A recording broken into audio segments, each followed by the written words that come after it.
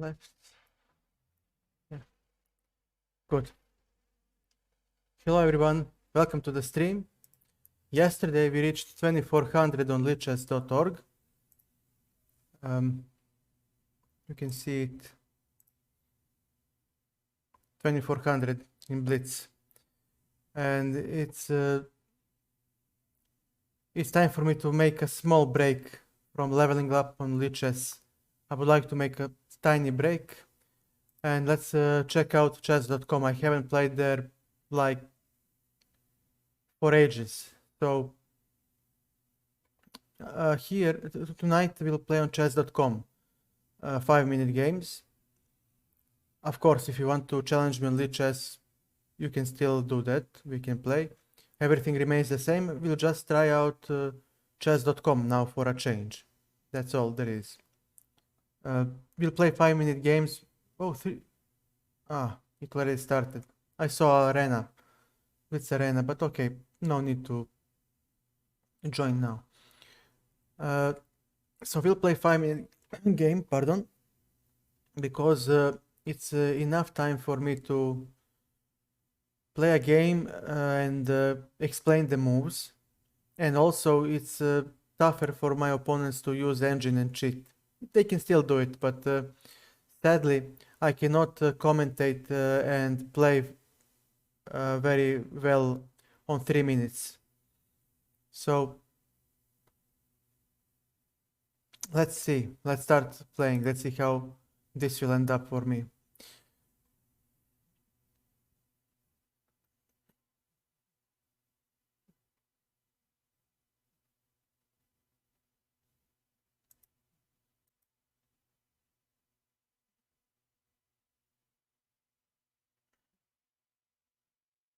You have an opponent, okay. 2400. Will he play? He will, okay. I thought he will abort. Knight c3, knight f6, bishop g5, okay, e6. He doesn't have c4. And we entered the French in a reversed move order. And this is some sort of Rubinstein French, yeah. Rubinstein French, definitely. c5. Okay, bishop d7. Takes. Okay, we hit the queen. And now I would like to see what will he play. Knight on d7. Okay, we'll go for...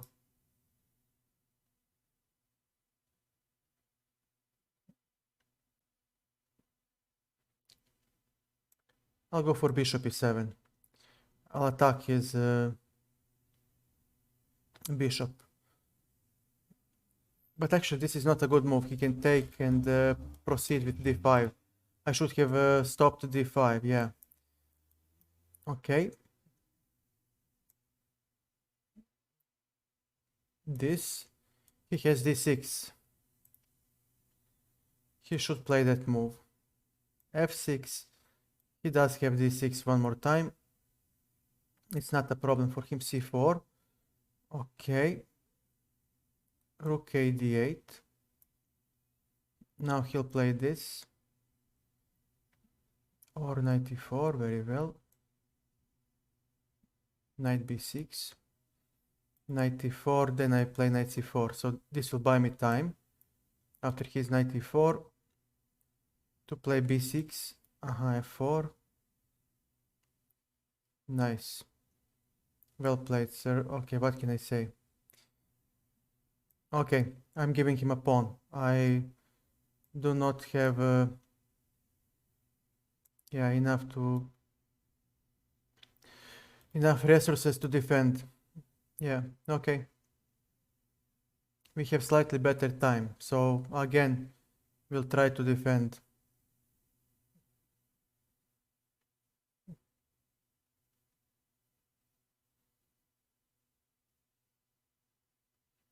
Okay.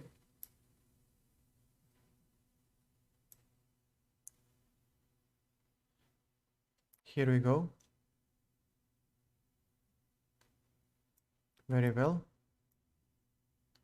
Now we have counterplay on the king side. Check. Very well.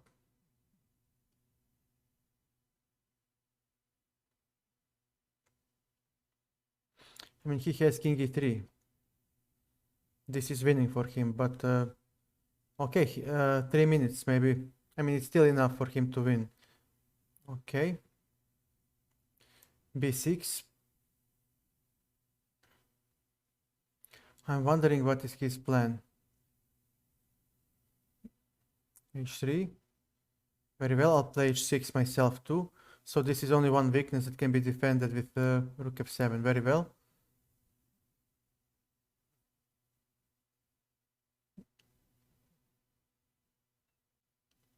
Okay.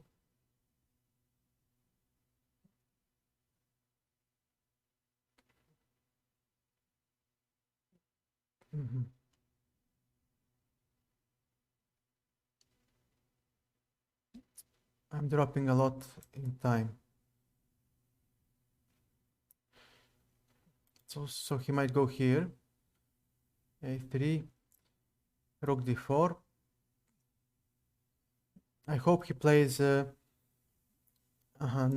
sir, I cannot allow it. Not yet. Okay. But he'll have... Okay. a5. But he does have b4.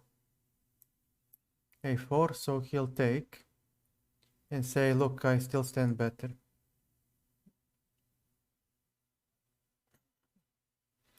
Rook b2, here I am. He might go here, but I cannot allow him to take that one. So rook e3 is a threat, collecting the... Okay, this. I hope he plays d6. That would be so awesome for me. Check. Okay, and I'll take. So will you. King e5.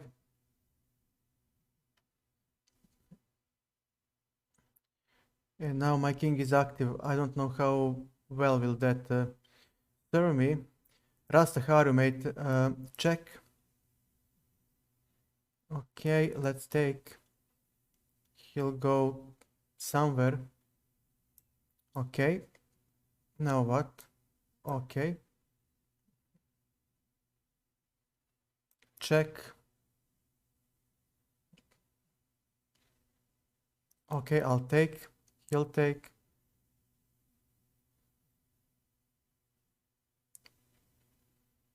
Okay, it's time to... Yeah, it's... Well, okay, doing fine, man. a3.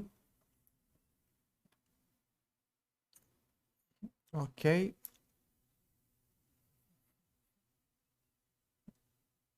c6. Very well. Let me give him a check. Where will he go now? King c4. Very well. Sorry, I'm in trouble, so I need to shut up a little. Okay. But only a little.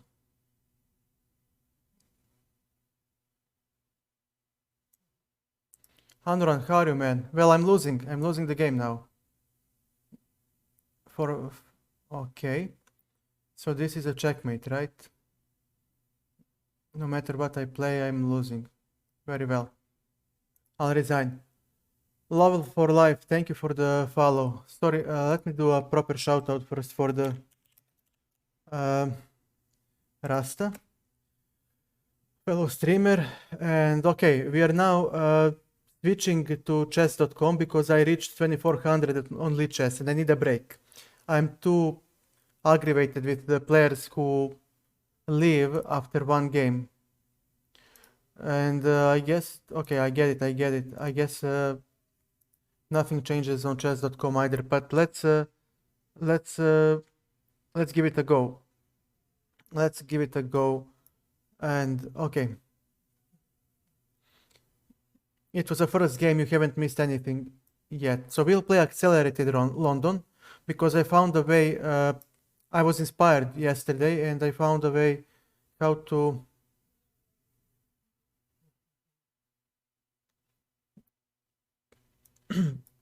Dragons, how are you, man? No, it's okay. It's okay. Give me a second. Knight c6. Okay, knight d2. We first develop queenside. Queenside because of his queen b6 attack. Okay, here we go. We'll play the semi-Slav, pure Slav actually pawn structure.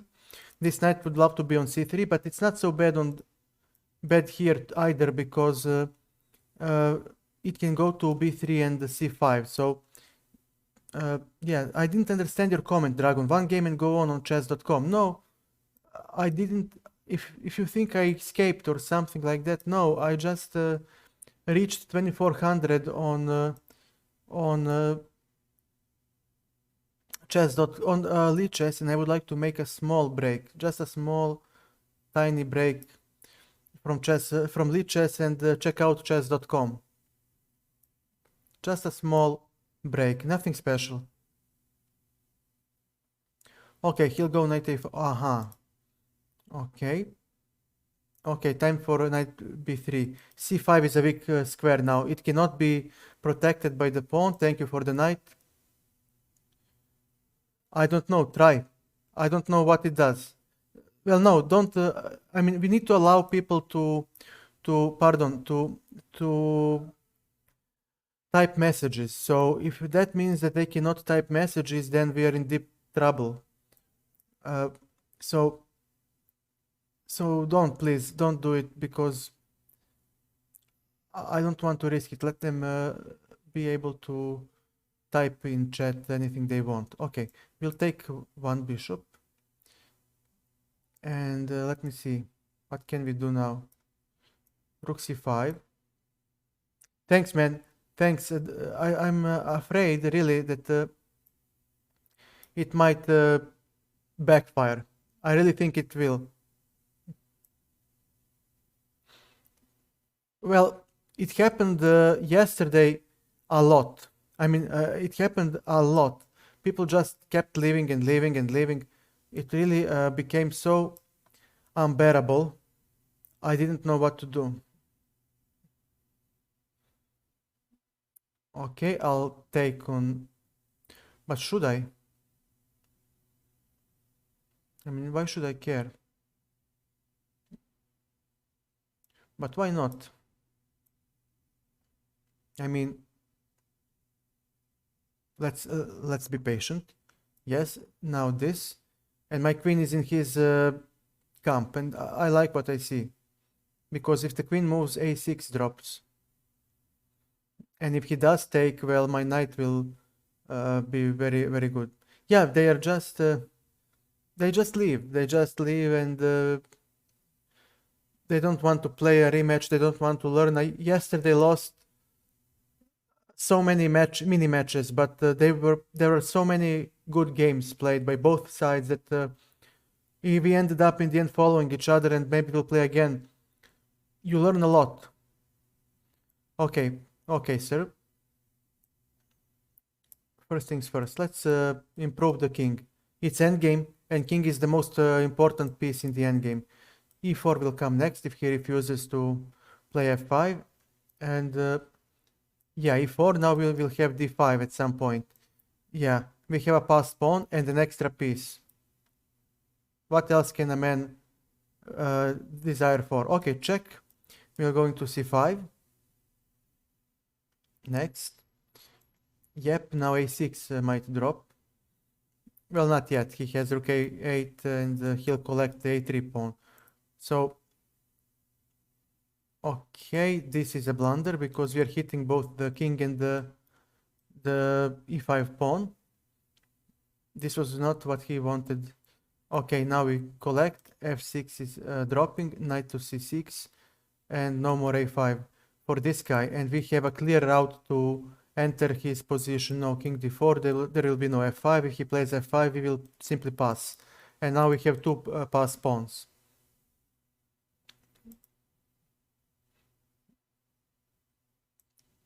Check. All right. Very well. Let's go d6. Now knight controls this square and the pawns control...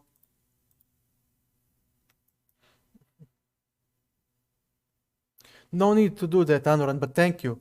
No need, it's okay. They will come when they get bored of other streamers. There is a very strong competition, and there is no way they will choose me over their favorite streamers. You can try. But, oh, open source, how are you, man? Sorry. How are you, mate? Okay, now we have time to explain something. Open source. Yesterday I reached 2400 in Blitz on Lichess, and I would like to take a break from playing on Lichess Blitz, and I would try to play on chess.com a little. But everything else stands. You can challenge me on Lichess, on chess.com, we can analyze the games, whatever. I just would like to test chess.com. Okay, I get it, this user interface. A little. Okay, we won our first game. Yeah.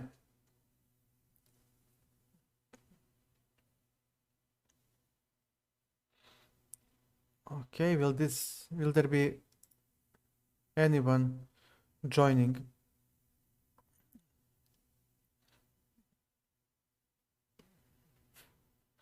Thanks, man. Bethelu, thank you for the follow, man. Thank you so much. Welcome to the stream. Thank you for the congrats, open source. Okay, we'll play like cowards and we'll play London setup because I don't have opening preparation yet. We'll play accelerated London with bishop f4. This is a big change that I made yesterday that improved my results. Knight f3 is too slow. So now we develop queenside first. And the catch is that now queen b6, when he plays, will be met more efficiently with queen b3. Okay.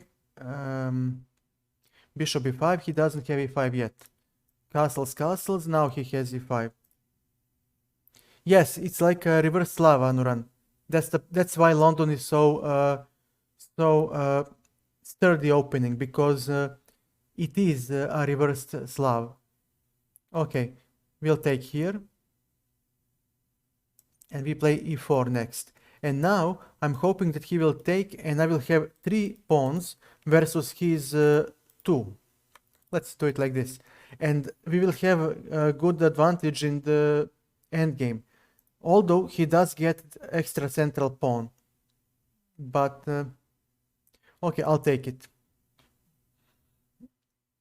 Okay, now we got what we wanted. Knight e4. Okay, queen to e2. There is this lining up with the rook. And yeah, of course. Knight f4. I always miss that one. Okay, this bishop is poor. He cannot go anywhere, so there are no discoveries. Yeah, no efficient discoveries. Okay, queen e3. There might be knight c5 at some point. b6. Okay, it's time to contest the center, and we'll use this rook because this rook might be useful on d file.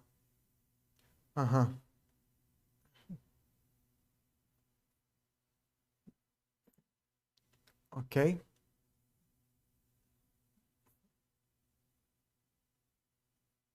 b3. And we'll go for c4 next. But he'll, yeah. Nice. Knight e5. I'm still waiting for his move. He has a good minor piece in the endgame. Now the knights are out of the game. Okay, knight to c4. Now this rook needs to go. The side that controls, remember, the d file is the side that will have advantage. So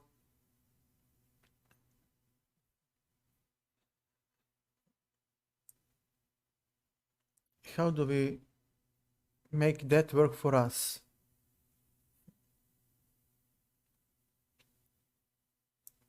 We'll just play this. So when he plays bishop b5, we can play, yeah, knight to on e5, and c4 is coming with tempo. And remember, in this type of pawn structure, when the side that has a queenside pawn majority, has this pawn on c4, that usually constitutes advantage for that side. Okay. Knight on f3, he will go e5 most likely. Bishop f7. Okay. Knight on d4. Now c6 is a problem for black. So him, and also e6. Yeah, bishop f7 was a very imprecise move. Now e6 creaks because I attack it 3 times. Okay. Huh. You take, I take, you take. And what's the catch? You want to checkmate, right? Okay.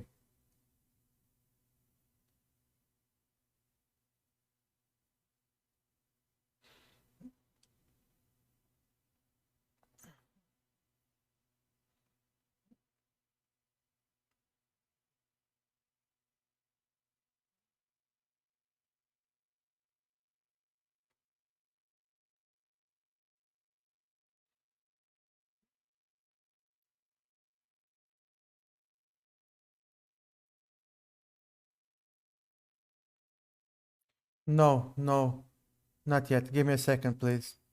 This move. On e5 we have knight f3. And now we are going to get the d-file because his queen is poorly placed.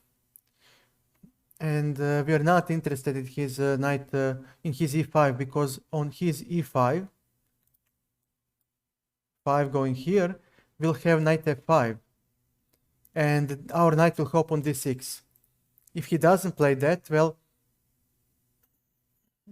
then we do have the d-file, so we need to find a way how to make this even more unpleasant for him. That will be the knight hop. Yeah. f3. Now e6 hangs. Our king has some loft to enter the game in the end game, which will actually soon come. Knight f5.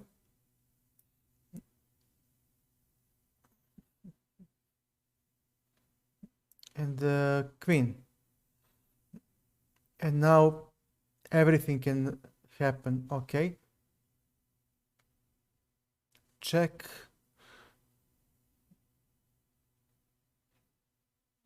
Yeah, this is good. Check. Now let me see. Check.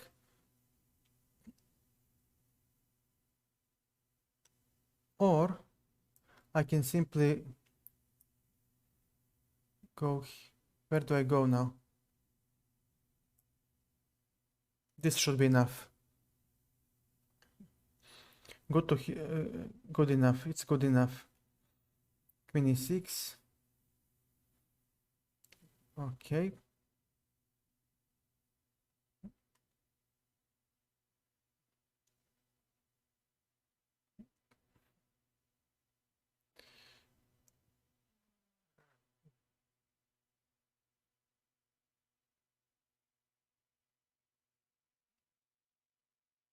Okay, check. Where do you go?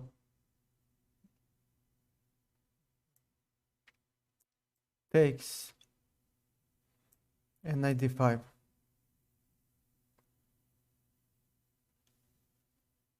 He may not go to d-file.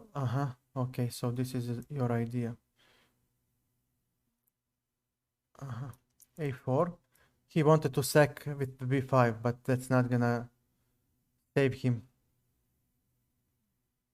And his king is poorly placed. There are all kinds of sacrifice. Yeah. Yeah, okay, go. He'll go here. It's time for us to... Yep, thank you. Thank you for the pawn. He's impulsive. Okay, 94. Go, let's play the endgame. My beloved endgame. Check, go back. Okay. Your move. Very well. And let me see. B4.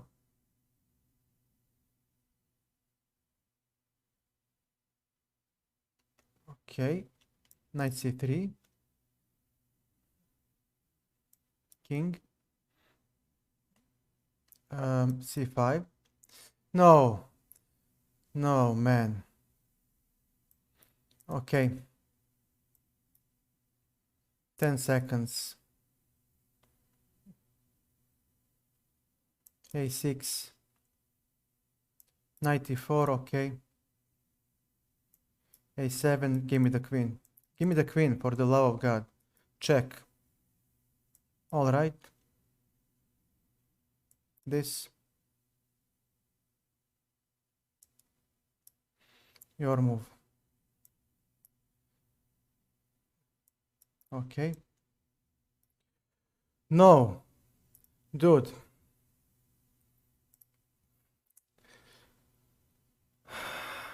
What a shit play. Okay, let's go. Knight C6. Draw, yeah. I was too slow for one whole move and that's it.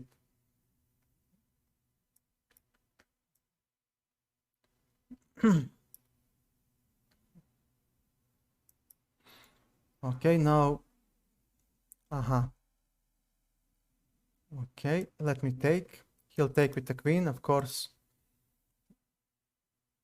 Okay, this.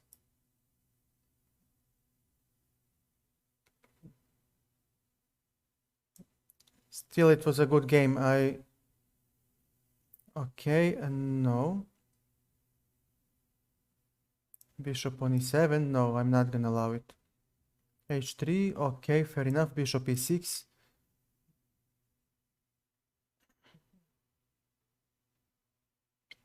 Okay, Queen C7. We are protecting E5. He has Queen G3 at some point. Thank you, guys. It is, but time isn't. And if I had more time, you can bet I would have won that endgame.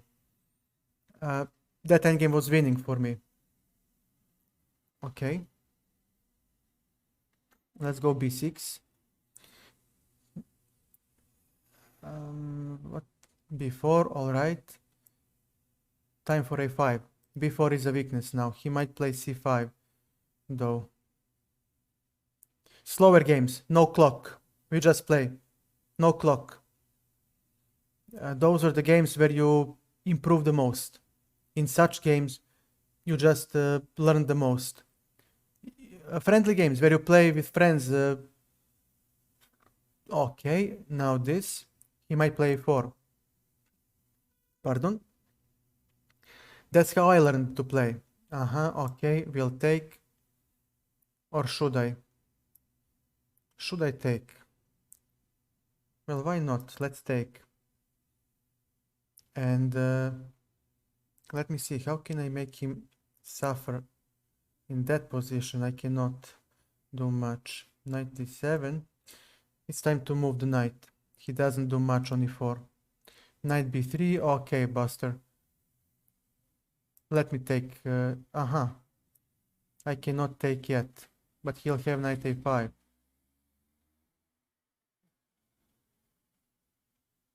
Okay.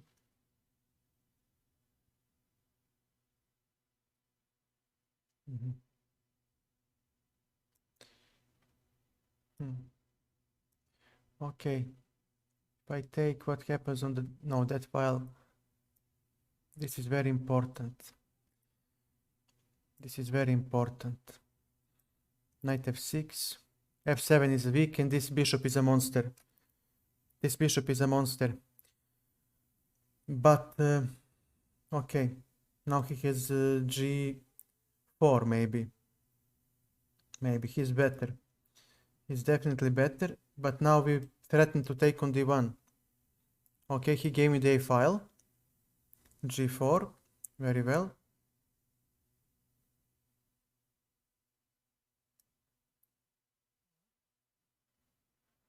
Okay, let's attack the bishop. Hopefully we...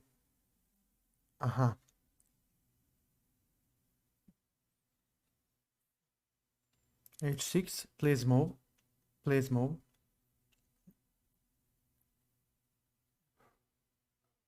Bishop f6, now it's the opposite colored bishops.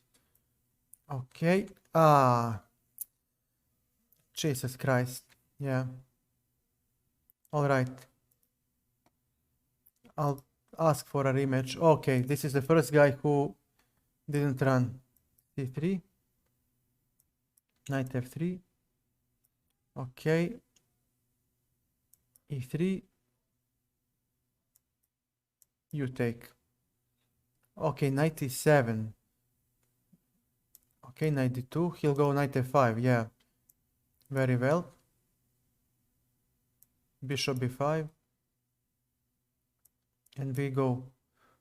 So there might be e5 next. No, bishop d3.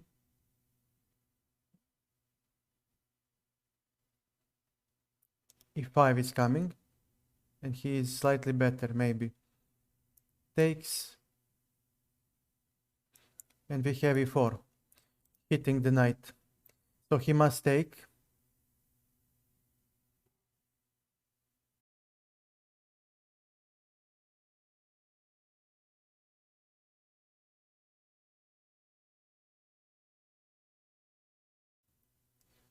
And let's take a look. What can we do now?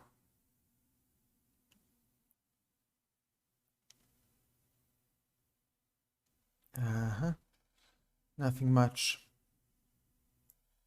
Queen to e2. Okay. If he plays f5 and starts moving, he'll be better. I'm slightly worse here, but maybe due to this knight standing poorly, I can still make something happen. Takes, takes, and we do have rook ad1, so we are first to come to the d file. Yeah. Bishop c4. We don't want to allow f5 yet, but he has knight, bishop g4. Well, let's go with h3. Okay. What's this?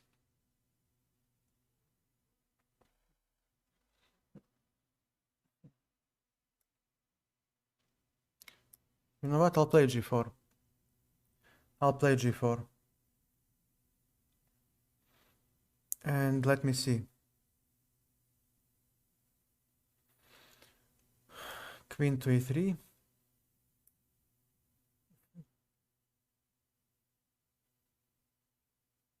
Okay, knight to d4. He has knight e5. Okay.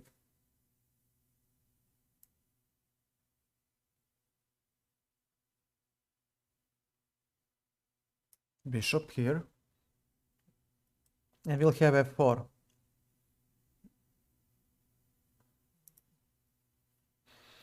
So, yeah, f4. The game drastically changes.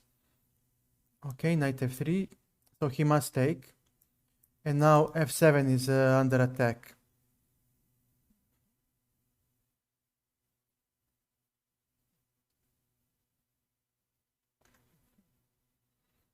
b5. Okay, here I am.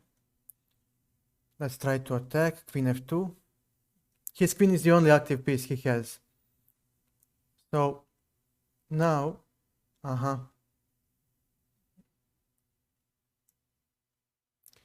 Okay, very well. Rook e5.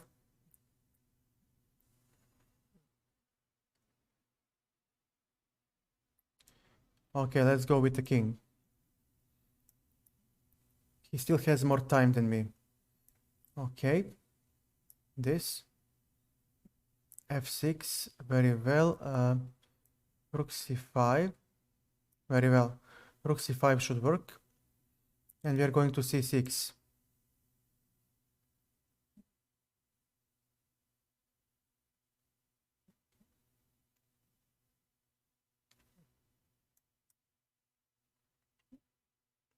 Okay. And if I give check, what did you see?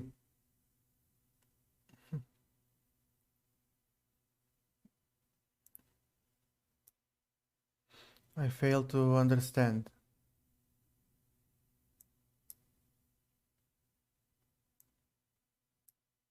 h4. Okay, we have better time, so it's time to wrap this up.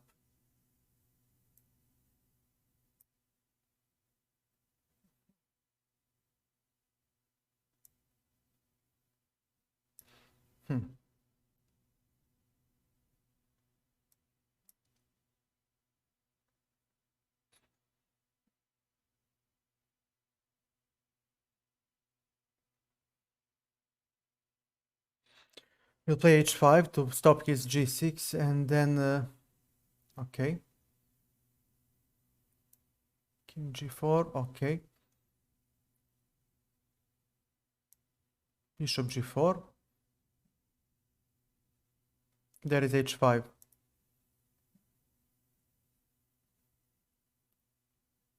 h5. Now we go here and on g6, on f5. Rook g5. Okay.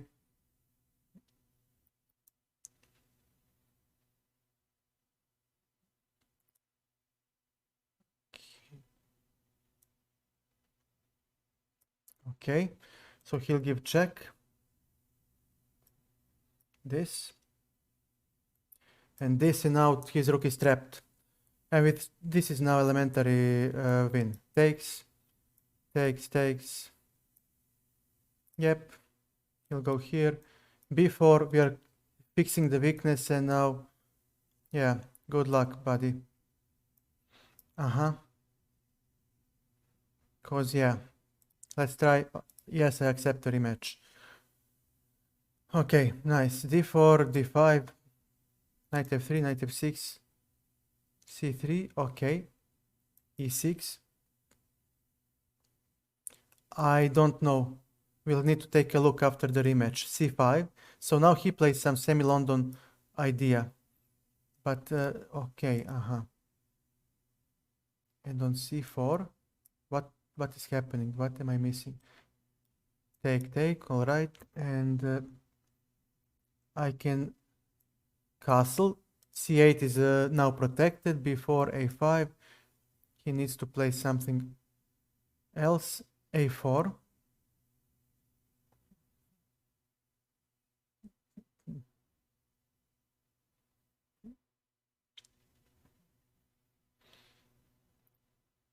h6, no, that's not gonna work. Bishop d7, now b5 is under attack. Rook fc8, now good luck. He's going on c3. An attack on c3. Okay.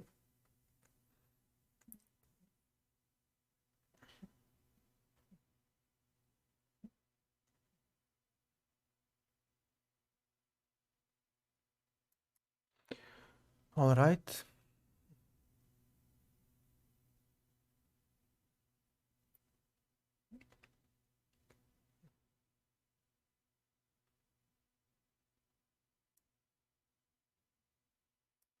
Do I get anything after 95? Not quite.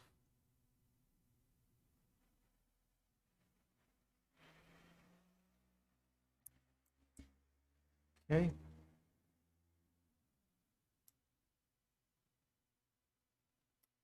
He has c4. We have this, and maybe, well, not yet.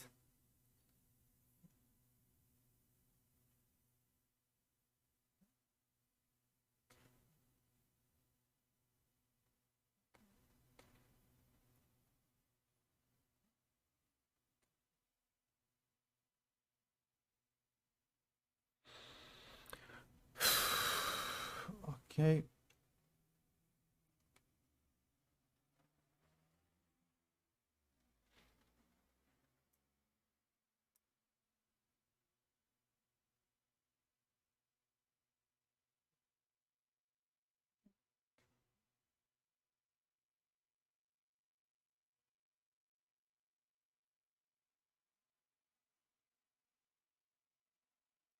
Bishop e8, all right, fine. We'll need to introduce the knight into the game somehow. So, he has a3. He has a3. Jesus, I burned so much time. Okay, bishop e7. So he might go c5. No, that's the move. Going e5.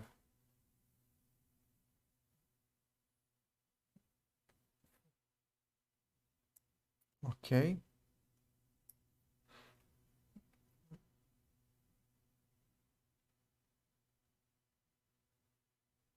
All right, sir.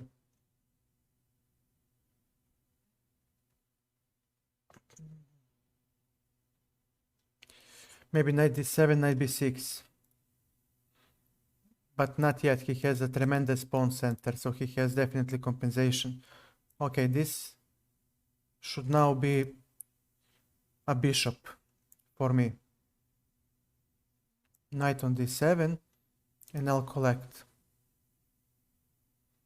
Yep, but I can take, brother. We can take, and now we have knight f4, actually.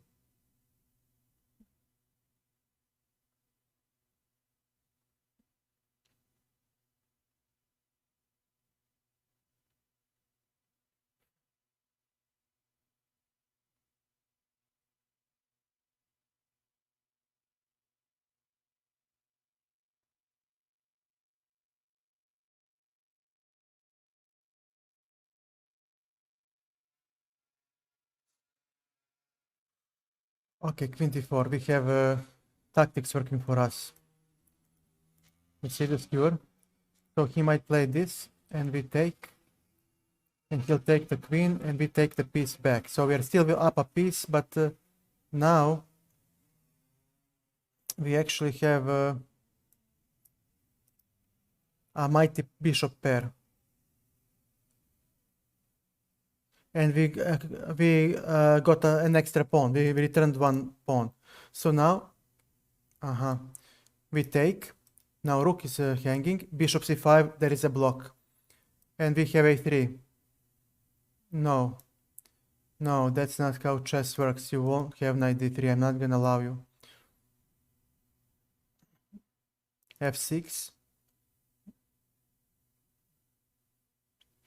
Bishop g6. Now this is going to collapse.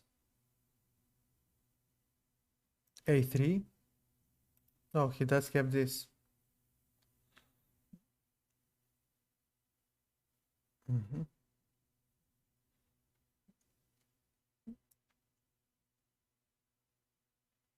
Wait. a2.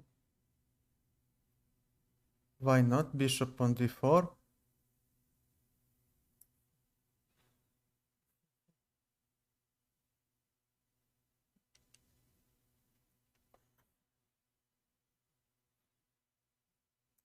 e5.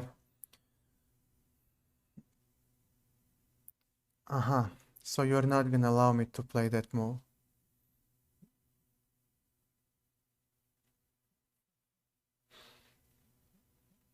All right.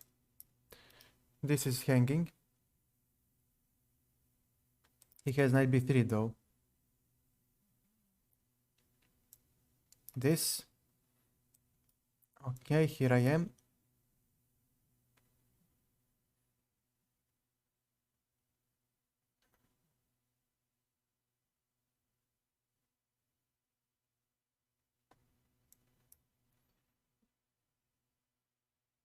This rook is trapped, so I have a tactic working for me.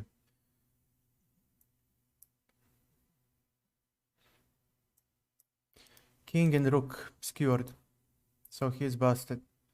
We can take this. a2. Queen. No.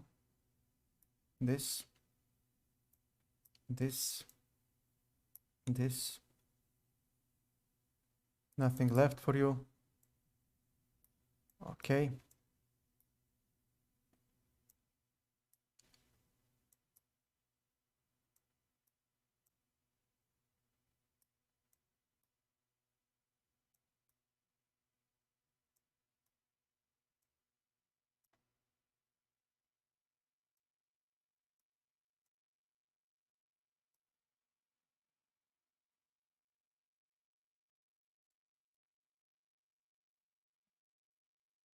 GG.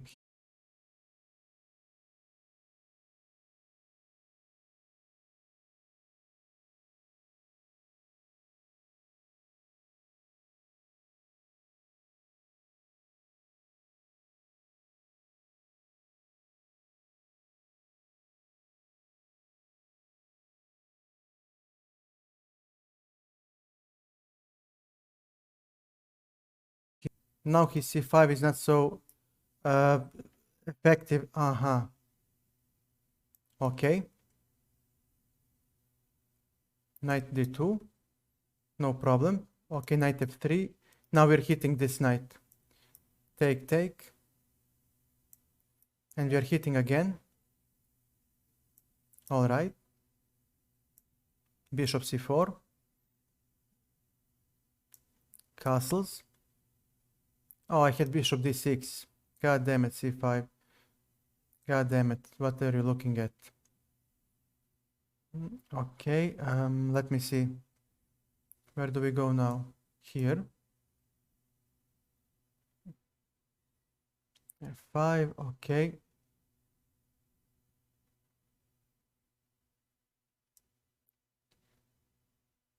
No, I cannot go there yet. Okay. H4, no problem. 6. Rook Fe1.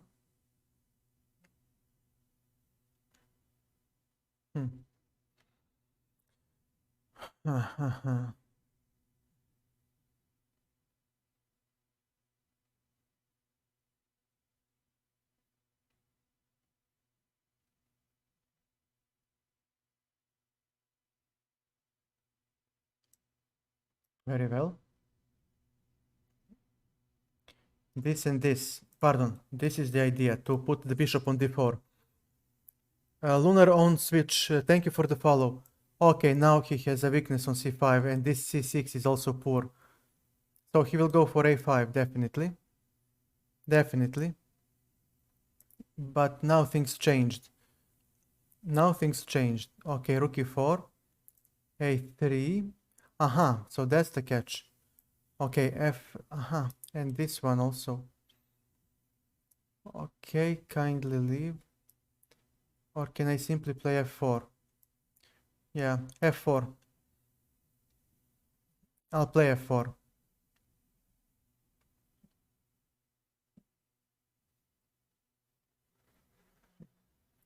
Let me just finish the games, Slothmas, and we can play. We can play, no problem. Let me just finish this blitz game. Okay, okay, where does he go?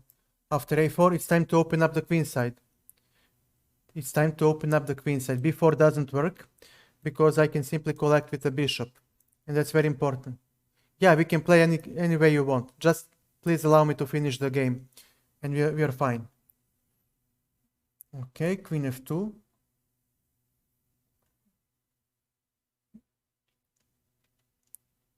Okay. Queen e6. Okay, he no longer makes problems.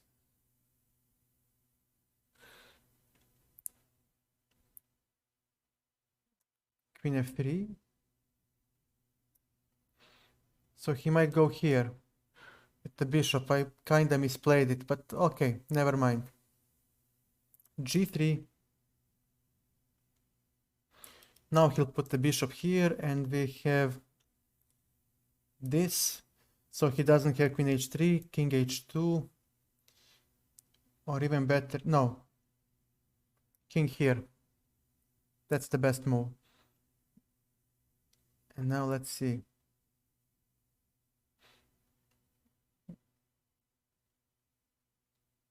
Okay, and okay, we'll go for the queen here. Fair enough. He might have this. Yeah, okay, he has an extra pawn. Good for him. g4. Now we'll play king g3 and try to siege the... Well, actually, we cannot siege anything. We cannot siege anything at the moment. G5, okay. And let's go here.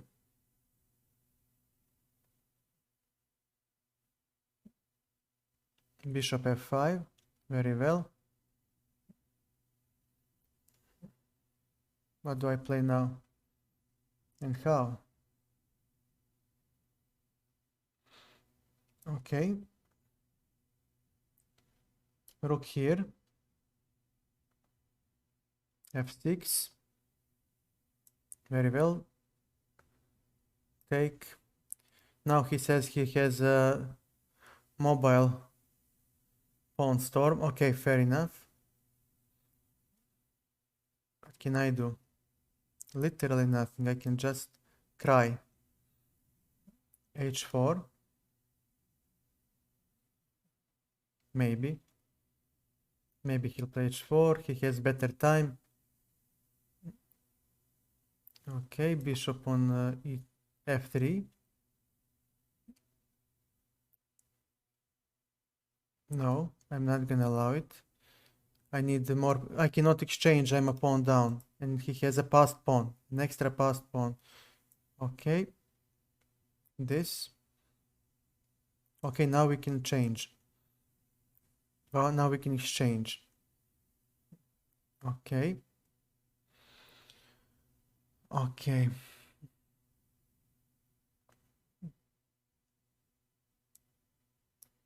Time to move.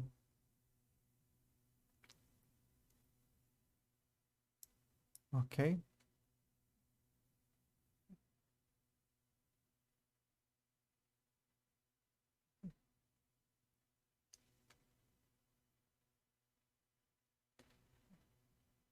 Okay, we got the A file, so he buckled down. This, he has H2. Here I am, and what's the catch? He says you have a bad bishop. Okay, fair enough.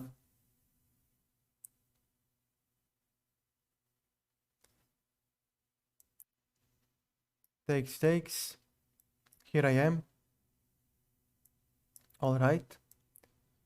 This. King d3. Bishop d4, very well. And we are going for b4.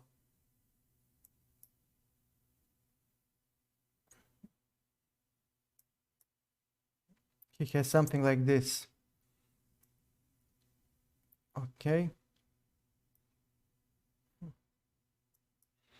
All right. Very well. Good for you. Got this.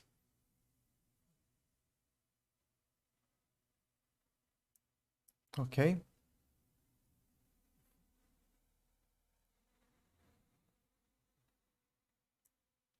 Here I am. And yeah, he wins. All right, I'll resign. Slotmas, no, not no more. Your turn to play.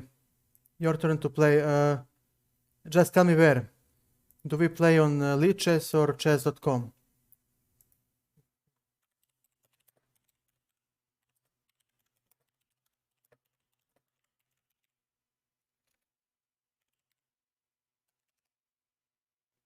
Chess.com, okay. Is it the same as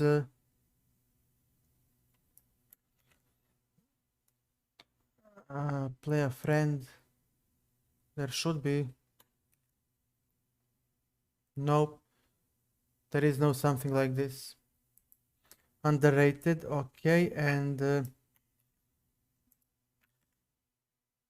okay, there is. And just tell me the time control. What is the time control? 3 minutes increment, no, 15 minutes. What's this?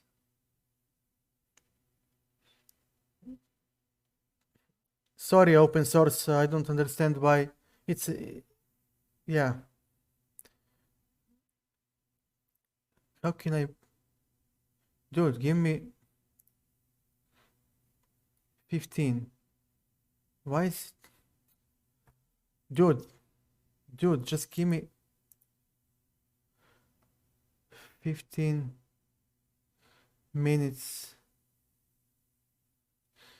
How do I make this work?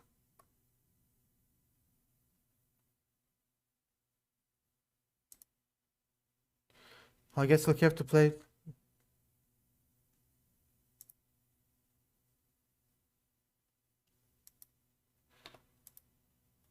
Okay, never mind. You see why I hate them. This user interface is just horrible. Dude, I cannot make a time control. Dude, the basics, man. The basics. And they just cannot get it right. And they get money. They have money to hire people to do this right. You're white, you move first, man. So, yeah, if you don't make a move, the game will abort.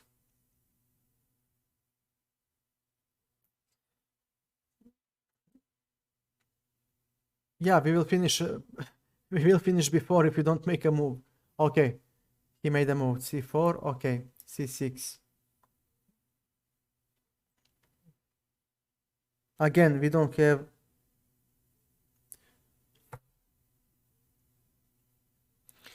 Dude, he plays a game. Stop conditioning him. Okay. It turns out into some Slav defense. We'll see. Okay, I will gladly play the endgame.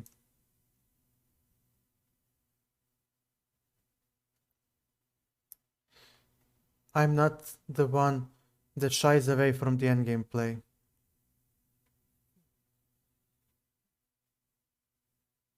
Come on, man.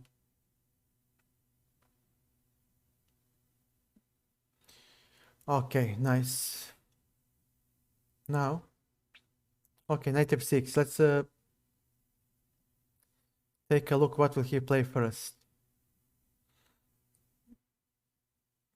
G3.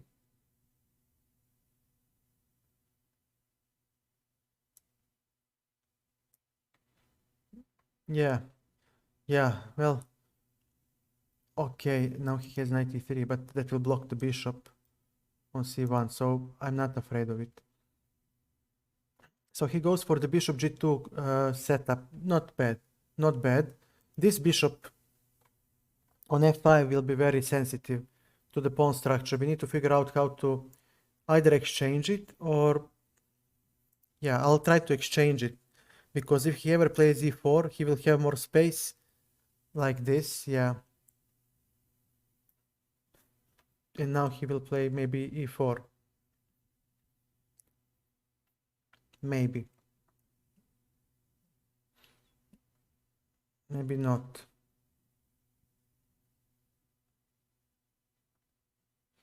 Knight e3, okay. I'll drop the bishop back. This knight goes to a6, because this diagonal is closed now. My knight will be safe there. Yeah, he does get a lot of space. So let's not allow him that much space. I mean, I am a good guy, but I'm not the Red Cross. I'm not gifting space for free. And I get nothing in return after his g5. So let's stop it a little bit. Okay, knight a6. Knight can go to c5, which is a great square for him. And now we have e5. Because his knight cannot come to f3, we actually have a safe e-pawn. And now bishop has found home on e6, hitting c4, and that should give us tempo to develop. And yeah, he will play probably b3. I mean, I see no other reliable way to protect the pawn. Knight e3 is possible, but knight is poorly placed on e3 because now this e pawn will be blocked, and that means that knight on g1 cannot go to e2, and he would really love to go there. And now we castle to contest the d-file, and now he needs to develop these pieces. This is his challenge. My challenge is to find good squares for my pieces. So that will be the strategic battle between our sides. Knight h3, okay, bishop on maybe c5. Okay, bishop on c5. I'm not gonna allow knight f2, pardon. I want to get something in return. And already I see a plan for my e pawn. I will play e4, and when he takes, I can collect with the bishop the g4 pawn, and he will be left with two double pawns. Or even better, I can collect with the knight. So either he plays e4, but then he has a weakness on d4, f4.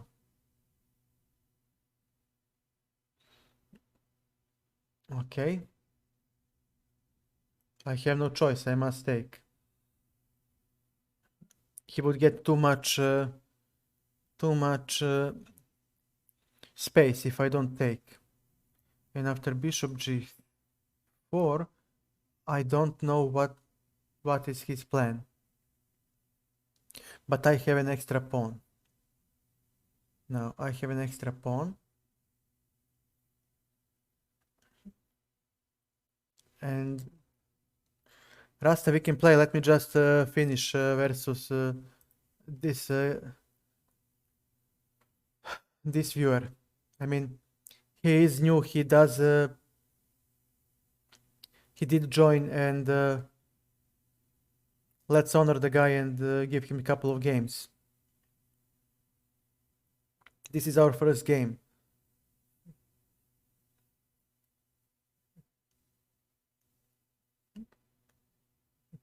Thanks, man. Thank you for the understanding. Rasta is a fellow streamer, so he knows what I'm talking about. If there is any streamer here, say so I can do a shout out. No problem at all. I don't have problem shouting you out. Just tell me if you're a streamer. Aha, he played a move. Okay. Okay. Bishop d7. I'm not gonna give him the bishop. Not yet.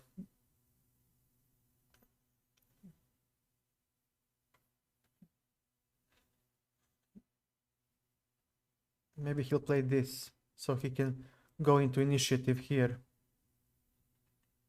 Very tricky.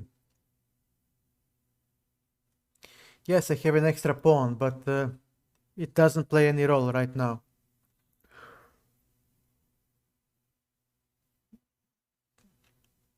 But his knight is loose. This is a blunder. This is a blunder. Difficult position and immediately blunder.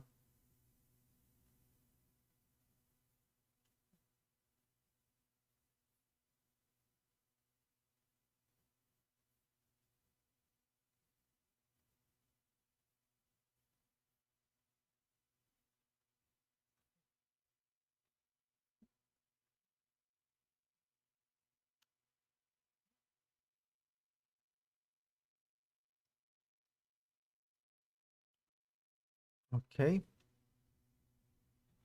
Let's develop our last piece and put some pressure on this knight. Kesek, how are you, man? How is life? Thank you for stopping by, man. Thank you so much.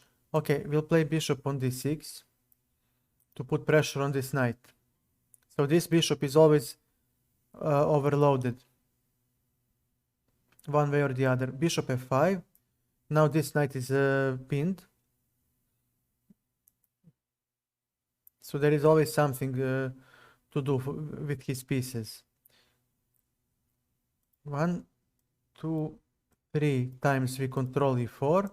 He controls it twice, so he cannot play e4, but he did. Okay.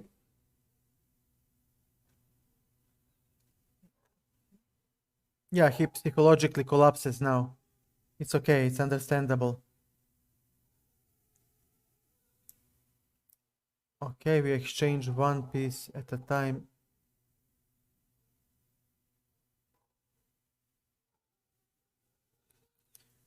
And we slowly approach the endgame.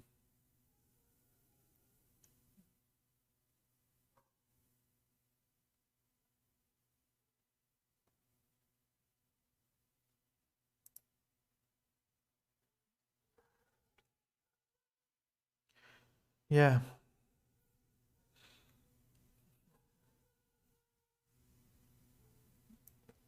We'll take. He'll take with a knight. We'll collect this pawn. We have 4 extra pawns. Bishop f4 is the next threat because he may not take the bishop. I take the rook due to pin.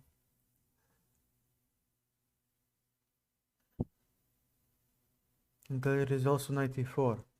Knight e4 is also even better move because it will force off the bishop. Knight e4. This is attacked, so he needs to play king c1. Now the endgame approaches. It cannot be stopped. Yeah. I'll take it. He'll take it. With the rook, he must. I mean, there is no other choice. And when he takes with the rook, we play bishop f4, pinning the rook twice. Pardon. So he will have to play after bishop f4. He will have to... What the hell are you doing, man? Okay, fine.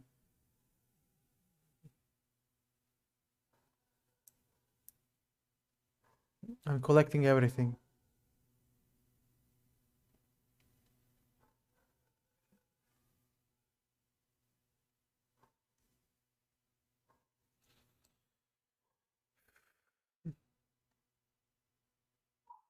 Okay, he's only... Okay.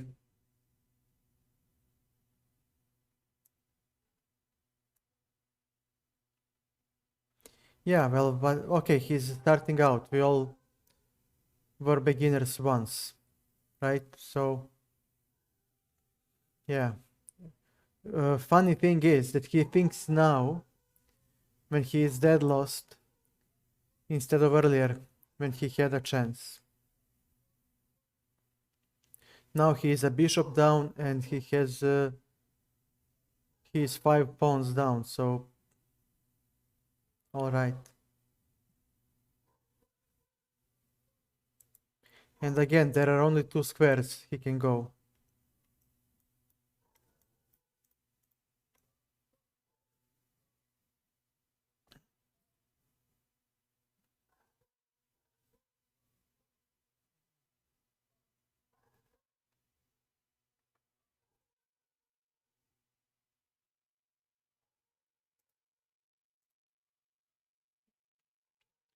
Rust, I'll give him a rematch. I'll give him a rematch because he's new and I'm not gonna run away after one game. We can play... Aha, he played. Finally, okay, fine. We'll try to exchange as many pieces possible.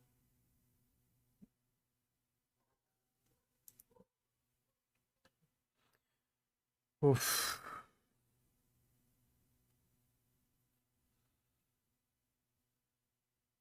Jesus. He doesn't want to exchange, does he? Okay. I'll play this.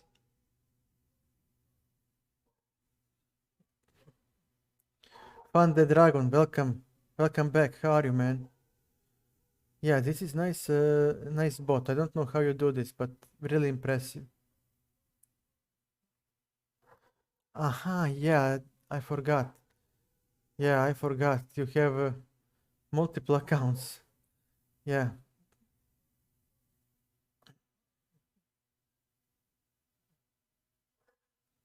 Okay, let's take it. And okay, just we'll just queen. We have so many pawns. It's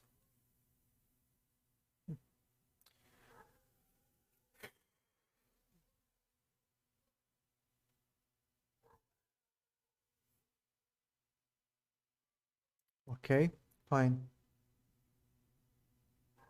Very well.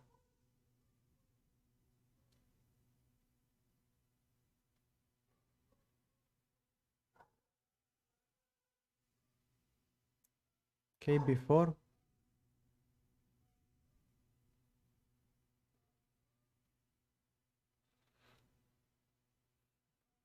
Make a celebration stream, Rasta. A3. And we just queen. But he might try something like this.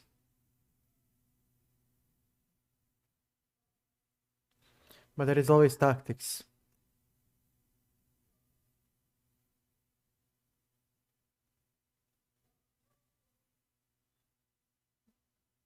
Always tactics.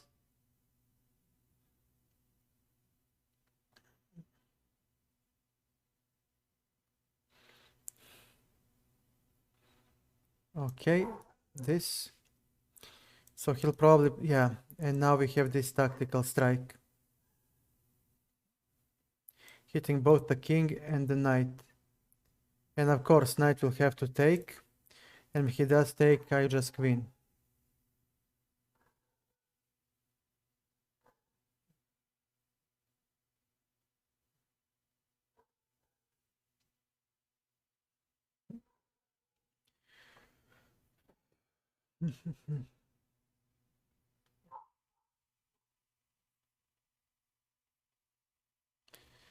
Jesus. Okay. Oh, good gracious Lord, this guy. I mean, why didn't he take the knight? Okay, now there is no hope of winning whatsoever. But now he wants to test me how I checkmate. Very well.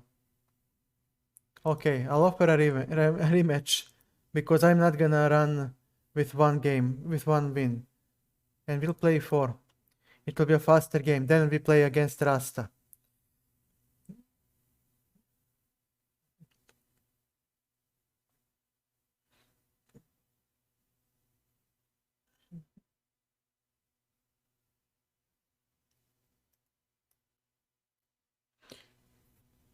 Okay, he opened up so far good. You see this? You're giving him 45 seconds to make a second move, bro. Okay, I'll take. This is Petrov. So far, he played 2 book moves. Okay, this is nice. He's learning. Now let's see. This is the move. Then I go back and he takes back the pawn. And we play. Fair enough. Not the best line.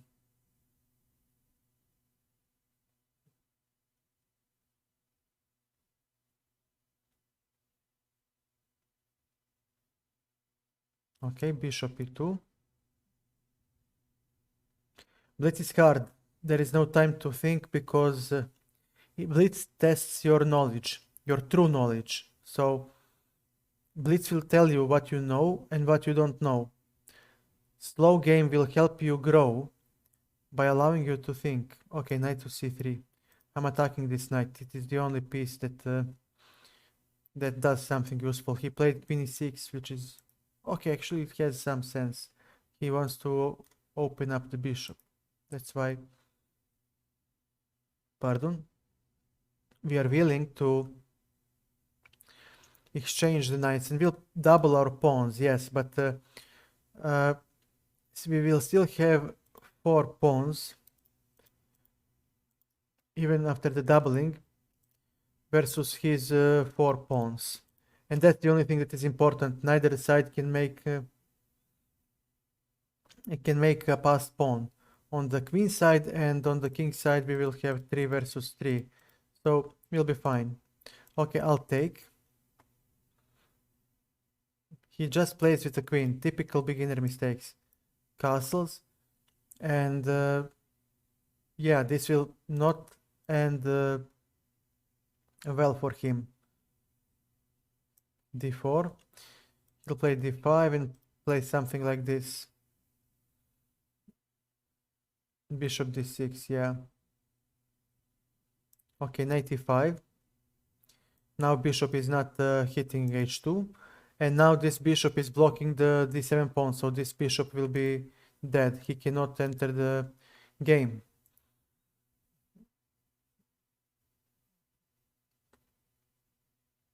No bueno. That's not good.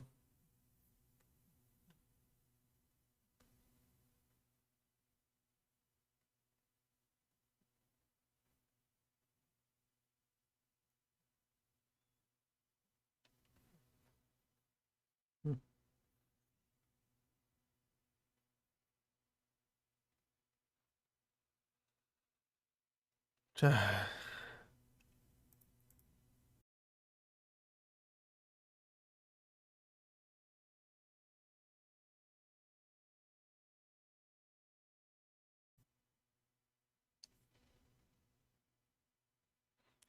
It's my internet. I knew it. I knew it.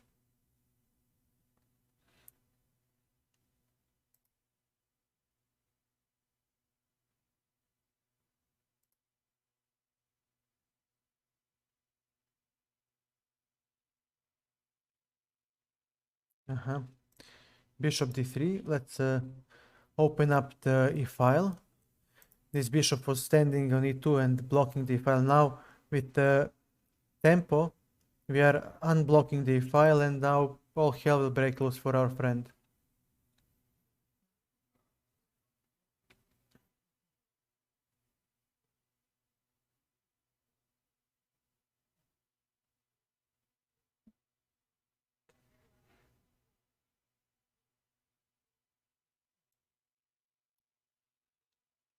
Quickly castle.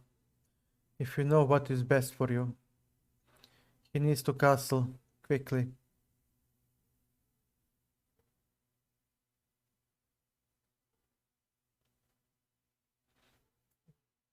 Favorite chess player ever, Capablanca. Jose Raul Capablanca. The best player who ever lived. And, okay. Knight g6. We attack the queen and we attack the rook.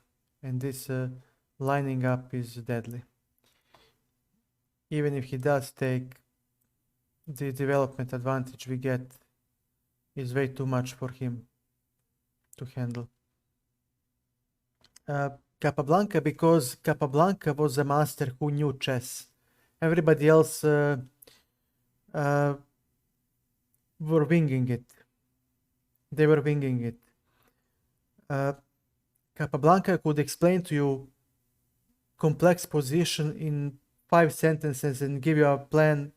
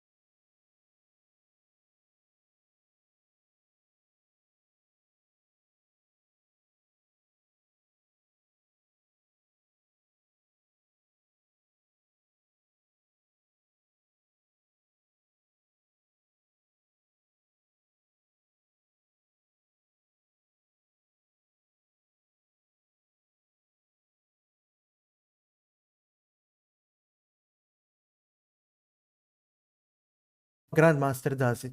And that comparison helps you a lot to fix your mindset, to correct your logical errors. And that's why for me Capablanca is the best who ever lived.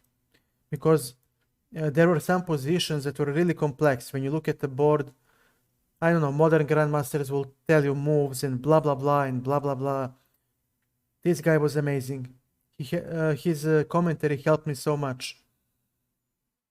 Because he would say, no, you will exchange bishop for the knight, you will exchange queens, and you will win by breaking through on the queen side. Go, do it. And you try that plan and you fail, or maybe you don't win, maybe you draw. And then you look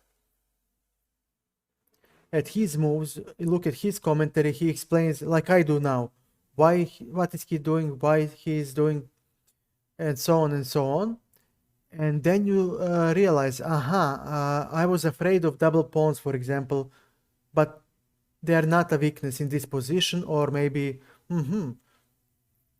I can enter the endgame here because it works.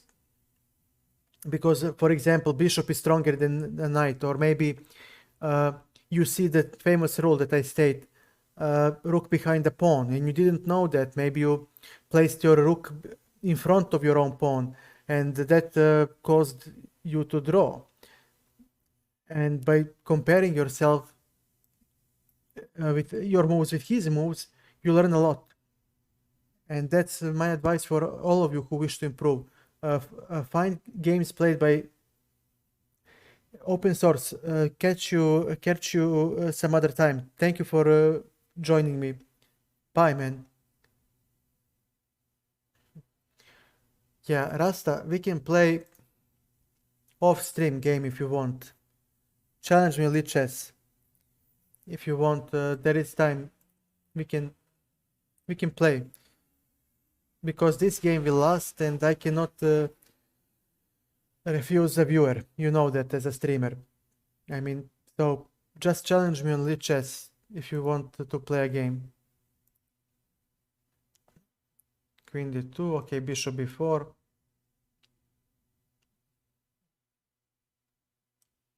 He needs to play this because knight e4 is looming. And then I get the piece. Or the queen.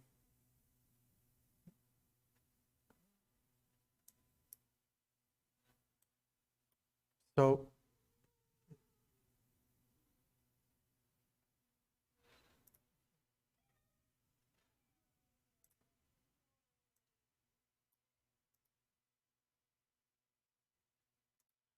he needs to play this.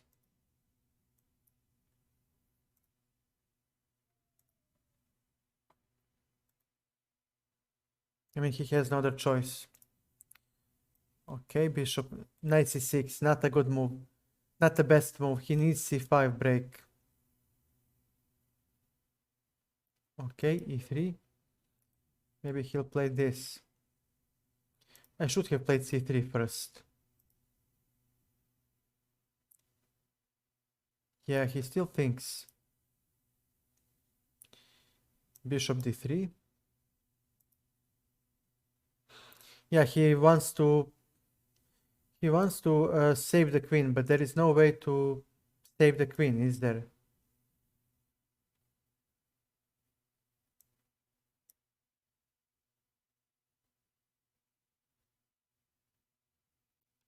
Castles. Because look, my bishop takes away these squares, and this bishop takes away this square. And the king is under attack, so he needs to put the queen under attack. It's the only way for him to defend.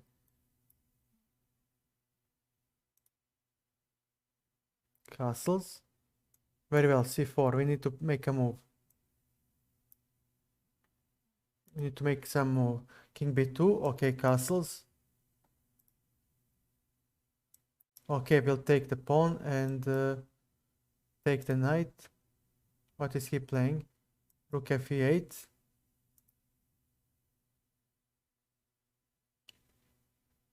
Knight e7. Very well, we'll take.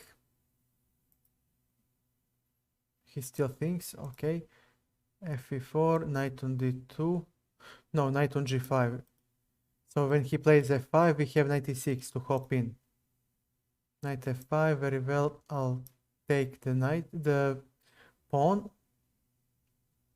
and we'll have queen f3 and knight c3, all the good stuff.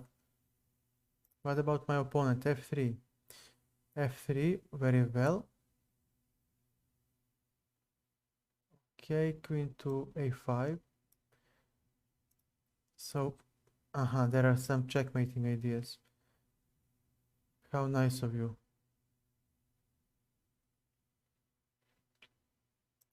g3. So on f5. Knight f3. Rasta, you blundered. You blundered, my friend.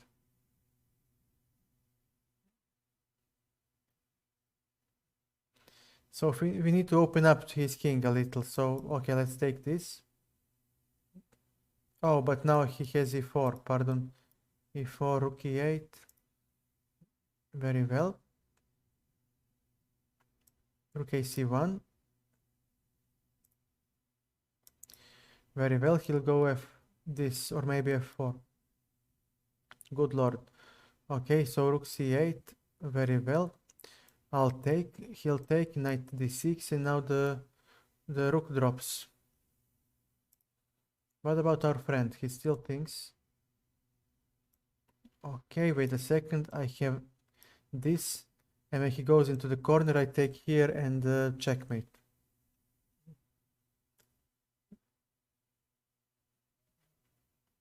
I'll offer a rematch. No, he left. Okay, no problem. Okay, 4. Thank you, man. Thank you. Okay. Let me see. E5. Yeah. Okay, man. Thank you for stopping by. Thank you so much. And one more shout out for Proper Rasta, fellow streamer. Okay.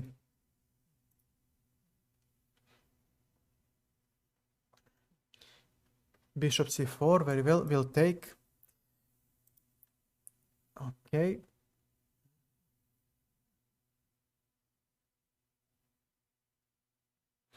My bishop is dead. My knight is restricted, and this knight doesn't play. So we need to open up the game even more.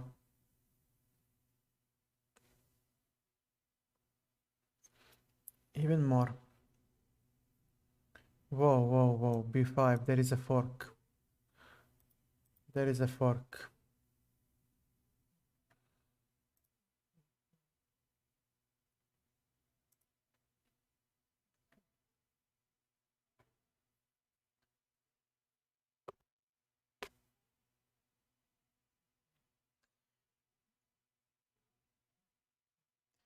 Very well, let's take here.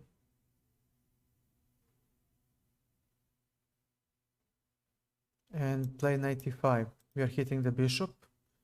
And we are opening a file for our... oh, I had this. No, he had bishop c2. Very well. But actually, yeah. Yeah, that was a better... no, no, it's okay, pardon. Yeah. Not a bad sequence yet.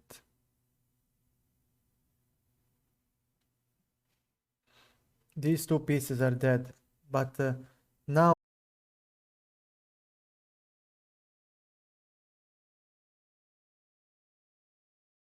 we'll have a knight, most likely, queen, and a rook in the attack, and this c3 pawn is...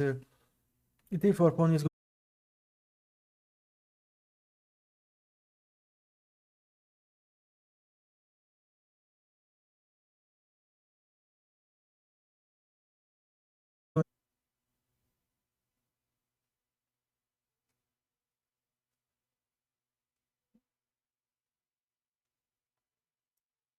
knight on c4, queen b2, checkmate. This is one idea.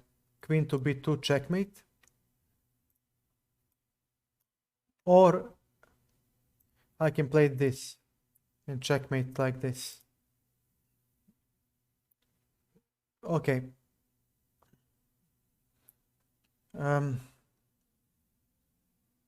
We play 3 games. Okay, let's give him one more. e4.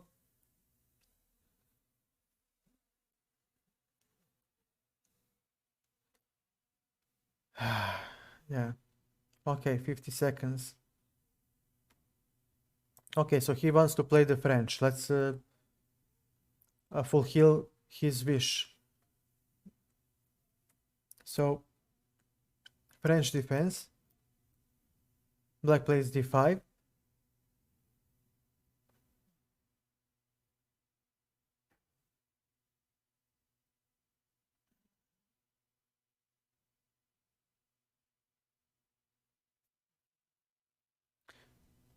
Trakti, how are you, man? How is life?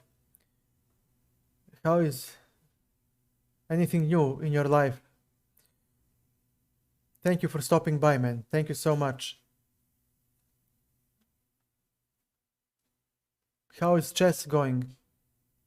Recently, yesterday actually, I breached 2400 elo on Lichess, so now we're trying out chess.com a little. I neglected this website for quite some time and now I understand why. Now I remember why. The user interface is just abysmal. I cannot believe they get money and cannot make it work. Thanks, man. We are going to try to make French defense work. I'm really pushing for that opening, and then hopefully I will even increase my blitzer standing. But it's very hard. Compy is really not giving me much to work with. Okay, a3. This should be the strongest continuation, actually. The strongest one. I think that now c4 is played.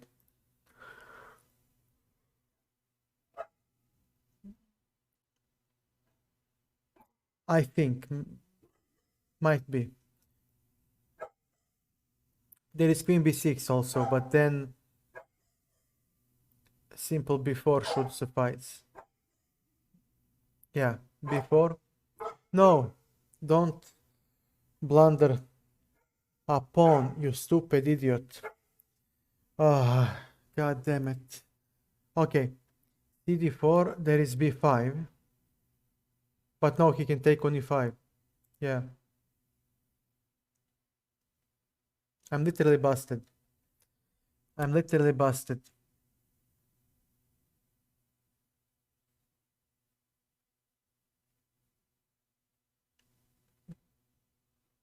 He didn't see it. Or maybe he spared me. Knight f3.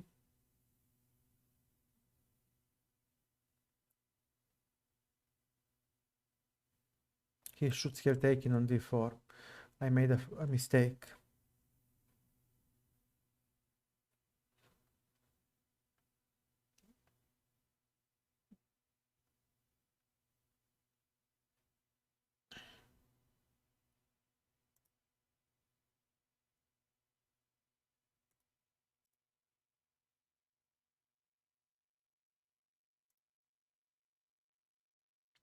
Come on.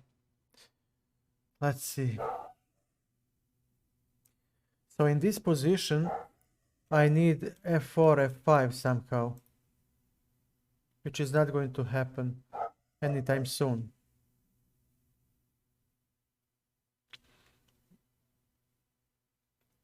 And he can actually play a5 now. a5 is very strong. Yeah, he found it. This was a very good move. Especially because he played it f6. Another good move. He played a lot of good moves. I'll take.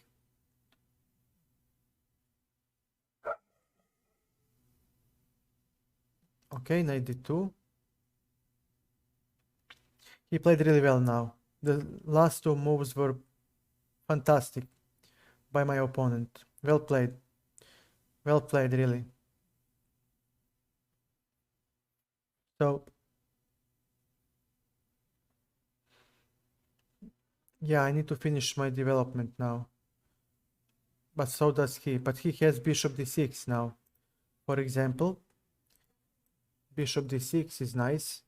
Then, give me a second, he can castle, play bishop on d7, and this rook, I know there was something. No. How can I not have? Never mind. Okay, bishop e2.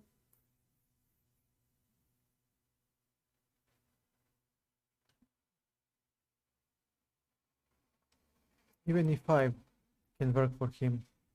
Even e5 is also good, but not yet. It's too early. But e5 will definitely work for him. He is better. In this position, black is better.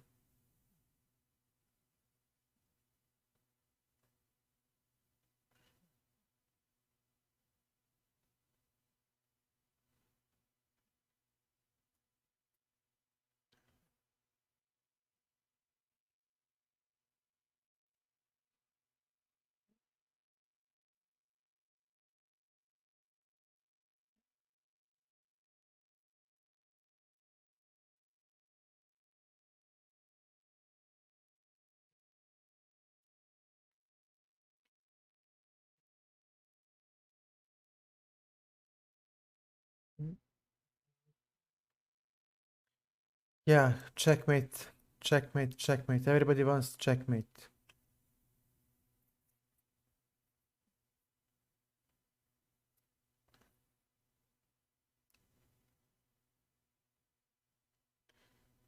So what is the catch?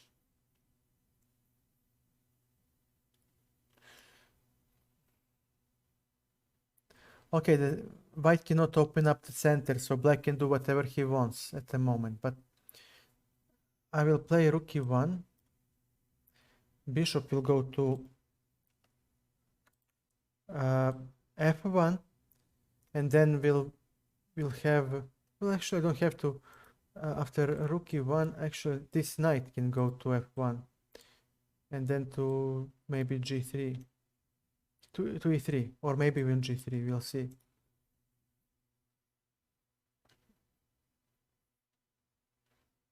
It's definitely. I mean, black has all the play in this position. Wow. No. No. I'm not gonna allow you to play g5. And the other knight will go to f3, e5.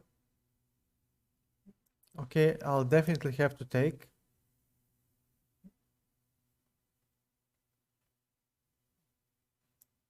Knight here, hitting the bishop. And now look at this, pardon, this lining up. It just begs for my rook e1 move. And then there will be tactics.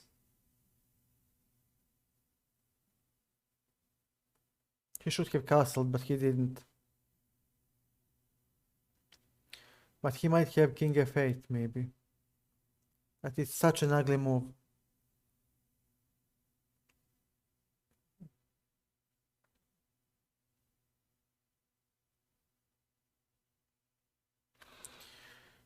Yeah. Let me see, what else can he play? Bishop f4, maybe. But still. No, I have g3.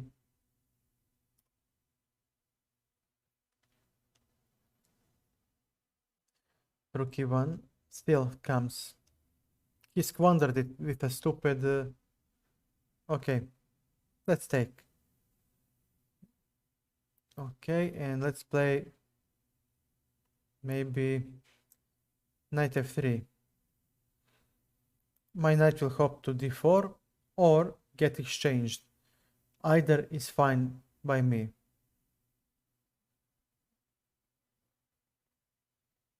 On this move, I'll just play h3. I don't have to.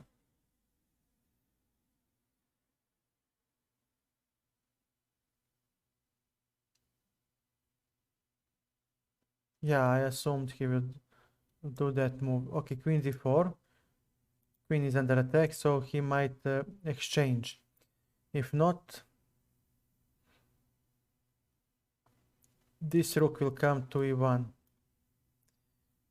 And then bishop will come to c1.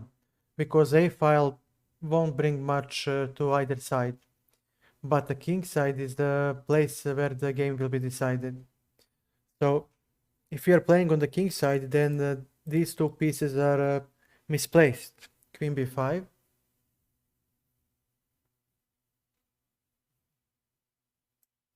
This.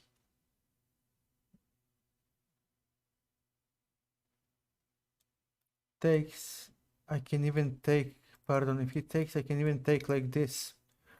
And then claim that I have two good pieces on the battery. Yeah, I don't even have to now take AB. And then my bishop will black bishop will directly influence the king side, so I don't have to reposition it to c1. That's a tempo saved. And then everything simply plays.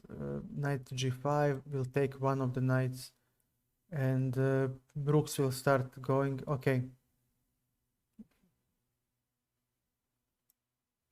Knight on g5. We'll exchange the bishop because he just obstructs the rooks. He doesn't do much. Like this. And now my bishop is a good bishop, and my queen, they make some good pressure. There is a battery.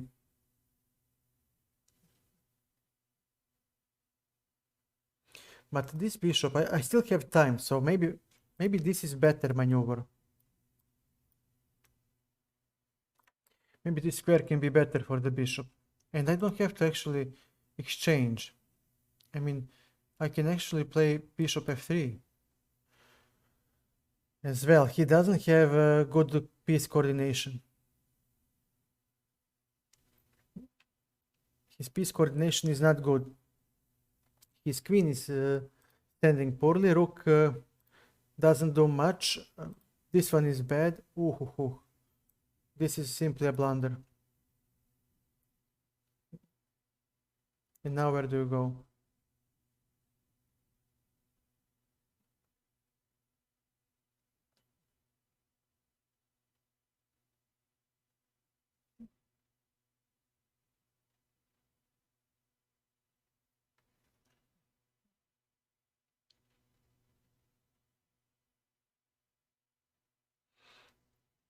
Yep.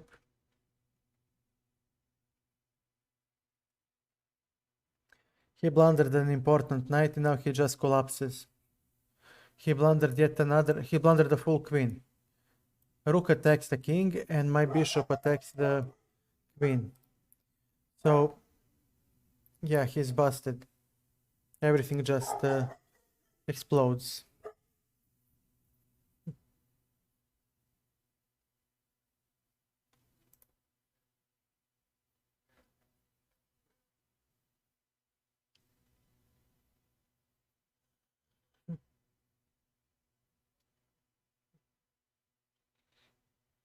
Yep.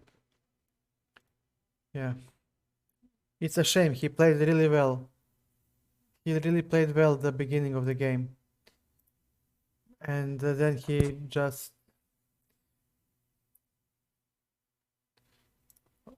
This was good. Now here he had a pawn, a clear pawn, if he just takes. And he wins.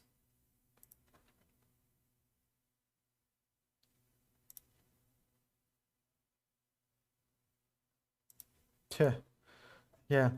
Okay, so he blundered there. F3. This is very nice move. This is such a nice move.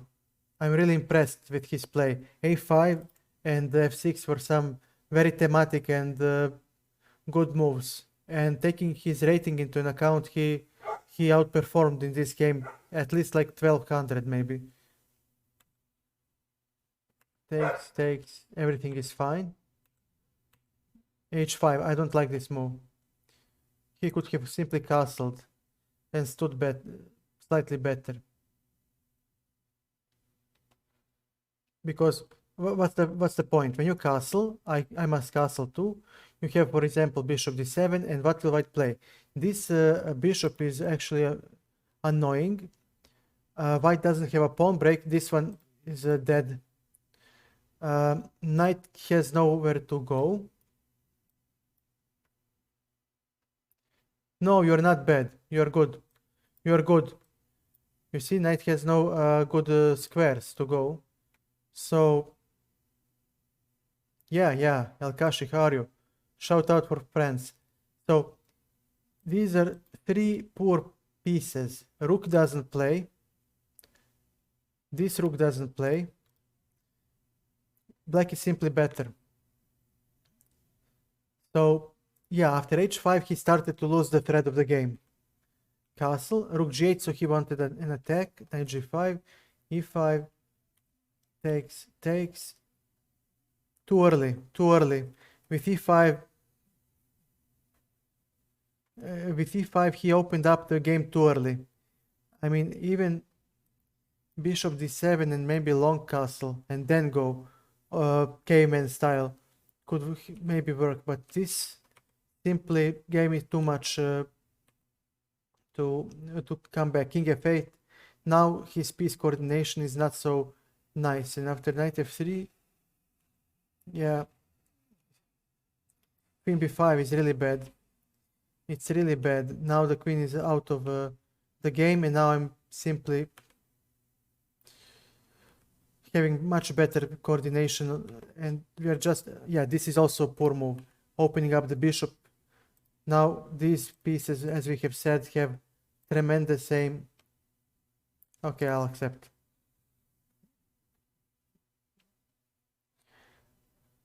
Ah, 30 minutes each. It's gonna be a long day.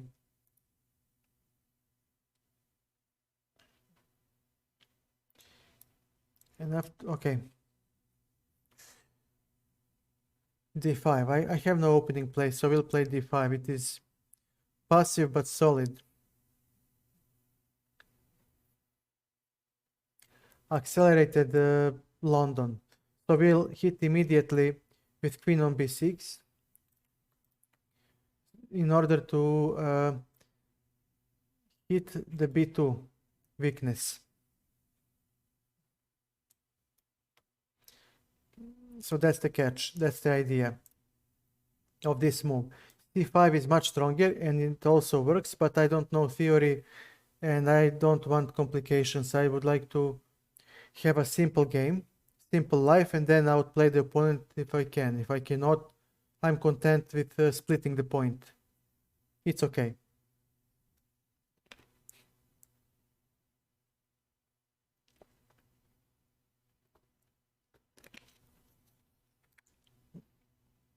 Now let's see.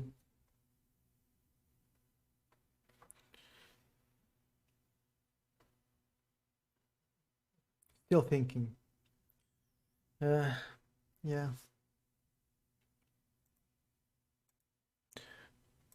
One small change that you might have noticed, I'm playing on chess.com because I haven't played for a long time.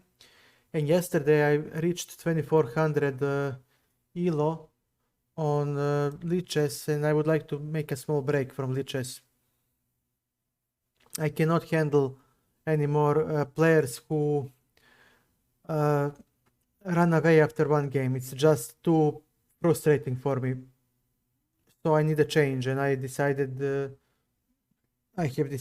to try chess.com for a while. Queen b2. I'm not gonna take on b2 yet.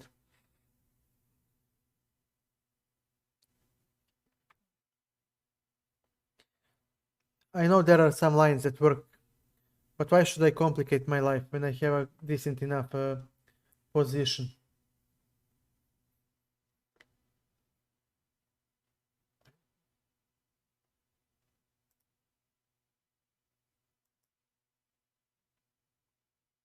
Hmm.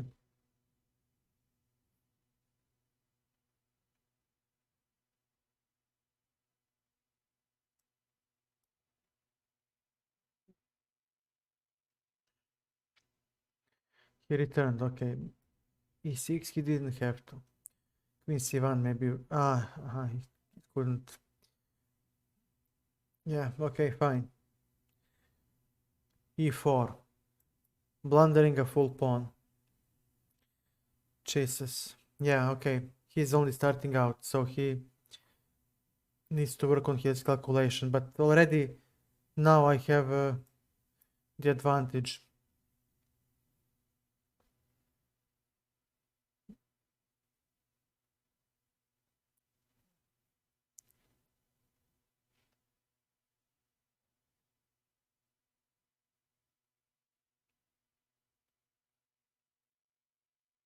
Okay. One piece at a time. As we always talked. We have an extra pawn, we just need to finish development.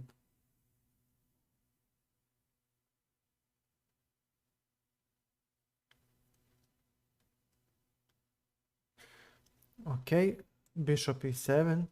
I'm not gonna take on b2. I'm not gonna be greedy, I'm gonna play it simple. I already have an extra pawn, no need to grab more material. I just need to develop, and I will after this move. c5 is coming, and then knight c6, and we'll be fine.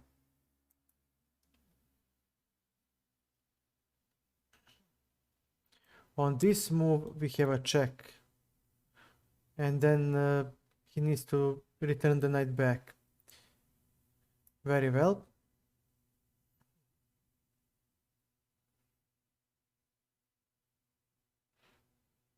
Okay, queen to d8. I didn't want to play bishop c5, he can take here. Now we hit the bishop. And now our pawn mass should move forward. These two central pawns will now start moving forward, pushing back his pieces. So black has more space, he will rule in the center, and he just need to reposition his pieces a little bit and start rolling the pawn mass, hopefully creating a decisive advantage. d4 is a fork, but there is rook d1. But what the heck? Rook d1, we have e5. And yeah, on f4, what can we play?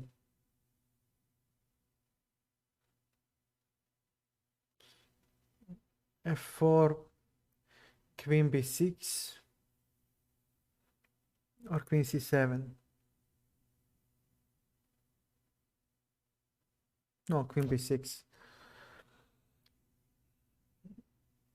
And we get the bishop pair.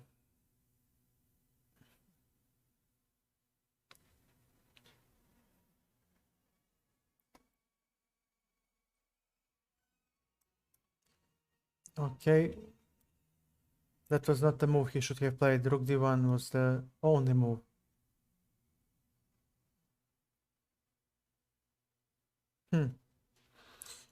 Okay.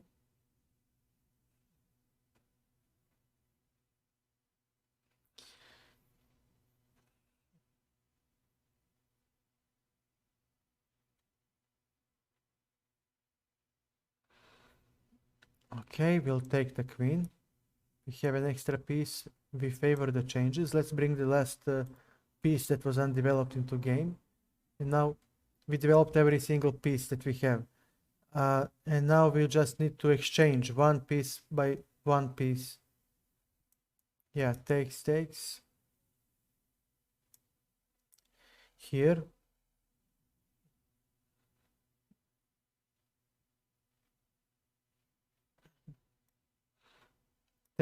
takes. And remember this trick with the pawn. This fork in the endgame is very thematic and very annoying because knight cannot stop both moves, pawn taking and pawn moving forward. Pardon.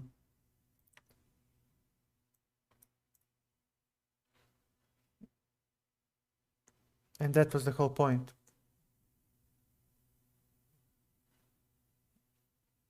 Bishop c5. We'll have queen g1 coming, and bishop f5, queen g1 will be checkmate.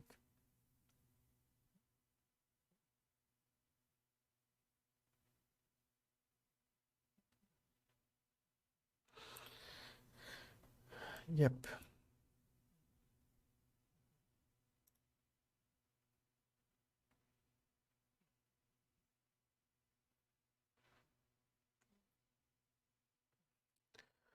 Oof. Getting slightly tired. Take a deep breath. c5. Okay. Sloth. Well played. You're still learning, I guess. I still think you're learning, and you can check my YouTube channel. There is a playlist.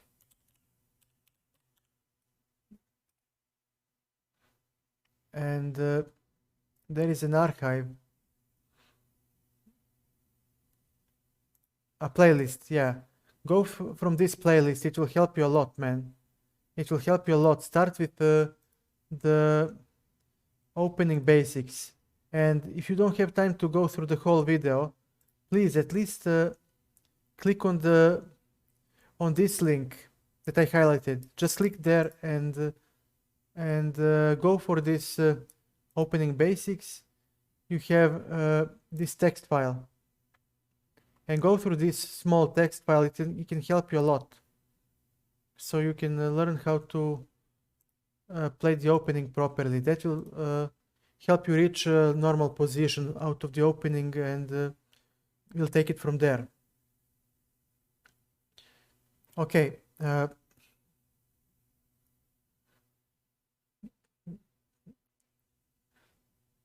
Well, on my YouTube channel, Jesus, look at me. God damn it, I'm such an idiot. So when you click here, every video in this playlist, every video has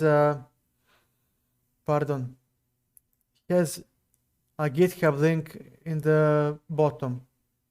Every video. So you just click there, and I changed something, so and there it is. Opening basics, small reminders, illustrative games that you can play through, examples, and that you have pawn structures as well, like backward pawn, what to do, how to play against it, and again illustrative games that can help you see how it is played. That coupled with the videos in the playlist should help you a lot. Oh, he still wants to play. The days when I just wanted to play because I liked the game. I remember now. You gotta love his enthusiasm. I mean, you gotta love and respect his enthusiasm. So I really hope he will learn something from those. No problem, man. Thank you for stopping by. Yeah, I'm sorry, I'm a little bit tired. Not tired. He just gives pawns for nothing. It's just that when I see half an hour time limit, I just somehow start to get sleepy. I just don't like longer time controls. Okay, we'll take. And I'm now developing one piece at a time. And I'm fine, I have an extra pawn. I'm in no hurry, we'll just want to finish development and we'll play. We'll play the game.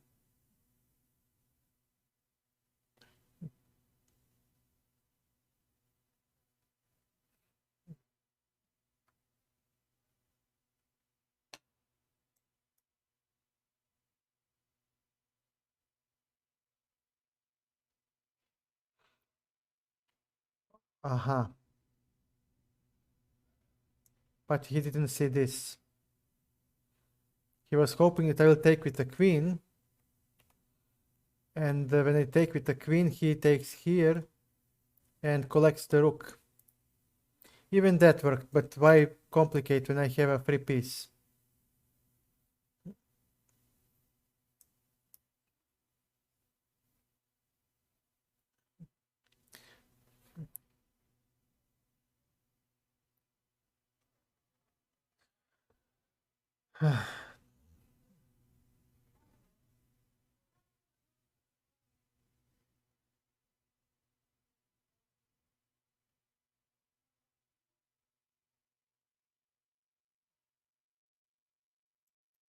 Let's chase away the knight.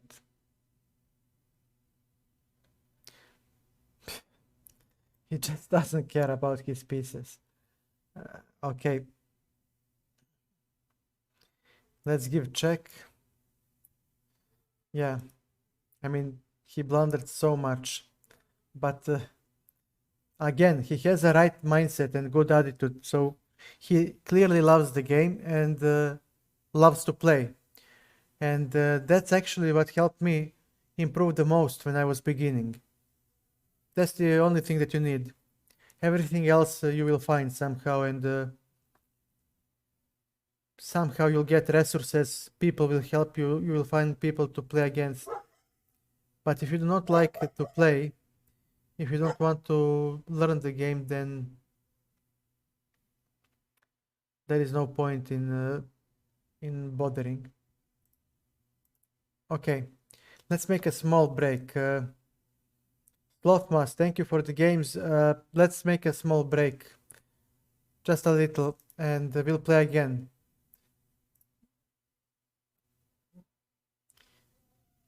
Yeah. Yeah, I get it. Okay, and we'll play versus random. Rated game. 5 minutes. Just a little bit.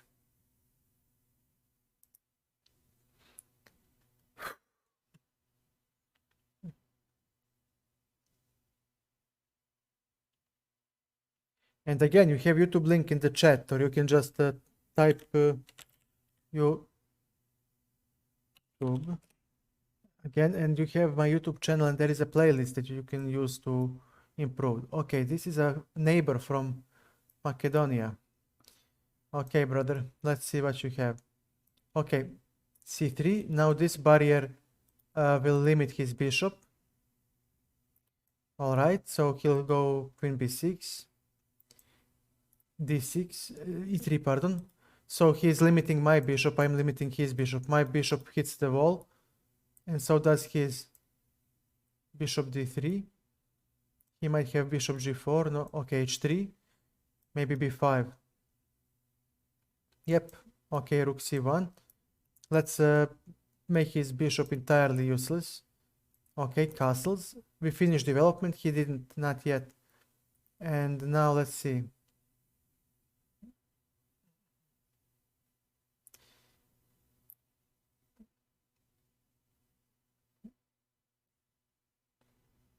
How do we make this work? Okay, let's go bishop on e2. So when he takes on f3, I don't have to spoil my pawn structure. Queen to b3. So he might try to play this, yeah. But we have a4 now. And if he takes, we take with the knight. If he hops, we can take and he'll take with the rook. But then, yeah, takes, he must take with the rook. And then we'll chop off.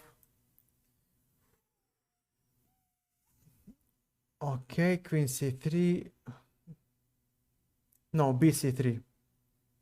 Very well. So what do you play? Knight, is that it?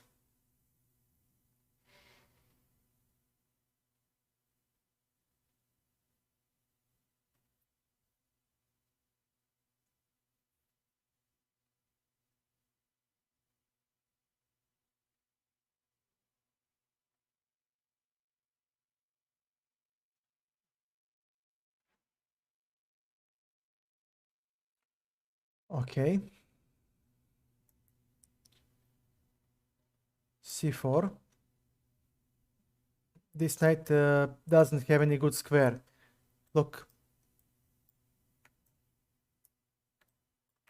Look. He cannot go anywhere on a good square. So he can go here. But then the b pawn will fall. And if he doesn't defend, yeah.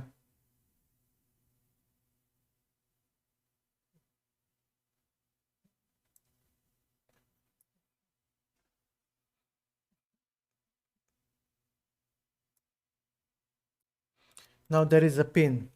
And the other rook comes. And it's gonna be rough.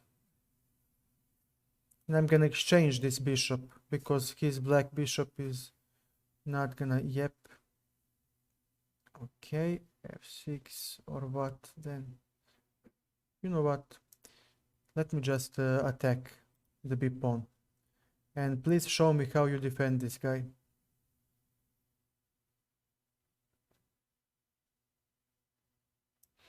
Bishop c6. I want this knight out of my face. And that's very important because there is a tactics.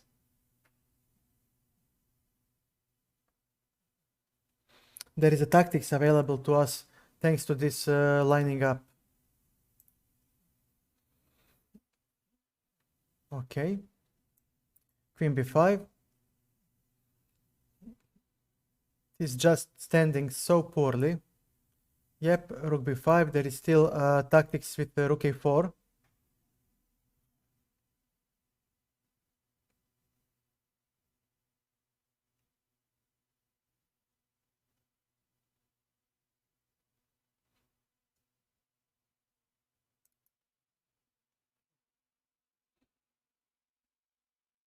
He has a check actually. But no, king f1 or even king h1. Even better. And knight f4, I take the rook first. So when he takes, what have I imagined? Check, bishop f8, bishop h6, and it's checkmate. He's busted. Yeah, I will accept. I'm not a coward. I will not run from a challenge. Okay, knight f6 to stop e4. Now we are trying to enter into, yeah. Okay, into the some Slav defense. This is good for us. This pawn structure is very efficient against his bishop. Bishop on d3. And now go ahead, play the game. Okay.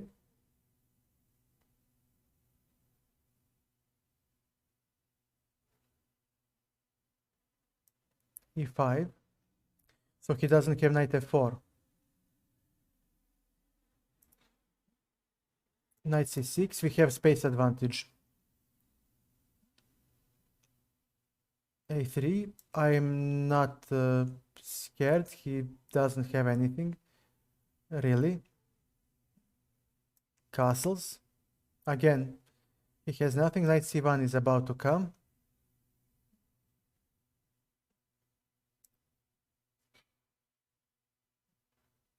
Knight e4, let's hop in. We take like this to bolster the white bishop and to open up the d file because this d2 pawn is a weakness. And we'll have f5. So b4, f5. He needs to play f3 at some point. He must. Ah, so I missed. No, I haven't. I have this. Queen b3, check. Nice tactics, and okay, fine. You got the. Okay, you got the.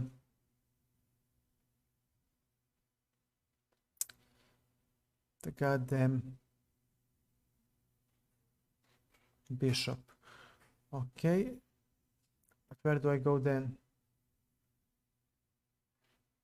Okay, here I go. And he can still take on e5. Damn it.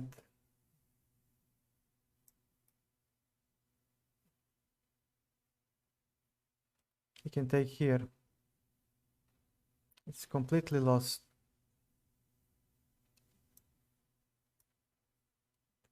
He can take here. Actually, he must. But his white bishop doesn't play, so I'll claim that I have some sort of compensation. Although I don't. But where does the knight go, actually? Bishop f1. And then what?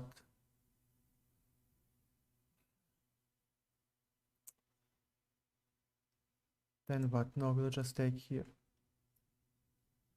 He has knight c3. So he has it. What can I do? The only thing I can do is cry.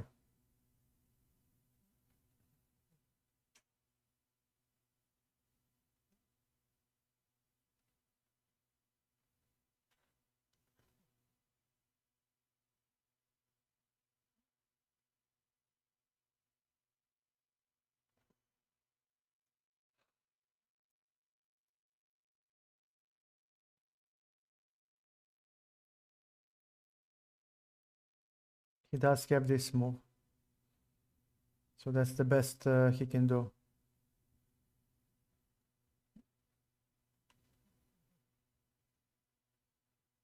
Rook c2. But he... I just cannot. My king is weak. Yeah.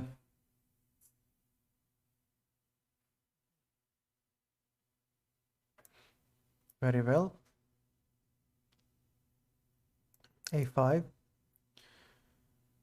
Bishop c4. Knight d5. Wow. Even that. Okay. Rook.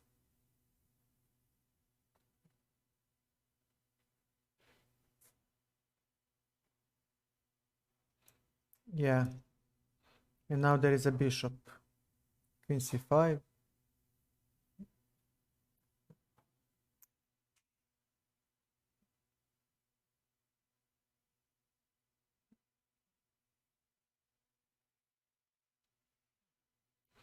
You know what?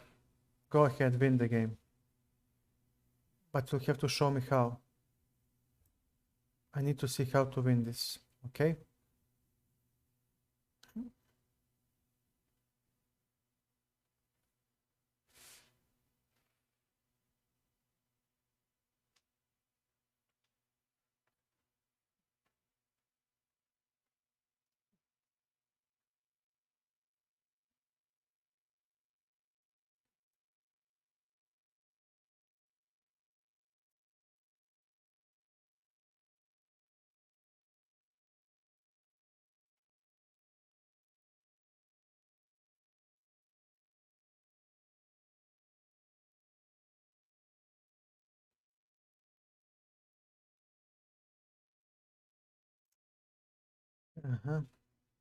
Okay. So that's where he goes.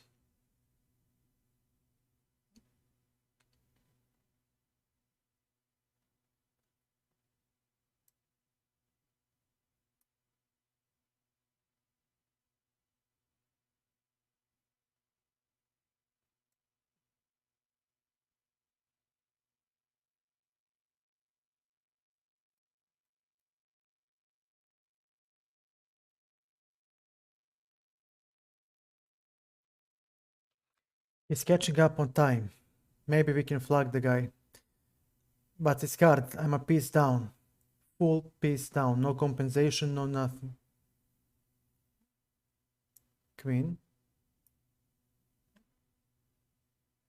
So there is rook c7.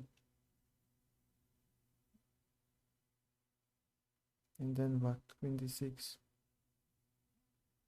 Check.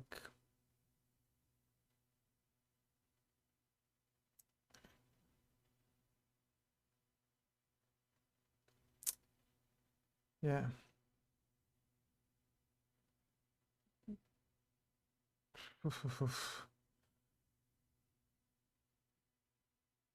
Okay. He'll go on the baseline. He must.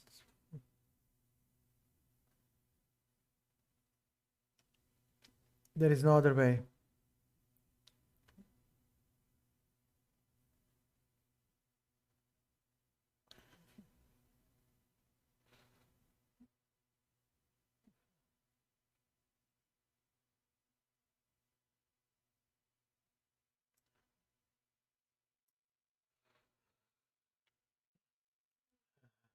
So he'll play maybe knight bishop g8, but I have king h6.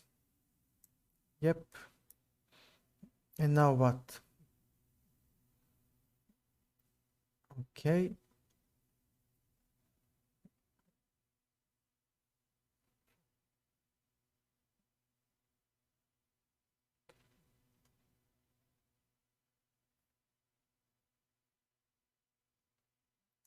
Let me. Haha. Okay, check.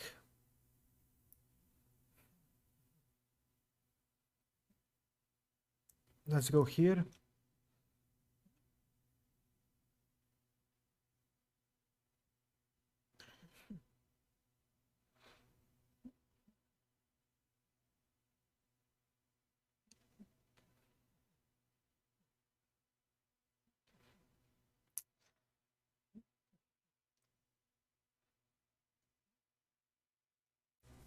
Yeah.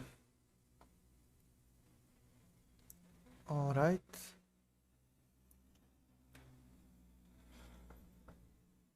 Okay. Now what?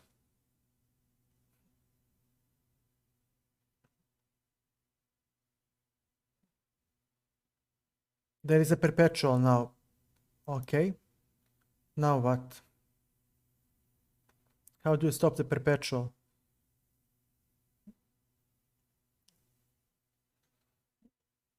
All right. Thank you.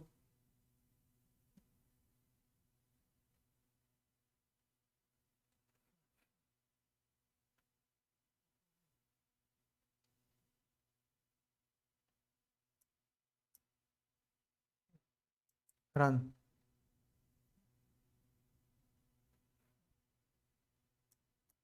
Checkmate. We won on time. Can you believe it? A piece down. And yeah, well played, man. Well played.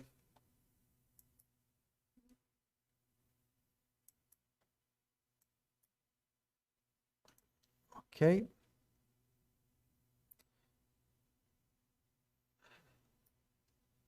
No, there is no point in putting the bishop there. So here, castle, bishop d2, queen b3, rook a4. Why not a4? Why not make this pawn move? Now b5 is hanging and it drops. And let's see, what can he do now? He might chop off the... No, he cannot even do that. Yeah, he misplayed the opening. He misplayed the opening, and this queen b3 sortie is very nasty. Yeah, he definitely drops a pawn. Okay, I'll take. He'll take on e4, I'll take. Definitely take. I mean, yeah, and we have an extra b pawn, which is very nice. And his rook is slightly closed, blocked. But we do... Oh, wait a second. Look how this move is unpleasant. Oh, not like this. Not like this. c5. First rook c1.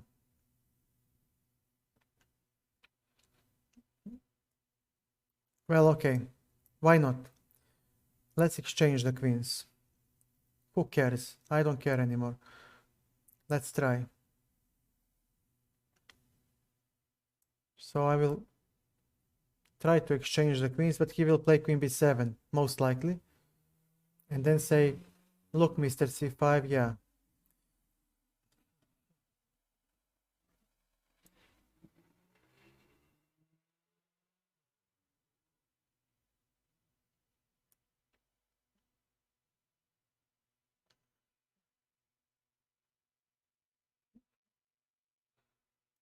Okay, fine. I'll take my bishop. I'll take here. d6 hangs. So yeah, it's dangerous for both sides. But I will collect the d6 pawn. Yep.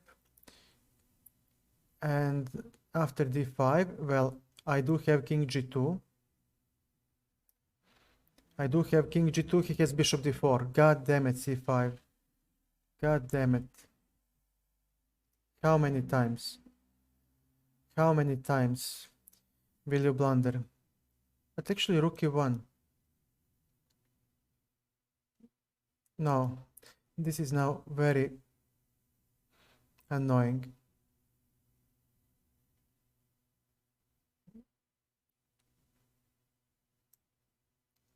Get out.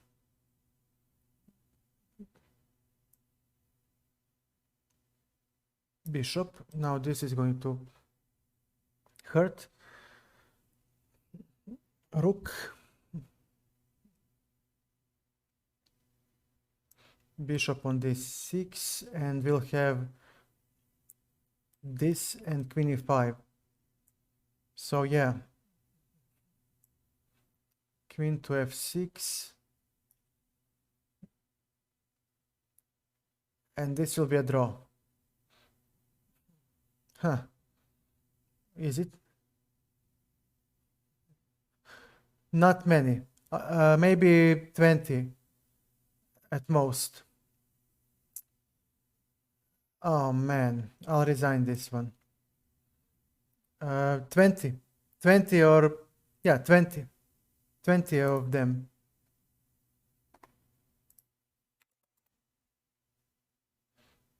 Far. No, there cannot be more. 20. No way. I know 20 GMs. Far. Wait. What do you want to say? Less. When I say far, you mean there are less? Maybe 10. Maybe 10. I misunderstood. More. Dude, how many? Like maybe 50 at tops. Maybe 50 in my wildest dreams. Maybe.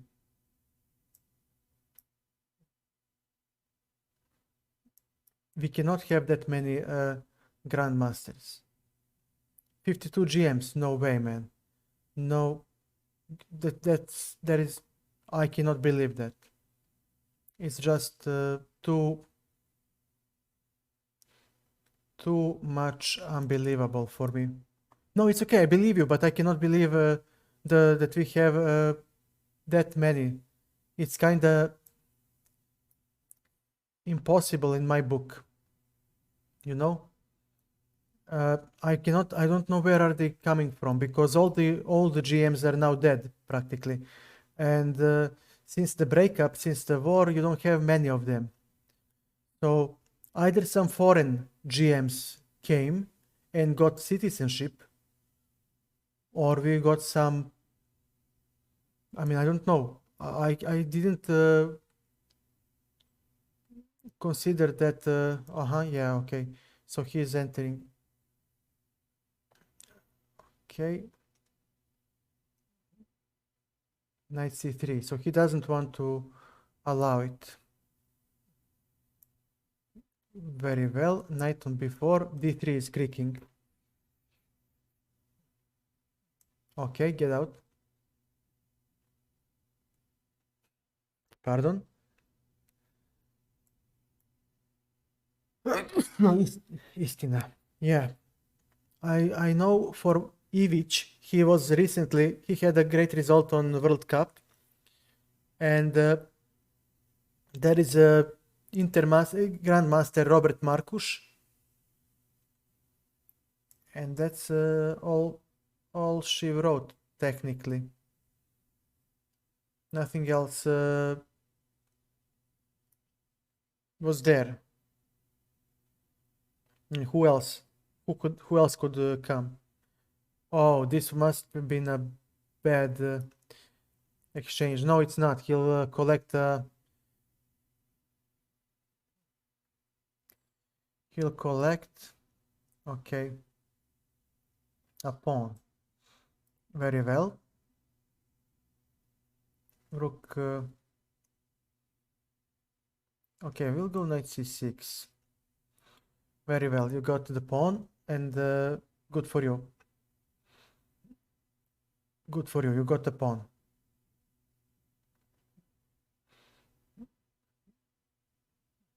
Okay. Now let's see.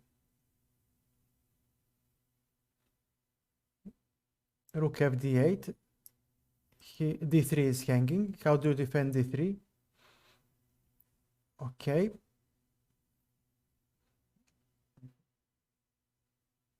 Queen to d7.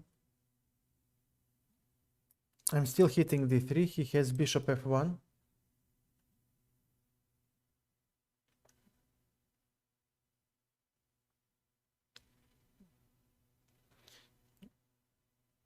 I really wonder. So this is your idea. And then you'll play this. But I do have queen d2. Okay, I think wait. If I take, he'll play bishop h6. No, I have queen d4 again. I think he miscalculated. I think this is the idea that he had in mind. And bishop, yeah, very nice.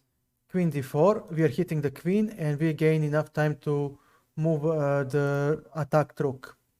Yeah. Because his queen hangs, and now again we have returned the pawn. He has a weakness on e4, his pawn structure is horrible, and if I somehow exchange these pieces, his bishop will be quite dead. Rook on d7. Yeah, no problem, no problem. It's on. Anything for you, man. Anything for you. Okay. H6 is next, and then we'll get the d file. Nice try. Get out. Get out, please. And okay, if you don't want to go there, there is this. We have enough. Now we need to figure out where to put the queen. That's all. This queen is annoying. Yeah. Yeah. Okay, okay, friend, I get it. But after queen e5, knight. Okay, if I take, what have I missed? What am I missing? What am I missing? He just gave a pawn, and he will get this.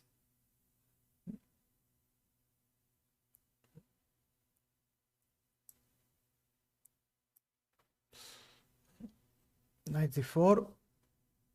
You pick up my queen, I pick up and you end up with an extra piece. Okay.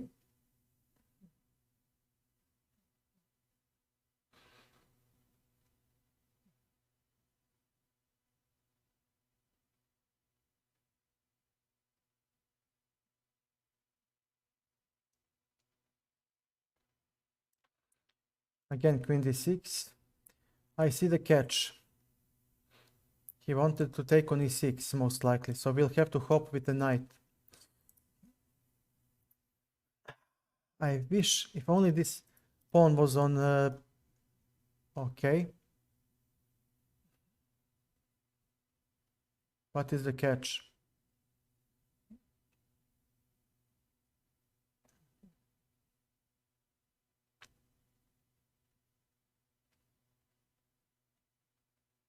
One minute left in the period, huh?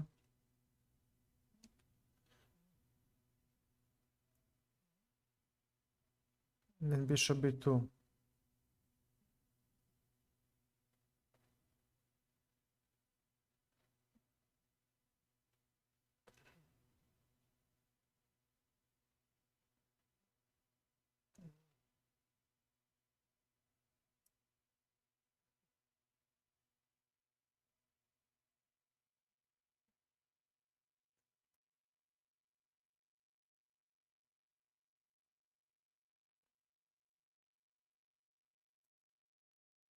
All right. Okay. Oh, god damn it. How many times c5? How many times must you blunder? Just play the goddamn game, man. Okay, queen d4. Just play it, man. God damn it.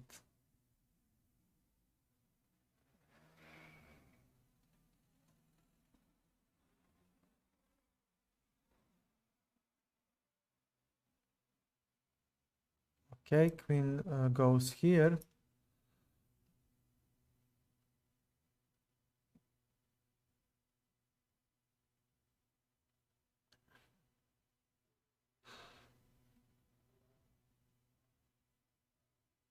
Hello, Rasta. Okay, we are here.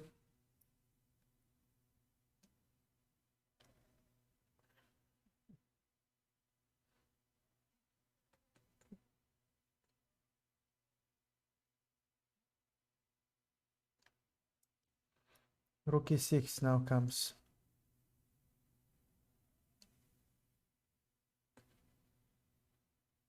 Okay, rook d8.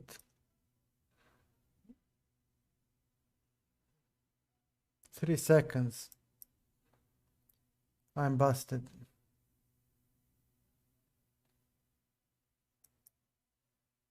Yeah.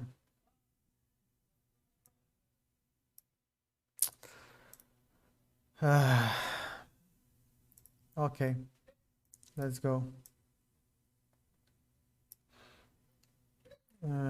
Okay, we are heading for the London setup.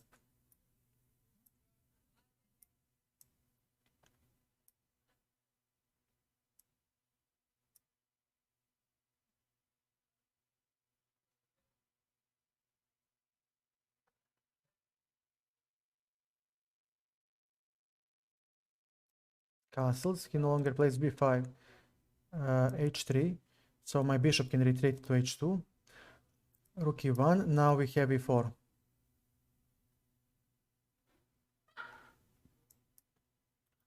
a6 will be slight problem. b5.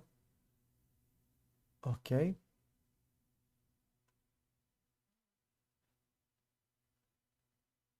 Okay, we'll play a3. And I'm waiting for him to... Uh-huh. All right.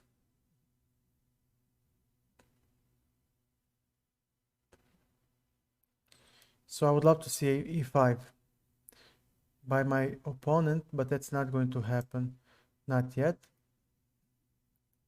Maybe he'll play, this. Bishop e3.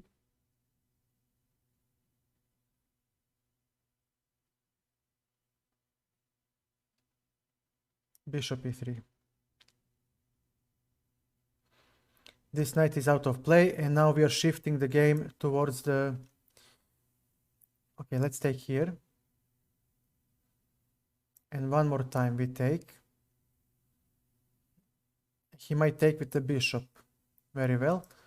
Knight on f3. Now this bishop is under attack.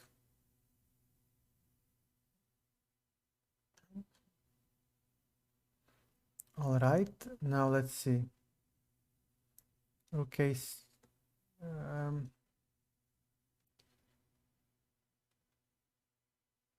Okay, rook a d1. d6 is a weakness.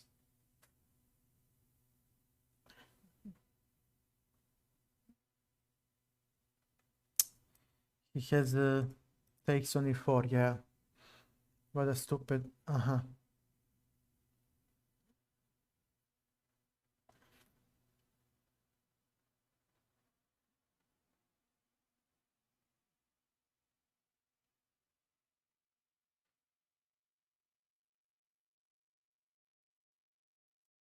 Queen c2. I need to defend. Now he might, yeah, his queen is now poorly posted. He had bishop e4, definitely, yeah.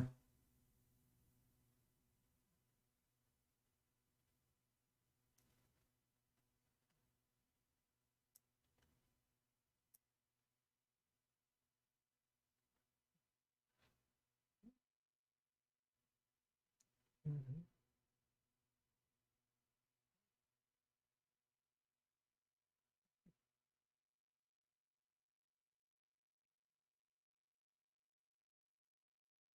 Mhm.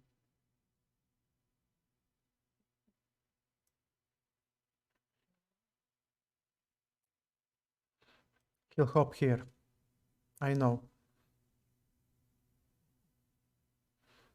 It's not big of a deal. Yep.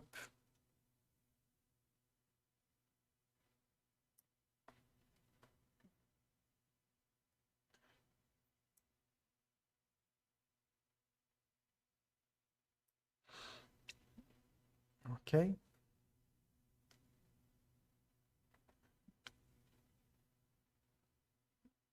Queen c7. Knight f3 doesn't work due to knight f3. And as long as he, okay, he might have the c2 square. Yeah, c2 square is working for him.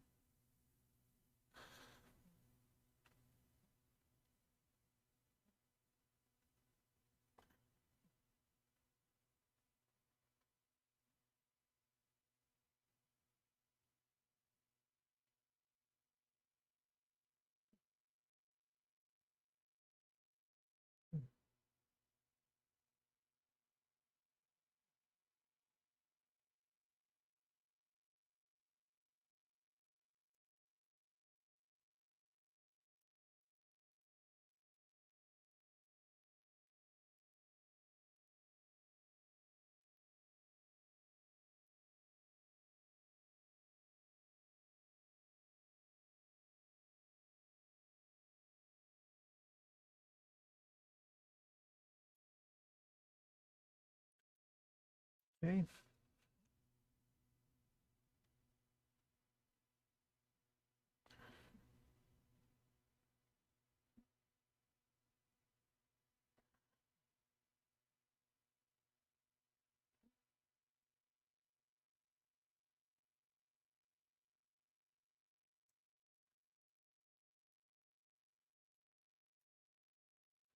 I don't understand why did he play f6.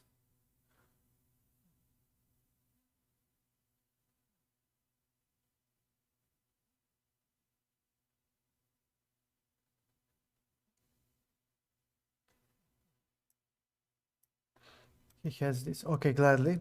Gladly, brother. You don't have to ask me twice.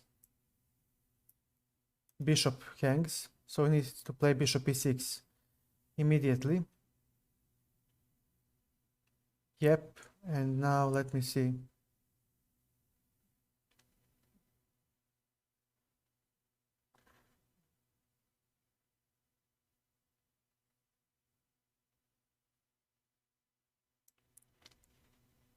Just chop it off, but how? What is the best way to do it?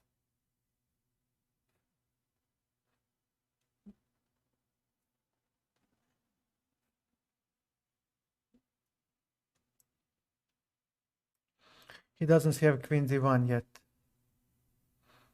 And we can chop off and play queen b2 or queen c1 actually. Yeah, queen c1 and then chop off the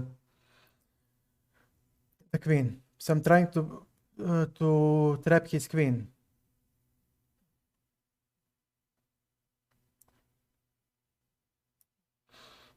This is not we may not allow it. So he now needs to play knight c4. I mean, before he regrets. Okay, okay. Oh, damn it. I cannot allow you to post links. No problem. Don't worry. I'll get the link somehow. After the game, we'll figure it out.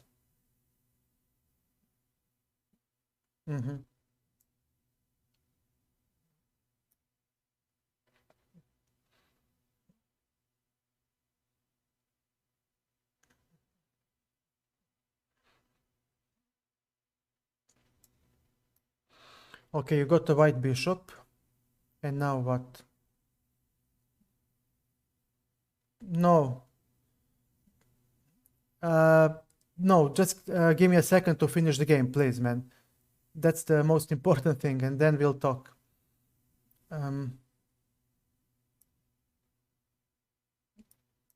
Bishop d4.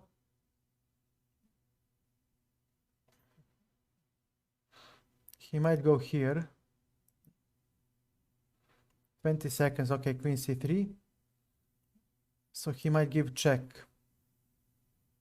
Takes, we play the endgame, which is great.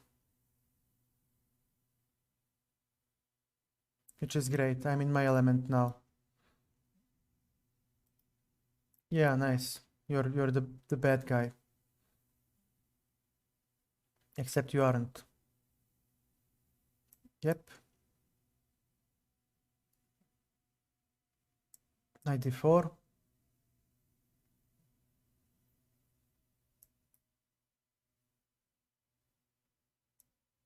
King. Oh man. I knew it. He always. Yeah, these cheapos. These goddamn cheapos. Okay, take. Check. What do I have now?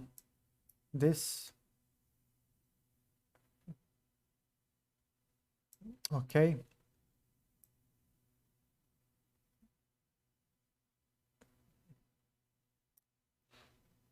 What's this? Time.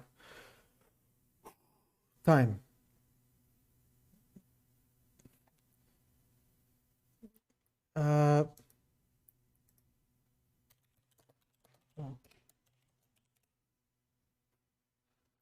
I need to go.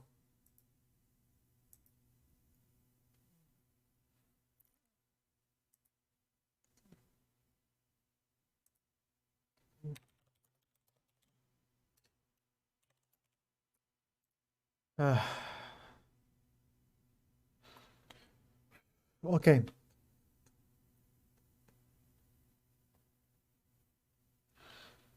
Let me just go at Twitch. Give me a second.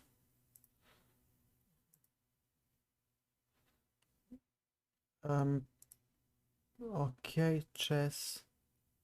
Screw this login. Man, this blitz. Yeah, people play much stronger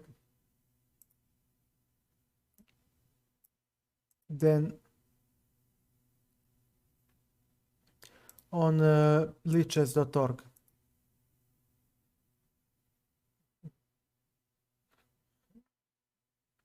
Okay.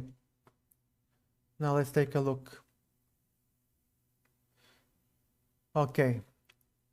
Number one. Okay, I heard of him. Yeah, third one is not Serbian. The third one is a Turkish.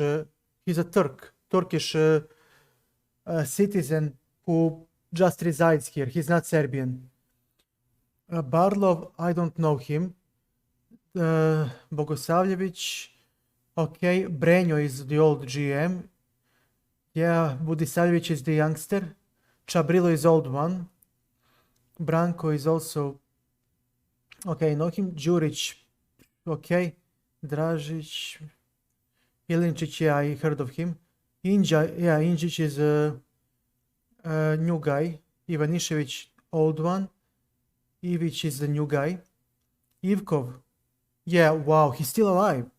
This is like from the Yugoslavia time guy. This guy is he's not playing chess. I can tell you that. I mean, the guy, he's 1933. I mean, born. Yeah, he's like a famous, like Kasparov, like Karpov, like yeah, Jeremic, maybe Kosanovic, old one. Kostic, yeah, I remember him. Kovacevic, Alexander, yeah, Borko is, yeah, Lazic. Ljubojevic is a famous grandmaster. I don't think he plays anymore. Marjanovic, okay. Markovic. Markus is a Hungarian who lives in Vojvodina. I don't know if we can count him. I think he's a Hungarian, like Atalik, but okay. Matanovic is a legend, but okay. Miladinovic is also older. Milanovic, wow. Muratovic, Alija, Jesus Christ. Nestorovic, I know Nestorovic Nikola. I know him. We played once when we were children. Stanimir Pavlovic Miloš. I know the guy. Perunovic, no. Yeah, I mean, I knew him when I was active. We played. Pikula, Popovic, Petar, Raičević, Rajko, Ratkovic, Ristic, no, Roganovic. Wow. Miodrag Savic, I know him. He's a GM. I know him. We played Blitz a couple of times, and my friend also played the Blitz. Sedlak is strong. Mihailo, who is he? Strikovic, Tadic, Todorovic. I know them a little. Vučkovic, Zajic. Okay. I know Savic, Miodrag. We played back in the old days couple of Blitz games. There are some people who are missing here. Rajkovic, Popovic, Pikula, Perunovic, Pap, Nestorovic Nikola. I know him. I think that there is... no. That is a diminutive. It's like a little boy. Yeah, you can remove 10 at least who are retired, who don't play, and I don't know if you can count Markus and Atalik because they are practically, they're not native Serbians, but they're like Aliriza Firuza playing for France. I mean, he technically took French citizenship and he plays for France now, but he's not French and he can always go back to play for Iran when all this problem with Israel and Iran settles. But I know Nestorovic Nikola. We played when we were children a couple of times. I played a couple of Blitz games against Savic Miodrag.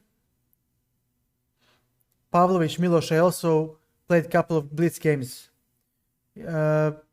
casual Blitz games against him. Let's see who else is there. No. Kovacevic Alexander. That might be the guy who told me the... No, it's not. I don't know him. Ljubovic, yes. Ljubovic is a legend. He's like Karpov. He was in those... He's from that era and he nearly became a world champion. He was there.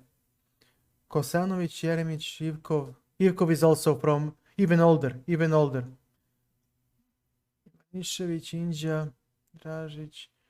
Everybody else, I don't know. I don't know anybody else.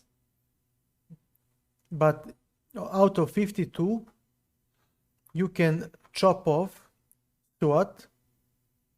Yeah, maybe number 5 or something like that. So you can chop off Suat, Atalik, you can chop off,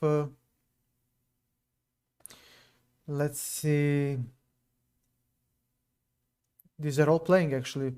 Bora Ivkov, that's 50. I don't know. Ljubojevic, he doesn't play anymore.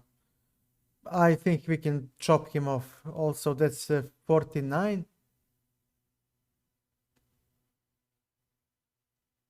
Maybe even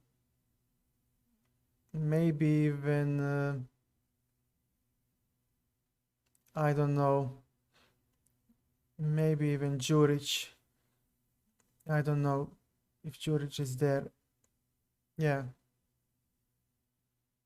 I was far. I was way far. I don't.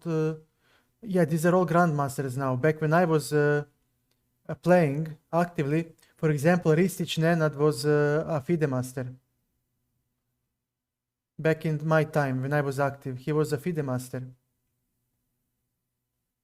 Nikola Nestorovic wasn't even a titled player. Maybe master candidate, for example. So a lot of young people who came in. I mean, 1980, 1999, look at this. 83. These were all, yeah, 96. These were not grandmasters when I was starting out. Yeah.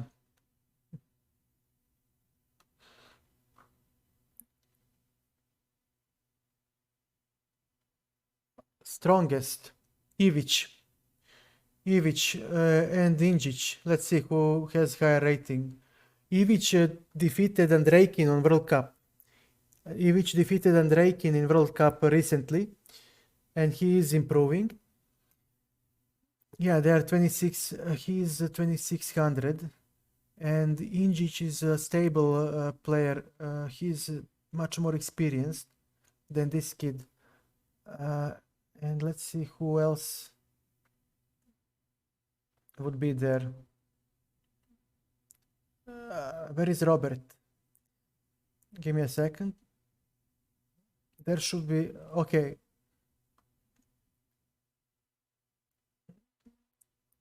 Where is he? Markus Robert is also strong, but I don't count him because he can always play for Hungary. But those are the two strongest. He was 2600 once. Yeah. Yeah, definitely.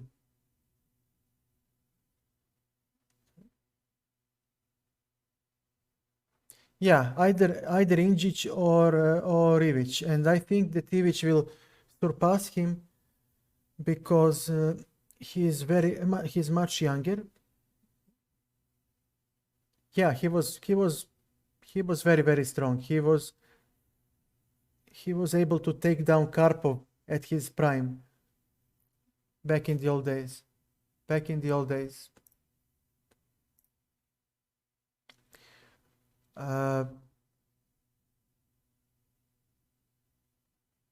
He was very, very good.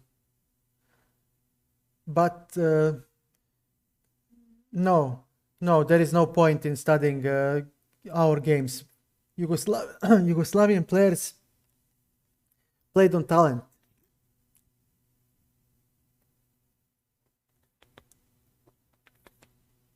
So I'll explain. We always play on talent. We always play on talent and on sheer strength. I mean, we didn't have school. We didn't have Yugoslavian school of chess. We didn't have anything. And everything we would learn, we would learn from the Soviets because we were good with the Soviets.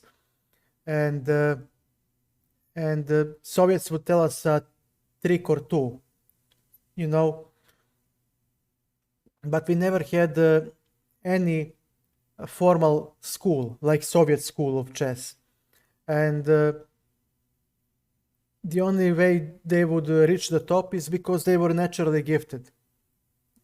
And if you really want to learn chess, you study the games of the Soviet grandmasters, because they had a school, and everything actually you see now, Magnus, Nakamura, Grishuk, Svidler, MVL, Giri, these are all, they are all trained by the Maxime Vachier-Lagrave, Frenchman, Caruana, all trained by the Soviet trainers.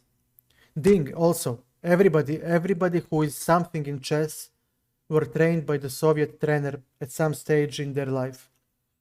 Now, you might have some modern trainers who learned from the Soviets, so they are now passing a baton, but all the knowledge you have nowadays is from the Soviet school of chess.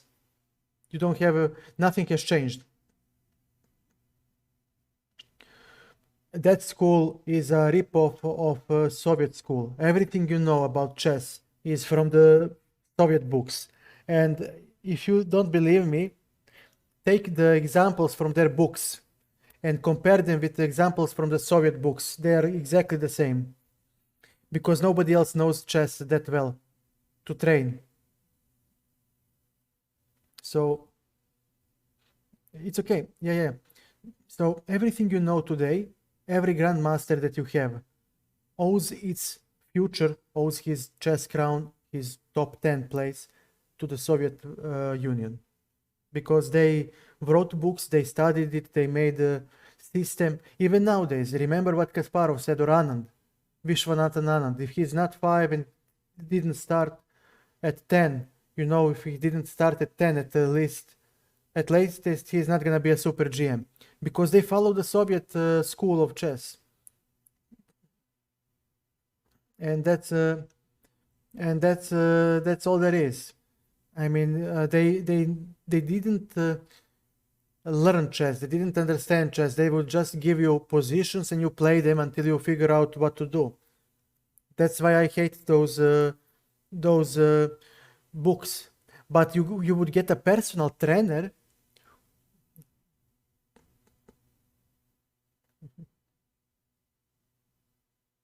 No, nobody is independent from the Soviet school of chess. Every single book that was written about chess is written with Soviet knowledge. They use Soviet examples. Maybe modern practice produced a better example, but the core concept, everything you see is there. Maybe you can now, thanks to the computers and databases, find a more suitable example. But technically, everything you see is the Soviet school of chess. And that's why they were pissed at Spassky when he lost the match to Fischer. But Korchnoi defected. He was banished. And when they started to move from Soviet Union to the West, then they started to train Westerners with the Soviet knowledge. And that's why we have super GMs now who can actually do something in chess. Otherwise, you would never have a world champion out of Soviet Union, because they had the knowledge, they studied the positions, they invented the positions that you play nowadays, and there is no way to defeat them. It's like when you start to play chess, and this is Choshno Warrior, huge shout out. Yeah, you cannot refute it because the computer doesn't tell you why the move is good. So computer can tell you it's +5 for white, and that's great. Bravo, you found a position that is +5 for white. Great. Play it now. And I'm gonna turn off the computer. That's what Kramnik said. When he played against Kasparov, they said Berlin is trash, don't do it, you're crazy, it's a trash opening, blah, blah, blah, and he said it. Okay. Berlin defense is trash, you are my second, turn off the computer and just defeat me. And they couldn't do it. And that's what Kramnik said. It's easy when you look at the engine and you see the evaluation, but when you turn off the engine, it's completely different story. And that's the problem. You can see the engine move, you can see the evaluation, but you don't know why is that evaluation what it is, +5, -5, equal. And the engine can show you one move, but doesn't tell you what to do, how to play, doesn't tell you the plan. That's why it sucks. Yeah, of course, that happens it happens because nowadays, if you are 2600 rated player, 2660 rated player, you cannot lose a game. I don't care who plays against you, Carlsen, Caruana, it doesn't matter. You will not lose a game if you don't want to lose a game. They cannot defeat them. They cannot defeat them. Because when you reach 2660, you know everything there is about chess. Well, 2600 plus. So let's say 2650, 2670. When you're a strong 2600 GM, that means that your entire skill is polished. Every part of the game is polished. So you're not 2600 barely, you're 26 strong, like 2650, 2660. At that point, nobody can defeat you. I don't care what people say. Nobody can touch you unless you want to play a double-edged game. And those who are 2600 plus rated are actually at the top 20, top 50, top 30, players in the world, and they live off of chess. Yes, risky game. So they need to earn money too. So they accept a risk, certain amount of reasonable risk, and then everything plays a role. For example, the guys who are rated 2700, as Nakamura said once on his stream, the only difference between 2700 and 2600 is consistency. That's the only difference. 2700 guy plays all the time. 2600 guy plays occasionally. He got relaxed. 2800 guys, that's a whole different level. They don't know anything that you don't know. It's just that they have a team, and they analyze personality of the top 10, top 20 players. They analyze the openings, the style, everything put under microscope. And that's why Carlsen will dominate for a long time, because his team figure out how to play against MVL, how to play against Caruana, how to play against Krishuk, how to play against every Wesley So, each and one of them. And he has best team money can buy. And others cannot compete. If you look at the World Championship match between him and Karyakin, you will see that Karyakin never had a good position with white. Not once did he have advantage with white, because Karyakin's team didn't do a good job in the opening preparation. And I was watching the match and I was like, what the fuck are you doing, man? How can you just play opening so pathetically without fighting for the advantage? But his team just didn't do the good job. But Carlsen, on the other hand, has Jan Gustafsson, who is one of the leading experts on the Marshall and Rui Lopez in his team, and he just Laurent Fressinet, yeah, he's a strong GM as well. Yeah, Fressinet is one of his important seconds. Fressinet is an all-round grandmaster. He has every aspect of the game well-rounded, and he's a strong second, very important second in his team. So he has Laurent Fressinet, he has Jan Gustafsson. I forgot who is the other one. He was that Swedish guy. What was his name? Hammer guy. What was his name? Hammer was working with him recently. Now he got fired. But Ludwig Hammer. What was his name? Jan Ludwig Hammer. Jan Gustafsson is from Germany, but from Norway is Ludwig Hammer. What was his name? And there was another one who was working with him, but I don't think they work anymore. Maybe one of them got fired. So those are the three: the Norwegian guy, the Gustafsson, the Fressinet. And others are hired to work on the openings. Recently, it was Giri. No, it wasn't Giri. Giri worked for Kramnik. No, not Giri, but that young Russian kid. Dubov. It was Dubov. It was Maxim Vashir Lagrave, also I think working for him. And I forgot some other top-notch GM. So you see, you cannot crack this guy because he has all the money in the world and he'll buy the best team money can buy. Yes, it is a secret, but after a while they reveal it. But dude, Dubov worked for him. He's still his second. MVL was working for him in one of the world cycles. I forgot which one. Yeah, he worked on the openings. I cannot remember where.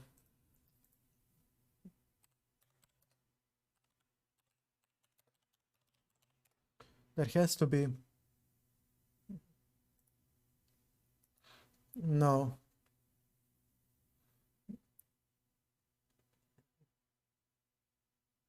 There it is. There it is. Give me a second. There you go. I'll explain.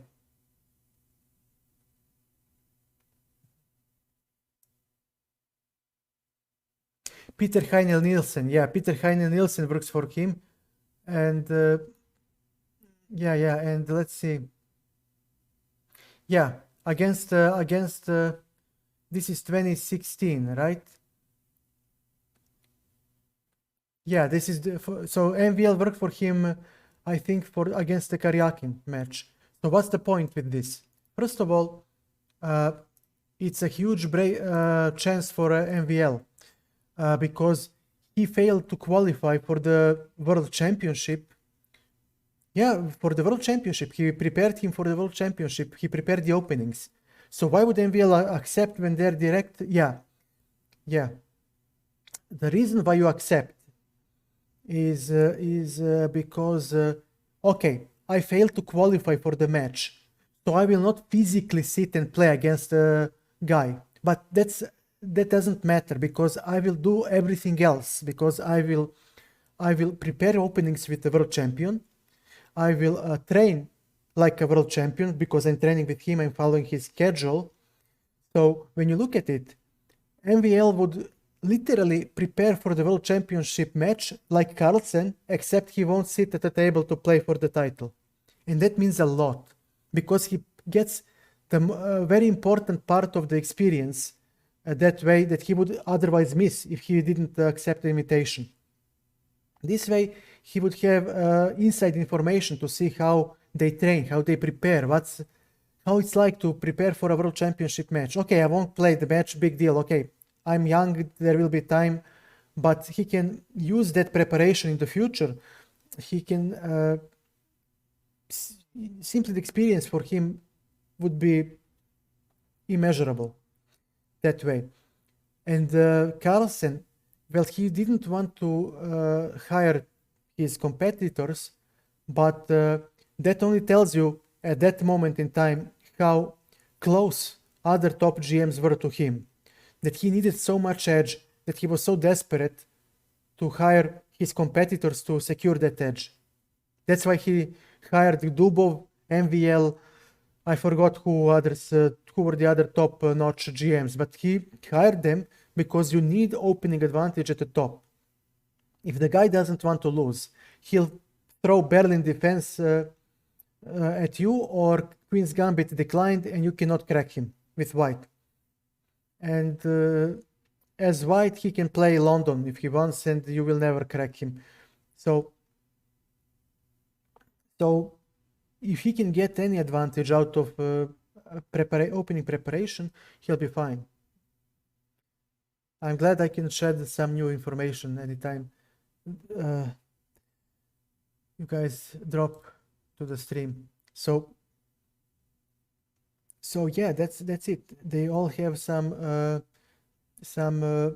interest to cooperate. And yeah, Dubov. Okay. I just wonder.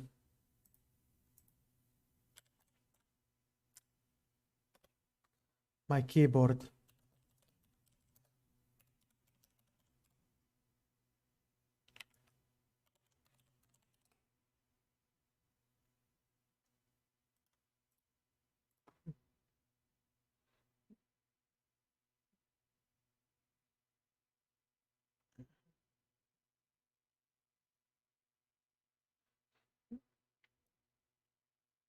Laurent Fressinet, oh, here it is. Maxime Vachier, Lagrave, Grandelius, Jan Gustafsson, and Shankland. And Hammer was not part of the team. Yes, Grandelius. Yeah, I remember now. They work together as well. Yeah, you see?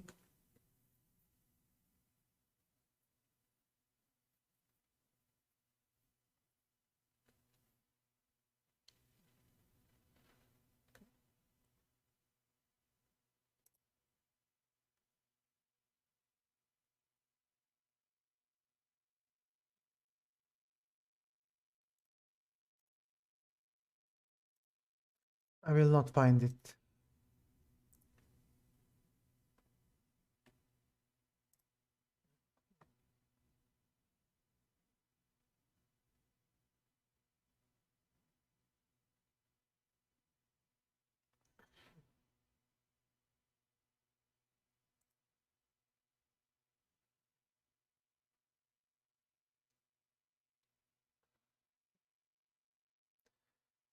Okay. I didn't see your question. Aha. Yeah, yeah, okay. He finished first in the first half. Yeah, I know. Yeah, I know Rajabov incident. I know the situation.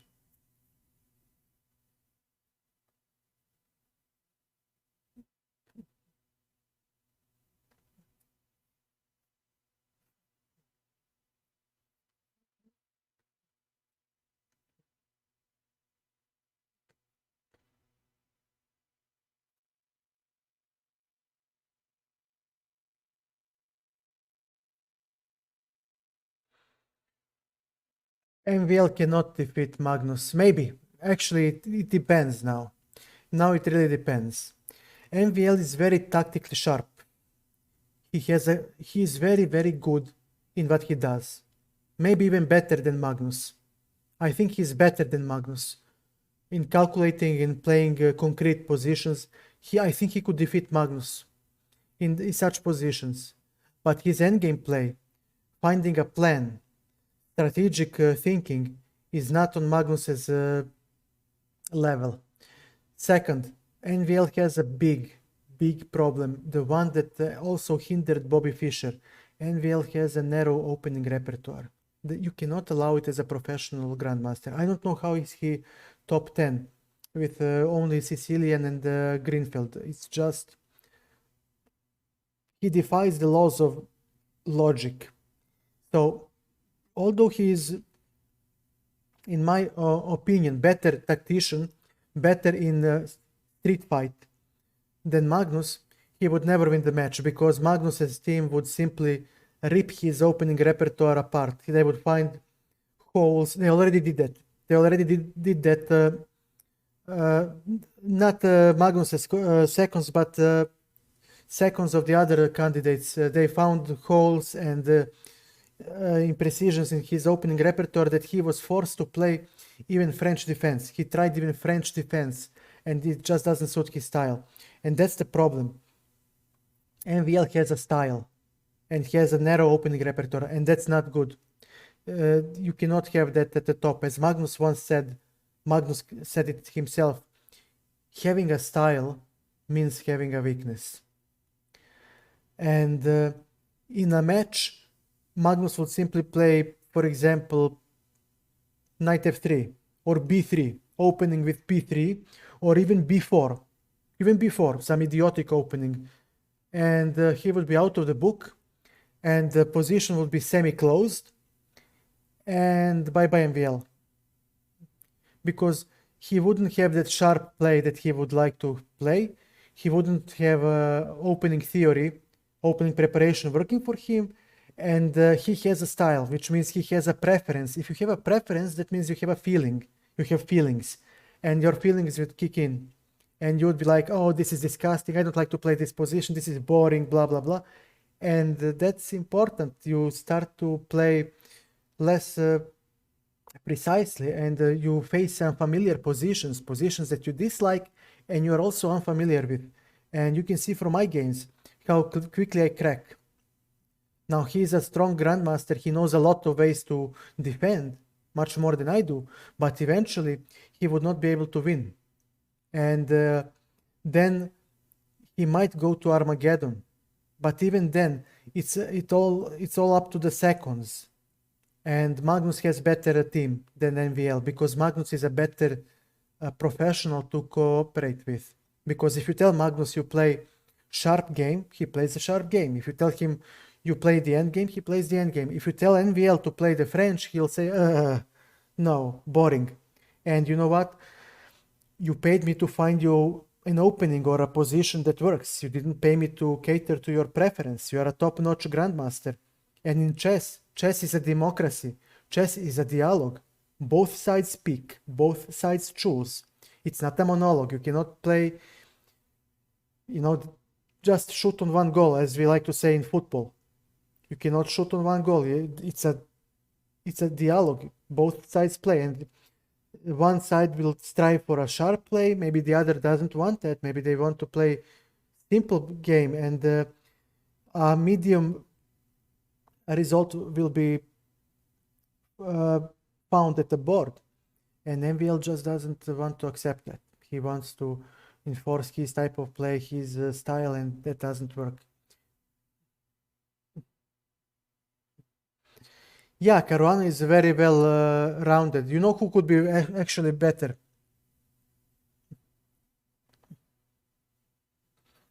I will. Give me a second. The guy who could clap Magnus, if he could stop... oh, pardon. Give me a second. Who could really have good chances of defeating Magnus, if he could stop jerking around, would be Grishuk, actually.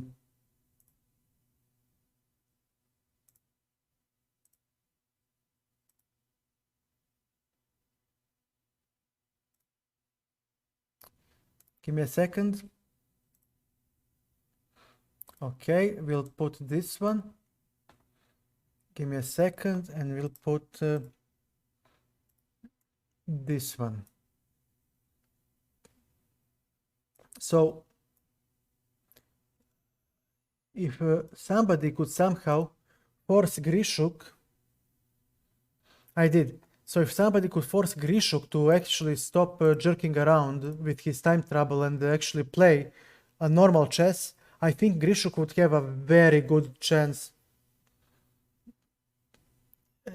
Yeah, if he could stop jerking around, if he would stop zajebavanje, if he would not screw around and just tighten up his game, I think he would have a good chance, but he's not gonna do that, because I think he enjoys being at the top and prefers his family time more.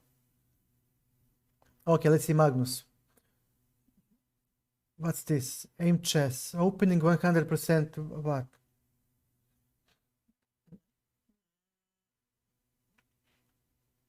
$79, 19%, accuracy 91, 51, 99. You see, he's better than Magnus. He's better than Magnus. What did I tell you? Because he's a better tactician. He's better in the street fight. He should be better in blitz. Yeah, Artemiev. Artemiev is also good. Aronian, he needs to. Yeah, Aronian is also good, but he needs to clean up his head.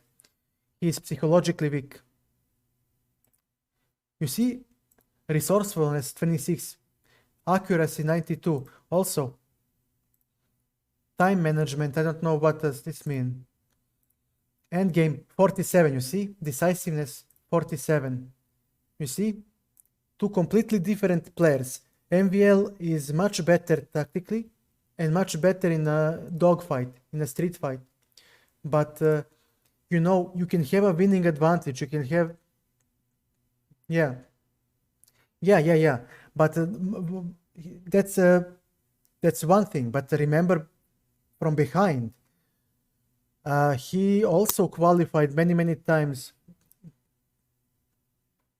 Aha, thank you, Choshno. Choshno, thank you so much.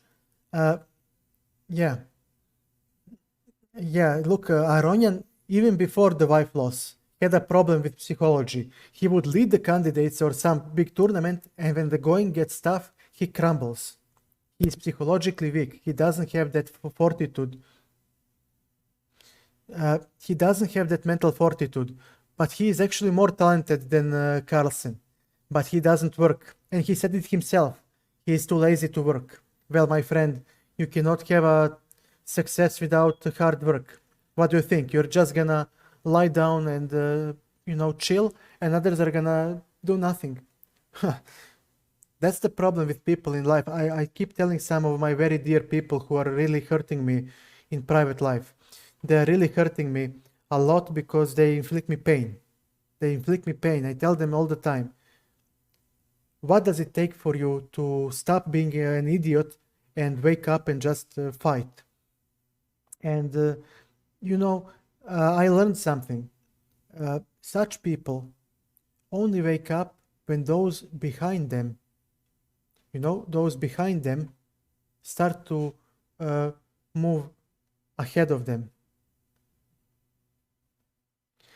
And it takes someone who you see as inferior to you to be better than you, to become better than you, for you to wake up and start working. I think Aronian is one of those guys. He's like, yeah, I'm still with the boys, we are still hanging there. Okay, this guy is slightly ahead of me, but okay, whatever. Then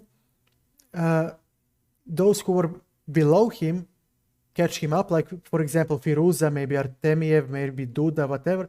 He's like, yeah, but I'm still with the boys. There are just much more of us, whatever. For Aronian, I think it takes someone who he considers like inferior, somebody who is, for example, someone like me. Just to make a completely blown out of proportion example, someone like me to become a grandmaster, then 2700, and then be like to knock him out in a match.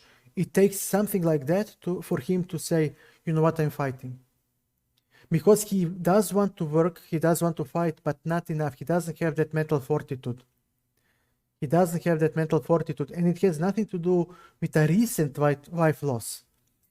Even before that, he would choke on the most important moments.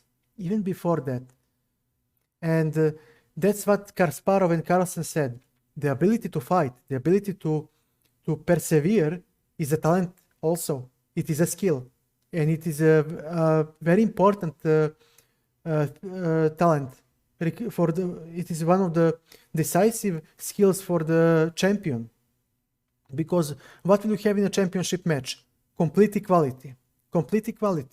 And millimeters, nanometers will decide. And how will that happen if you do not persevere? If you crumble immediately? You need to have that perseverance to stay in the game, to keep the game going, to fight, so Lady Luck can smile upon you. And people don't have that, those who compete. And they don't have Carlsen's work ethic. For example, look at MVL. He is better tactically. He is better in dynamic chess, as we have seen in the statistics, but he doesn't have good endgame technique compared to Magnus Carlsen. He doesn't want to work on that. He doesn't want to expand his opening repertoire. He doesn't want to play, for example, French, Caro-Kann, maybe, I don't know, some stupid opening, e5. He doesn't want to do that. He sticks only to Najdorf. I mean, at least try Sveshnikov, try something new, expand your horizons, make your opponent's task much more difficult. No. No. Nah. He'll just keep doing the same old thing, same old thing. Yeah, you know what happened to Karyakin? He said it himself. He said it himself. I read one of his interviews recently. He said, back in the old days, which wasn't so long ago, I could get by with my talent only, and I was at the top 10. Now you have these kids like Prague, like Firuza, you know, who work their ass off, and they're catching up. Yes, but for example, Choshkno, Firuza played Caro-Kann. For example, Firuza was the first top grandmaster who played Caro-Kann actively for some period. I think he still sticks to it as a go-to opening. And it doesn't matter. The point is that this kid invested effort to make a fight, to make something happening. He tried. Karyakin was like, I'm natural defender. I'm still good. I'll get there some time. And that doesn't work. You need to work because you will be out of shape. And look at Karyakin. He's now 2700 rated. And he got kicked out of a World Cup, I think. Didn't he? Somebody... Cup 2021 chess. What happened there? Somebody, I think, kicked him out. Duda, yeah. Duda, and who was... who did he play? Jesus Christ, I cannot find it. He played someone.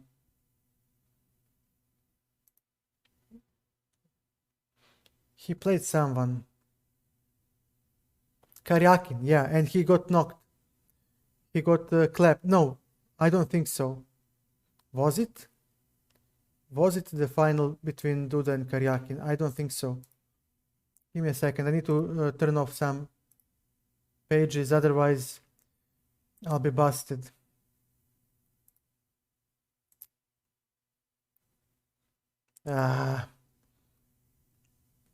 Okay. Okay, third place and the final. Third place, yeah, Carlsen and Fedoseev.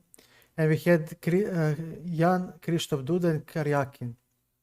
But remember that, for example, Karyakin was losing against Shankland. Shankland had so many match points in that match. Remember? I don't know how many of you watched the tournament, but Shankland actually was on the verge of kicking out Karyakin. And Karyakin turned it around on his sheer talent and experience.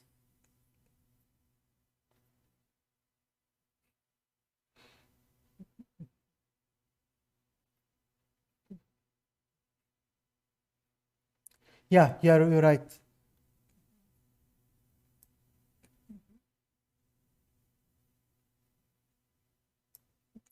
No problem. Ask me anything, Kashi, no problem. So here is the deal. You're 2660 plus. Once you breach 2660, once you enter 2700 club, bro, you know everything about chess there is to know. There is nothing you can learn. Once you reach 2700 or 2660, you're practically there. There is nothing about chess for you to learn.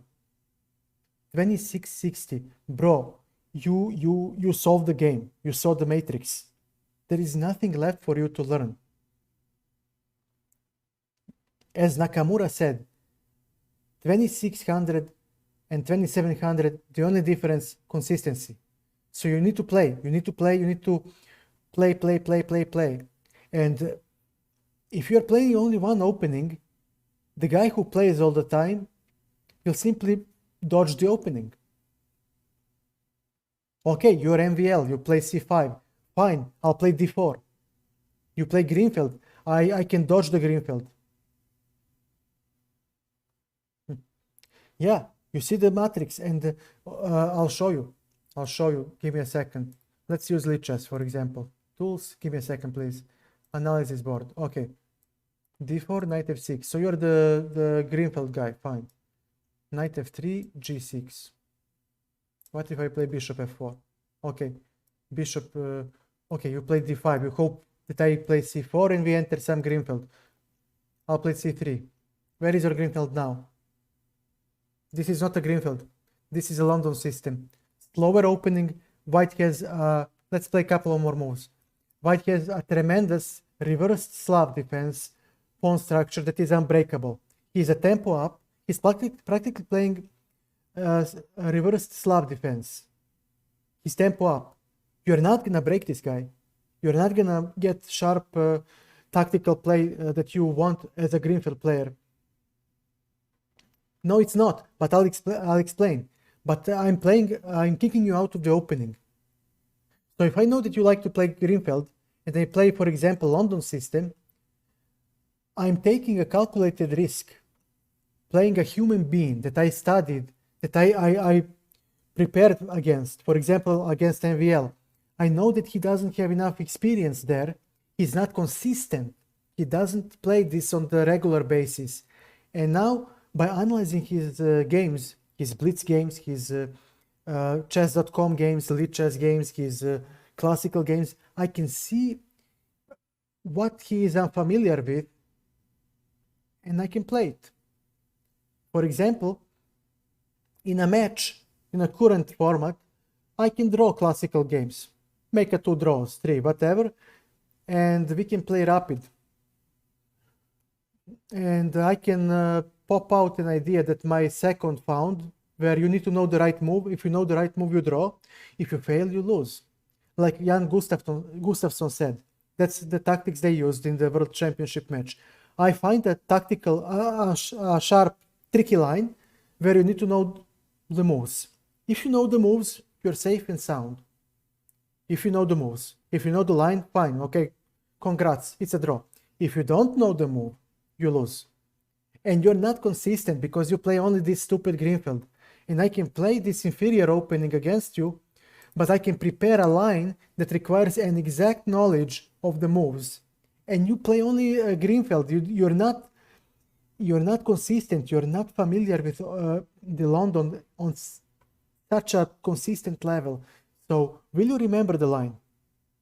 Will you remember the moves? Okay, maybe you can remember one move, maybe 2 moves. Maybe you're lucky or maybe super talented. You'll get 3 moves in a row. But will you find the 4th move, 5th move? Will you know how to play the position? Will you know the plan? And okay, let's say you do all this. Let's say you're top GM. Let's say you're that good. Your clock is ticking. We are playing a blitz game, buddy. We are playing a blitz game. Bro, I will flag you.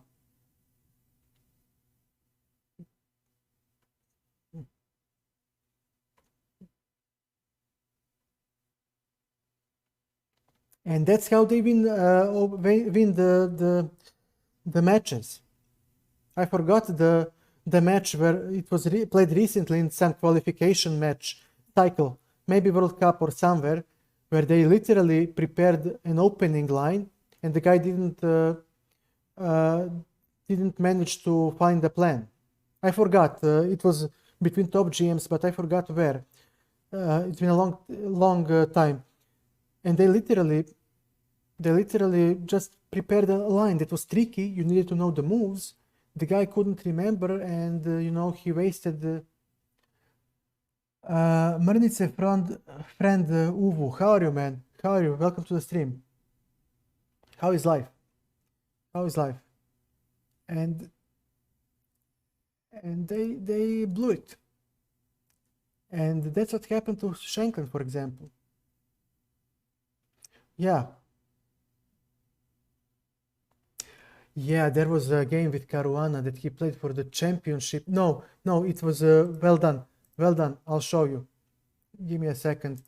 Don't K8, thank you for the follow. No, I'll show you. Give me a second. Candidates 2021. Yeah, we all watched it and I'll show you. It was between Caruana. I just don't know if there are games. Here it is. Caruana, where are you? Caruana, American. Caruana. He played game 1. No. Why can't I see the game?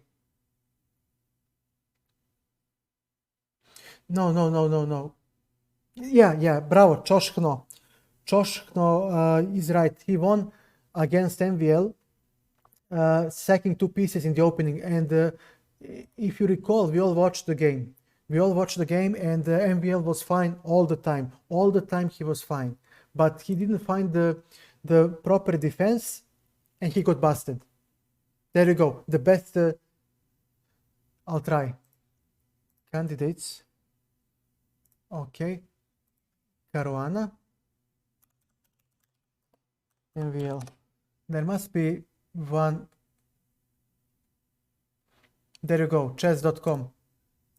Well prepared. Caruana moves up as MVL stumbles in endgame. And let me see if there is a.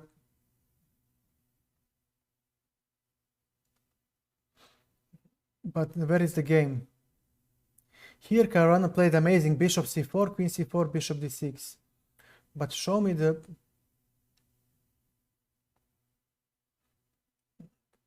Yeah, I was upset that he found that move, but despite finding that move, MVL still had problems to solve.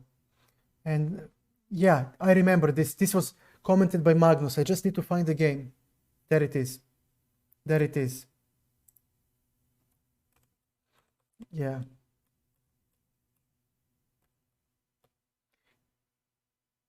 There you go. Bashir Lagrave lost 2 painful games in Vaikan Zid earlier this year in the poison pawn. So you see, his Caruana seconds followed the guy and said, look, this guy lost 2 games in the Vaikan Z in this line.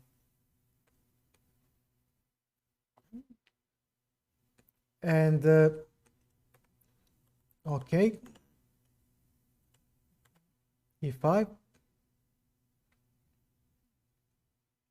Yeah, one of the dreadful games of MVL was, yeah, against Caruana. Give me a second, please. Give me a second. What the hell is happening here? Okay, and here is the line. Showing how he won. The other main direction. This is the other loss. Okay, so they showed both losses.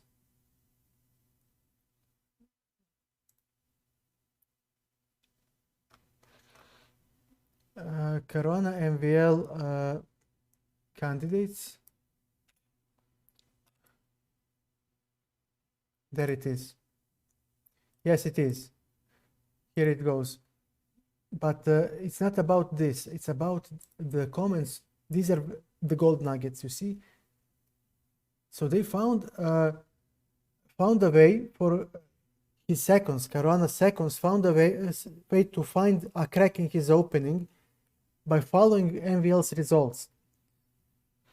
And the point is that now you have a line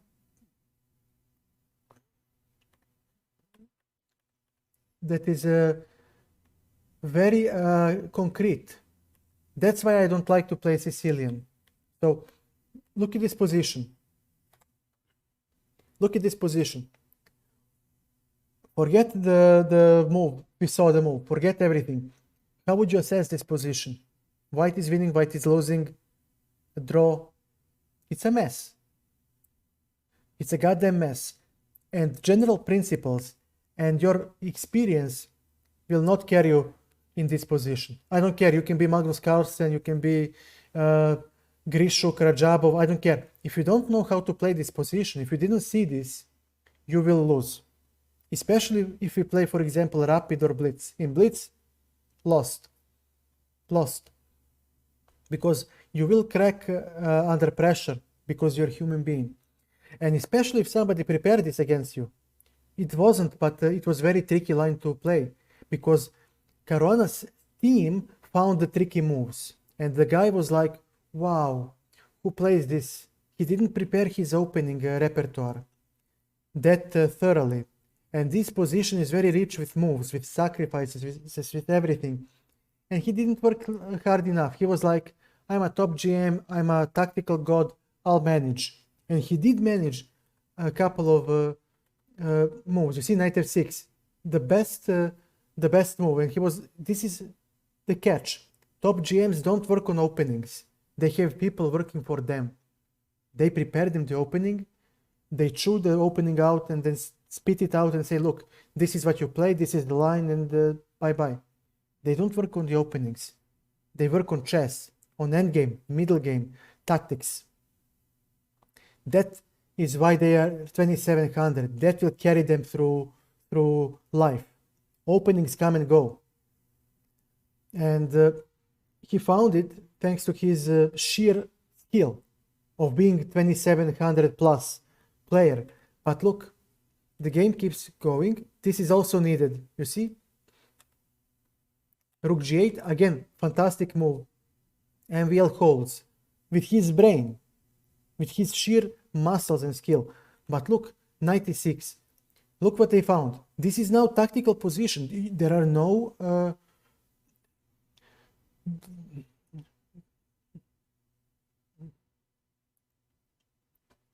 You are weak.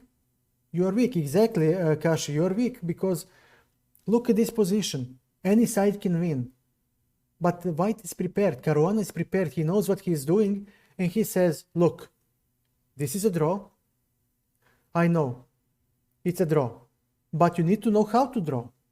If you don't find the draw, if you don't find the proper moves, you're busted. And that's how the top chess is played nowadays. That's something that nobody sees, but takes up a lot of a great portion of the play. It's not about one guy fighting the other. It's about my team fighting your team. My team fights you. And it's about who is in your team, who analyzes better. Maybe my team knows how to crack into your personality, knows what irritates you, what makes you play weaker. Maybe you're weak under pressure. For example, I don't like these positions. It's not my preference to play this type of chess. And if you threw this at me, I would crack. But for example, if you gave me an endgame, semi-endgame position, and I have a friend of mine who is a FIDE master, he became recently a FIDE master, and you gave him that position, although he's a stronger player than I am. He's a stronger player. He has 2600 rating on chess.com, 2700 on chess.com in Blitz. He would crack. I would beat him every game because it's about preference. And now look at the game. MVL still holds. And look at the comment. This is apparently what Black had calculated from afar. He is ready, blah, blah, blah, blah, blah, blah, blah. So he calculated, and still I think the engine said that he was fine.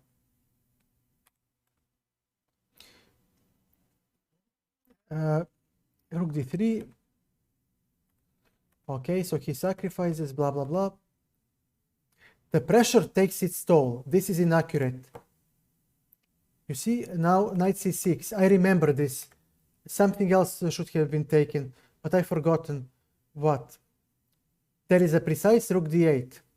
You see? You see? Rook d8, the only move. You see? The only move. We reached the point where you need to play the only move. And he failed. And let me, we are like, it's easy to be a hero after the battle, but look at this position. What would you play? We don't have engine turned on. Knight c6 looks like a very reasonable move. Like a very reasonable move. And this is inaccurate. rook d8. And there you go. Even Caruana, you see, Caruana makes a mistake too. He also makes a mistake too. But you have to find, yeah, both are now playing a sharp position. Caruana had to accept that challenge, that risk. But he has the initiative. And in such position, side with the initiative has the easier game because we are human beings. And it doesn't matter, the rest of the game is irrelevant. Because it's not about the game. It's about the fact that you're playing a position that is razor sharp. You don't know what to do. Nobody told you. You didn't prepare that. You didn't prepare that position, and you have to find the only moves. And I don't like to play chess like that. These top GMs do. They will accept that risk, but you know what? If you are not prepared, sometimes you will get clapped. You will get defeated, and that's what happened. Preparation plays a big part. And that's why you need to have a vast opening repertoire, because you're 2700 rated chess player. For God's sake, you saw the matrix. You know everything about chess there is to know. You need to expand your opening repertoire. You need to play everything, because what if I refute the Berlin defense? Think about that. Think about that. You're a professional. Now we're talking like professionals. What if I refute the Berlin defense or Sicilian? Let's use MVL as an example again. What if I refute the Najdorf? Somehow, new generational computers simply destroys the Najdorf. What will you do then? Retire? What will you do then? Retire as a chess player. Why? Because one opening got destroyed. It's idiotic approach. You must have you must be prepared for everything as a professional. At the top level, openings die when black has no counterplay. When he is... Yeah, write it down. So you must have broad opening repertoire, especially at the top level. You're a professional. You're a chess professional. If you do this, if you play chess professionally, regardless of your title or skill level, if you do something to feed yourself for a living, you must approach it like a professional. And a professional player would never put all the eggs in one basket. He would never play one opening because that opening might be destroyed, might be refuted. You must learn like 5 to 7 openings. At that level, you're a professional chess player. That's all that's the only thing you do. 5 to 7 openings you need to have. 5 openings. You can learn it. That's the only thing you do. So you can save your ass if something bad happens. He has only Najdorf in his repertoire. And he plays the poison pawn. Jesus Christ, bro. That's one of the sharpest positions in known chess. It's a goldmine for complications. Somebody will make a prep. He's gambling. He's gambling. And his response was what you said, Kashi. I want to learn one opening well and be an expert. Bro, you chose a Najdorf to become an expert. Are you crazy? Bro, if you want to be an expert in some opening, you pick some opening that is simple and solid, you know, that doesn't have so many complications, that you can prepare, that you can master, like French defense, for example, or Caro-Kann, maybe something that you can fight. It's not so sharp, not that sharp. No. I don't know. You choose e5. e5 is relatively simple. e5 is very, very grateful opening to play. You don't have anything so complex. It's a Ruy Lopez like pawn structure that you play all the time. They play it all the time on the top level. If he doesn't, yeah, it's okay.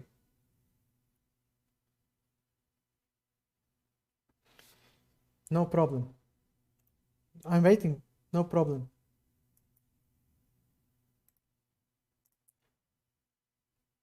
Choosing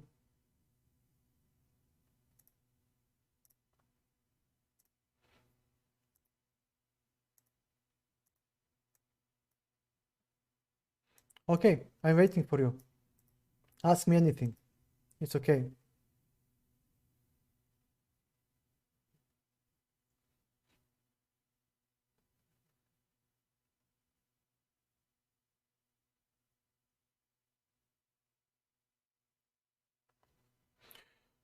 Uh, it's stupid to focus on because I didn't say Greenfield, I said Sicilian, but Greenfield as well, because they're highly theoretical and they are complex openings that are hanging by the thread.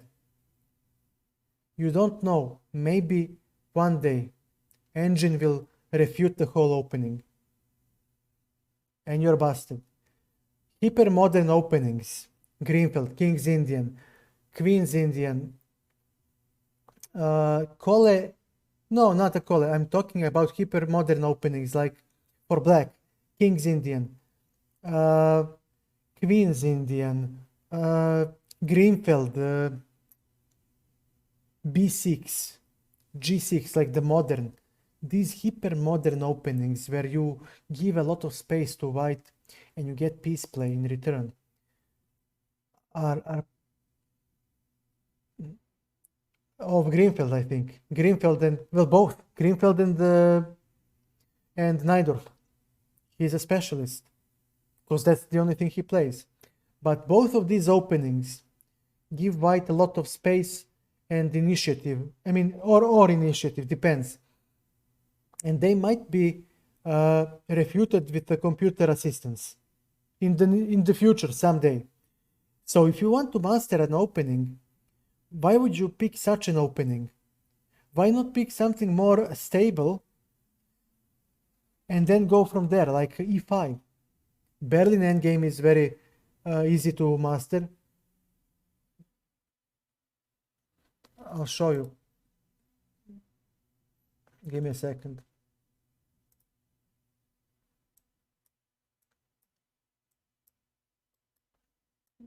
This is Greenfield. This is Greenfield. And now you have, roughly speaking, there are lines. There are lines, but this was once main line. So takes c5, and now you have lines. I don't know. Let's say knight f3, just for the fun. Bishop c4. I don't know. Castles, knight c6. Bishop e3, just saying. Putting it out there. Just playing it through. And whatever. And we can already see the thematic piece setup for black. This is the idea of the opening. So white has tremendous center. He has more space. But black has a nice piece pressure on the... No, it's not. It's not, because it's very theoretical. And you're playing with fire. You're defying the school of chess, of the classical school of chess. You're giving white this beautiful center. But today, on September 6th, 2021, 1 a.m. morning in my local time, Greenfield works today. But 5 years from now, maybe industrial revolution can happen, like it happened with neural networks. And the engine may prove that this entire opening gives white a stable plus. Not maybe it will not, I don't think it will refute Greenfield, but it can find a stable, comfortable plus 7, 0.7 for white. For example, 0.5. And give me a second. And then what will you do? You learned reams of theories. You learned volumes and volumes of theory just to play an inferior opening. A6, this is what characterizes Najdorf, and I don't know. Bishop g5, this is the sharpest. I think this is the best. f4, e6, and I think queen f3 goes like this, maybe queen b6. No, queen c7, castles. What was the game? b5, yeah. And I think does g4 work? Yeah. g4, bishop b7, yeah. And this g5, I think this was the old way of playing, yeah, knight d7. Yes, the poison pawn, it is in Najdorf. Bishop g5, maybe here, queen b6. No, knight d7. No, this must be the poison pawn. Or e6, no, e6, I think he does have e6. f4 and maybe queen b6 now, yeah. This must be the poison pawn, yeah. Yeah, and these are the games. Caruana Nakamura, yeah, and so on and so on. Yes, this is the poison pawn. So if he takes, pardon, queen d2 is played, queen b2, rook b1, or knight b3. So either this, or we defend with the knight the rook. Poison pawn. Poison pawn, it's like a poisoned mushroom. You don't know it is poisoned, you like mushrooms, you eat the mushroom, you die. Because you didn't know it is poisoned. Poisonous. And the same goes for the pawn. This pawn is like a poisoned mushroom. At the moment, yes, now this is, I'll explain. Now you reached a tabia, something that is called a tabia in chess. You reached the debating position of the debate. So white says that my b2 pawn is poisoned because if you take it, you will die. My better piece development, I have 4 versus your 2, will prove to be decisive, actually 3, because I will play actually rook b1. So I will have, let's play one more move. Queen a3, I have 1, 2, 3, 4, 5 versus 2. My better piece development and initiative and space advantage, because my center is slightly better than your center, will prove decisive, and then you will regret for taking that pawn. That pawn will turn out to be poisoned pawn. Like when you eat the mushroom, you learn it after the poison kicks in. And black says, no, it's not a poison pawn, it's a free pawn. You just lost a pawn, buddy, and all these things that you have are nothing because I have a strong center that will protect me and buy me time to finish development, and then I have an extra pawn. I'm winning. So this is the debate. Right now, on December 6th, or maybe 5th, depending who is viewing from which side of the world, 2021, your local time, the current evaluation is that it is unclear. It's any man's game, it's a nut house, it's madness. But just as the computer industry invented neural networks, something new can happen in 5 to 10 years from now. And maybe the engine will be able to refute black's play or simply find a perpetual for white, for example, or perpetual for black that is forced. And then you'll be a top GM who will sit at the board with black, play this position on the diagram, and you will play against me, c5 break. You're nobody streamer from Twitch, some small guy, you know, who is maybe a candidate master in strength, blah, blah, blah, who learned the whole line, and you are like MVL 27 plus 100 rated world championship contender, and you will draw because I will know the line and I will bash it out, you know, and you will be forced to make a perpetual. Now think about it. This is a very forced line, very forced opening that hangs on the thread, on the knife's edge. one computer novelty may kill both the game, the opening for white or for black. So neither side is safe here. So you are going to specialize in this and put your future as a professional chess player in an opening that hangs on a knife's edge. I ask you, my friend, is that a prudent choice? Is that something that a smart man will do?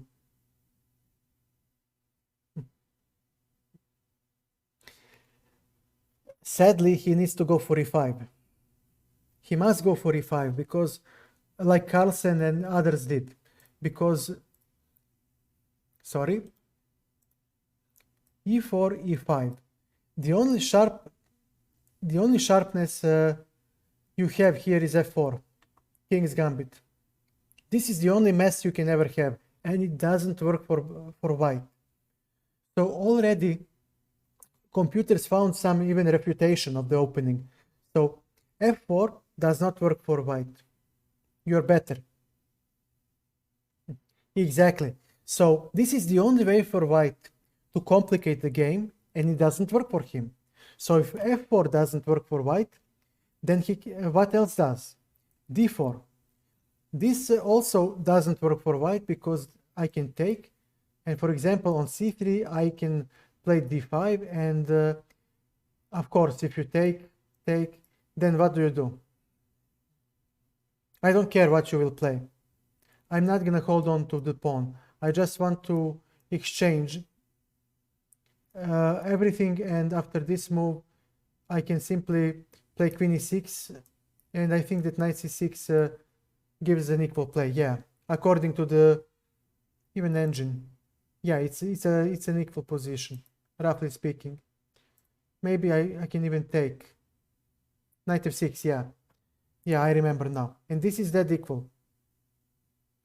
So if d4 doesn't work for you, if f4 and d4 doesn't work for you, what other way of give me a second, please. What other way of complicating do you have? I'm getting to that point, Kashi. Just give me a second. So if f4 doesn't work for you and d4 doesn't work for you, we can safely conclude that white cannot bring sharp tactical struggle into the game, because there are no more moves left that bring sharpness. Now, if that is the conclusion, white is only left with the positional means of fight. So he can only fight positionally, which means that he can either play knight c3, trying to play f4, which doesn't work in practice. Black found a way to equalize, or he can play knight f3, knight c6, and play a positional game with bishop e5, because bishop c4 didn't give any advantage to white. This is simply idiotic. I mean, it's a drawish opening.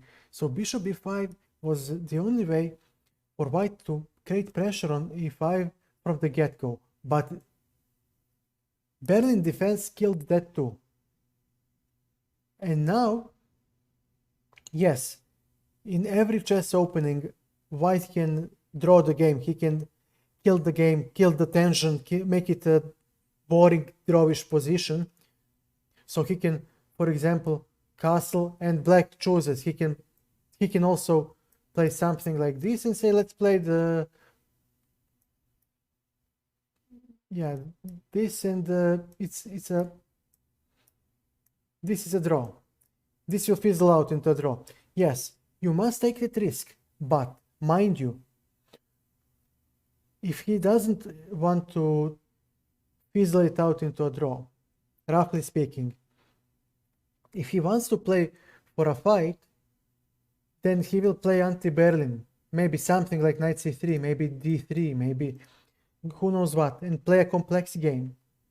Now let's say that he plays d3, just for fun. Let's play a couple of moves, maybe just for fun. I don't know, can I play castles? Yeah, it doesn't matter. Let's say just c3, d6. Just give me some. Okay, this position is very similar to something we see in the modern top level games. Now I ask you now, isn't it very prudent to become an expert in this position where you have no tactical skirmish, no computerish lines? This position cannot be refuted by computer or any new breakthrough like neural networks and whatnot, instead of that Najdorf line that we just saw. And I ask you one more thing. What kind of improvement can the White find here, like compared to the one in the MVL game? In MVL game, it was very easy to find an improvement with the computer because the lines can become computerish in that position. How can you make a computerish position while tactical position in this position on the board? You can't. So even if he does want to find a move, he needs to find a long-term plan, and that's very hard. And this is one of the original positions in chess. Yeah, we don't know if it will be refuted by computer, but as computers progress, more memory becomes available to the computers. CPUs become faster with more CPU cores. Somebody will have to fall. And when I say refuted, I'm not considering only that one side loses. Perpetual check is also a disaster for a top level player, because if I can, as a c5 break, as somebody who is 2000 FIDE rated, can sit at the board and draw effortlessly against you who are 2700 world championship contender, forced draw is a disaster for you. That's why you don't see some game openings like Italian game being played, like a true Italian, true Italian proper game opening. No, it's not played because it's analyzed to a draw. So they tried this Rui Lopez setup to dodge the Rui Lopez Berlin game. That's why Italian made a comeback. Not because it is a good opening, but because I can still have this Rui Lopez pawn structure and I'm dodging the Berlin defense. So when I say refuted, that's what I mean. I mean, some openings that are forced draw are a disaster for a grandmaster. So why should I specialize myself in Najdorf, that is very wild, very tactical, that is a very fertile ground for the computer analysis, when I can choose this position on the board? No computer lines, no wild tactical positions, no computer prep, just sheer brain and chess understanding. Yes, I am risking that the guy can deaden the game by liquidating early, but that's a risk I must accept. And it's much more prudent to become expert in Rui Lopez than to become an expert in the Najdorf. Because in Rui Lopez you can have Marshall Gambit and Najdorf, Berlin endgame, and then you have this anti-Berlin stuff that is practically the same.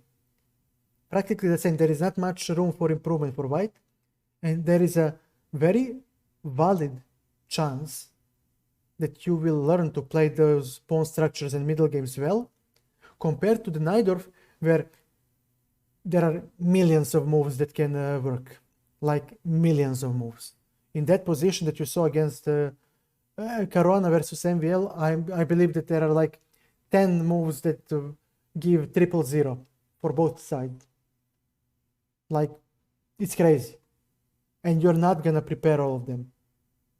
You're not gonna prepare all of them. And even if you do, you will not understand what is going on. Let's be honest. And if a 2700 guy can lose that game, cannot hold the position, makes a small mistake that is very reasonable to us when we'll watch the game, what am I gonna do?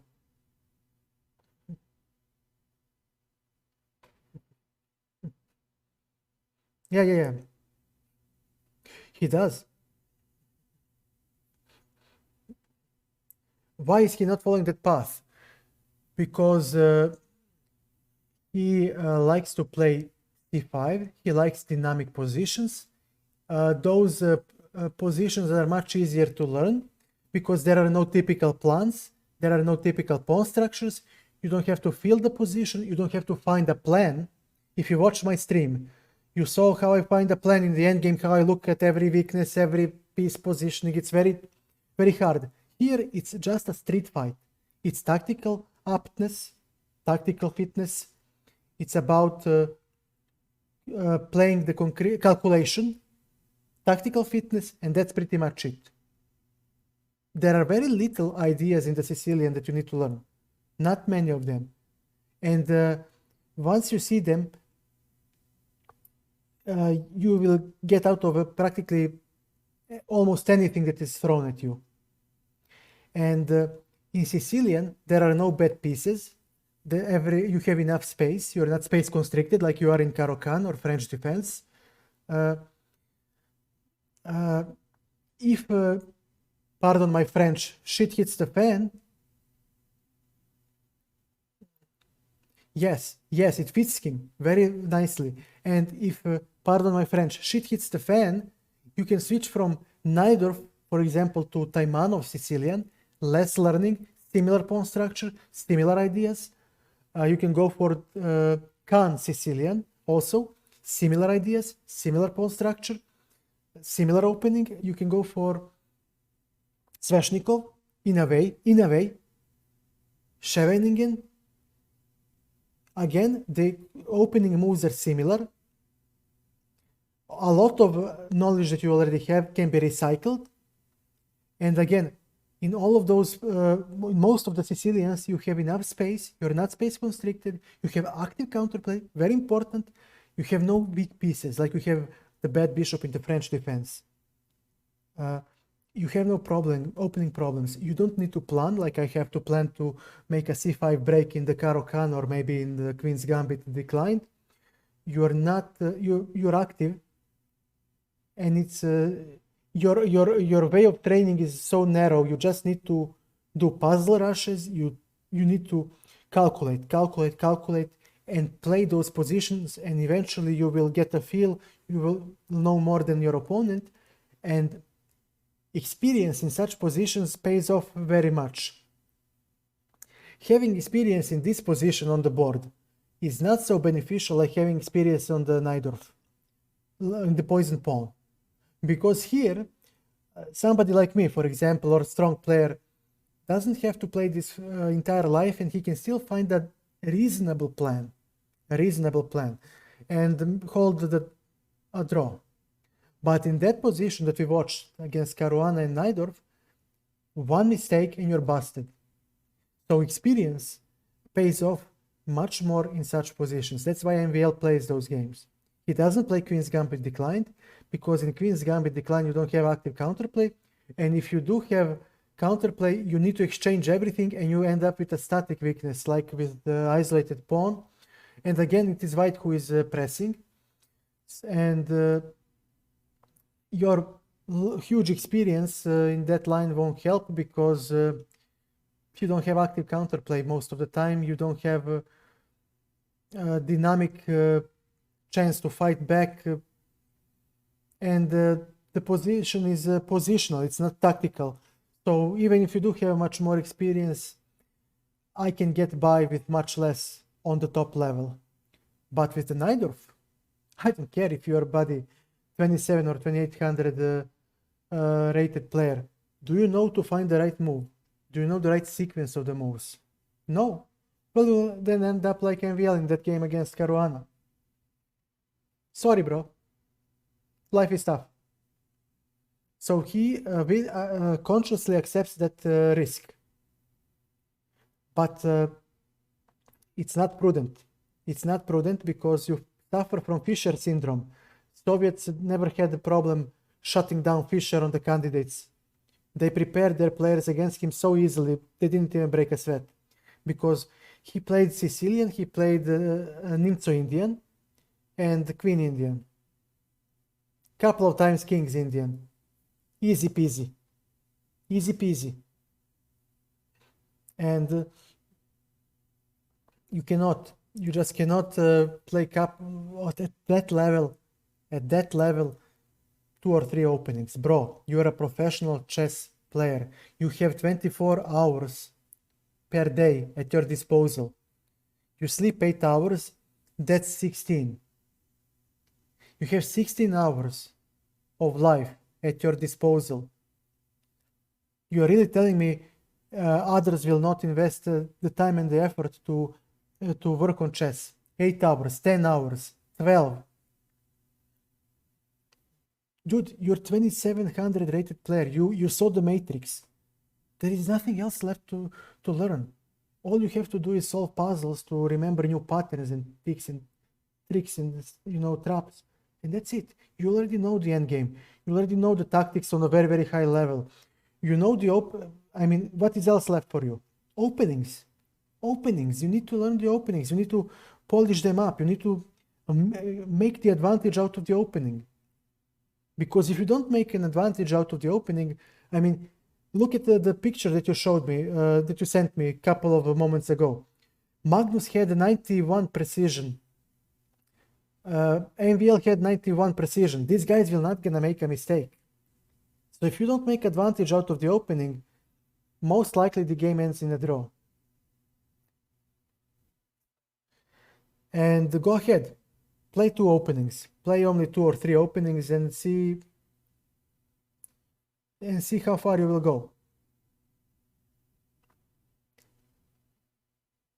If Rajabov didn't quit, he would never play the candidates. Think about it. MVL, very good player. If Rajabov didn't quit, he would never play the candidates. And it's not because he's not good enough, it's just because his openings suck. So he's easy to prepare against. Yeah, I know. Yeah, fire on board. Yeah.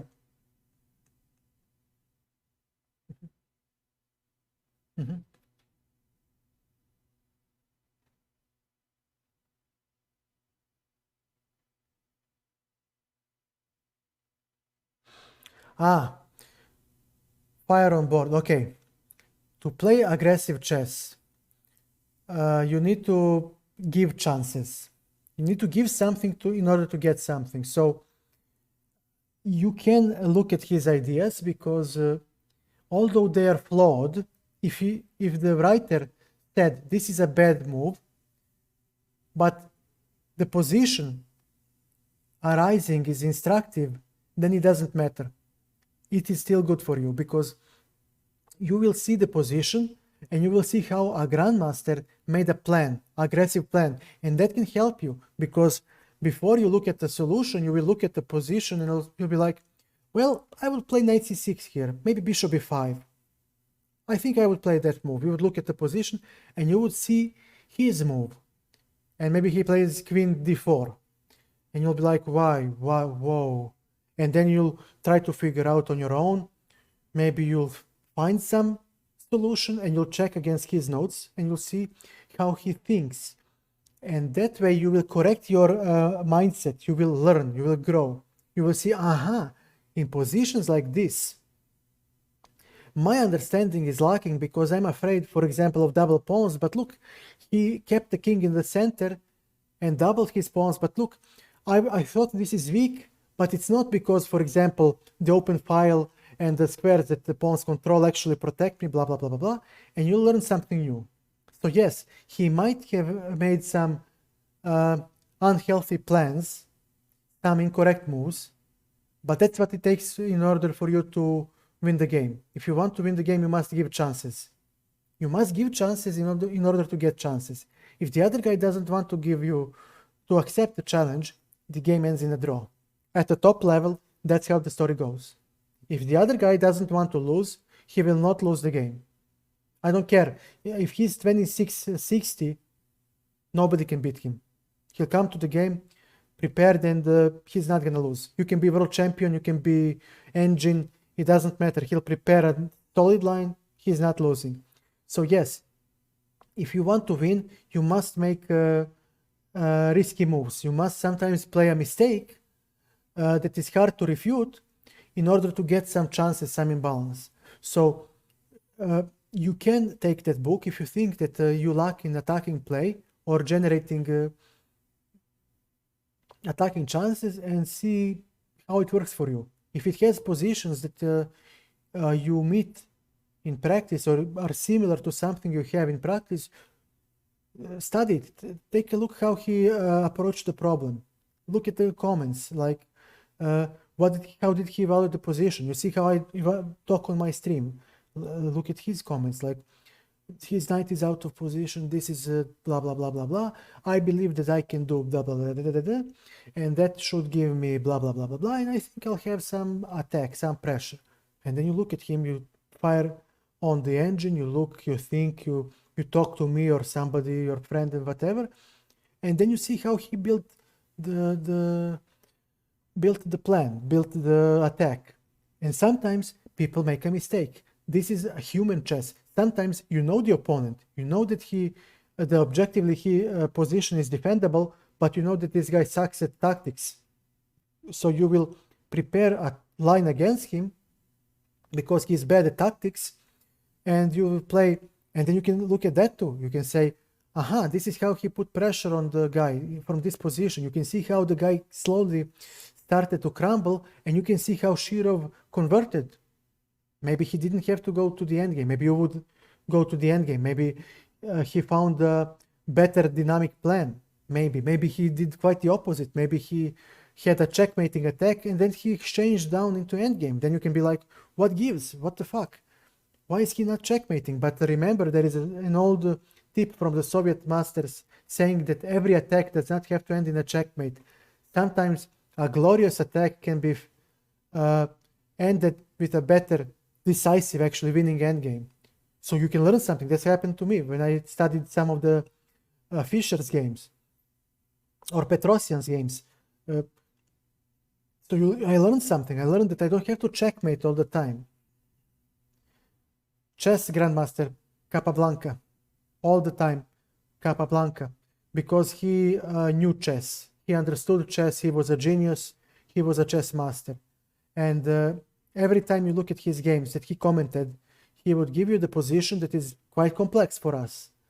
He would tell you 5 sentences, and in those 5 sentences you would know which pieces to exchange, which pieces to leave on the board, where each piece goes, and how you will crack the opponent. And then you can set up the board, and you can try it yourself, and if you get stuck, you can look at his moves or use the engine to find the most efficient way, because you know what you're doing. The guy told you how to win. Go through Capablanca's games, you won't regret it. But the way he commented them, because his commentary is the one that is golden. Nowadays, people just give you a bunch of moves, and they're like, yeah, this is a move, then you play this, then you play that. Bro, I have the engine. I'm not dumb. I can do this myself, but tell me how to play. How can I remember? I don't want to memorize moves that I don't understand. And don't give me that crap like, well, he played it to defend the bishop. Yeah, I see that he defends the bishop, but why? What is my next move?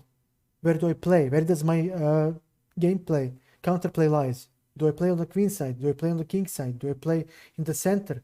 Which pieces do I exchange? Do I exchange at all? Can I go into the endgame? Or must I stay in the middle game? Must I keep the queens all the time?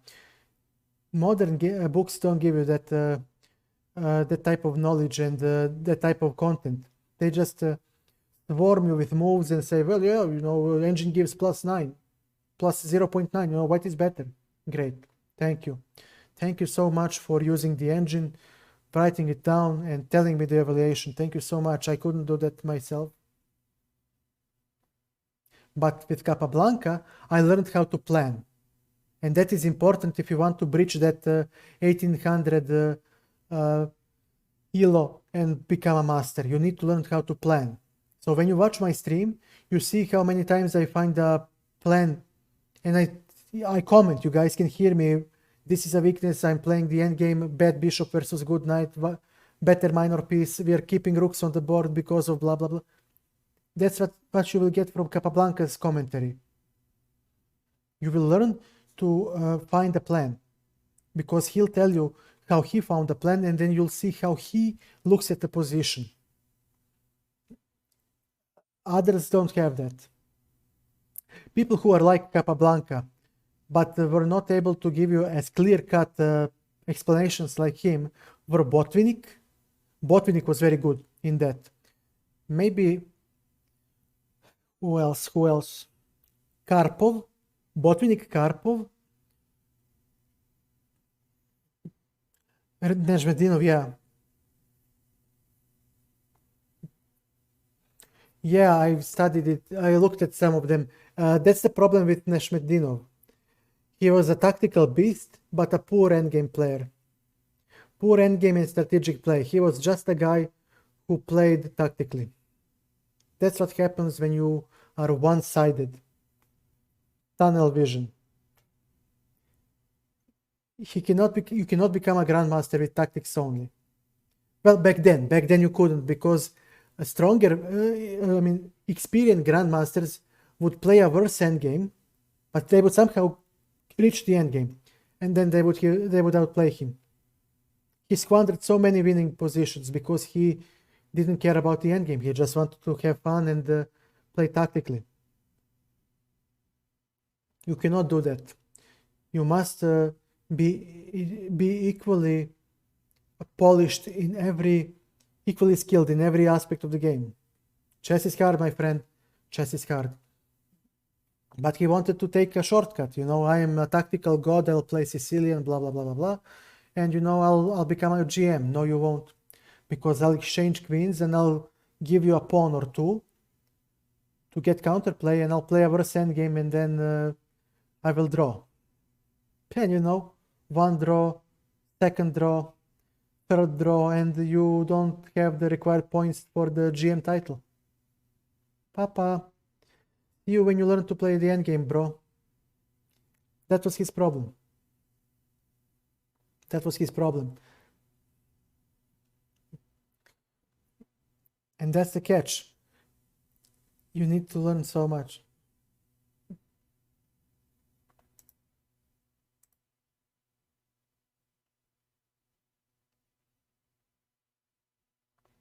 Yes, GMs know their endgames. Never, well, maybe like Alireza, but it's not. No, I think he just choked psychologically.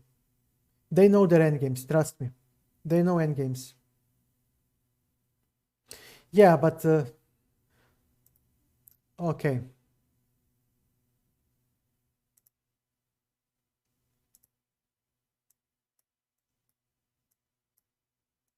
Fine.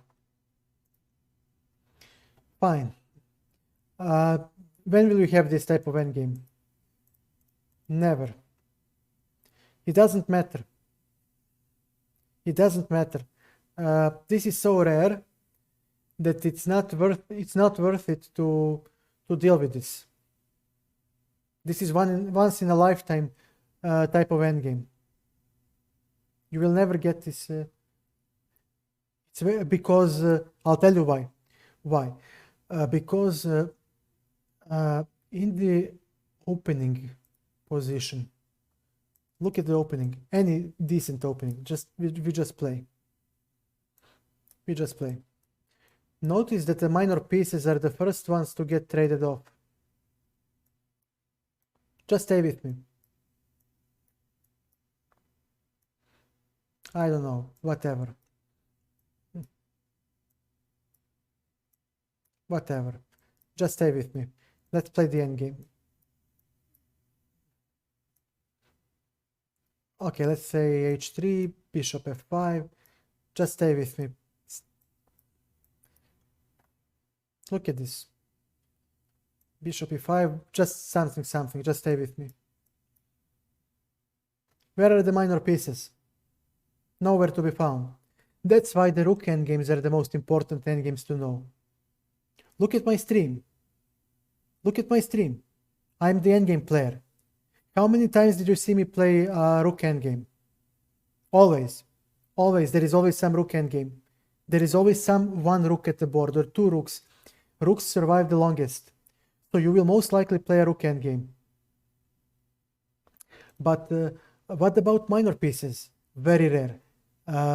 Bishop versus knight. This only. No, my friend, you're not gonna get this so easily. There are always some pawns on the board. What? He's gonna under promote into a knight. You know, he's gonna play this and under promote into knight. Bullshit.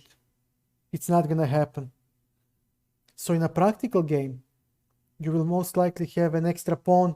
You will promote into a queen. If not, there will always be some pawns on the board. So you will have something like this, and you will always have an extra pawn. Having something like this is so rare, so rare. This bishops, same for the double bishop versus king. This is something that you should know how to do because bishop pair is very strong. Bishop pair is very strong, so it might happen that you play something like this. Just stay with me. It might happen that you played something like this.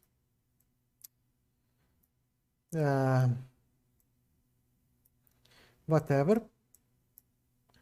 And something happened, something, and these got eliminated. Somehow, just stay with me.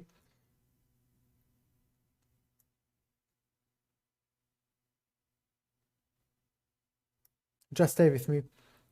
Okay, and we'll make this one. And this guy somehow, in order to save the draw, did something like this and said, look, okay, let's say that he had two pawns, you know? And he was like, okay, I have two pawns versus two bishops or something like this.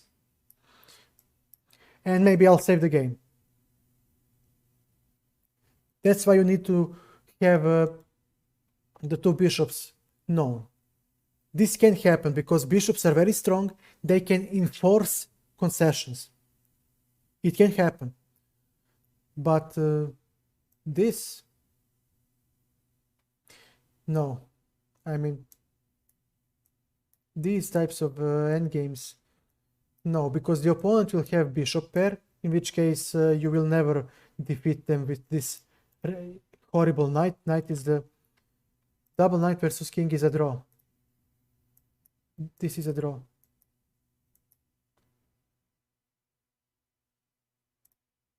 You see, table base, drawn. This is a draw. So again, there is nothing to learn. So if you have something like this, I mean, let's make something out of nothing. Whatever. Either you have something like this, in which case it will be a draw. You cannot outplay the guy. Or you have something like this. I know how to do it, but I'm not, I don't know, I cannot do it effortlessly. It will take me a lot of time. I know the concept, but my technique is not that polished. I would do it eventually, but I never bothered dealing with it because it's not productive. Because again, you will have something like this, in which case his bishops will just, you will never beat his bishops. So you will never collect all the pawns, or you will have something like this, in which case it is a draw. So there is no way for me to get something like this.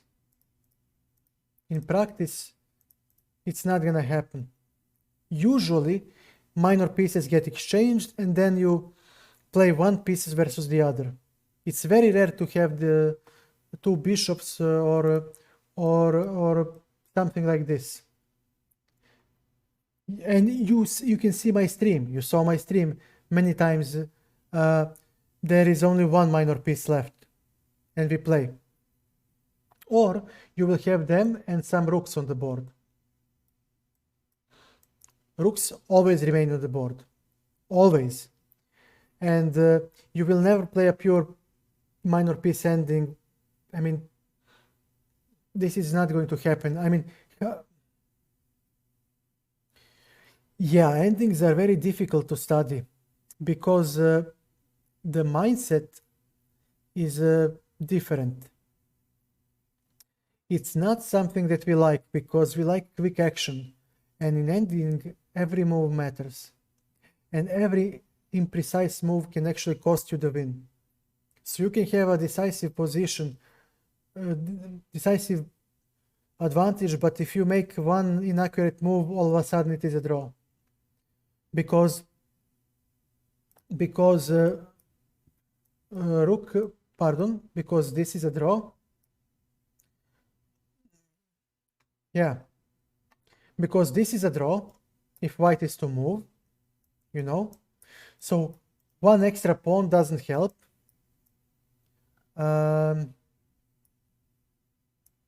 This is a draw. Again. Watch this. Give me a second, please. Yeah.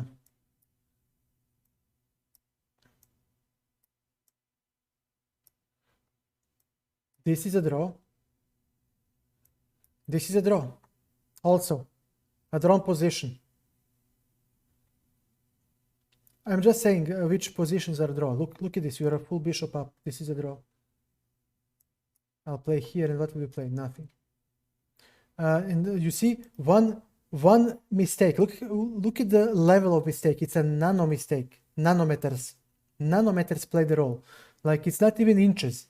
1 American inch is 254 centimeters. So it's almost triple. Nano mistake of putting the pawns on the wrong squares. Putting the pawns on the wrong squares. And it's a draw. And I'm a full piece up. Not to mention that this is also a draw. Full piece up. A draw. In middle game, you're up a piece. You're winning. Bro, I'm winning. I'm up a piece. And that's why endgames are tough. Because one imprecision, and you can literally, you will squander the win.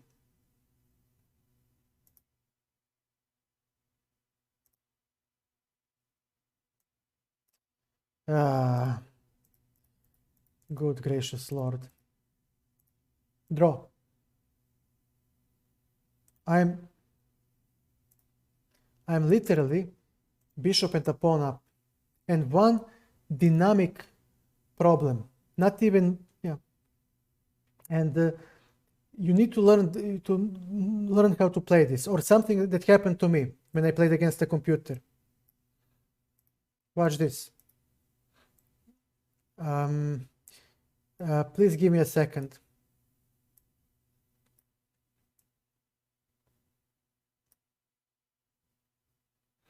Yeah, this was the position. And I played g6, for example, you know, to exchange here, you know. Watch this. Give me a second, please. Wait. How did he swindle me? Yeah, g5. And you lose. You lose. Because if you take, I'm queening faster. I need 2 squares, you need 4. And if you take like this, I just pass. That's how computer won against me once when I was practicing. So this was the position. And I played this. I was like, okay, I'm gonna I'm gonna exchange the pawns, you know, and it will be a dead draw, static position, whatever. One mistake, and the engine just played g5, and I was like, and I played a really high quality game. A really high quality game. It should have been a draw, and I defended like crazy. And look, every move, every position, every square in the end game makes a difference. It's not the same if knight stands here to control f6 or on d5 to control f6.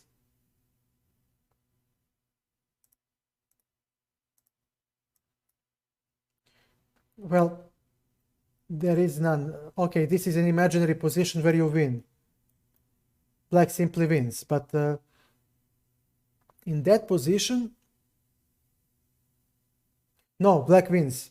Black wins because he will reach the f3 pawn faster.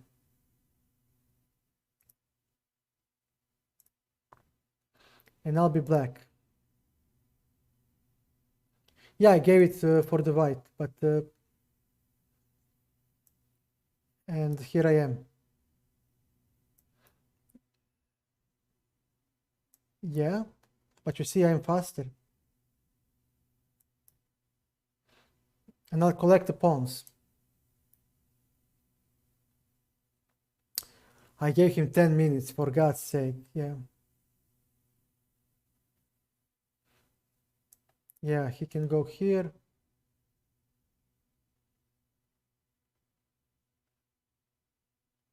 I'll take, he'll go here. I think this is still winning, yeah.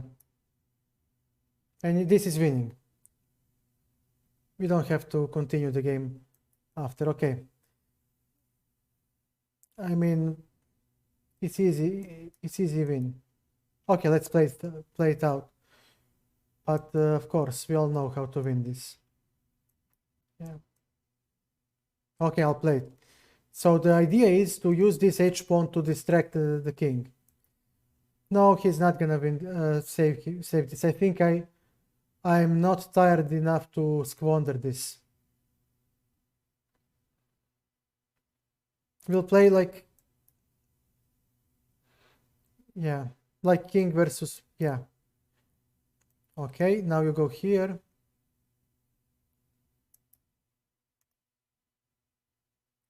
And of course, yeah.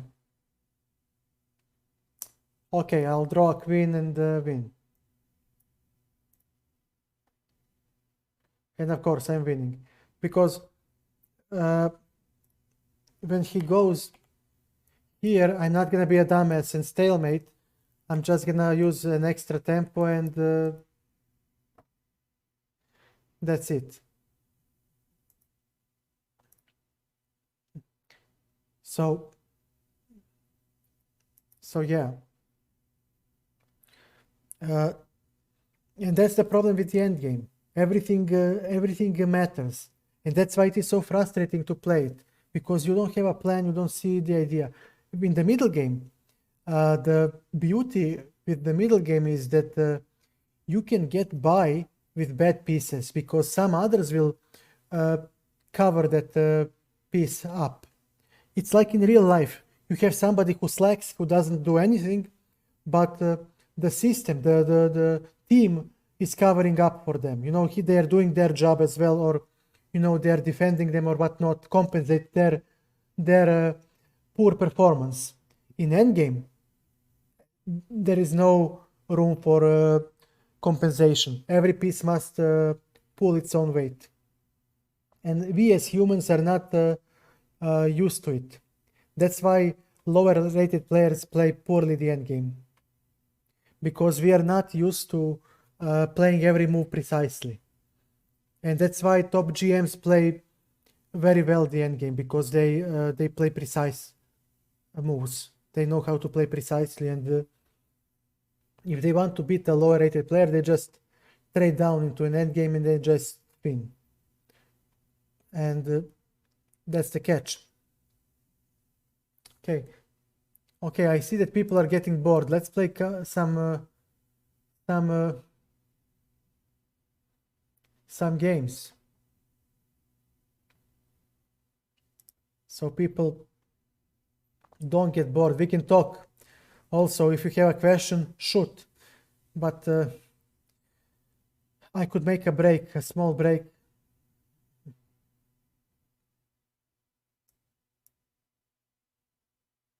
There is Yuri Averbach, comprehensive chess endgames from Averbach. Yes, comprehensive chess endgames from Yuri Averbach. But they are now not necessary. I tried, but there are just too many positions. Too many. Okay, we have e4. Now this is going to be funny. Okay, let's go e5. I tried, but it's very hard for. I mean, his endgame's like, bro. Okay, queen c2. I should have taken on c4. This was a mistake.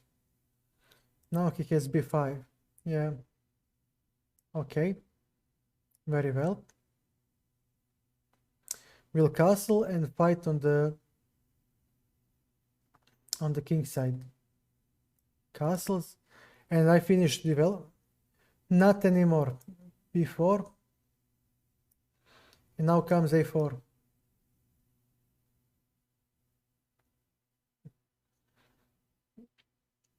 And we'll see. Wow. Take. Come.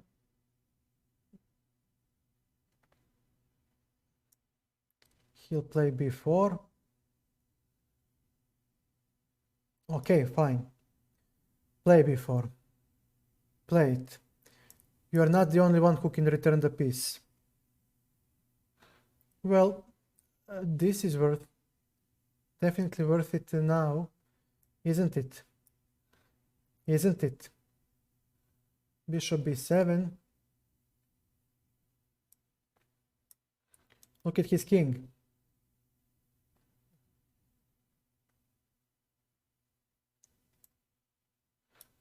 Okay. Okay.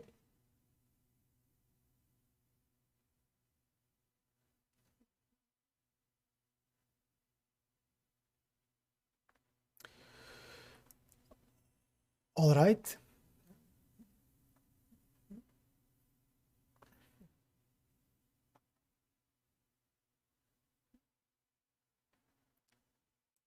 Okay. Or should I go like this? Yeah, why not?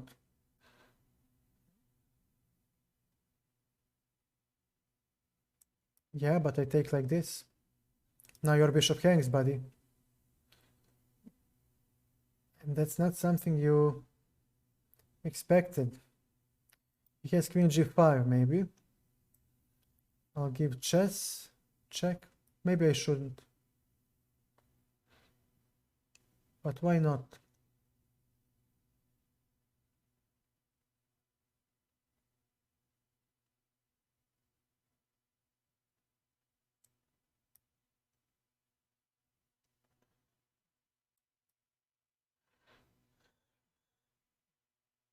It's not gonna be sharp soon.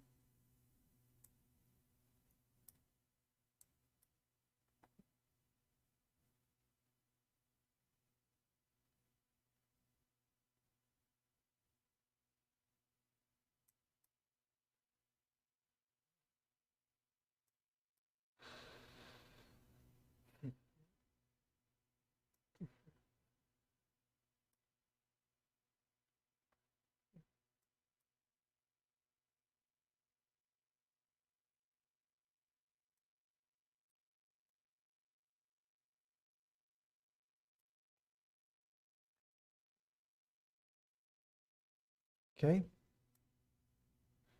Very well. Now we're going here.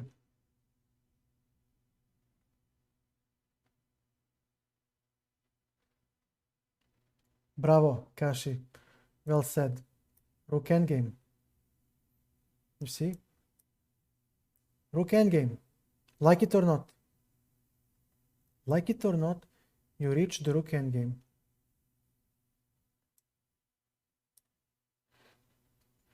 Because rooks stay the last. That is why it is of paramount importance to learn the rook endgames. Otherwise, you're busted.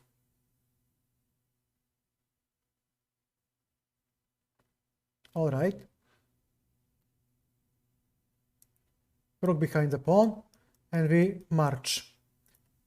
Good old rule. Yeah.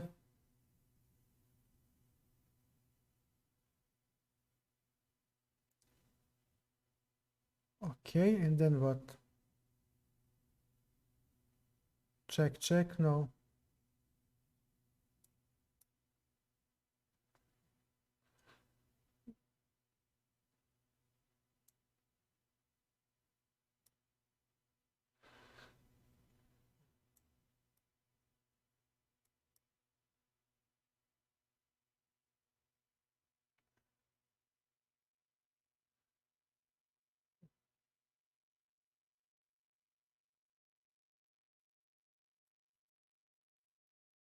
Okay.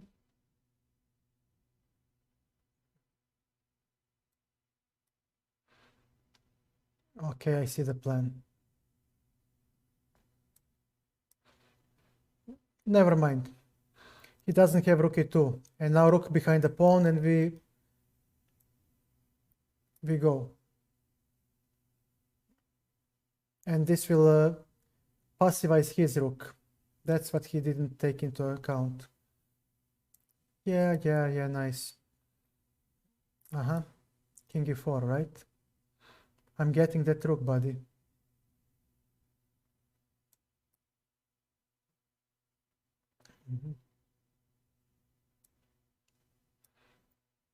Please.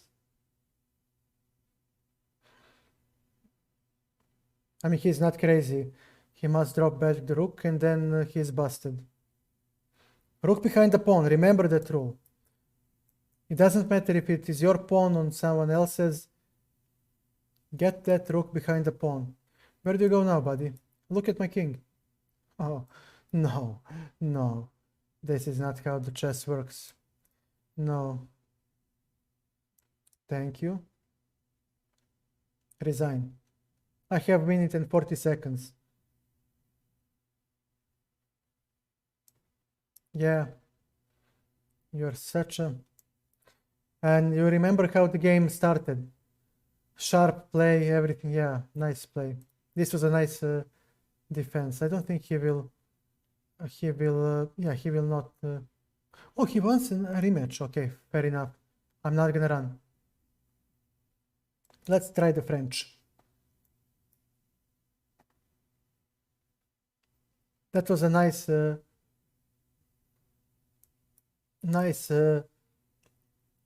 psychological win. Because he expected to have the 2 pawns for the piece and compensation and some whatnot.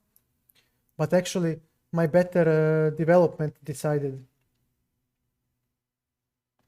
And... oh, this is nice. Now you will exchange everything. Okay.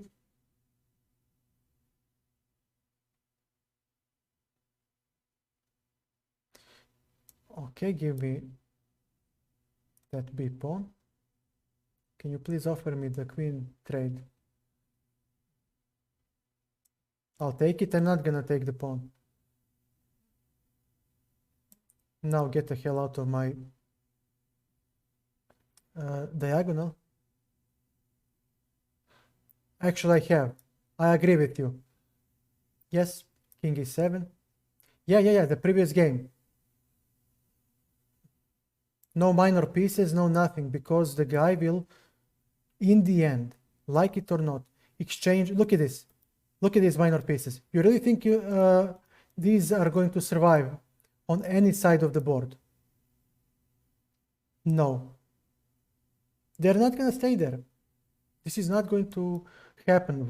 Either knights go, or the bishops will be exchanged, or maybe knight for the bishop, or something.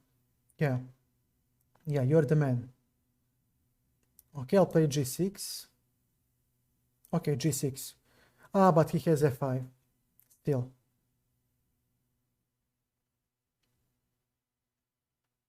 Yeah, he still has. All right, buddy. There is knight d5 first. First things first, knight d5.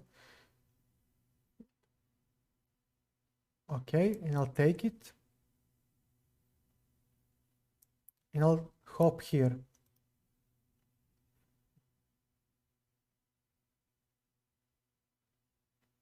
Let me see.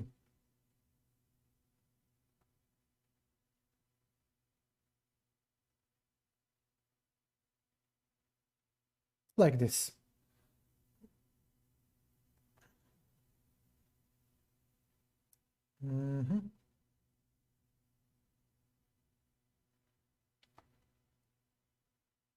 Okay.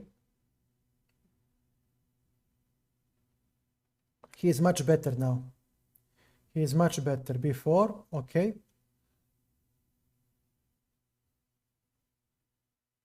Very well. Well, he doesn't have anything here, does he? So why should I care?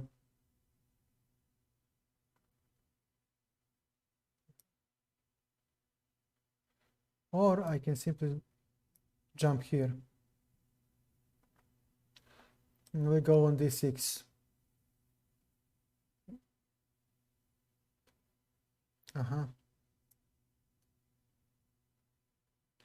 There is knight c4, okay.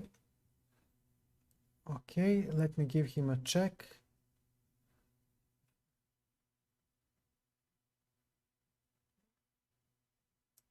Let me give him a check.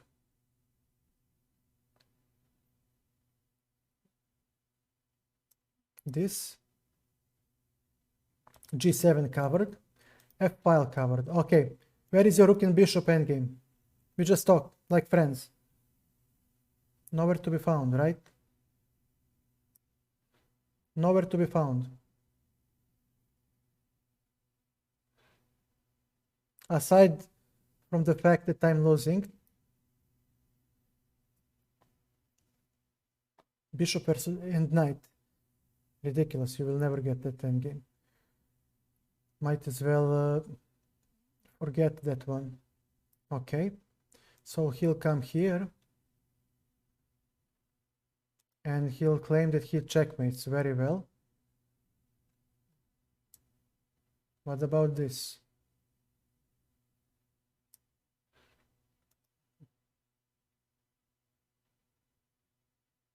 I mean, he's winning this one, but maybe I can muddy the water.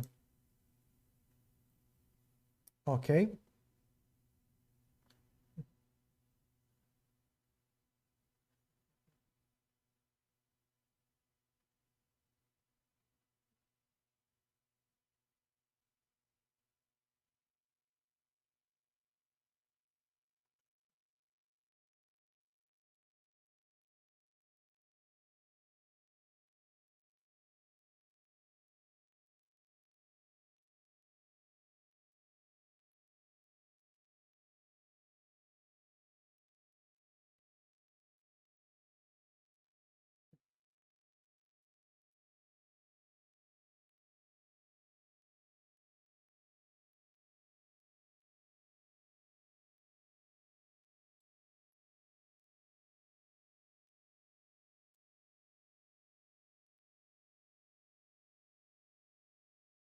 Very well.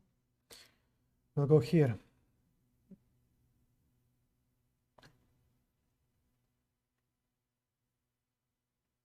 It's about the pawns. Yeah. He has a checkmate, doesn't he? Okay. Now he can take here. Good for you. And now where?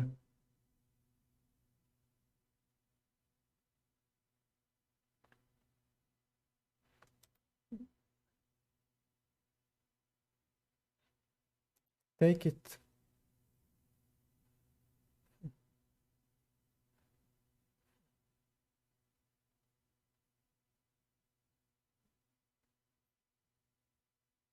Okay. No, it's not a draw. He wins. He definitely wins this one. I mean, he must. It's just so much better for him that... Yep.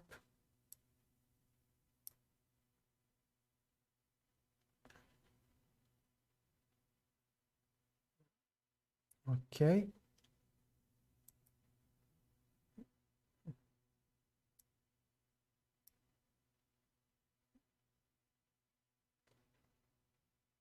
He's jerking around a lot. Uh-huh. F3. And then, okay, F3, I need to play that move. Rook G2. Change of plans. We got counterplay. We got counterplay. That's okay. There comes the queen. You see? Better opening, better middle game, but he sucks in the end game.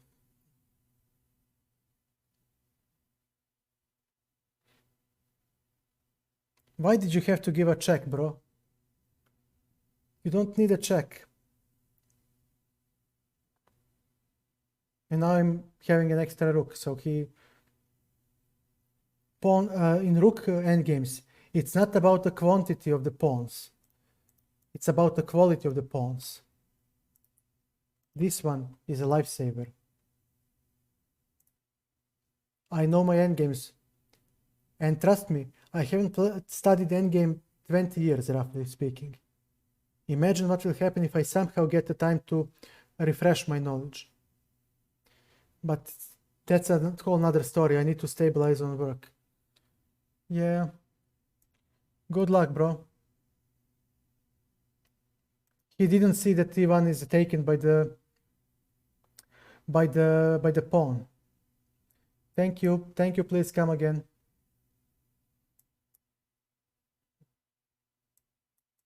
And I don't know how to win this, right?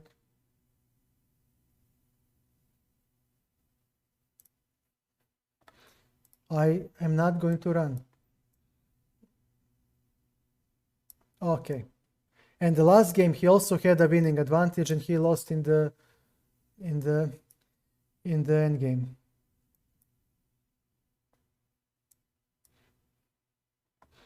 It's all about, that's what I'm saying. Look, this is a solid opening, like a reversed Slav. So nothing special. Nothing special. White is not better here, but it's a solid position.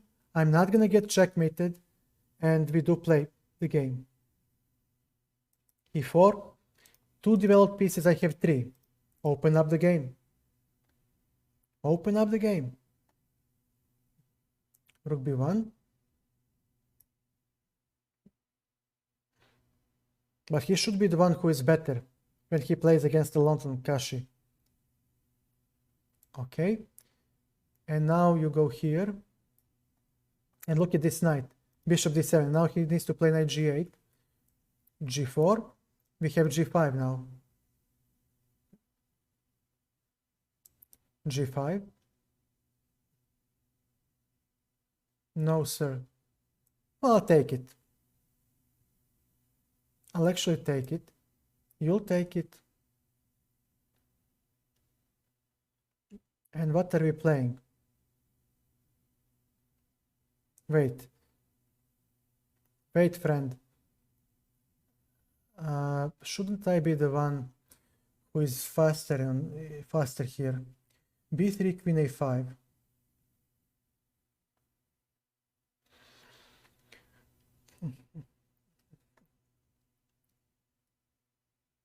Uh-huh.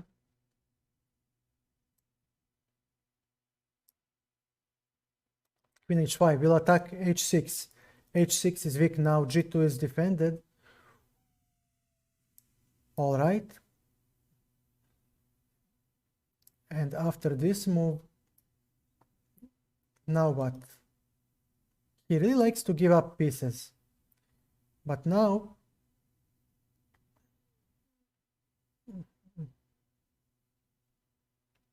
and after queen d4,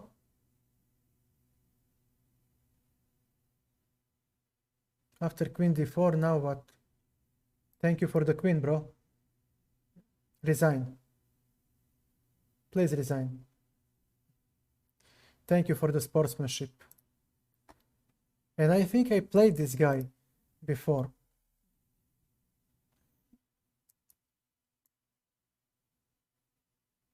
Okay. Knight f6. Okay. What do you play? Yeah, he seems to be so. From Georgia. Okay, but h6? No. No. I'm not gonna be that dumb to... This is a Ljekin Shatter attack, if I recall correctly. h5. Move that queen.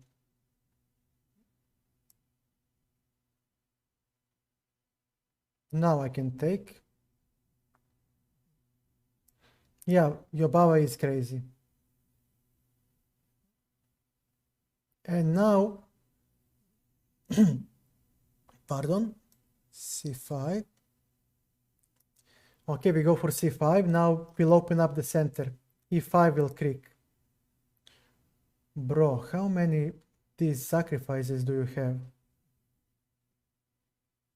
And then e6, right? Okay.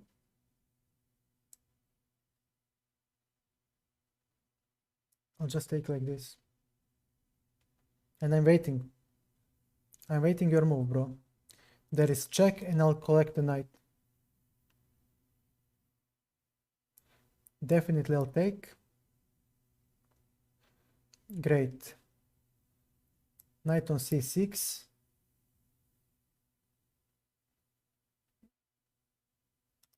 This is a... Okay. Let me give you one check. And show me where your king goes. Let me go. Let me see. He has this. Okay. Rook f8. So he doesn't have bishop g6 here. But he might be crazy enough to play it.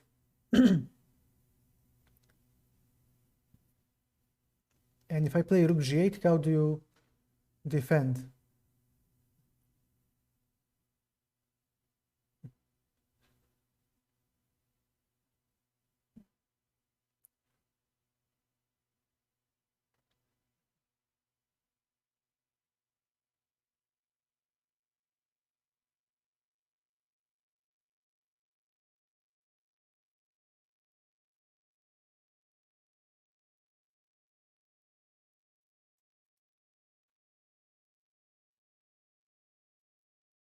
Tactics, tactics, tactics, very well. Everything is tactics.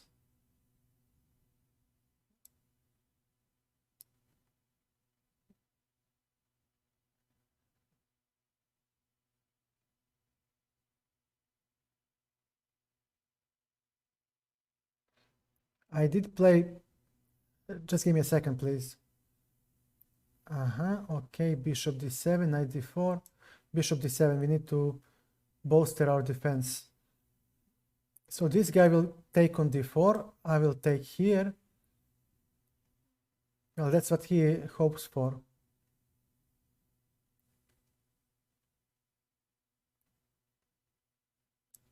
But we do have a check now.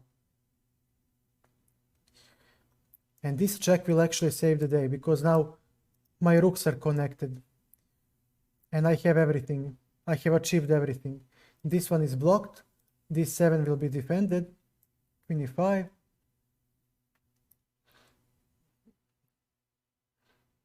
Now f6 drops and his entire compensation disappears. Good luck, bro.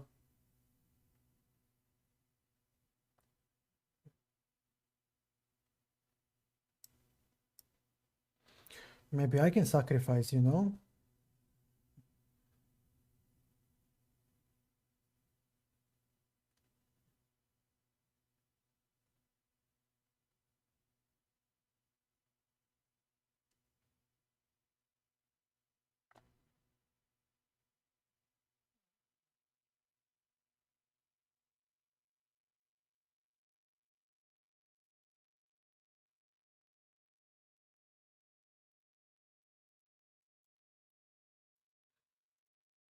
There is a checkmate looming. He doesn't have any attack, my king is safe. And after this move, double attack with the queen, and if he exchanges queens, e5. Bro, you need to learn that you cannot attack me just like that. I'm not...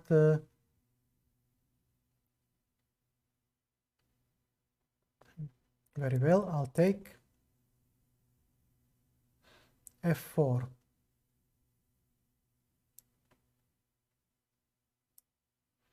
Rook falls. Watch your rook, bro. Okay.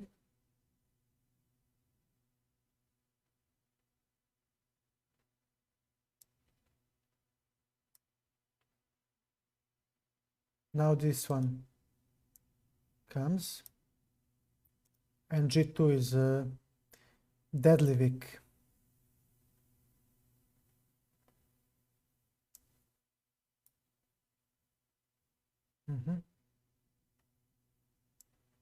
Okay.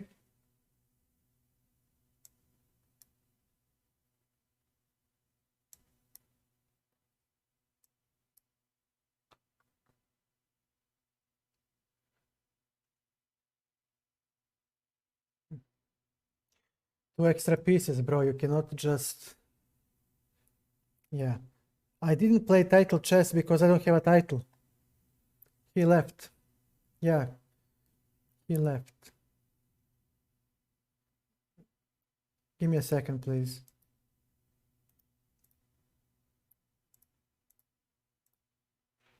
Where are they?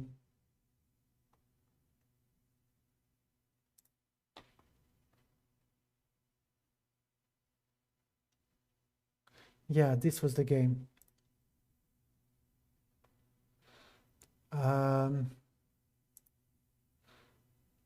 Okay.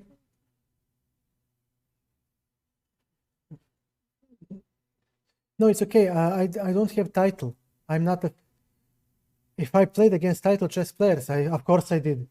There are many of my games on YouTube. There are archived streams. Yeah, I played against FIDE Masters. I regularly beat them or draw against them. I defeated couple of Intermasters, and yesterday I played against a GM, and I nearly drew the game. So yeah, I played against them a lot. Maybe someone will pop now. I'll show you the game. What is happening here? Why is he not... Okay, finally. Against the GM, yeah, I'll show you the game. Let me just take a look. What could I have done? b3, queen a5, queen c2. Yeah, I should have simply taken here, opening up the game, because he is behind in development. And I saw it after I played the move. I have minimal advantage. Okay. And now what? b4. I should have played what then? This is an inaccuracy. I should have played a4 immediately. Okay. b4, a4 first, yeah. a4, okay. He should have played queen d8, yeah. Okay, takes. And now what? Yeah, he played with the queen. He should have taken with the knight. Knight g5. with the attack, okay?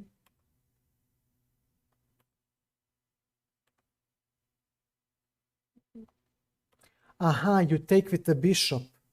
Aha, and then you have initiative, yeah. Makes sense.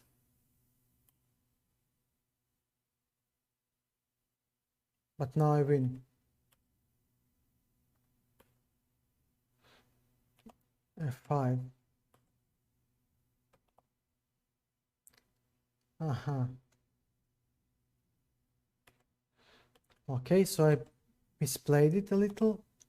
And now I squandered the entire advantage. With 95, I saw it. So, okay, c8. Yeah, he could have dislodged the queen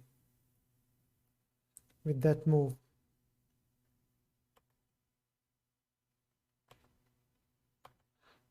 Okay. Queen g6. What is wrong with this? Queen g7. Okay, so now he was better.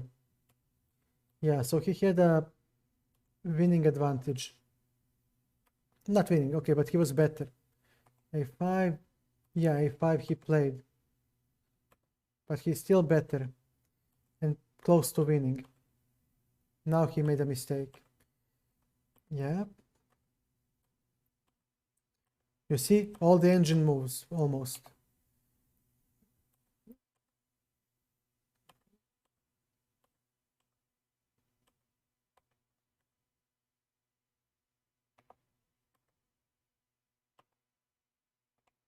What should I have played?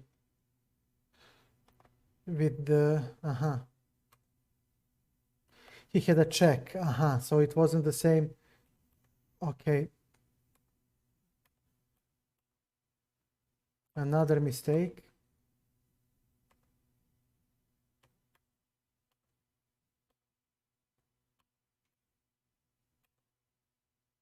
A blunder. King h3, okay. So no, he cannot save this anymore. Yeah, it's lost. But yeah, okay. The game against a GM. Yeah. Where is it now? You will see a GM next to his name. So just look at that. If I don't GM, here it is.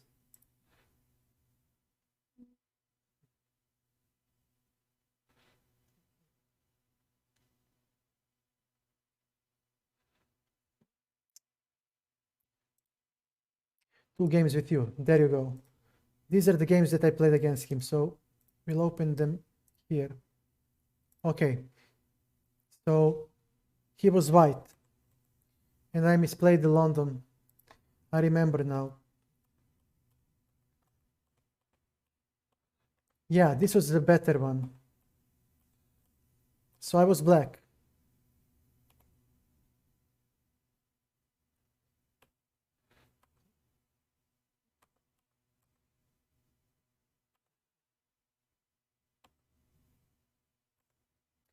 Yeah, I misplayed. a6. Okay, now he is better, and from this moment on he kept the advantage. And you see 0.7, you see how rough that is. And I played the best moves. I really was happy with my play. I played like a boss. But King is saying, yeah, he's better now. And he misplayed it.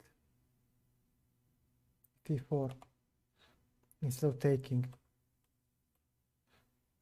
Okay. And now it's equal, but it's not equal. He's the one with initiative. So rook d8, yeah, rook d8, and you escape c5. You stupid tard. Rook d8. You see, I played very, very accurately, but the initial advantage... We'll get to that position. Let me just take a look. Okay, it takes. Rook b8, 4. I think I didn't have the way to defend.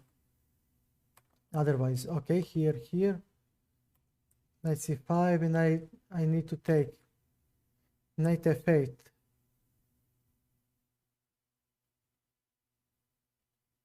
Didn't even see that move. Didn't even see that move. Now he wins. The endgame was, yeah. And I blundered, and yeah, I couldn't hold the rest. He's still winning. Yeah.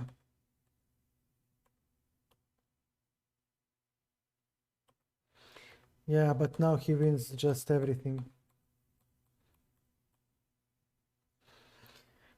He even managed to win. He had 2 seconds. Okay, let me see now. No. Okay.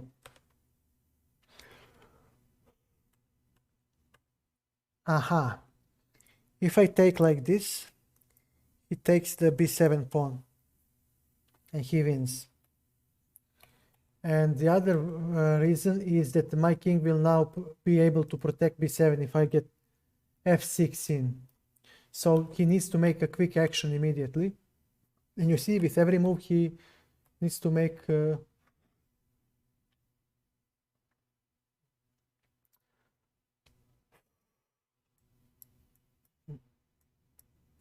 and his bishop is dead. He hits the wall.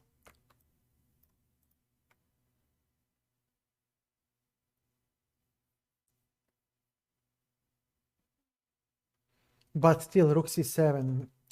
He still has the pressure.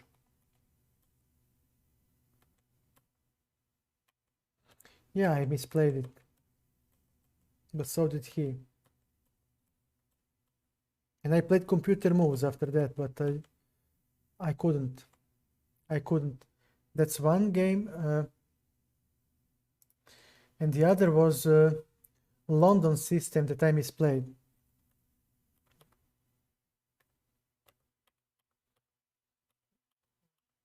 Yeah, I gave him the bishop on f6 because I was panicking. And now I just should have taken maybe on b6, but I didn't. And I played bishop d3 instead of bishop e2. I think that bishop e2 can work. Yeah, and I'm slightly worse. I didn't want him to enter a theoretical game because this is a GM. I can bet my balls that he had the theory prepared. Maybe not the best preparation, but he had a preparation. And I wanted to take on f6, so he gets out of the book. And this is the move. I knew after I dropped the bishop on d3, I knew I was losing because he gets c4 with tempo. But I thought that bishop e2, yeah, bishop e2 holds the line, and I'm fine. But with bishop on d3, he has c4, and this is the difference. Now my bishop needs to move, and I lose a tempo. But with bishop on e2, I actually play a3, and his b5 doesn't work because I have rook c1. I didn't even consider this move, but he has b5, and even then, this he has b4, and that constitutes his advantage. That's the problem. So what did I play? I did play bishop c2. Yeah, I did play that, but he has b4. You see? And I have to play knight b1, which was a dead loss. And he still has b4. And now you're just busted.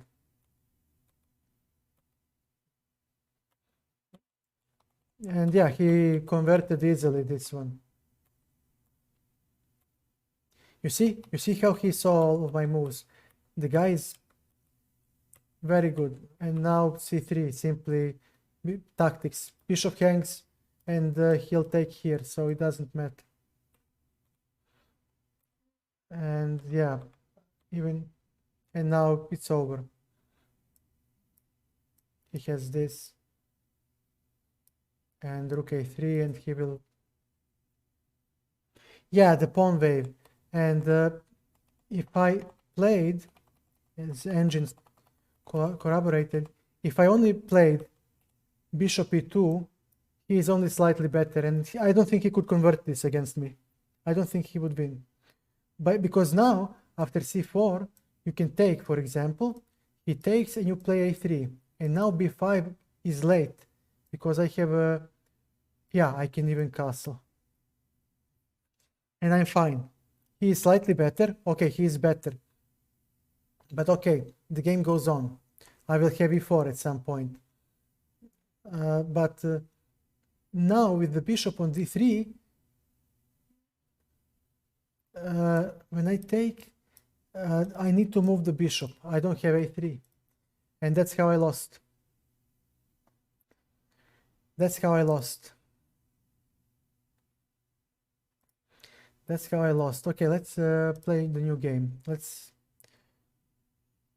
Yeah, it was a good idea. Because there are no queens on the board, he will never checkmate. And actually, if he ever tries something funny, he will only get into the endgame.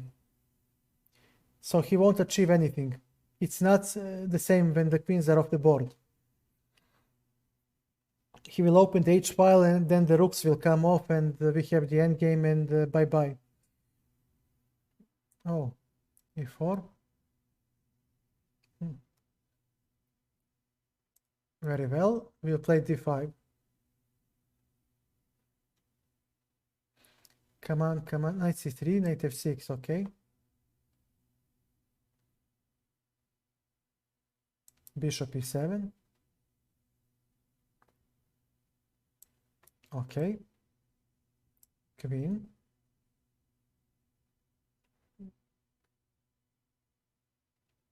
I need to play e6.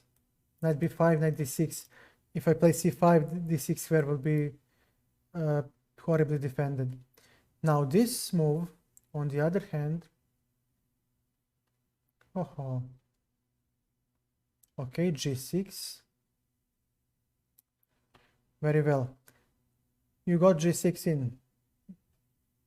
Okay, I'll take it. Move your knight, please. And I know what he wants.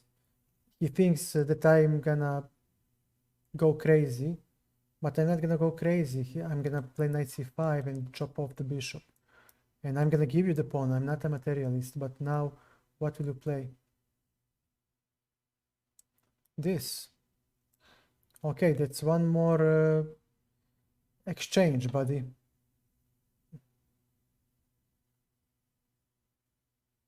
And we'll play this.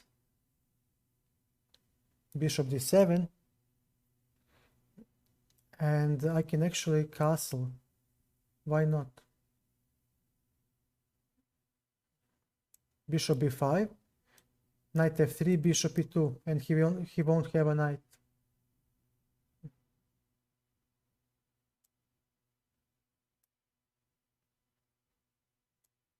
No, no, a mouse slip. A mouse slip. I wanted rook c8 and rook c4.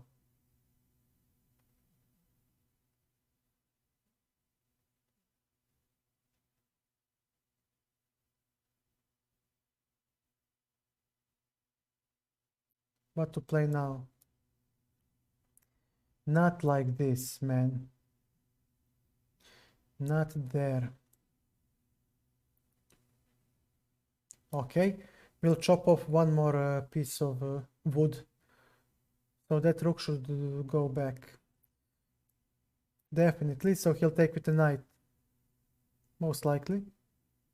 No. Alright.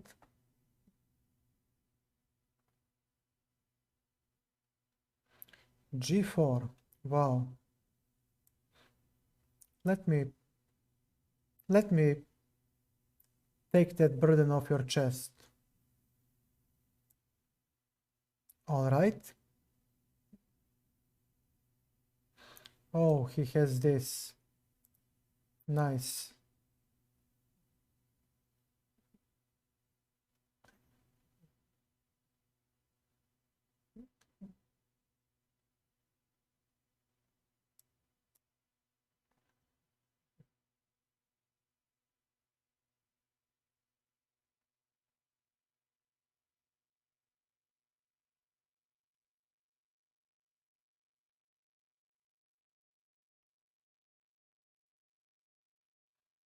Yes, it should be.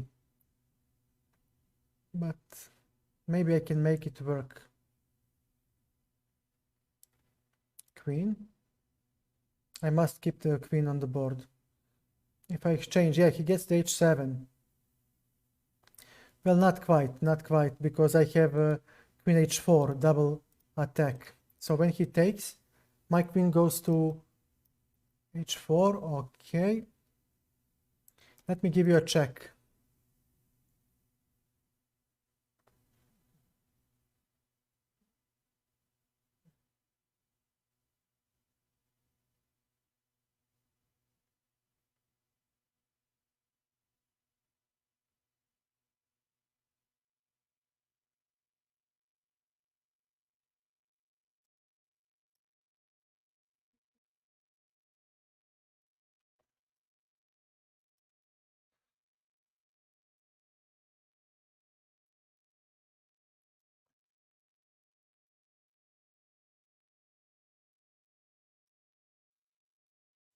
Okay.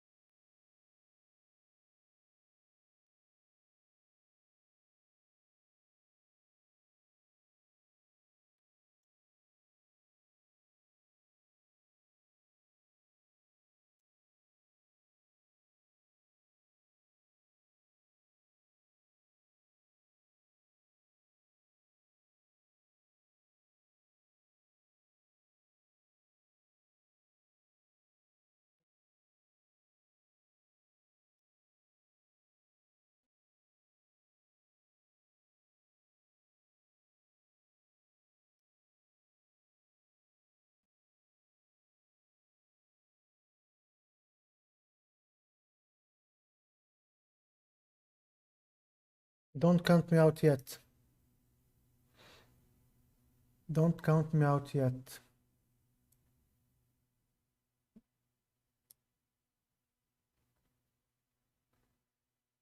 I can still play this. Now he doesn't have f5.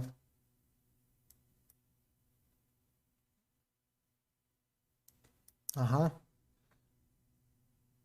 Don't count me out yet. Uh-huh. Okay. No, I'm not gonna even dignify you with that. Uh-huh.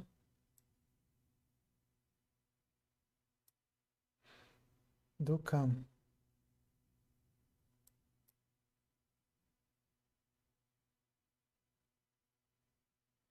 Uh-huh.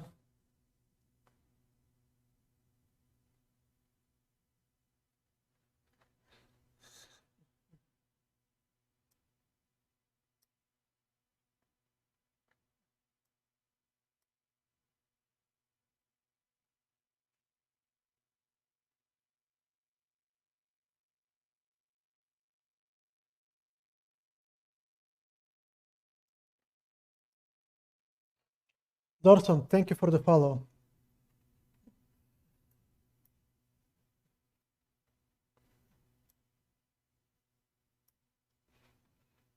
Yeah, but he needs to watch out his time as well, you know? Right? And this is his extra pawn.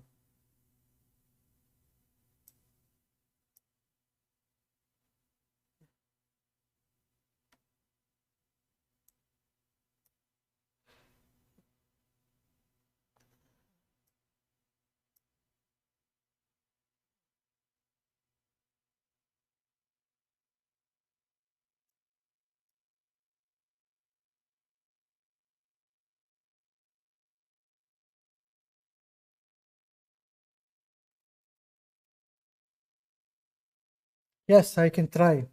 Zorsom, I will. After this game we can talk. Okay. Okay, so he'll go here. Very well. Where do you go next? On c6, most likely.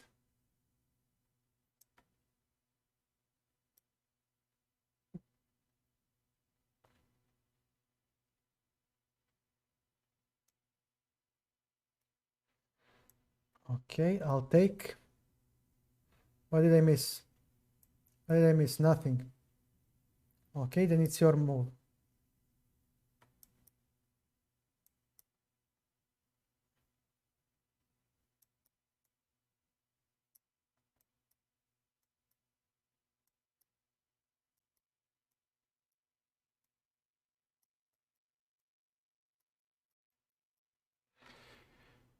No, sir.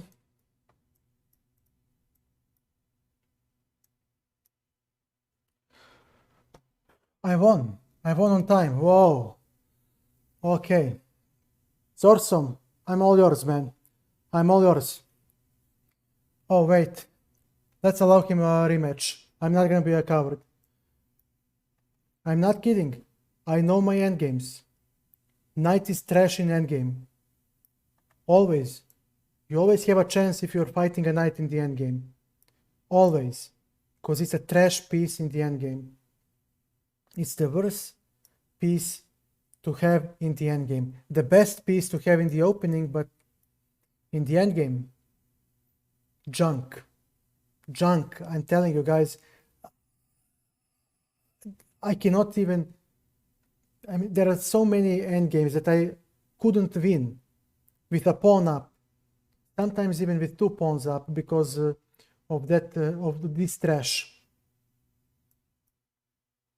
If you are going to play the endgame, never play it with the knight. Never play it with the knight. A3, now he'll go b5, and you see bishop is on e2. Now there is no b5. Yeah, it doesn't work. Well, let me make some luft for myself as well. Why should I be the one who is? And I castle. And now your b4 push doesn't work. And I hop in. And now we play the game. Nice. And now we need to maneuver a little. Okay. Bishop on f4. Very well. Nice. And you hop here and I lose a pawn and life is peachy. Except it isn't. Show me the move with that knight. No, I'm not gonna take it, not yet. I'll try something else. All right, bishop on c2.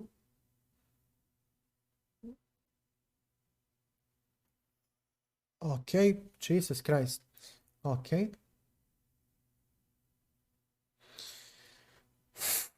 After e5. No. We'll play this move. I'm not gonna allow bishop g5. Zorsom, let me just honor the man because he requested a rematch, and I'll talk to you. We'll start helping you immediately. Don't worry. You came to the right place, man. So don't worry. I will definitely help you. This Zorsom. He's not there. Okay, we'll chop off.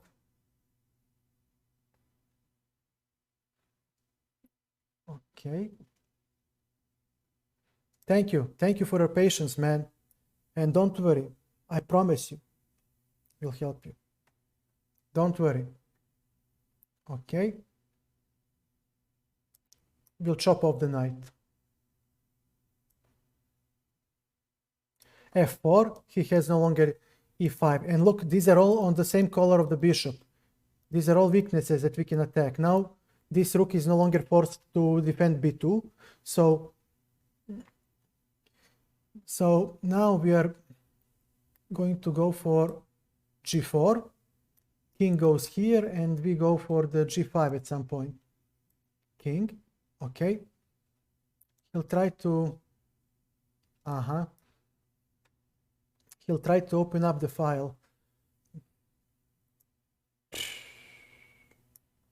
And I'll take like this. All right.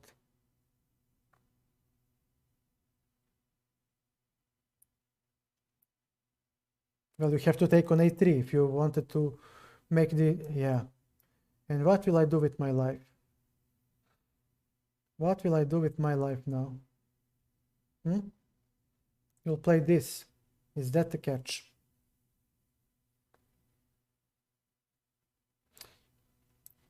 No, here I am. And you will try some ideas.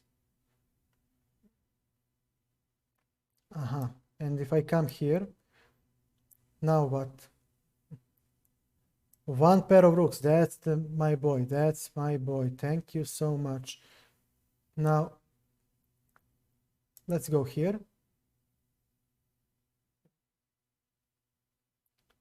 Definitely take it all the way. Okay, and after h6, what do we play? No, we take. And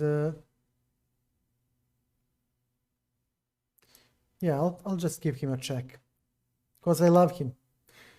The point is to enable f5. Yeah, f5. And now, what will he play? If he takes, then my knight stands well, like this.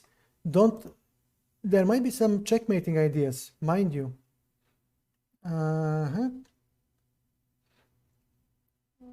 Okay, so this is the idea. Okay, come to me. Okay, and if I come here, what do we have? Okay, the bishop is there. Let's go d5. No, not yet. My time. I still have time, right? Okay, let's restrict the king. Now there can be some checkmating ideas, actually. Yep. Knight on f5. You don't have anything yet.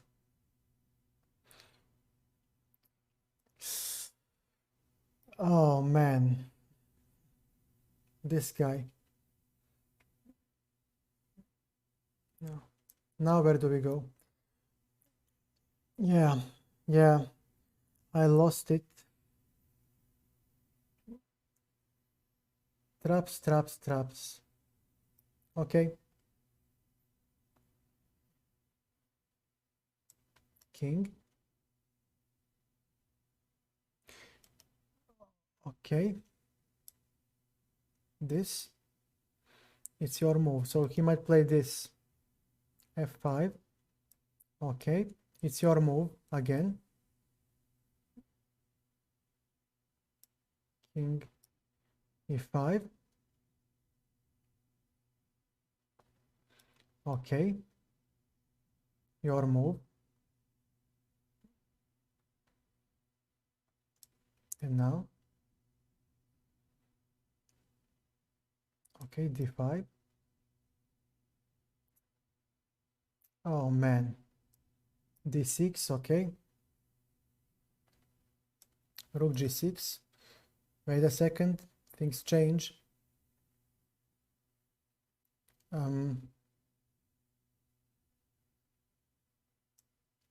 Here.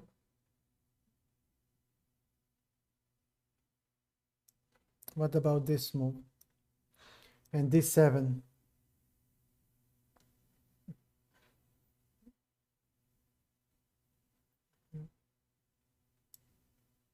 d7. Bro, do you realize what queen is? What did I miss?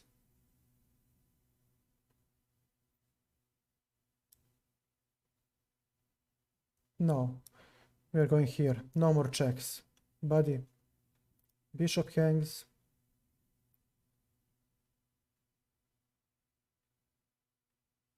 Pardon. And this will be a checkmate, so good luck, buddy. I'll take it.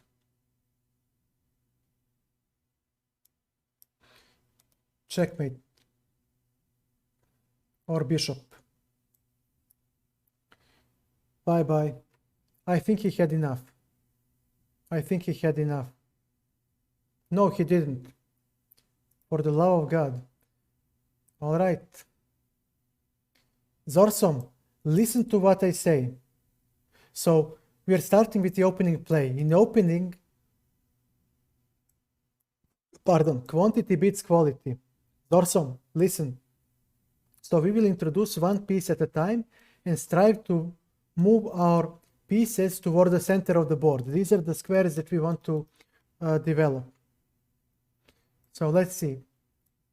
b3, we have time for bishop f5 because b3 now blocks the queen and he cannot put pressure on this square. So again, one piece at a time, and we control the center of the board. These are the squares that you want to have control over. We don't move the wing pawns. These pawns stay put in the opening. So we just move one piece at a time. This is good. And we control the center with these central pawns. Okay, castles. We move the king into safety. We are not going to move these pawns because they will protect our king. So when we castle, we don't move the pawns in front of the king. We avoid that so we can have our king securely secure, nicely protected. Okay.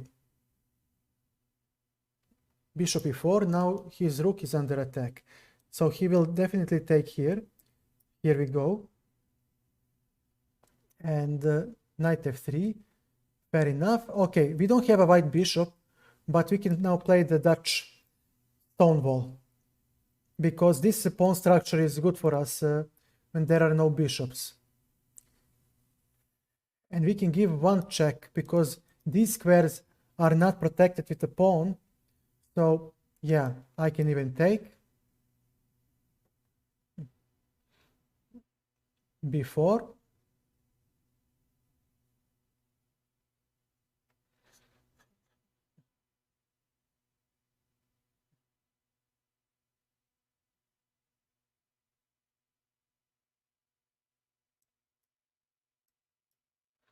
Okay, I think we have tactics now working for us. It must work for us. So the point is when he takes with the queen, we take with the bishop. And then, give me a second, pawn takes, pardon, okay.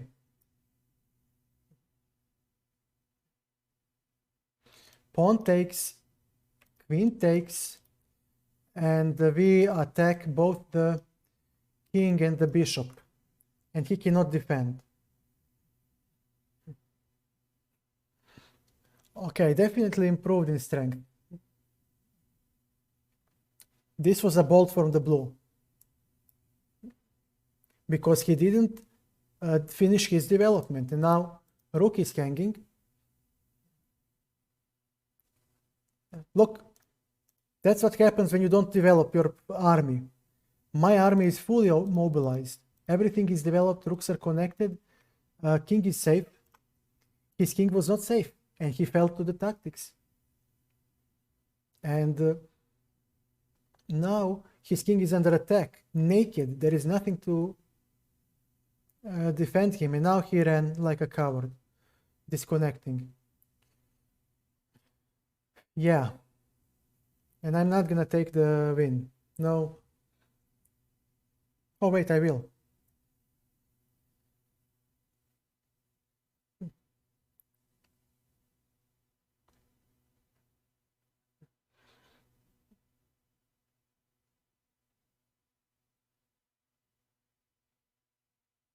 Oh, he's back. All right. Okay. Knight f6. We'll jump to e4 to attack. We can now attack. We finished our development. He did not.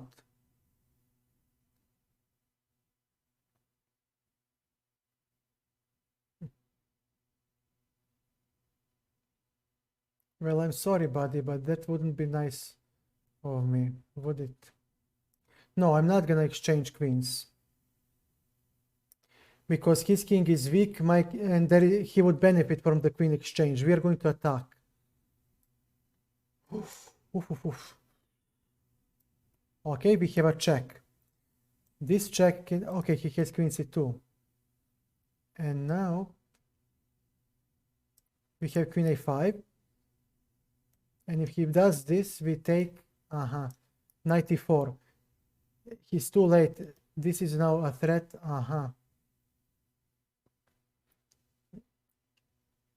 Okay. Very well. How do we increase the attack? Knight d6. I want him to play maybe c5 next. Okay, knight on e4. King f3.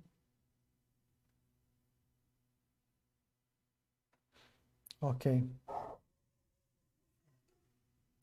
b5. This is nice. He maybe play rook a6. He might play... Yeah, now we'll... Yeah, he's forcing us to defend, but do we really care that much? g5.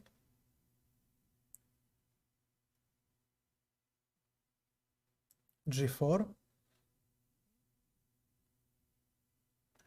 Queen c1. With the idea of collecting everything, right? Okay, rook f7. Very well. What do you play then? Queen b2. Okay, h5.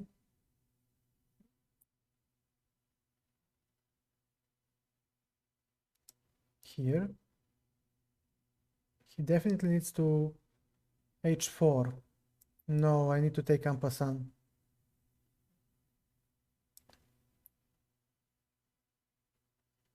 h4, there is a sacrifice, because when he takes, we play, takes. Okay, let me see. So he takes here without a check. f2 is hanging. f2 is hanging. Okay, now let me see.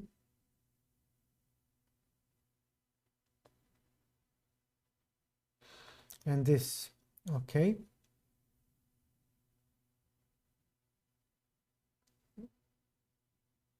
Okay, we'll go here. I misplayed, but okay, never mind. This.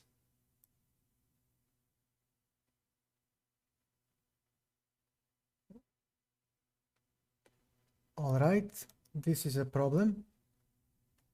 He may not play f4 because of... Okay. Okay, here we are. So he'll play with a check. Okay.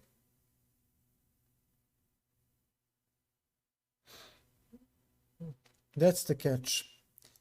Okay, I can give check here. And now his rook must drop.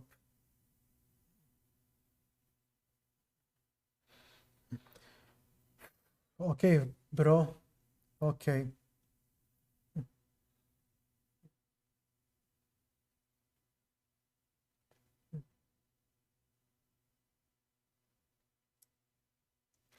Now he doesn't have queen e5 with check. And this guy still... Oh, man. Well played. Okay. I guess he won the game that he shouldn't have won. Never mind. We lose. And I don't think he will come back. He's not gonna come back. Zorsom, if you have any questions, please go ahead. Go ahead. Yeah.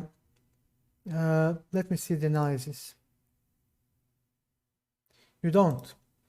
Okay. Okay. Then here is my advice for you. Wait.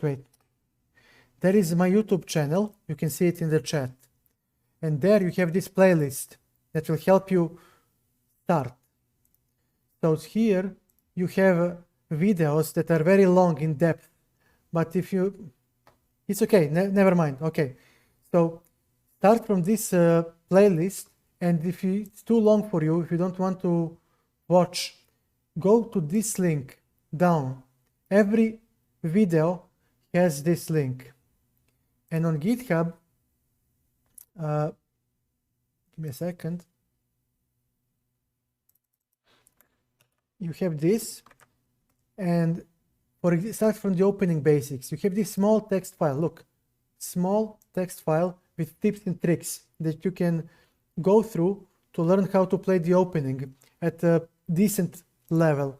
Then there are some games that can show you what happened and how those rules were applied, what happens when somebody breaks the rules, and the same goes for the other things. You have pawn structures that are very important to know. For example, backward pawn, again, something very small to help you get going. And okay, Jimmy Russell's, okay, we can play, no problem.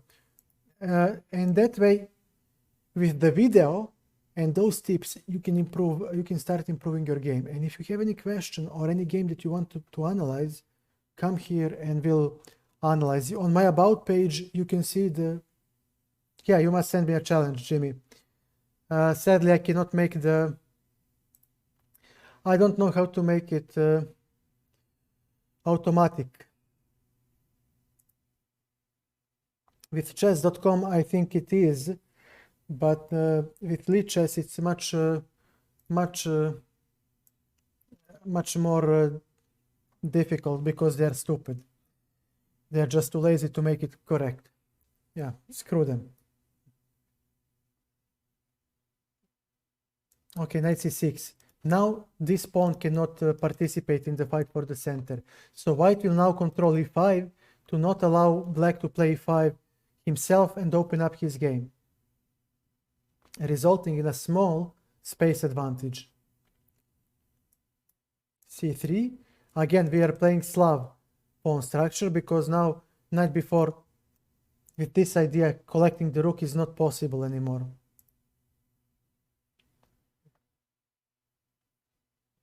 Knight d2.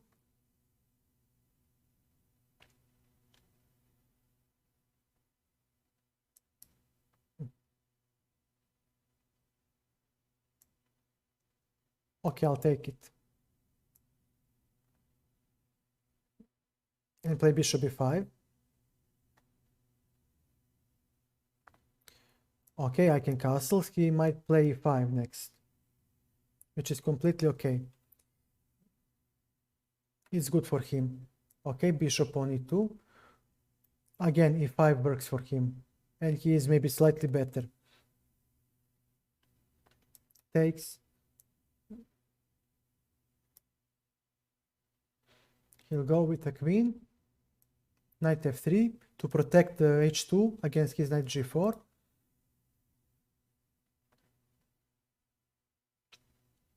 Okay, h3 to stop bishop g4 or knight g4 in the future. He has e4 square for him, that is good for black. Okay, queen d4 or queen b3. Let's go queen b3. b7 is under attack. I'm just joking. I'm not gonna take there because if I do, he has rook fd8 and he'll collect the pawn back. Okay, there won't be action on the queen side, so there is no point in holding this rook on the queen side. It's the king side in the center, so now a6 is slightly weak. And I don't know, he might play knight e4. I like that move.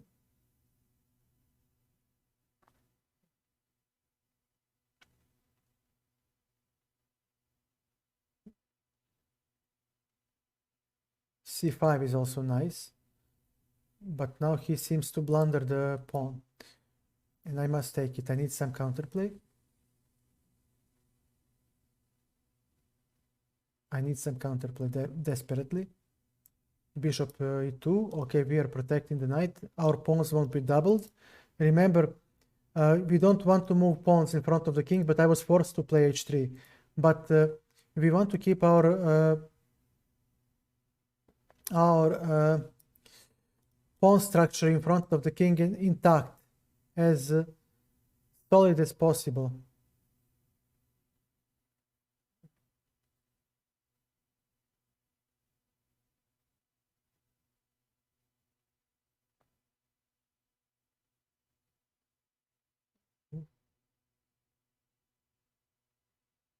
Well, okay, we'll play knight d2 to chase away the bishop, and then we have this and knight f1. Okay, so he doesn't want to allow it. Bishop f3.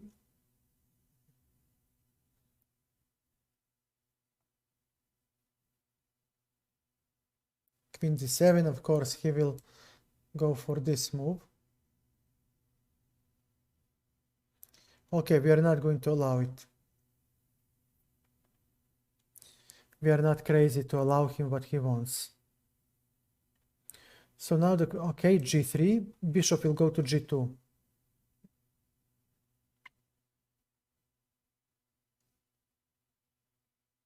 He forced the weakening of our pawn structure. We don't, okay, I'll take.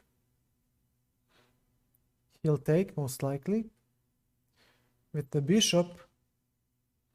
And I will play bishop g2. We can exchange bishops, but under my conditions. If I take on e4, then he will take back with the pawn and get the f3 square that can be very dangerous for me because of his queen. Now, okay, c4, queen b5.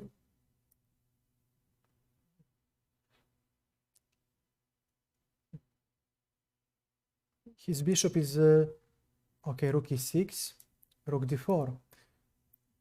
Sir, you're not the only one who can attack. Rook f6 cannot be played because, okay, now f2 is defended. And now d5 is under attack.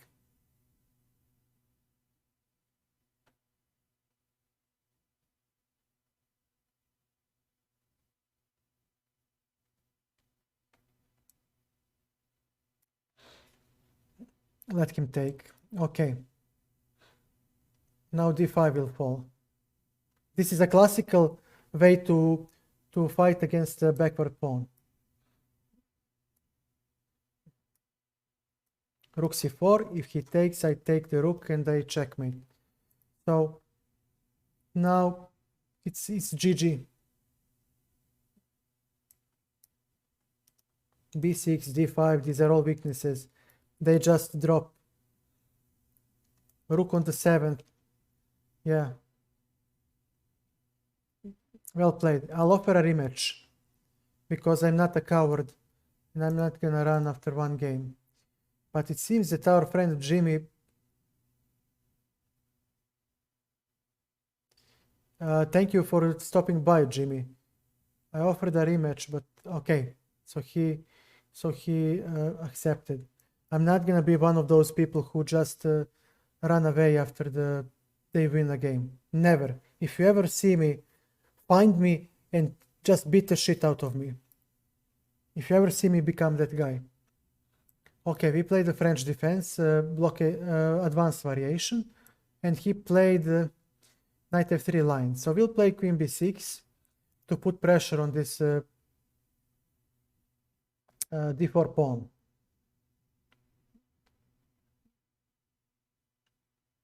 Just to see what will he play. Knight c3 will take on d4. And okay, I'll take. And I'm playing a6 because I don't want any knight b5, knight c7 or knight d6 ideas. I want to stop them immediately. And now comes another thematic idea for black. Knight e7, knight c6. This knight goes to c6 immediately, and the other one should go to d7, but okay. I don't have to play that way because I will have knight b4 if he moves the knight. Yeah, he does want to... Okay, bishop c5. We'll have knight d4, most likely. Rook a d1, maybe. But again, the bishop would... No, it won't work. It won't work. So knight d4 is coming. Exchanging one minor piece, which is very important for black. This, and when he takes, yeah, he might try something here, but we have bishop c3, intermediate move.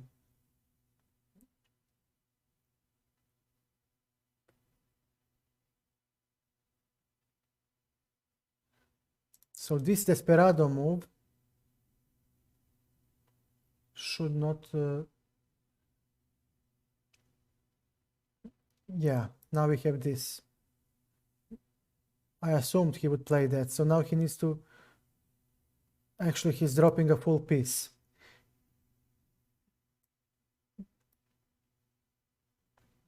A full piece. Down, there is nothing left for him anymore. I will convert this smoothly. Knight c6.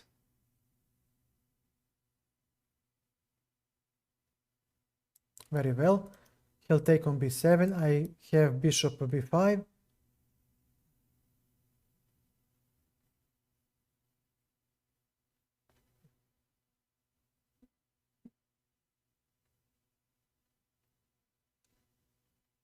And then what? Okay, knight a5. We are attacking the rook.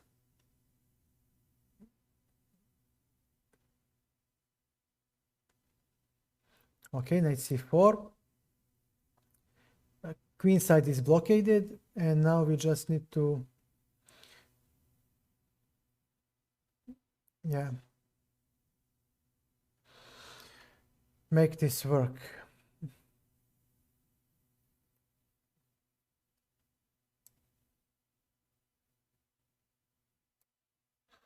No, this.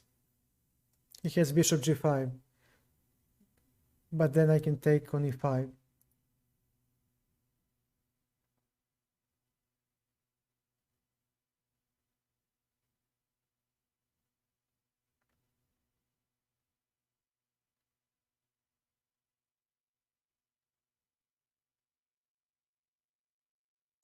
Rook f8. He needs to play something like this. Okay, bishop on c4, no problem. His black bishop is not participating in the attack, and f6. And now we'll shut his bishop down. Rook. King. e5, and on this check we have king e6. And yeah, he blundered. His tactics didn't work. GG, man. GG. GG. Well played, man. Okay, I'll continue with the blitz. Okay. Let's play a new game.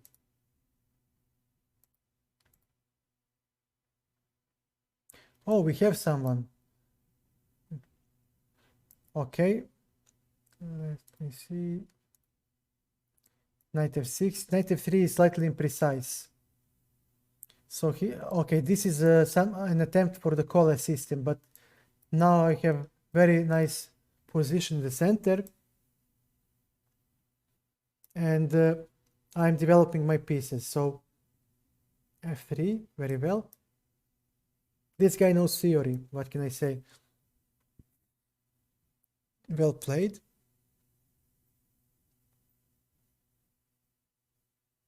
Bishop d6. Now h2 is a weakness. Maybe he'll play f4.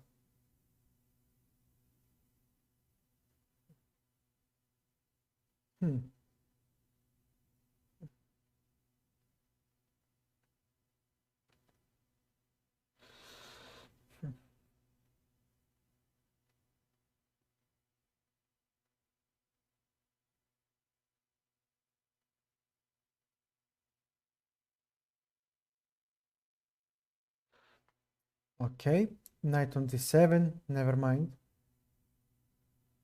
Queen e2.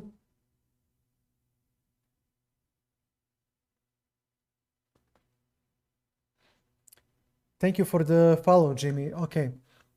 Okay. I see tactics with g5 takes and bishop g3 check, but I don't see how to collect my extra pawn after.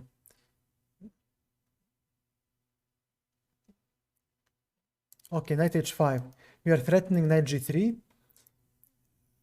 And if he ever takes, then our rook will collect the rook. g5. Or even better, wait. Wait for it. No, g5.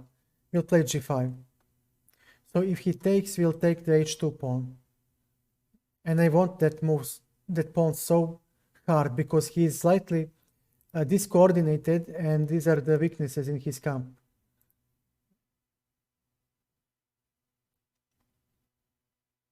I want that move so hard. And we are also getting rid of our double pawn. You see, these are double pawns and they're not good. Okay, I'll take. Nice. Okay, let me see if there is anything else that I can do.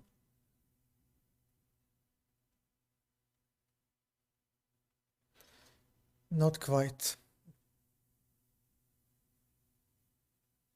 dc4. Let's open up the game as much as we can. Now his bishop is a mess. Knight b6. We are hitting the bishop. And the question is, where does his king go?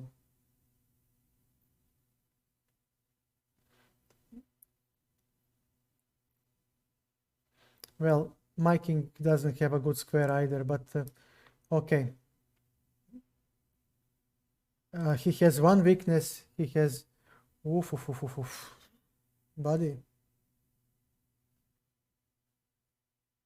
Queen e7. So now it's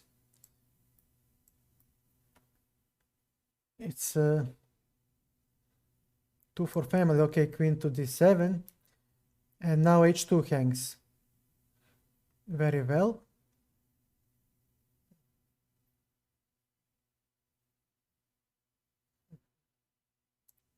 Knight d5. I have a weakness, he has a weakness. So we'll see who will cry in the end. There is bishop b4 also, but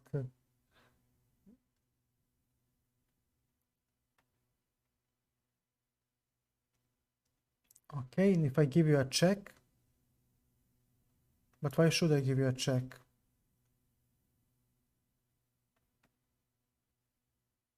I can go like this and use the f-file. And there is also knight on e3. It's not so simple, is it?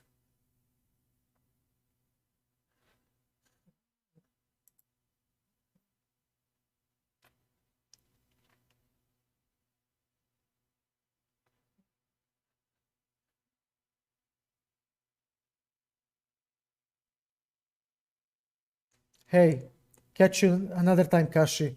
Thank you so much for stopping by and hanging out with me. I really appreciate it. I know there are many more streamers with much more quality content, and you still chose to hang out with me. Much respect. Good night, man. Okay. So this guy is a good player. So he will definitely see a3. Okay. Now let me see. Okay, we'll put this rook on the f file. And there is rook f3 also. Rook f3 hitting the g3. So definitely the position is not so simple for... Okay, and now we can actually hop. Okay, we hop. This is a nice...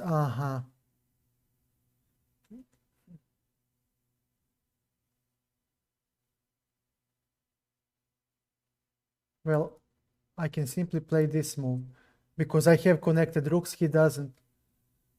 And I can claim that I will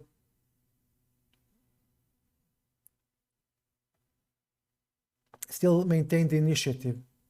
So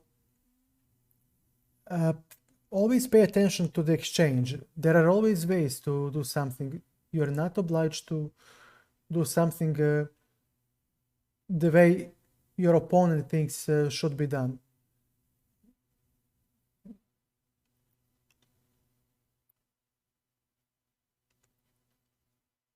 Okay, rook f6. We'll use a tempo to double on the file, which is going to be very nasty for my opponent. Maybe bishop h5. Maybe, but then we do have knight e3 again. And knight c2. So he needs to cover this square. This is what I'm talking about. On this, knight e3, knight from this square threatens... Yeah, so this is another way for him to deal with it. But we threaten now rook f1. Look at the advantage in development. Okay, so that's the catch. That's what you had in mind. Very well. And I can now drop the rook on the first rank. And that should be annoying because, okay, I don't have that square yet. Knight c3, maybe knight e4. Well, wait a second. Wait a second. Okay, knight e4.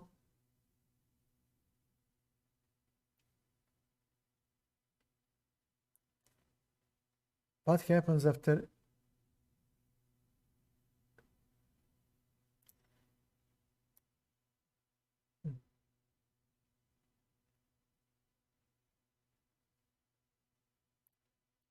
Okay.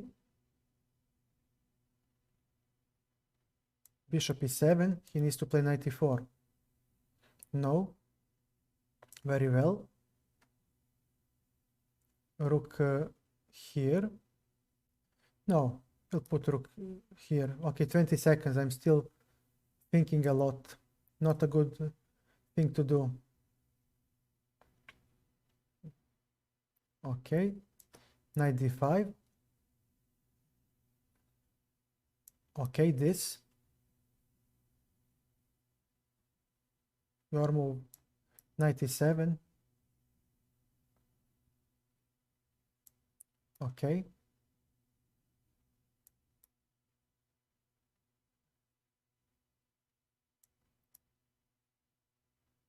Yeah, I get it. You are there. Okay, and now what? Takes. Let me take, for the love of God, man. Knight e7. This. Yeah, he flagged me. Okay, let's try to ask for a rematch, although I doubt he will. Oh, he does. Okay. London setup, because it is safe. It is hard to crack. This will be the London setup. Pawns go here and bishop on f4. Very solid, very tough to crack. h3. Queen b6.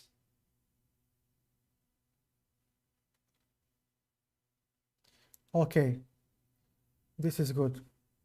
This is good. Now we have b4 to fight. b4. He'll go for knight, pardon, for e5, but we are not going to allow it. Knight d5. Okay, bishop on d2. Maybe e5 is his next move, but we have b5. So he cannot play e5 yet, and b5 will be the move that I will play. Definitely. b5. And now let me see. Bishop c4.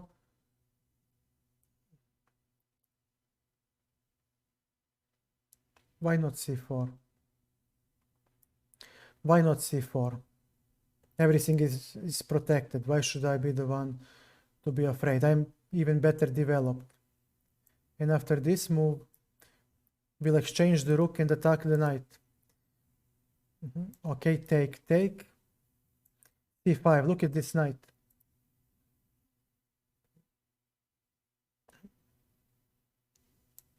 Knight on c3. d5 is hanging. Of course, b6. Now this knight is trapped. G takes on f3. d4. Okay.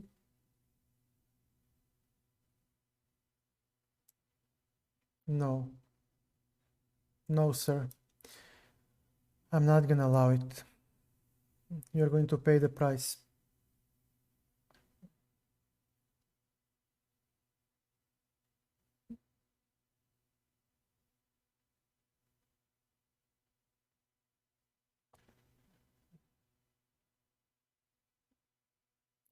So he is giving up the... Okay, very well. Makes some sense. Okay, this knight is under attack.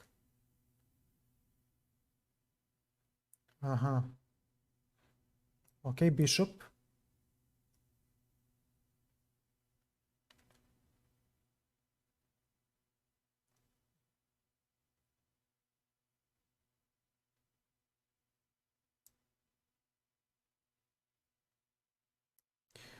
Kindly get out of my...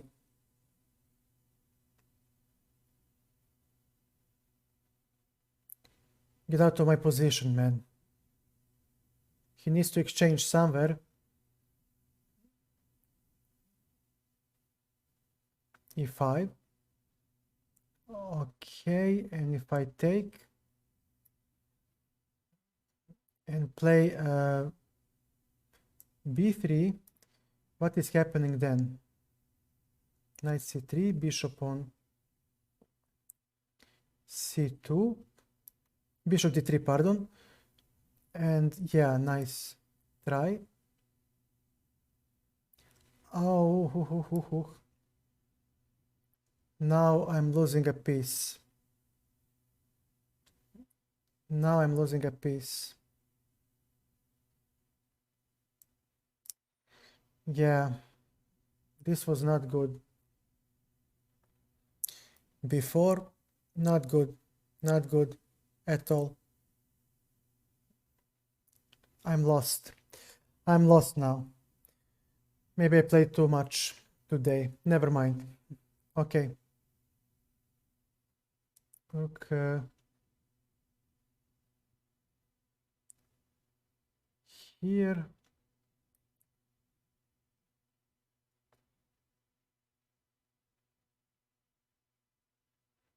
b5. He might take. And I can go here. Maybe this. Knight c3, yeah. Good gracious Lord. He has so much.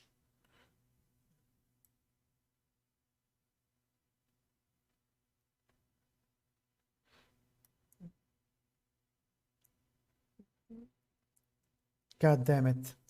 A winning position. And yeah. King. Let's just get out. h4.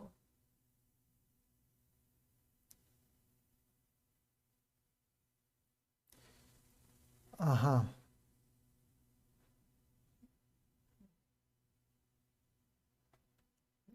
Okay.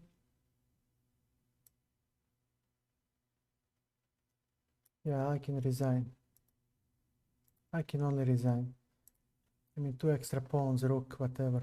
I cannot believe I lost that position. 46, let's try this. Yeah, this guy is booked up. I knew it. C6, everything just booked up. Yeah, disgusting how booked up he is. Nice.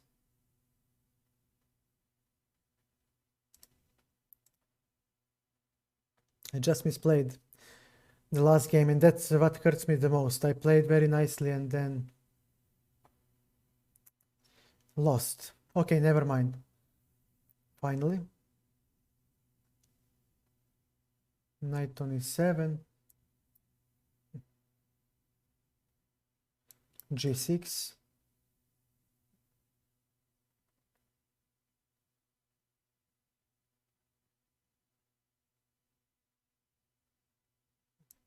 This.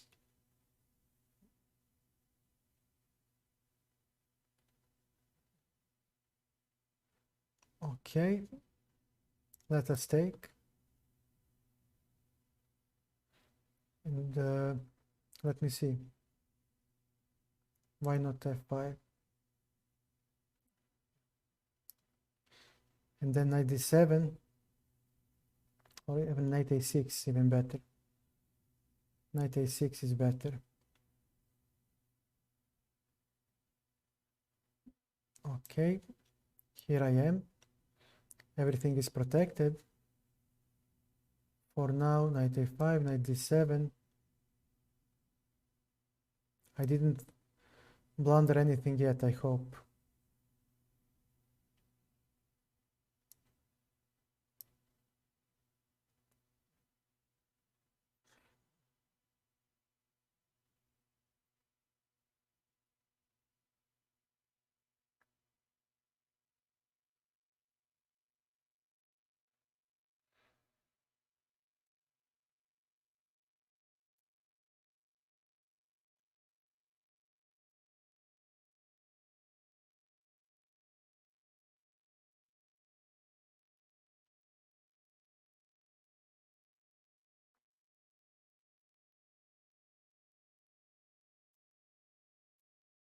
We'll castle. And we'll play king g7 next. So we should be fine.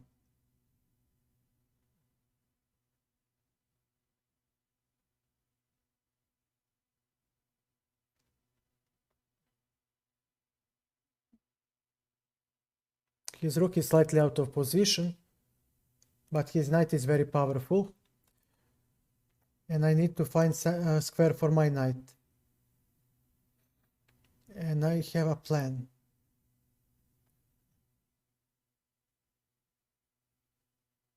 But we'll do it slowly.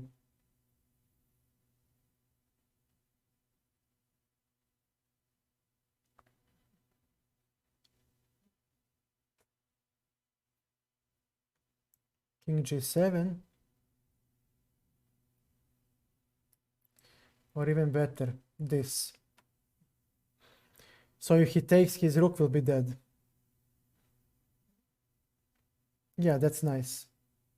His rook will be dead. The other knight goes to c8, d6, and d4.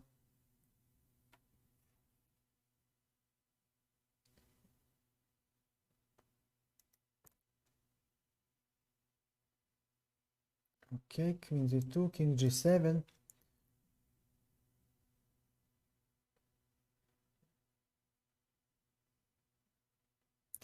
He was afraid of knight f2, pardon. But never mind. Okay, this is defended. Now we go here, right? Yeah, he has nothing at the moment.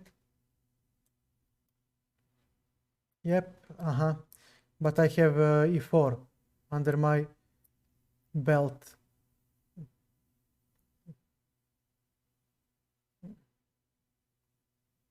This is a full rook. Why should I be the one who is scared, right? Full rook. Okay.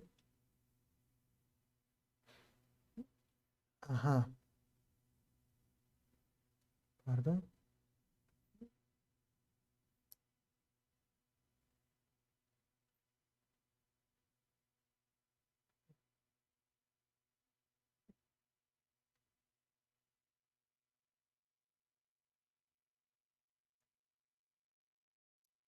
Okay.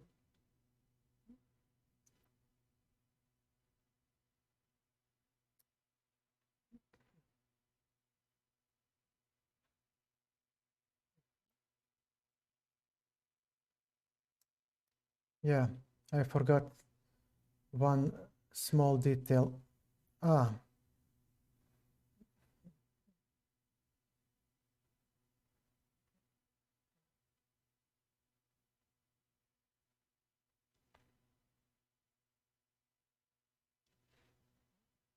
Queen g8. So what will he play now? This.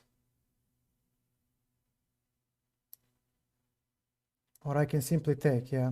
I'll take. And play this. Okay.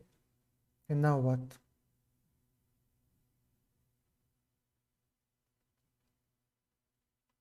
Okay. Very well.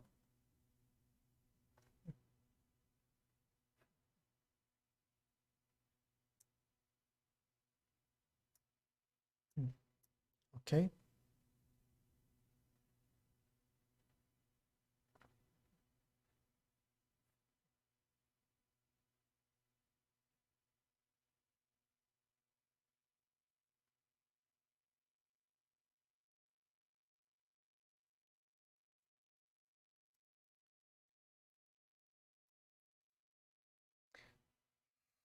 Queen d1.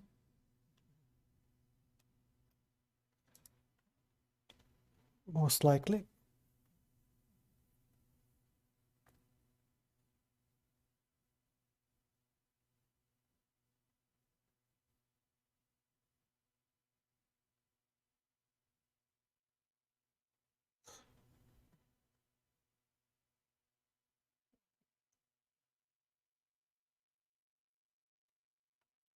Okay, we might flag him. We might flag him. We are going to try. Okay. This. Okay. Now what? Okay.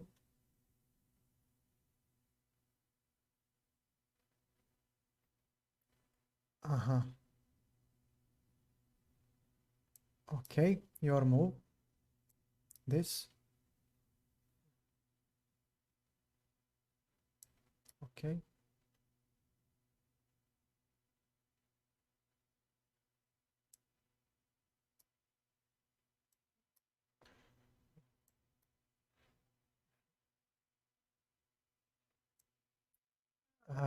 Okay. F4.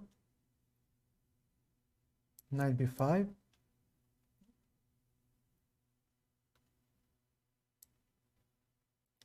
G5. Okay. A6 is under attack.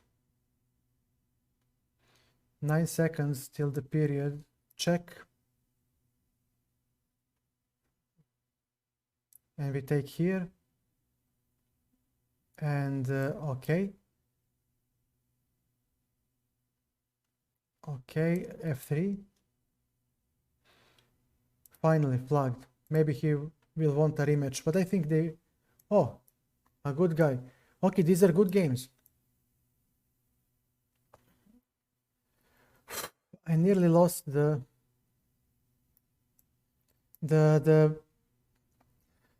game. Thank you, Jimmy. This was very rough. Again, we are going to play the the London system setup with the pawns on these squares. Okay, now,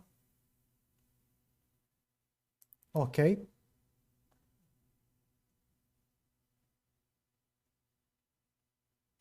Bishop d2, he'll play bishop d4 before, so we're not gonna allow him to get everything he wants. King e2, knight a3, now, okay, knight c2, there is b4 for us, and b5. Knight e4, and now what? Okay.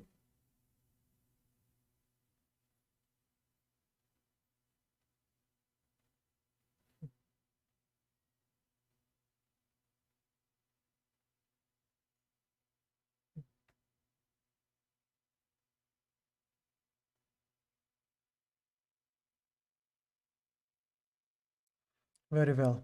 Let us put everything on the... Hey, Austractic, how are you, man? How is life? Okay, we'll go here.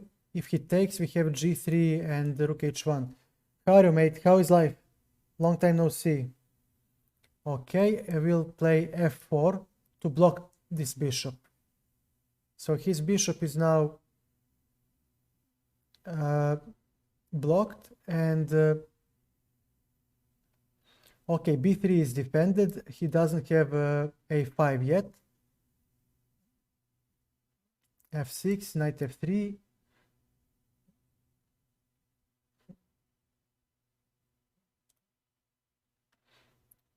Okay.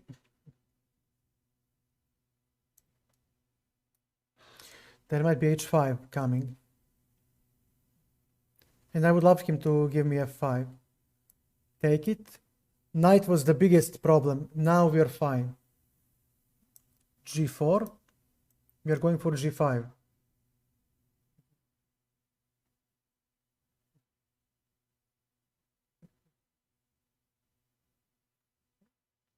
Okay, maybe he'll... Okay, take. And now, this will be a rough game for him. His black bishop cannot penetrate, not yet. But we have knight h2 and knight g4 to put pressure on f6. So we will get f5. And then we just need to maneuver to get h5 in, and we have a good endgame. And I would love him to exchange the bishops. Actually, I would be very happy to see that. Because there are too many pawns left on the board, so although they are on the same color as his bishop, he has a good bishop, the front is so blocked that his bishop cannot become effective, but my knight can.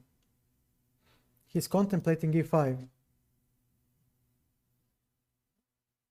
Most likely.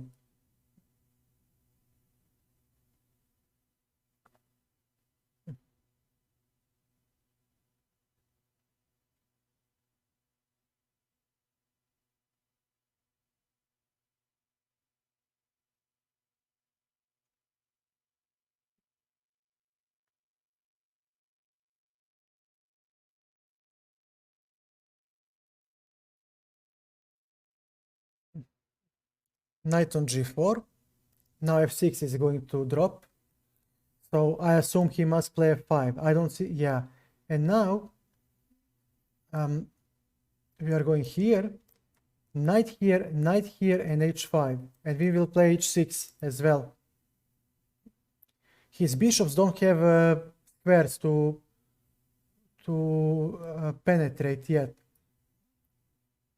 Okay, here he'll play a4, which is a logical move for him, b5, knight g3, and now he will say c5, you cannot penetrate, and I'm completely fine with it, with that statement. King d1, pardon, bishop here, we'll play h5 now, h5, and actually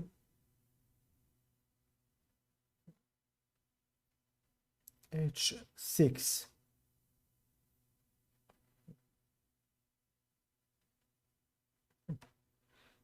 b4. Okay, we're going here, and then on e5. Takes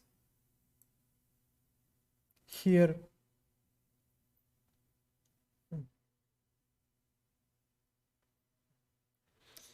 Very tough endgame. Okay. Knight here. He might play b3.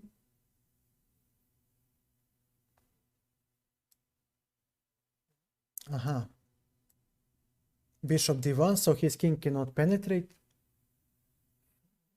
And okay.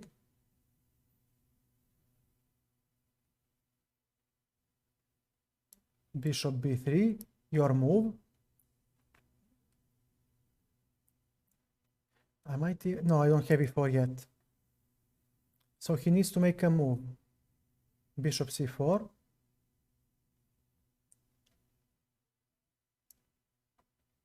King on c2, very well. Okay, we are going here, and I'm hoping that he will, yeah, he takes, and it's okay now. Because now, yeah, king c2, king b3,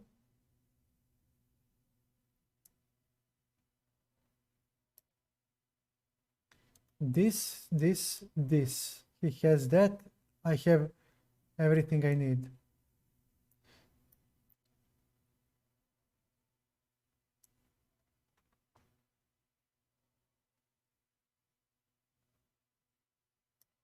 Okay.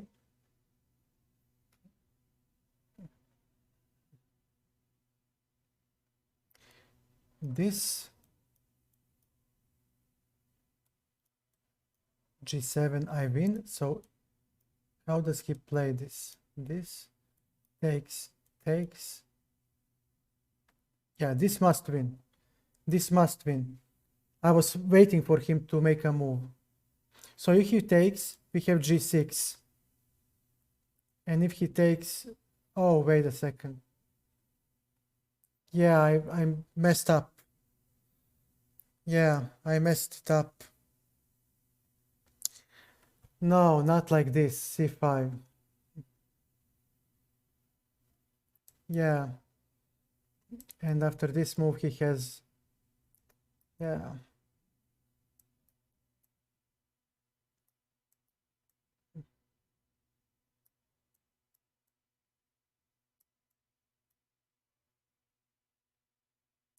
Yeah. No. And now he has enough. Yeah, let's try a rematch. Maybe he will play. I can't believe. Yeah. Maybe you're right, Ostrak. It's just no. If I played a little bit more patiently, I think I could have won. Okay.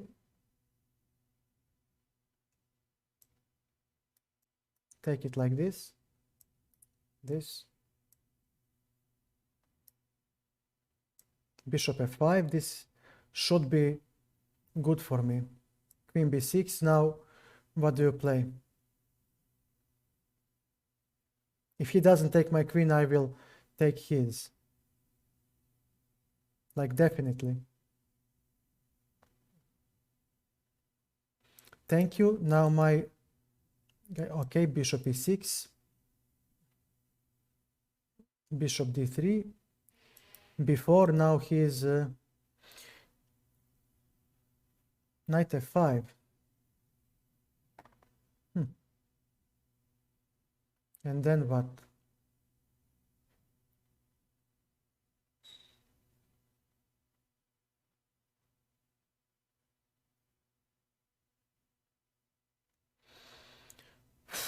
Okay, I'll take it. I'll play g6. Knight here, knight on b6 and knight on c4. Knight on b6. We are heading for c4. Well, not quite. Not quite yet.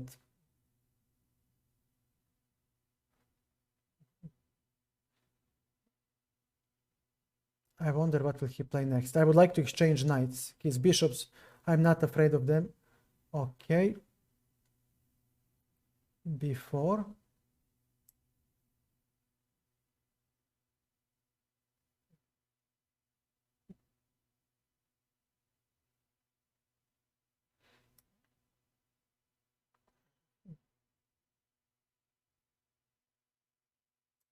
You know what? Take it.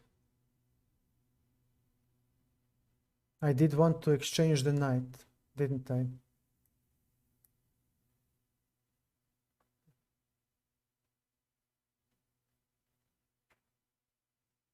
So I have it.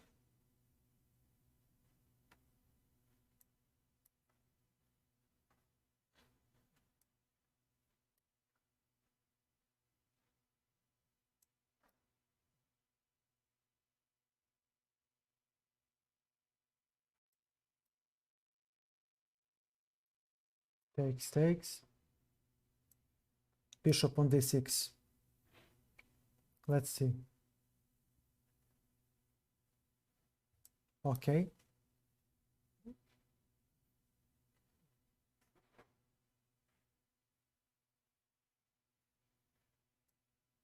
Okay, f5. No more e4 for your body.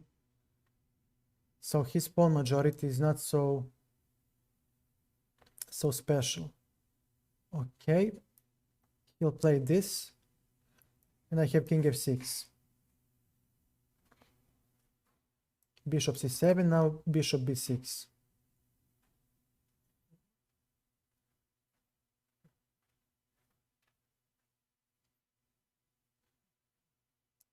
Bishop b6.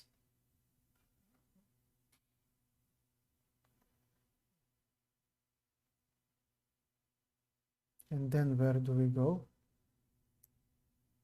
Rook here. b5, we have c5.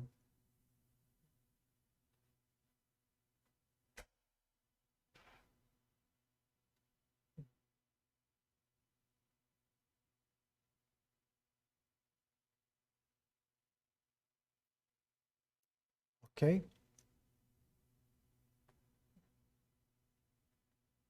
Let's come.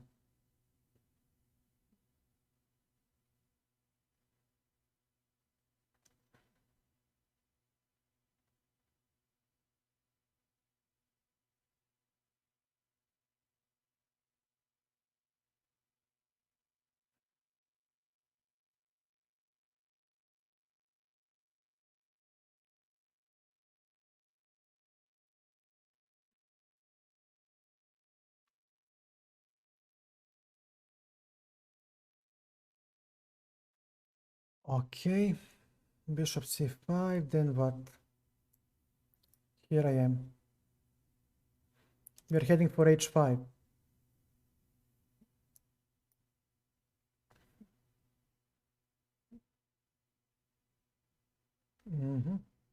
Takes, takes. And now we are here.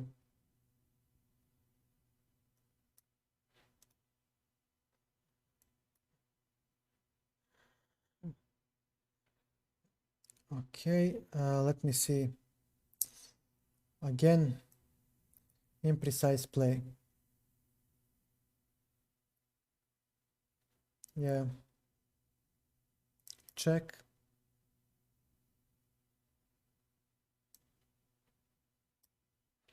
All right. Where do you go? Okay, and after this move. Okay, and now bishop.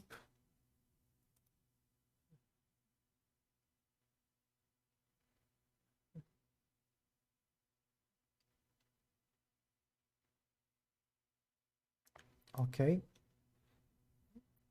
Where to now? Bishop takes. Okay, maybe.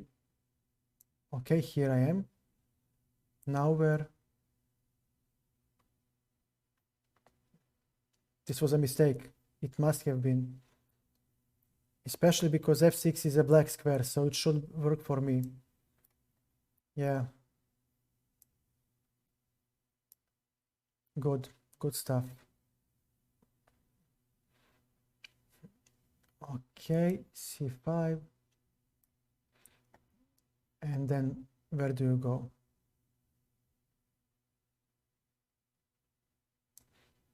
All right, but his king cannot penetrate.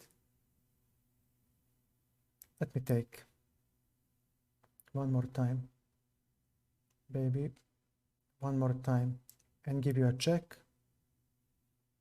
And let me play b5, bishop e7, rook d5, and this is a draw. Yeah, I'll offer a draw.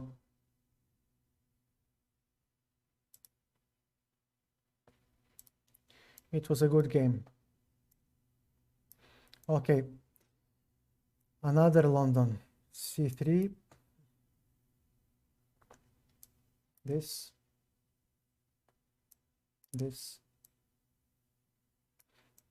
okay, e3, d5, bishop b5, no, we'll play knight e5. And let's see what will happen next.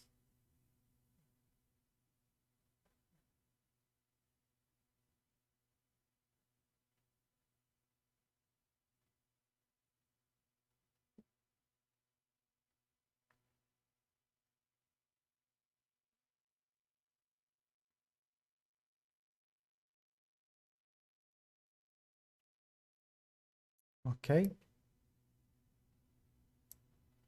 this,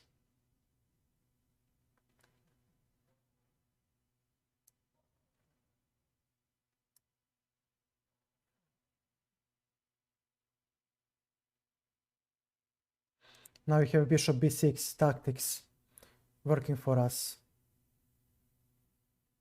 and his knight is now stranded, so bishop e2 will collect the knight, or g4 actually, g4 collects the piece. So yeah, he needs to weaken himself with maybe g6, pardon.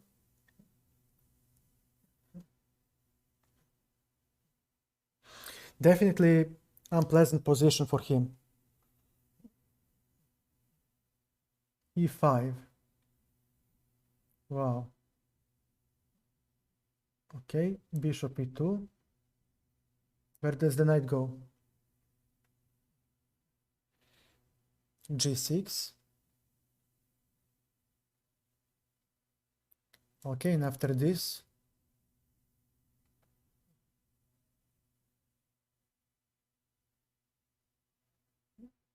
okay,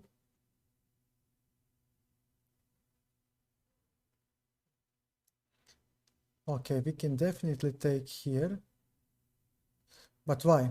That knight is pathetic. Knight f5, huh? Or knight e6, b4. Okay, this. What is the catch? f5. Okay, so he dreams about some central action, but okay, f4. No, no, sir. This is the place where I'm going. fe3. Okay, king.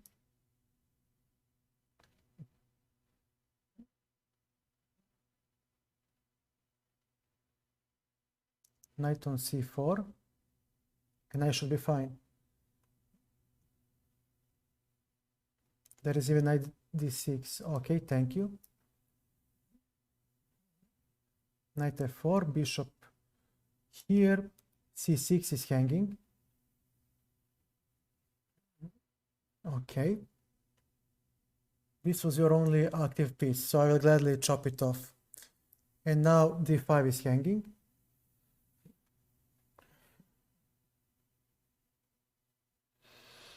Okay, if I open up the position, but why should I?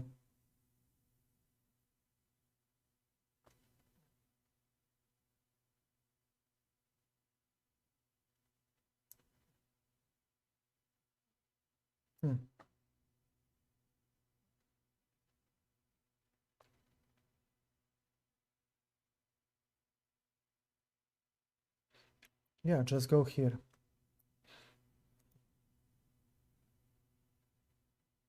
All right. Here I am. Where do you go? What is your next move? Takes.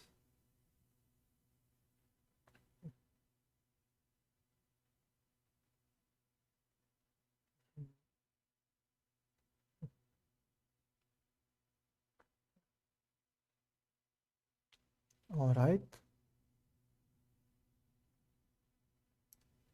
King c3. And now rook f2. And there is a bishop, right? Check. Okay.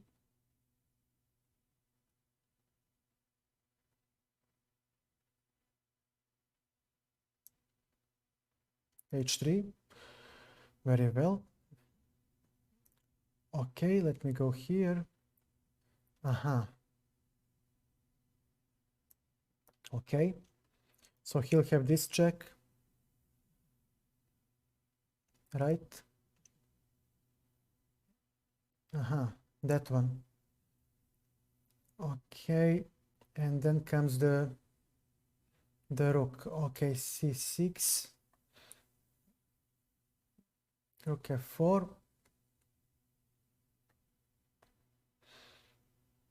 All right, this is a checkmate.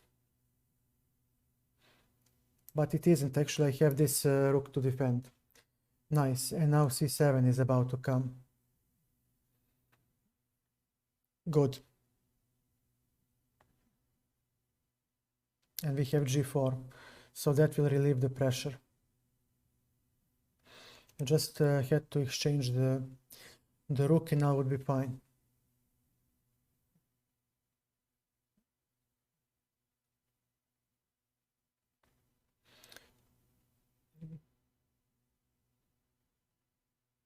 g4.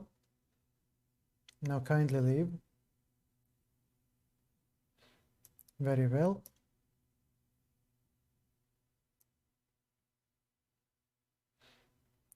Very well. You'll get the bishop. I'll get this. Okay. And we play the endgame, right? Except we don't. This.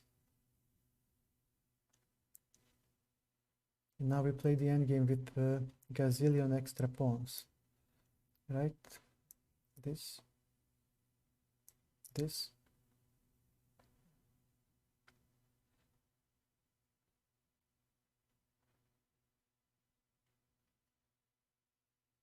Okay.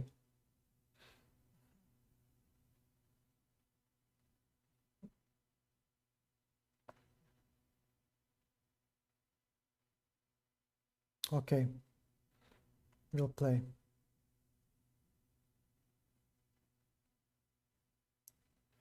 d5. Okay, king to c6.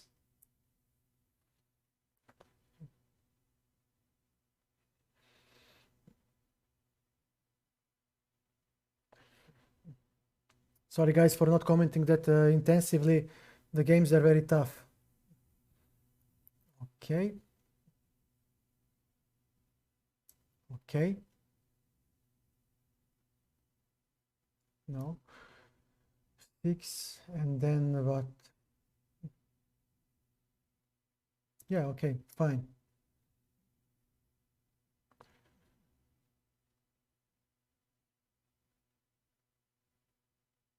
Okay, g5. Well, I'll go here and we'll see. d6. Okay, I'll take it. Your move.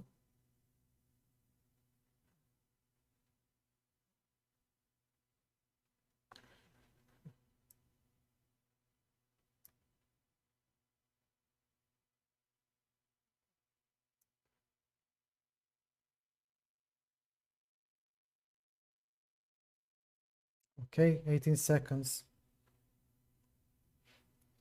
b4. All right.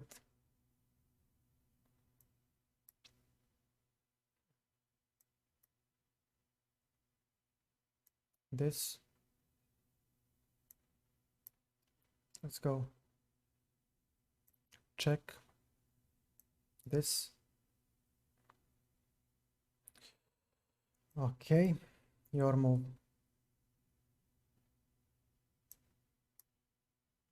Oh man.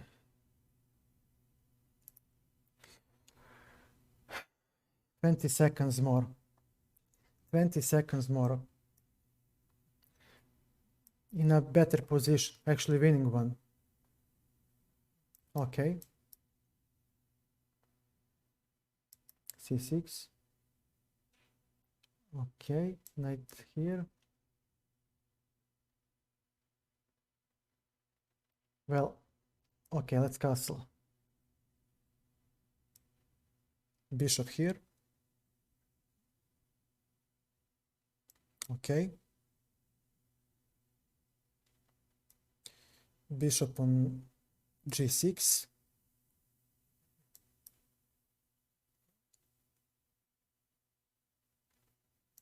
Take, take.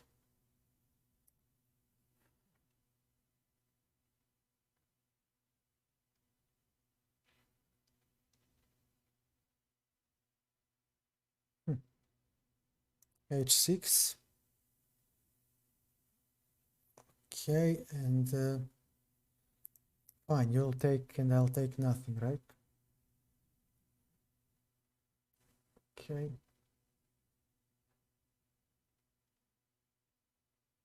Bishop f8.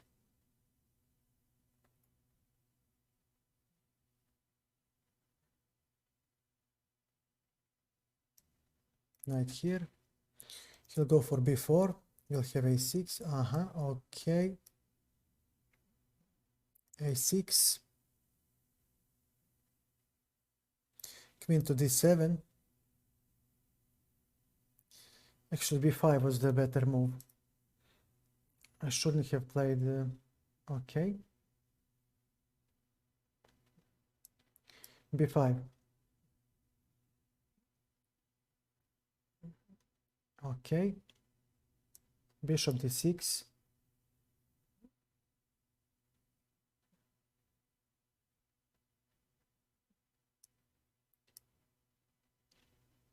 Okay, rook e6. We'll have queen e7, probing the b4 weakness.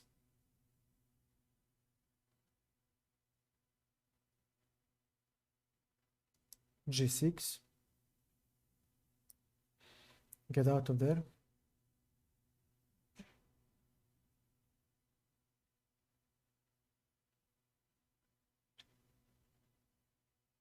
Okay. King g7.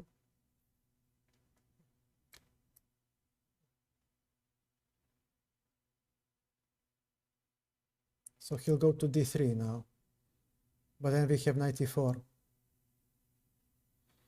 Okay, we maybe caught him in a unpleasant position. If he needs to play this knight here, we are definitely better.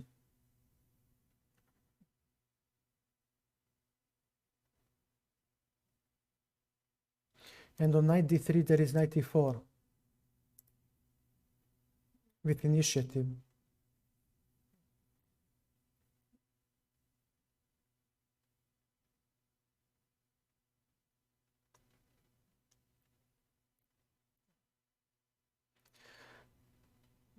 And we'll see.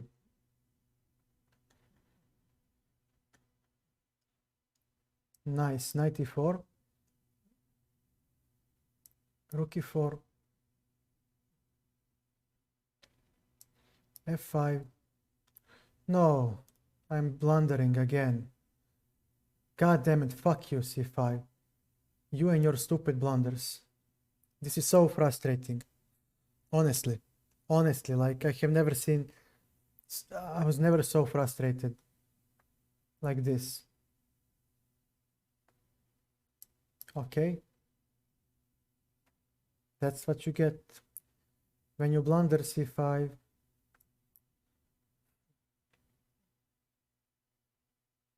That's what you get. Keep blundering even more, you stupid idiot. I had a better position. That's why I'm so upset.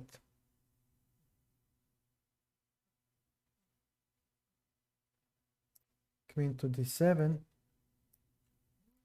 And he has queen e4, yeah. And now this, pardon. I cannot even play that move. Bishop c3, okay. But he has d6 now. Or this, and simply, yeah.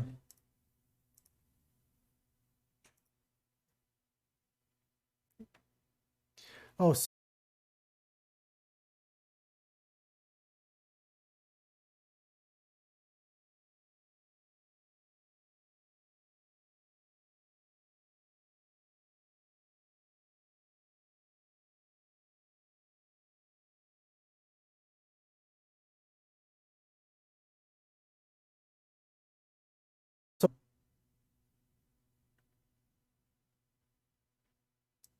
this.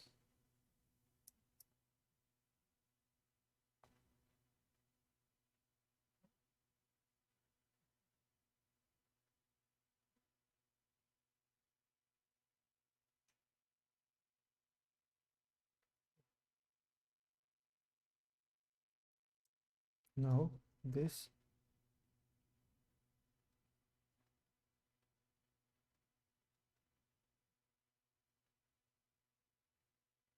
I'll take. He'll take, and now let's see. h3. There is even bishop b6 that can work, but not yet. e5 will not work.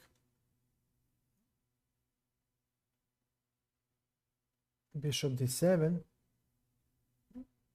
Fair enough.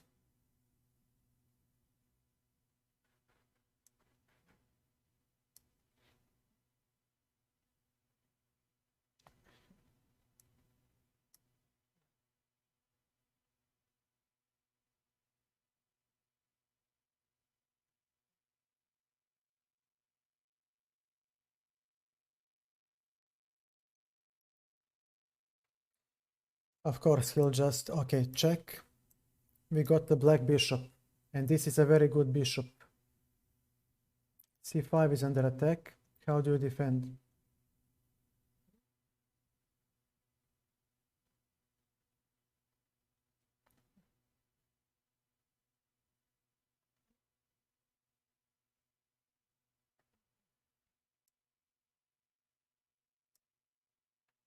Now this bishop is under attack.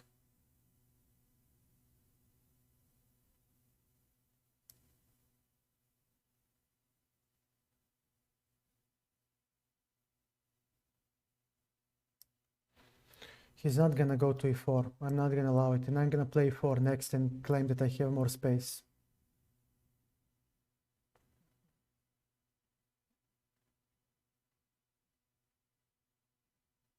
Knight f5. Okay, we'll take.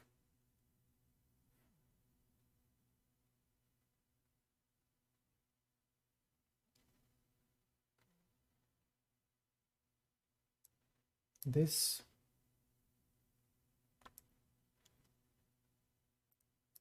Okay.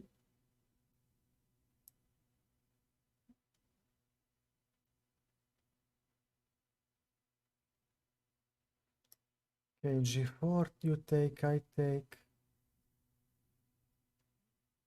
Hmm.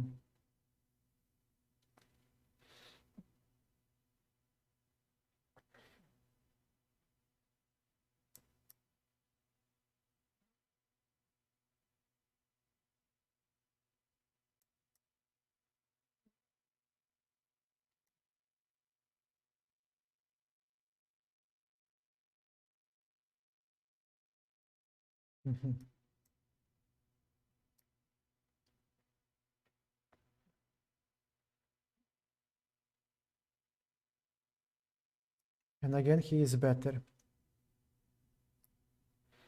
Again, he is better. Well, maybe not after this.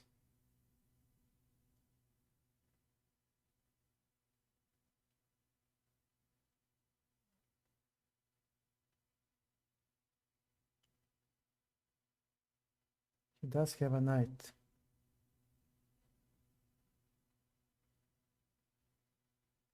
Yeah.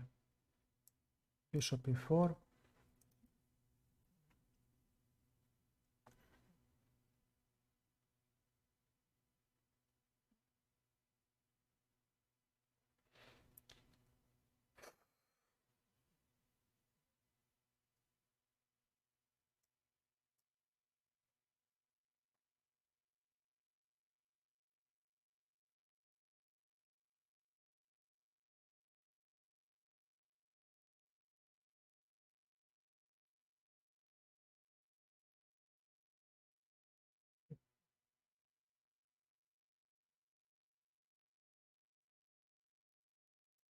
Okay, if I take, what do you play?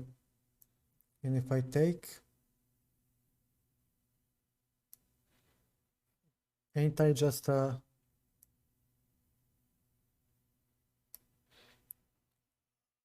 pawn up? I should be.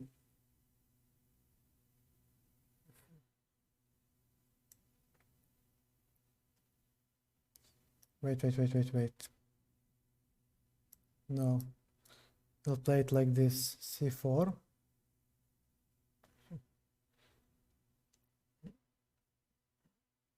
Okay.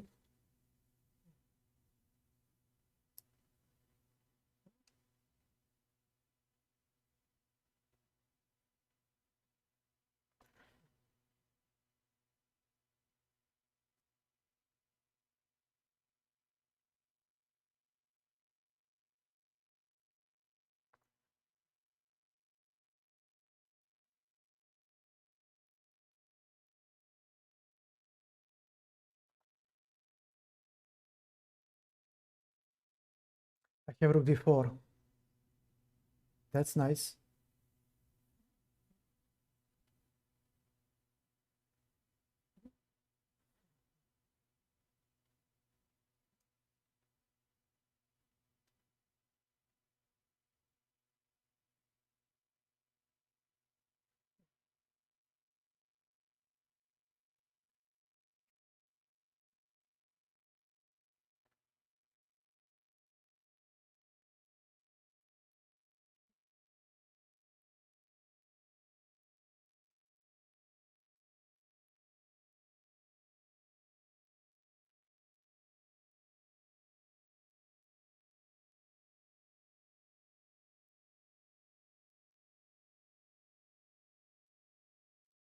I don't understand.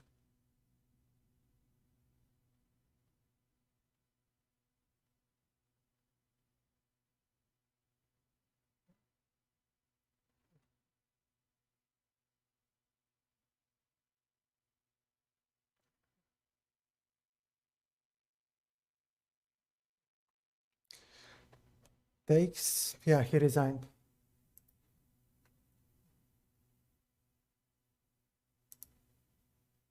Where is the message? Bro.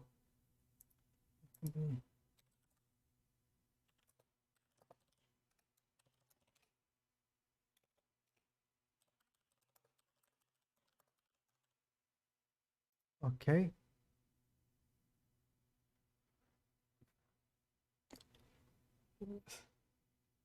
Ha! Cecil the King. Cecil the King. Welcome to the stream, man. Okay, bros forever. Slothmas, it's your turn. Just tell me where do you want to a challenge. So you have the same headset. It is a gift from my brother, actually. This one. What a game, man. Sorry, this guy really played really good, and he had so many winning games, and I just missed to convert. Slothmas. What was you? Aha, I remember now.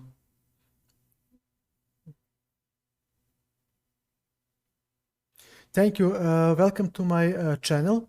You came to the right place, and if you are new, there is a playlist. I'll repeat this one more time in the chat. I have a YouTube channel where I back up all of my streams so they don't get deleted by Twitch. Twitch deletes them after 2 weeks. And you have this playlist from 0 to 2000 FIDE ELO that will, Cecil the King, thank you for the follow, that will help you start. This is a playlist that where I share all the knowledge that helped me reach from 0 to 2000 FIDE ELO. I have 2000 FIDE ELO rating from 18 years ago. And the videos are very long. They go in depth. I really tried to make everything clear. And if you don't have time to watch them, there is this link below where you click. There is this GitHub link. I posted it on GitHub because GitHub will never go down. So here you have all those videos summarized in small text files. So for example, opening basics, you have text file with, you see, very simple guidelines, very short, something that you can read in 5 minutes and get up to speed. And then you also have illustrative games that illustrate what the principles from that text file. So start from the opening basics, and then you have pawn structures that are very important to know, and then you have weak squares. Also, very brief text files, very brief, and some simple, small, short games. And okay, unrated. I think it's 30 minutes, and I think no, it's like this. And the guy was Chico Bonito. How are you, man? Give me a second, please. Unrated.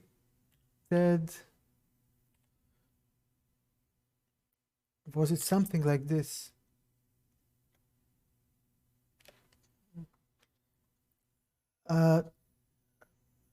Sloth, what was your nick? What was your sloth? Jesus Christ, where was it?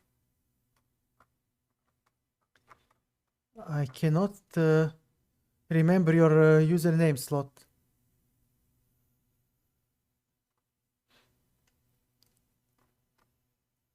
I mean, we can play, but I just cannot remember your name, for the love of God.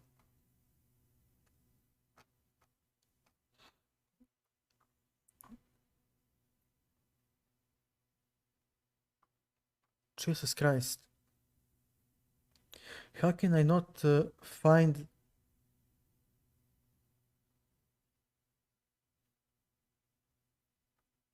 Okay, let's do a shout out for Chico. First, to Chico. And okay, fellow streamer, check him out. He's one of my first followers. And I don't know if there is anything you need, man, to help you, hit me. Just say so. Okay, I have a plan. Archive.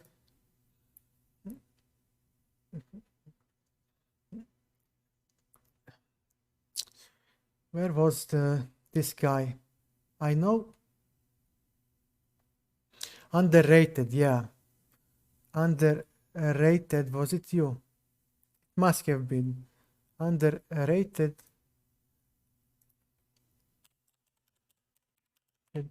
Three. Yes, this was him. Yeah, I get it, bro. 30 minutes, I think it was like this. Yeah, I think this was it was like this.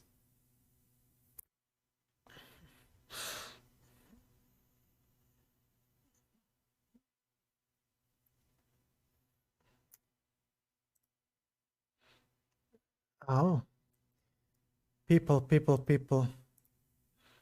He calls for a game and then he disappears. Underrated was his name. I know that much. 30-minute game, yeah. I know, my memory still serves. Huh. Underrated. Or Sloth Mass. Huh. Jesus Christ, man.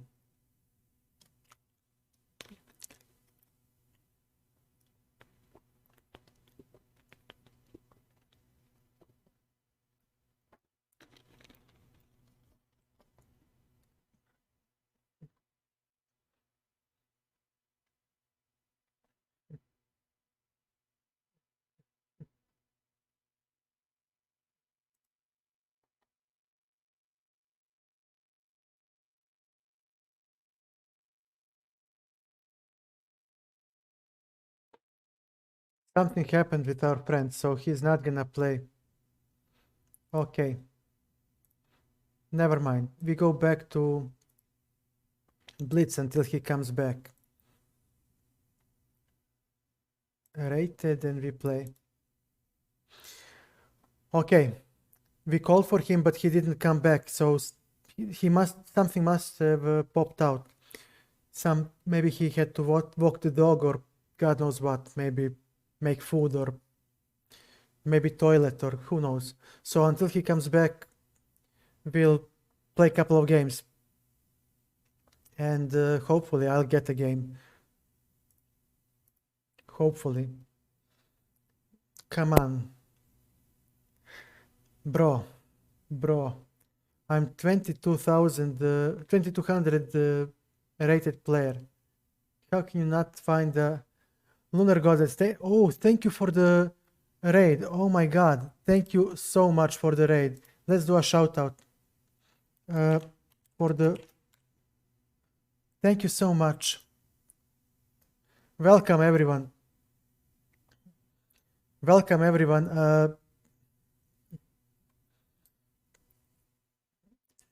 Let me see. Oh, Abel. Why are you silent, Abel? A fellow streamer also. Check him out. Squirrel, how are you, man? It's a squirrel. Okay, and let's see. Is there anyone else who is hello, Squirrel, how are you, mate? How is life? If there is any streamer in the chat, please say so I can do a proper shout out. Okay, Betun. Let's try. Oh my god, I need to play. Okay,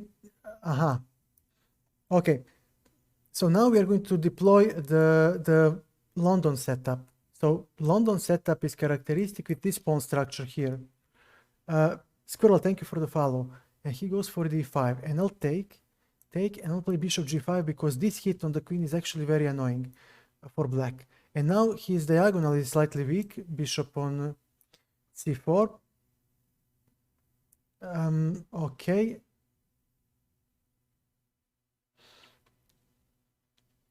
Knight a3, we are going to hit here because c7 is weak. Okay, he doesn't want to allow it. Okay, we'll play e4 now. And okay, he has a5. Very well. All right, can we somehow... It's time to castle. We need to finish development. One piece at a time. Okay, we go here to defend d4 because it was attacked. Okay, and knight on c2. He might go here, g5. He most likely will. All right. h3, we want to prevent bishop g4 because it is a nasty pin for us. And yeah, he has b5. Okay, we'll take. He'll go here, and we have bishop g3 to prevent knight f4 hop. And okay, queen c5. We can go queen to No, we won't. We'll play knight e3. And yeah, it's kinda... I mean, my bishop might seem dead, but his bishop is not any better. Bishop h6, very well. Knight to g4. We're hitting the bishop, we're hitting the f6 pawn, and okay, rook f d1. Okay, knight e3. What is coming next? Okay, bishop on h4. We are going to put pressure on f6, hoping for g5. No, no, sir. It's time to alleviate the pressure and play the endgame. So we want to play both kind of passive, but still there are some weaknesses in his position, so it's not so clear. And I would like to exchange pieces, so this weakness on f6 can come into... So it can be felt. Okay. I'll take. He took with the queen. Now knight e5 could work at some point.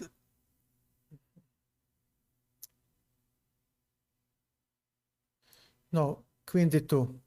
I'll take with this knight. Okay. Bishop g3. We'll play knight h4 next. Knight c5, queen c2, she is defending. Okay.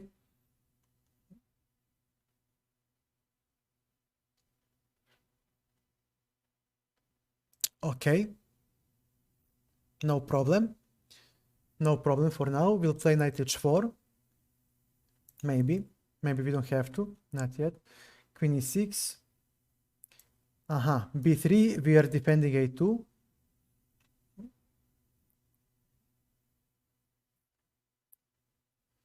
So where do you go? This is his idea. Now f6 is creaking. Okay. Knight on e1. So there is no queen d3, there is no queen d2, there is no queen d1. And it's time to liberate the bishop.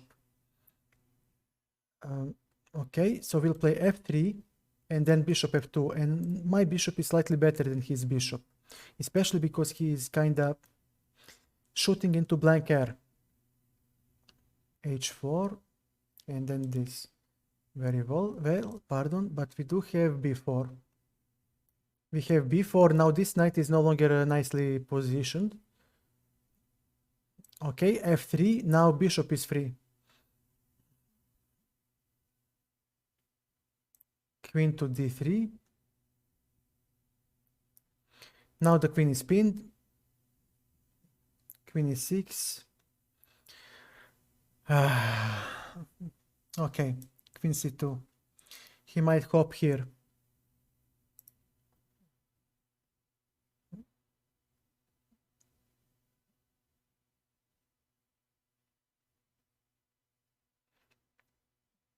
f5.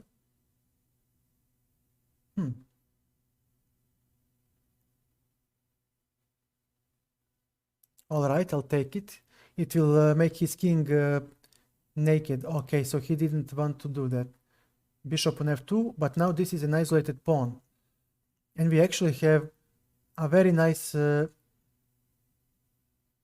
Actually, we'll play this. And on this move, there is knight c5. So we'll try that first. I would love to, if he allows me knight c5. He needs to play 4 immediately, but he didn't. Knight c5. Queen d5. What do you have? Nothing yet. Knight on e4. d6. Knight on g3. And we will exchange everything. Make no mistake. Okay. This is now a perma weakness, but I do have a weakness of my own. So he'll play queen c4, most likely. Okay. Wow. Good move. Good move. Okay. Bishop c5.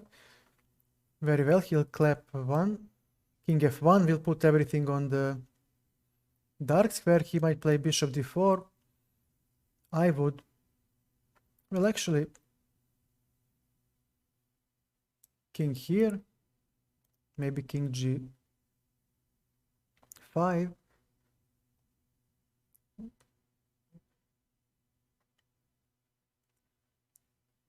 Okay, here I am. If he plays here, we have bishop e7. So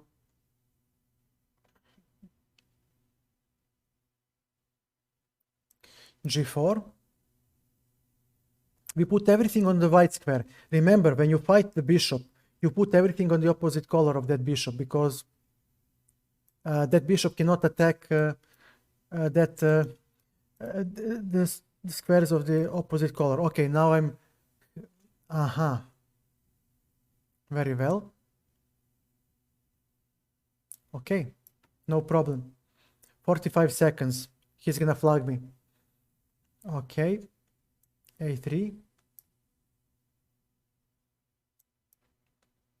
Okay, we just need h4. If he can get h4 in, he doesn't want to allow it. Okay, he's good.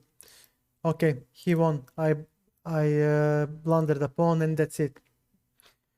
Okay, maybe he will allow a rematch, but I really doubt.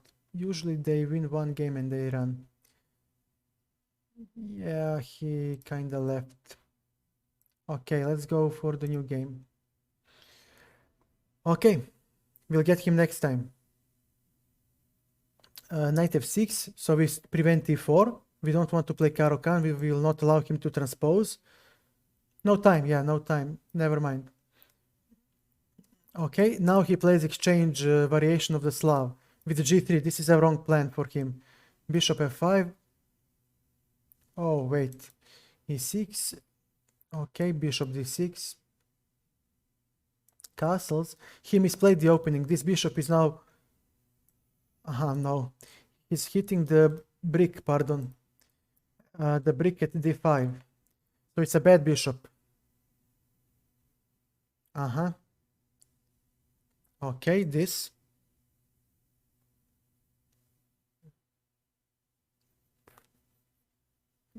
I want him to pay with g4. He will get my white bishop. So he doesn't want to. Okay, then I have h6. Okay, and we have bishop g6. Now my bishop will have a flight square. Take it. And what do you play now? Okay, knight on d7. He will play, knight b6. We are going to c4. We are not afraid of his h4, h5 push. No, d4. Now this bishop is dead. And we have an extra pawn that is rolling. Knight b5. No. d3. Our pawn reached far away. Okay, bishop d6 might be played. Knight d6, pardon. Yeah. Okay. What to play now?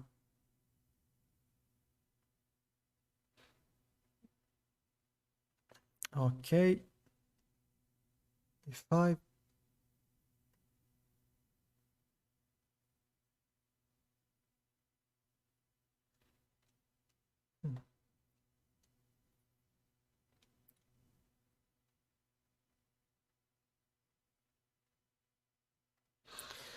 No, I'll play d2. I'll play d2. And now this. And e5. So when he takes, I have knight c4.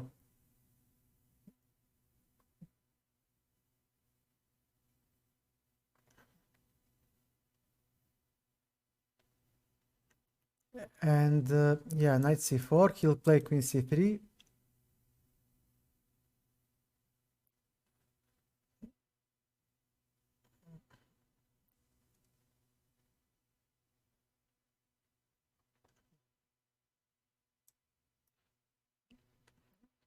Okay, rook f1. Your turn.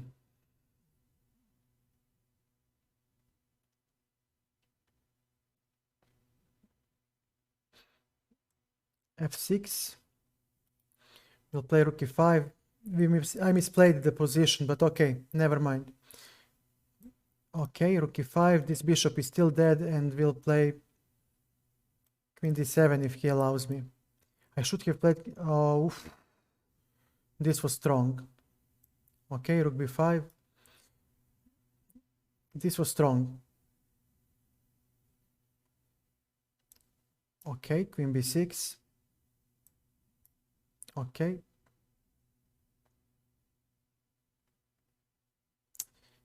Yeah, rook d8. My bishop is also dead. Rook d4. He gets this, maybe rook c8. He will try, definitely. Rook c8, yeah.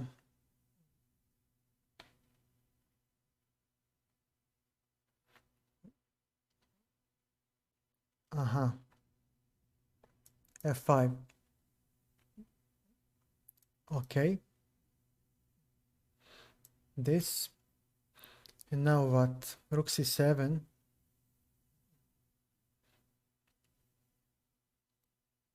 g5.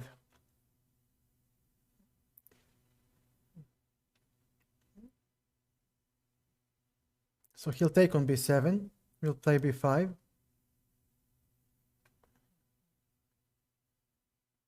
b5. Maybe this and this. Yeah, he definitely will play something. Okay, takes. And I'm hoping to reduce as many pawns as possible.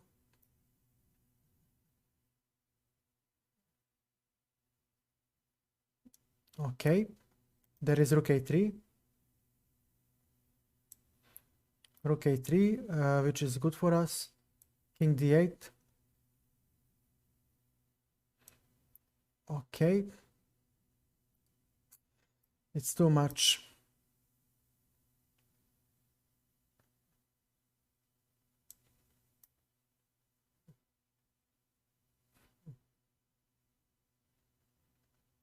Okay. Time to get serious. Okay, maybe he will accept rematch. No. Yeah, oh, he did. Time to get serious. No more joking around. All right. Knight f3. Bishop. e3. Very well. Bishop. Castles. Okay, and now let me see. Knight e5.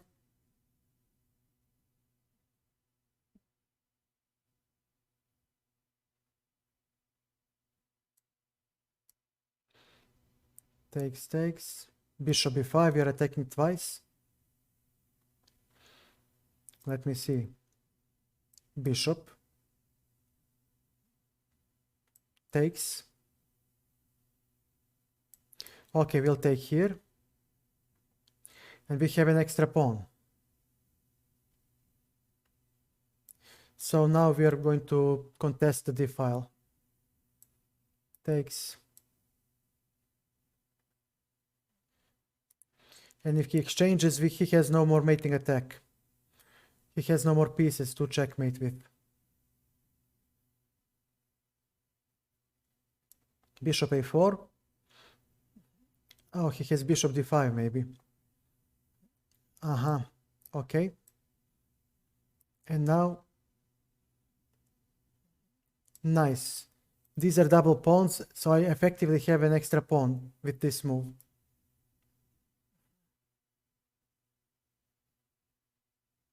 But I should have played king f1 first. Okay, bishop a6 is the strongest. Okay, now my king is entering the game. And again, we fight the bishop. We put everything on the opposite color of that bishop. a3. Just don't make a mistake. c5, you got this. We have a winning endgame. g3, and just keep your mouth shut. And now bishop c4 is coming. Yep, bishop c4.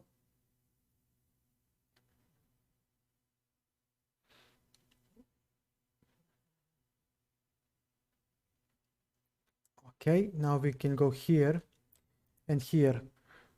This should help a lot. His bishop is now in cage. Temporary cage. Yeah, we just keep our mouth shut. That's how you fight the double pawns. You just don't react. Now we have c5 on our at our disposal, and remember this piece setup. This is how you fight his extra double pawn. You just do not react, and if he takes, we take, and our no. Now I'm gonna put pressure on this one. Okay, b5, and now we'll create a passed pawn, and this passed pawn will deflect one of his pieces, mostly the king, and then our king will penetrate. Again, we don't react here. He has nothing here. b7, and king may not move. This king will stay on these squares forever. Nothing. And now we collect. King c7, bishop c6.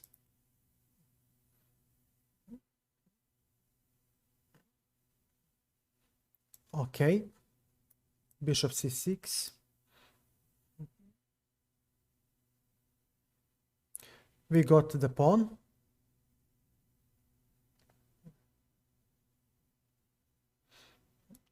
All right. Okay, now we go to a7. If he refuses, he must play king b8. Now we are here. There is no stalemate yet. King c6. And now our king will collect everything. We no longer care about the b7 pawn. He did his job.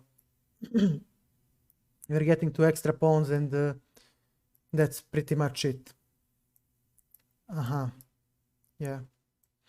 All right. And king f3 maybe. Yeah. Lost. I'm not a coward. I will offer a rematch if he wants to play. Yeah. He wants to play. Knight f6. c6. e4. Okay, we'll play 5. All right, Chico, we'll try to win this for you. d4, okay, queen to c7,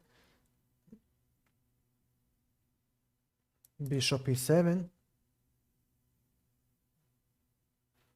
a6, b5.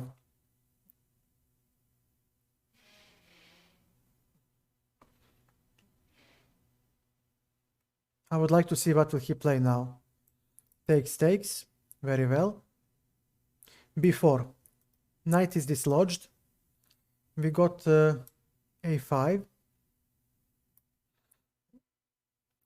And now we have, okay, castles, castles. No, sir, this is the idea. And knight goes to c5. Knight to d7. Okay, rook f8. Or even better, f6. Why should I care? He'll hop with the knight here. So this knight goes here. Yeah. But then his bishop will play. No, bishop e6. I mean, my black bishop does nothing, so I don't have any problem exchanging it. Come. Now bishop goes to f8. All right. All right. here. We'll exchange the rooks, definitely. Rooks need to go. But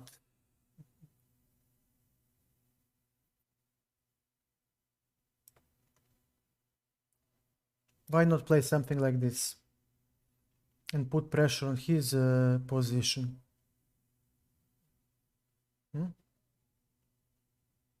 Especially with a3. Yeah, this is now soft. And my knight, if he takes, will have a nice square on a4. Yeah, this might be actually very nice. a3. Where does the bishop go?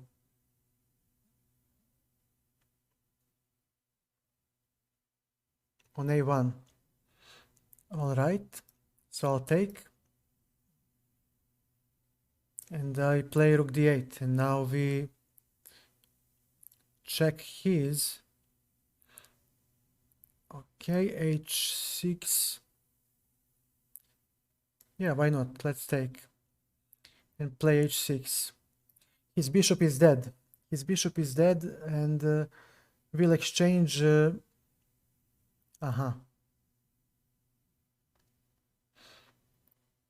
Bishop f5, very well. And now we have queen to d6.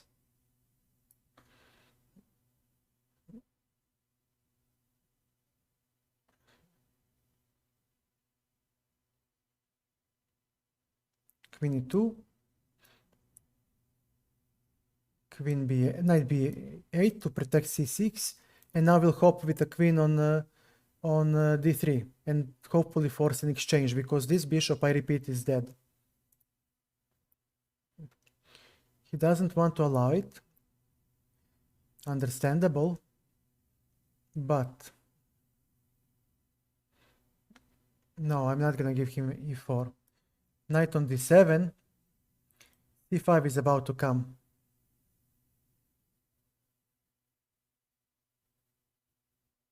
Well, actually, I don't have to play c5. I don't have to play that move.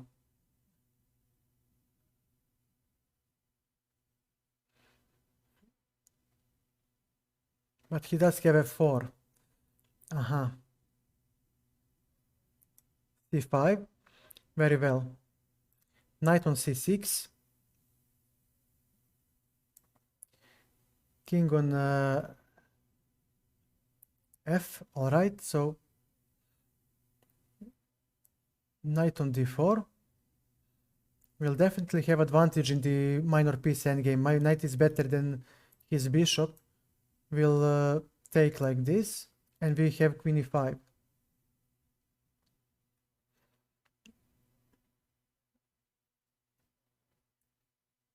Maybe he'll play f4. But even then, queen e7, and I simply must enter his position. Queen e5. No, queen to e7. So I want e5 square for my knight.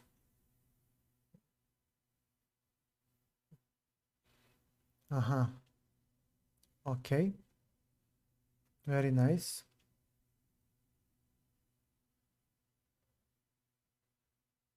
And then where do you go?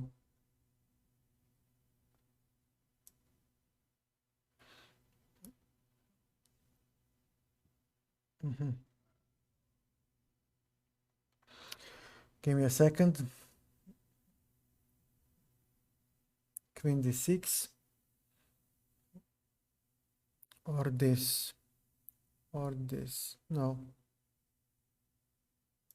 Very well. Play. If you must play, play it.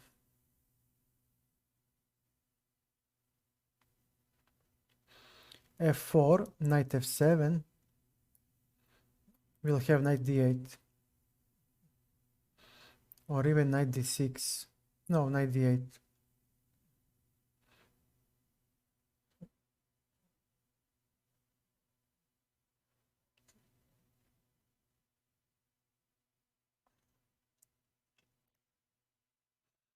Knight on d8. Well, actually, that move didn't do much, did it?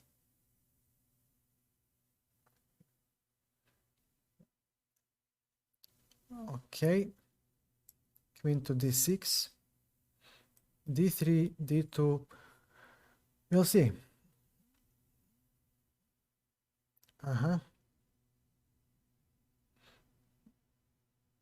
Okay, queen to d7.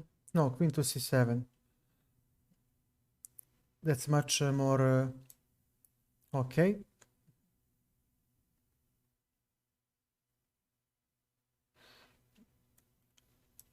Okay, king to d6.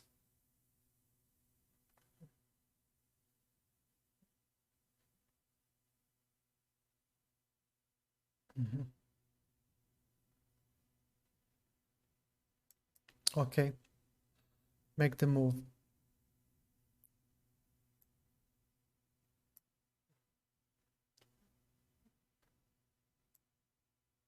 Now, where do we go? There is queen e3 counterattack. So if he is forced to exchange, he's almost busted. Almost. Let's give check. Let's give one more check. He's busted. No way he can defend this. He must lose.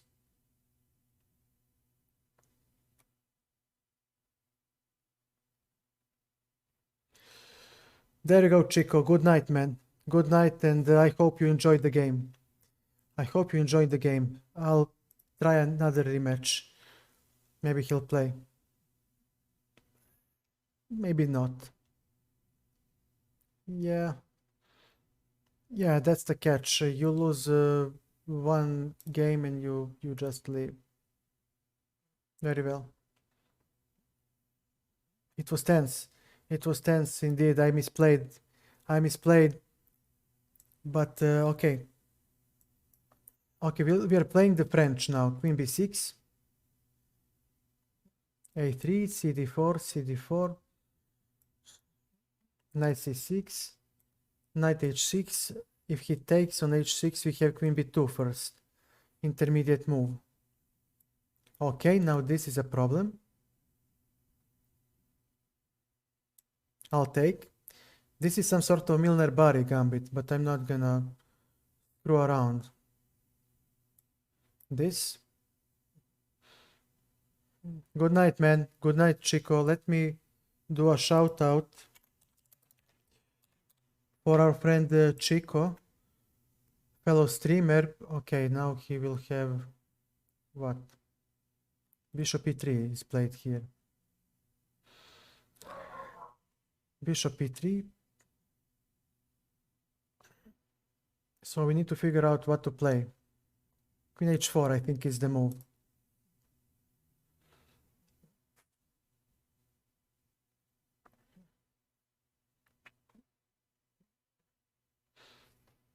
Ah, man. It's not my move, is it? Okay, bishop on queen b6. We need to drop back. There is no way for us to keep the queen on d4. Okay, bishop e7, time to castle. We just need to castle and we'll be fine. So b4, a6. He has something like this.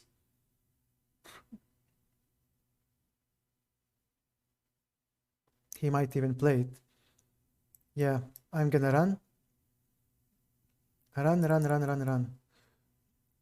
And yeah. Queen g4.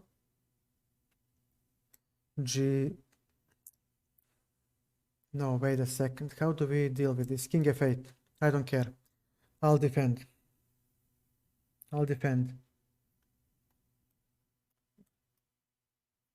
I'll have to defend. He has rook e3 maybe. Bishop on d7. There is bishop e8. So his bishop is on the wrong diagonal. He's hitting his own pawn.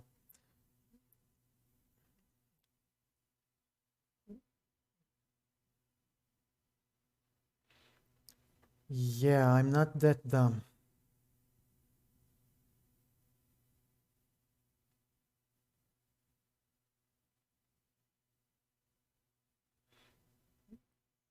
Okay, so we play this. Not fooling around yet. Queen e3, okay. Okay. Bishop g5. He might give a check here, but I'm not afraid of it.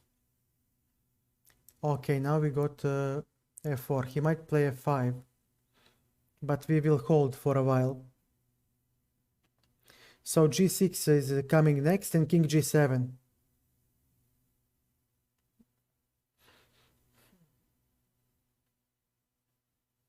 Okay, rook b8. So he has f5 now. g6 and king g7. And we keep our mouth shut. We need to chop off this knight. This knight is very annoying. Take it. He'll go here with a check, most likely. He can even chop on d5. Yeah, great, great, great. Now bishop g5. He'll go with the queen to give check. And then what? And then what? Queen d7. Oh, whoa, whoa, whoa, whoa. Now I'm dead lost.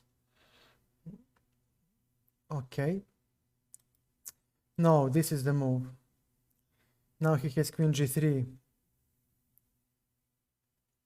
Yeah, take e6 and I'm busted.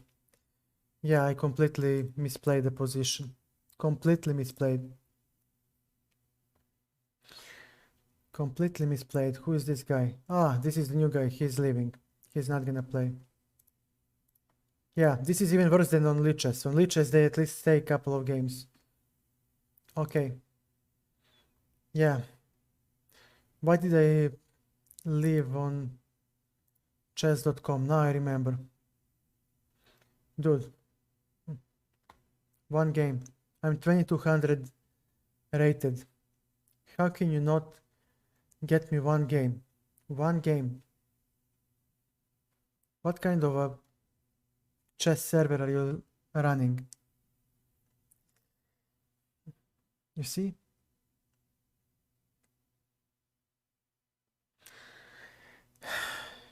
And now,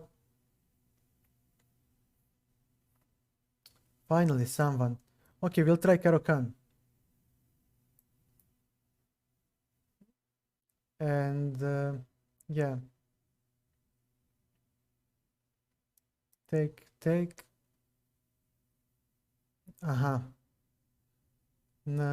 Bishop f5.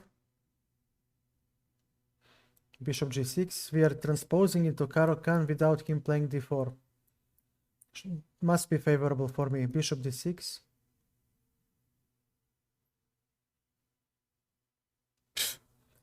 Very well. Castles. So he'll chop off the bishop. My bishop was hitting the wall on d3 anyway. So that's not a big problem.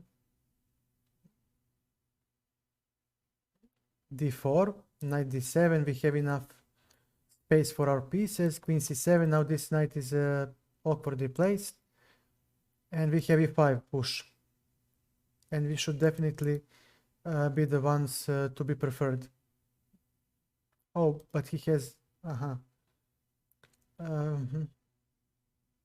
Rook a d8.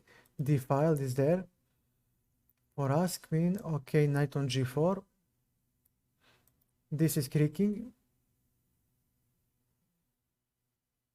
Bishop c5. Now f2 is under attack. So, what do you do, man? Okay, no more strong white bishop, and that was a necessary move.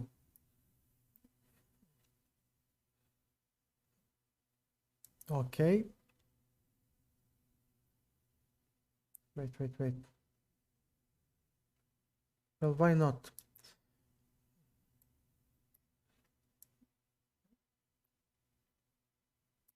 All right. Queen to d6. and we're fine.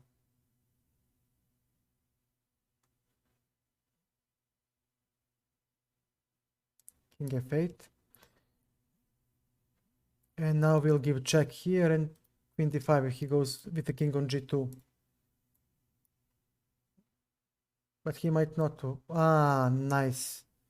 He saw a nice idea. Okay, fine. We'll have this at some point. But I would like to try and swindle the guy. Maybe this. Aha, nice. Nice. So he has rook e7.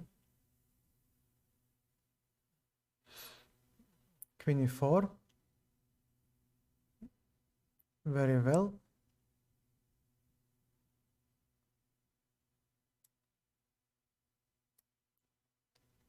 Okay, b5. Okay, let's go b5. Let's try to get that d square. He might. Okay, he gave me the d5 square. So now we're fine. We're fine.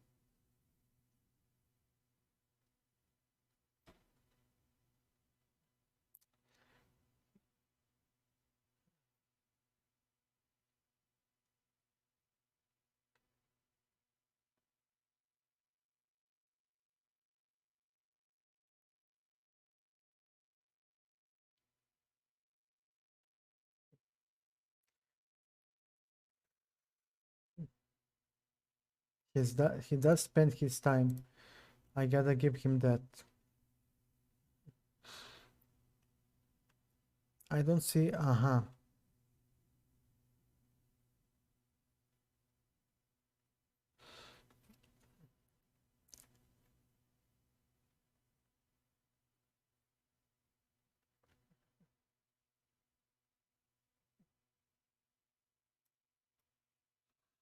Everything is still protected, so why should I be the one to worry?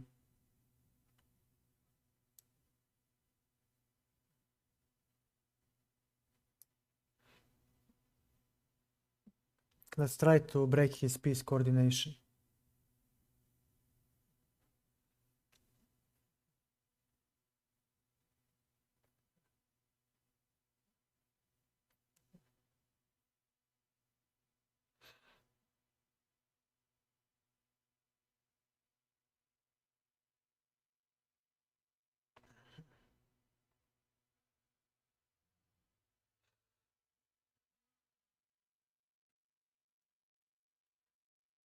Always this minimal advantage. God damn it, it's so goddamn annoying.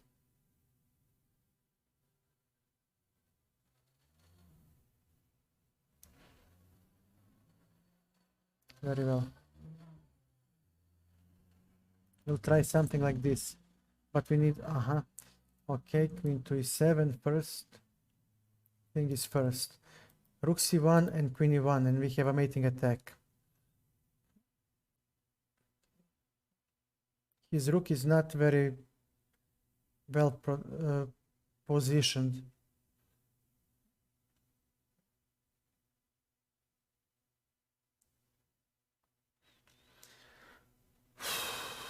Now what? Check, check, check, and you take, and then what?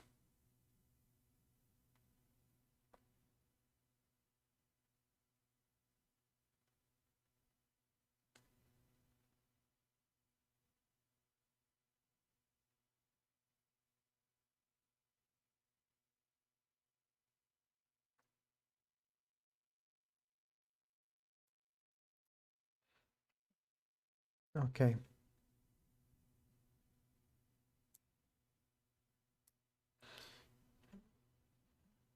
F2 might creak.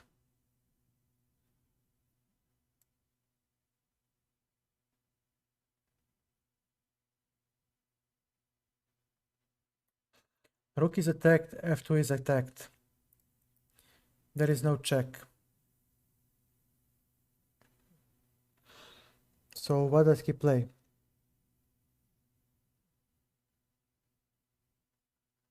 And I have 1 minute and 5 seconds. I should be able to convert this if everything goes according to the plan. Because f2 and a6 are under attack with the queen, and f6, yeah, nice. And then he has a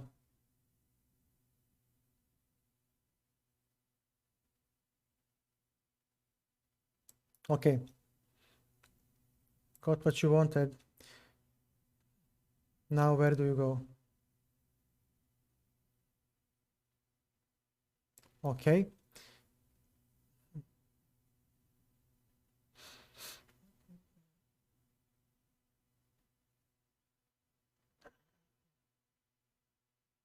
Resign. Nice. Drawn game and we won. Maybe he'll play a rematch. Maybe he won't. He's from Filipinos. The guy is not gonna play. He's not gonna play that game. Don't kid yourselves. Okay. All right.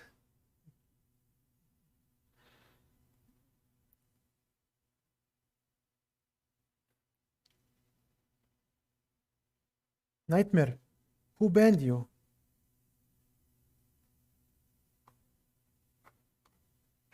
D4. Lazy. 21. Okay, I don't think this is a woman. This might be a troll that we are playing. 2500. Wow. Jesus.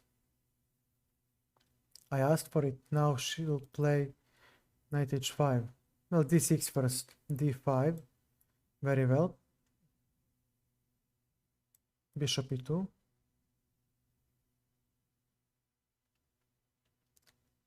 h3. c5. Very well. I finished my development. You finished yours. Okay. Knight to e5. Let's hop in.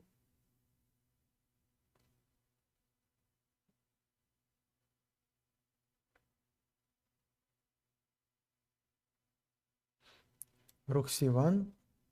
Two can play the game.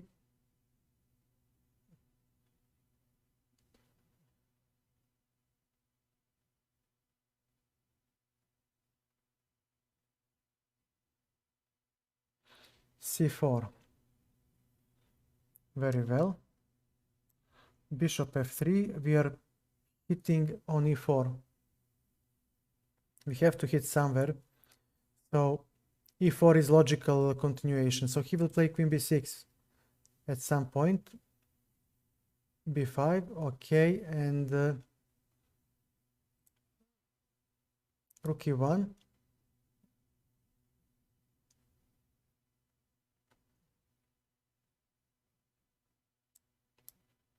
Okay. Bishop d3.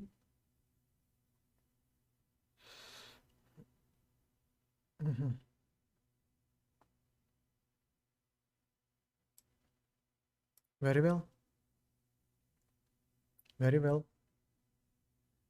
Knight e4. Bishop.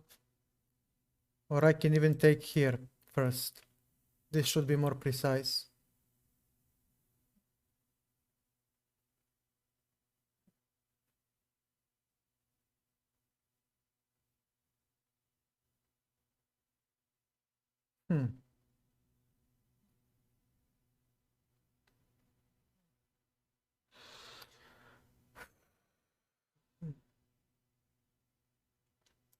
Bishop. He'll take the queen.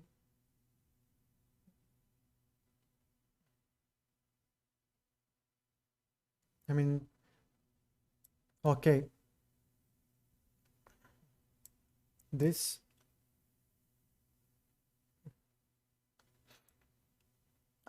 Nice.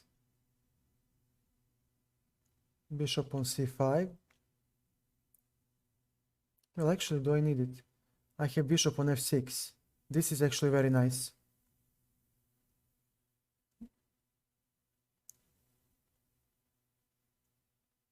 And I do have a passed pawn.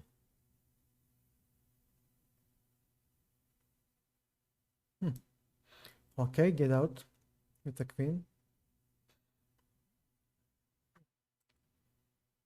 A3.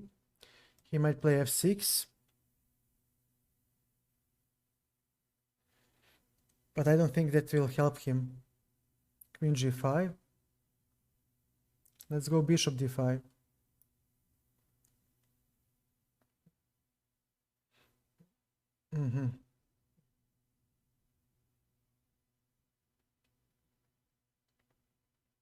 King. Let's get out of that pin.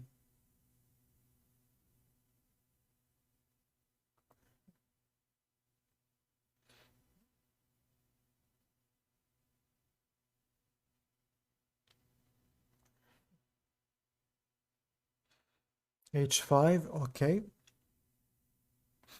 g3, but then he has h4. Anyways.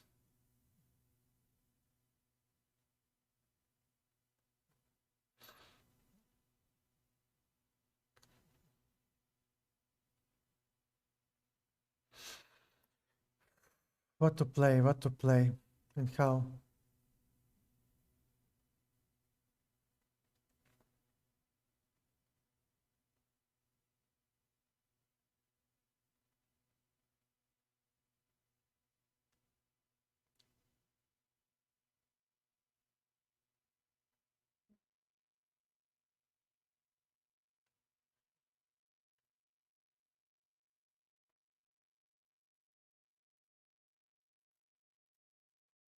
I need to make a move, so he'll play h4 definitely.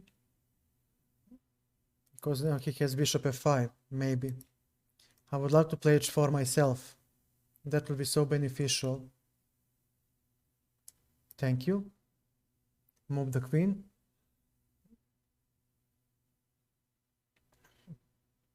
Queen f5.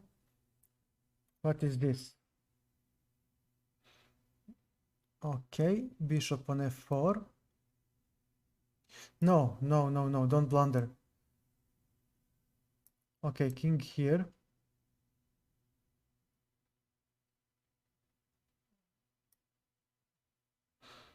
All right, I need to play that move. But he has king f2. Queen f2 now.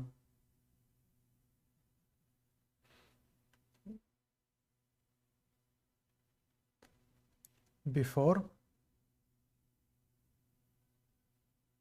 Even then, actually, he can make me problems.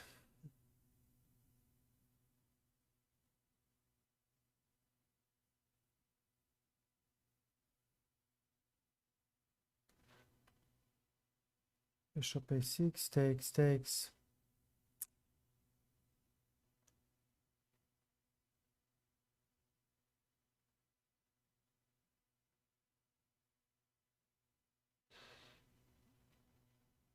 Okay, I'll resign and ask for a rematch. Maybe it's better that way. But I think they will leave. Yeah, Vietnam. Yeah, they aborted. Yeah. Of course, I knew it. The moment they come from these Asian lands, they just run.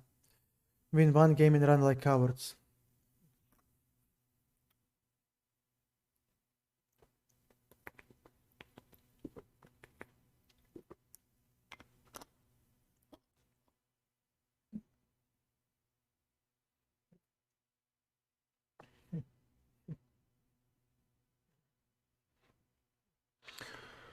Okay.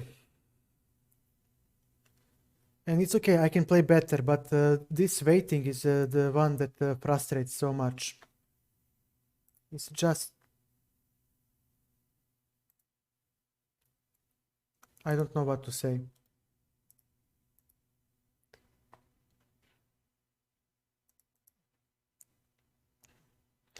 Would be really nice if I could get a game.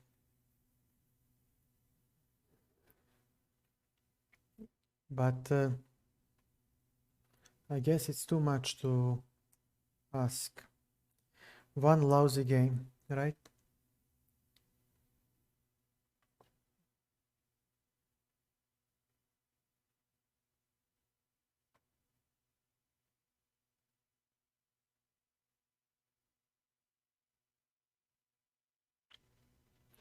No way.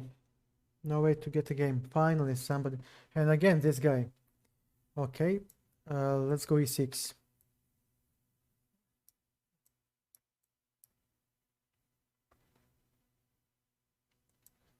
Knight f6. Okay. c5. All right. Knight c6.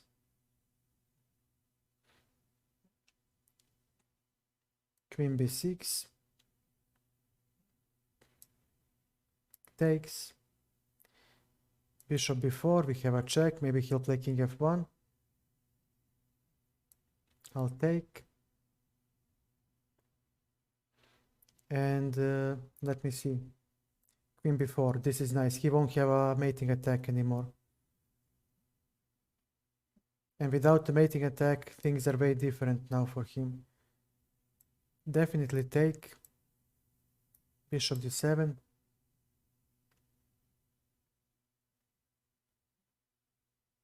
This.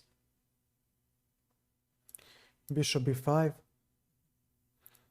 And we can chop off one of the...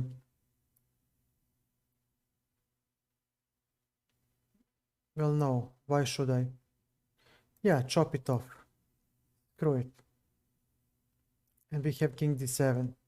And if he hops, we have this and we'll play h6. Okay. Rook. Yeah, buddy, I get it.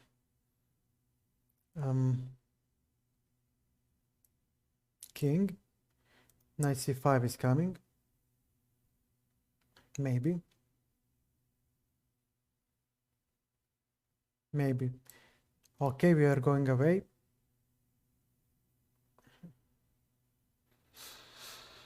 Okay, you'll play. I won't play anything, right? Before, wow.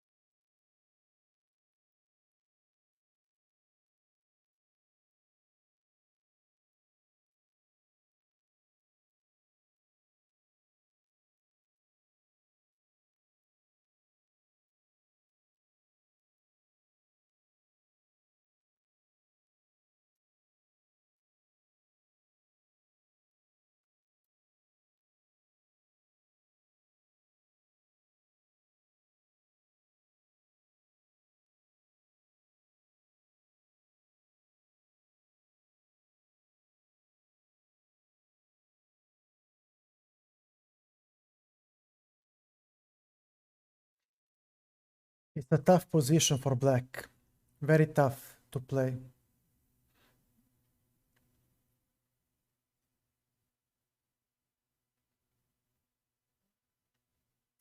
Okay.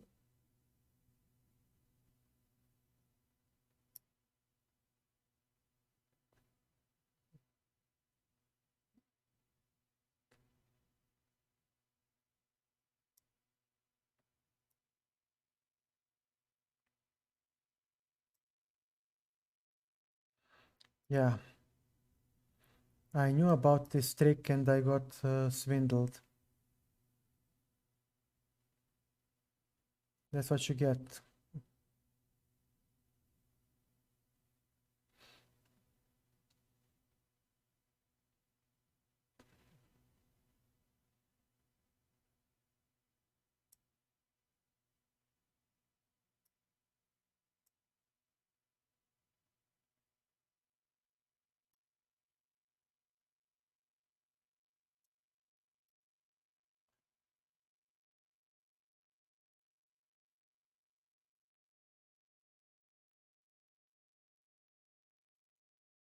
We'll just play g3 and laugh.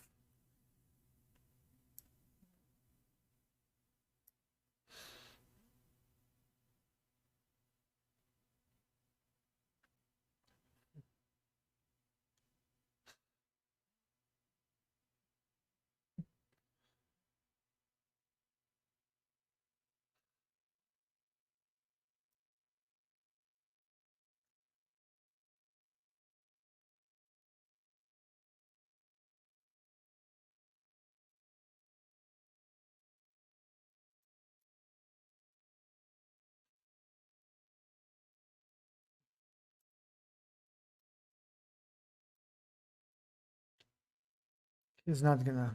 Yeah. Let's go.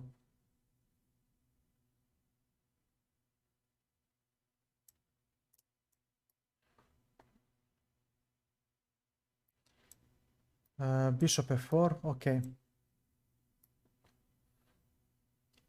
Very well. e3. Knight d2. Bishop. Very well, I'll take. And play this. And we are playing the stone wall without the bad black bishop, so I'm very happy with my position. Castles. Knight hops. Definitely take. And this. And of course he's gonna remove the knight. If he's any smart. And don't be crazy, I will chop off that knight and hop on e5. Queen e1.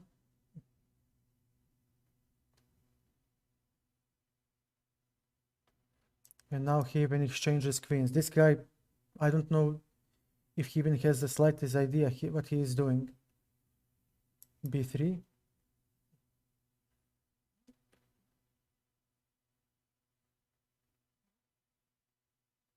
I mean, I don't understand.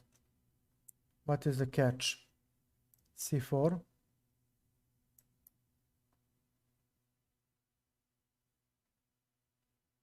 We just need to open up the position. That's what we are looking for. c5.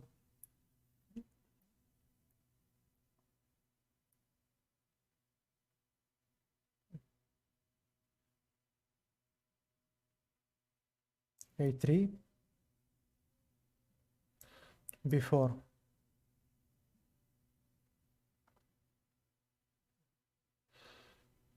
And then what? He might play c6 now. His bishop is practically stuck.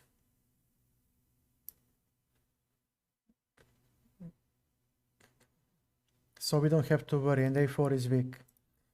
Now is the time to open up the game. Slowly but surely. Yep.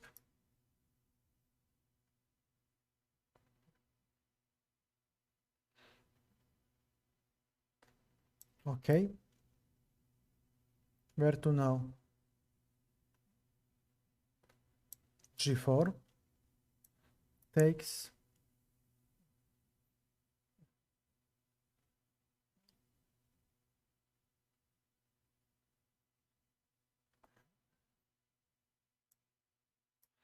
Now g7 hangs. Okay, this rook might be exchanged. Okay. Check. His bishop is dead. And we got ourselves a nice pawn. And we can actually penetrate like this. And yeah. Let me see. Okay, this is nice.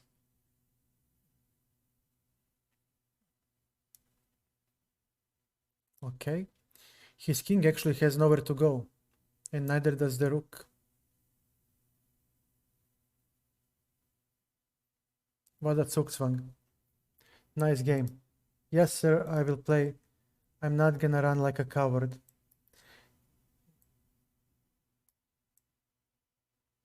We'll play Scandinavian because he has a queen on it too.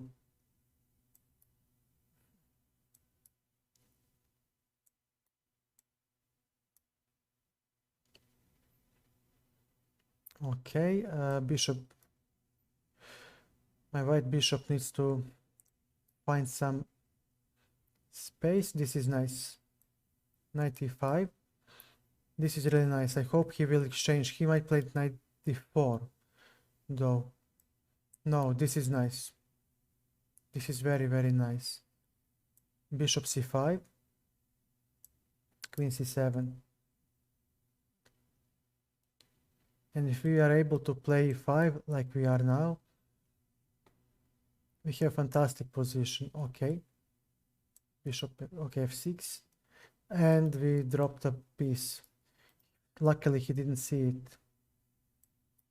Luckily he didn't see it. He didn't see it because he's tilted just like me. Okay. Bishop on f7. And,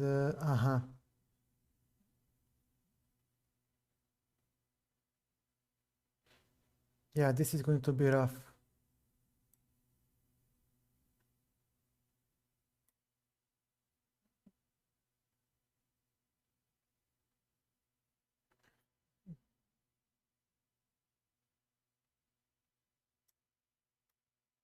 I need to play this move so I can exchange everything down.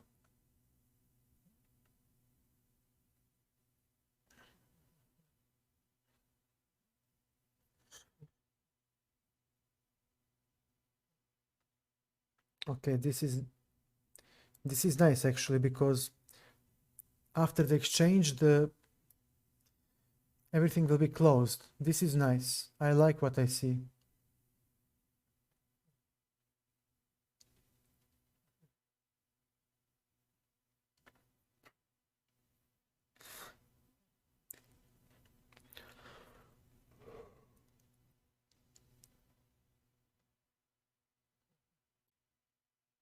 We have c4. He collects, we check. He takes, we takes with a check. Okay, takes. Oh no, it's not a check. It's not a check. Oh my god, I didn't see it. I was blind for some reason. Yeah. GG, game over.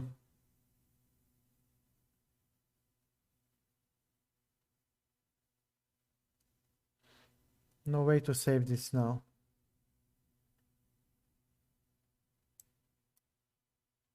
No way to save this now. h6.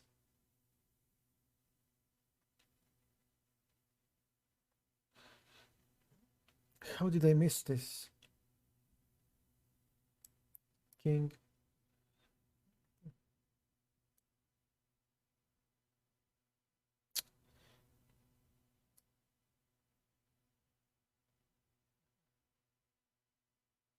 Yeah.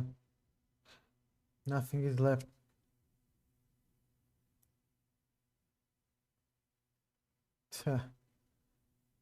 Yeah. You can just play a6 and open up the file.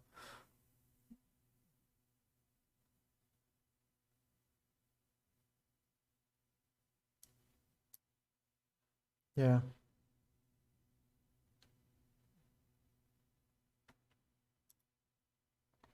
Okay. I cannot recover from that blunder. I cannot.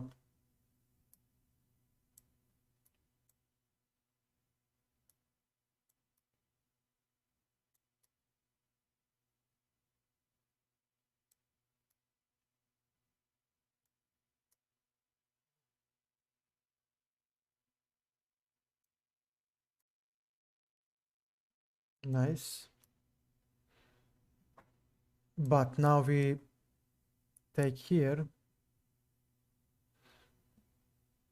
Okay. This is a weakness now. Okay, bishop d5. Bishop here. Yep, 95. And now what? 94, right? Okay. Your move.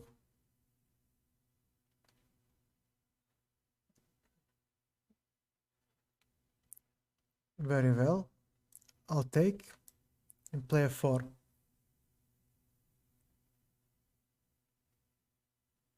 I still have better development because my queen is on d2, his queen is on a poor place.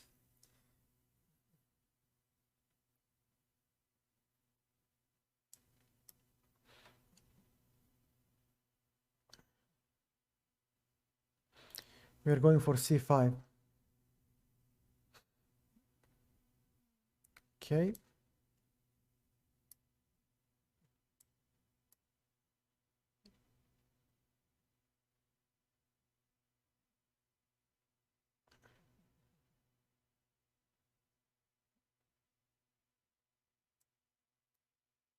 Maybe b6 works for him.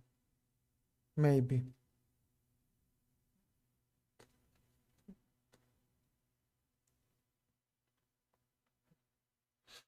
Hmm.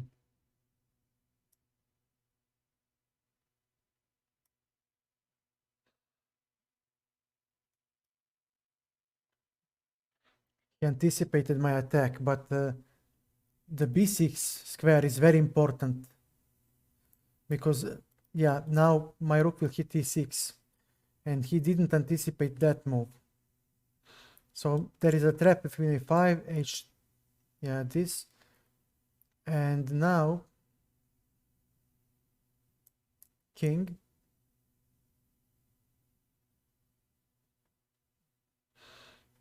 h5, there is queen e2, and we have rook b6, hitting e6.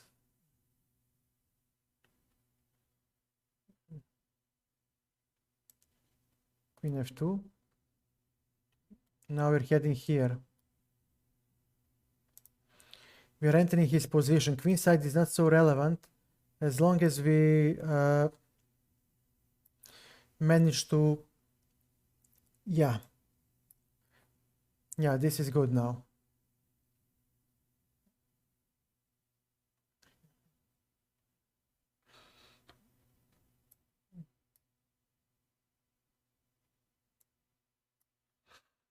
My pieces are superior, so we are not going to exchange. Not yet. We have superior pieces, everything is more active, and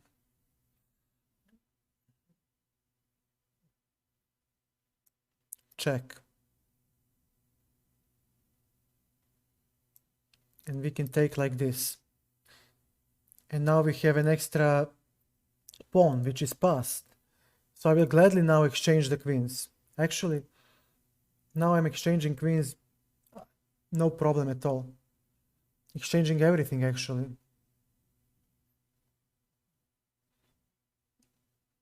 Because on rook e8 we have queen c7.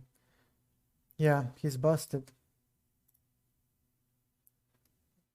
Let's go c6. All right, now he has a French defense in his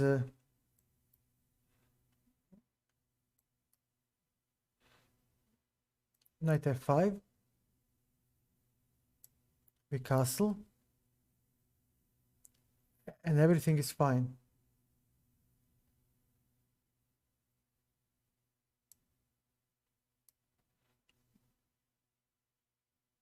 Takes. g6, just to protect this pawn in case of some stupid move. Okay, we'll play h4.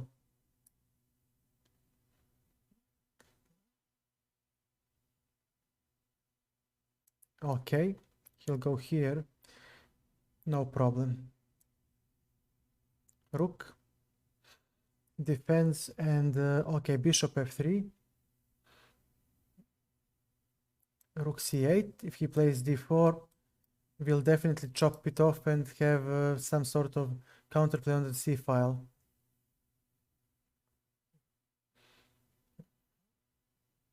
Queen a5.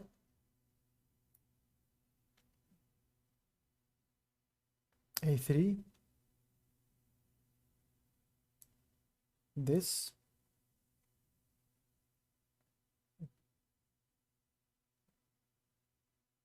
b4.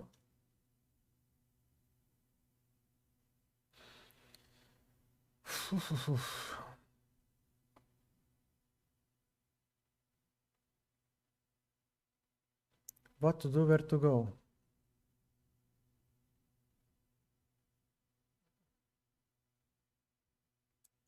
Very well, b6. And he has this move. Yeah, it's gonna be rough.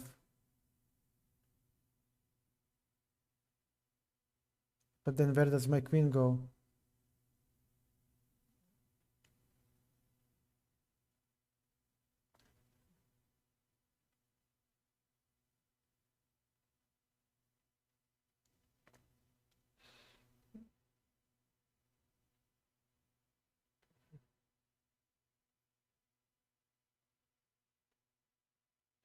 I know. We're going here. We'll play c4, and then when the file opens, oh, ho, ho. Nice. Nice. Now I got my queen lost. And my piece is lost. Okay. Fair enough.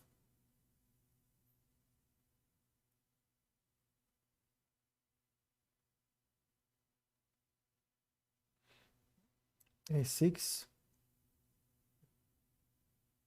Your move.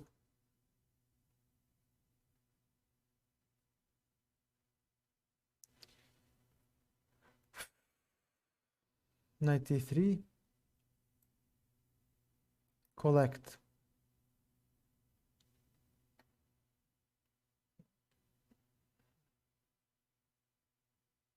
No. This is not going to work. Okay. Here.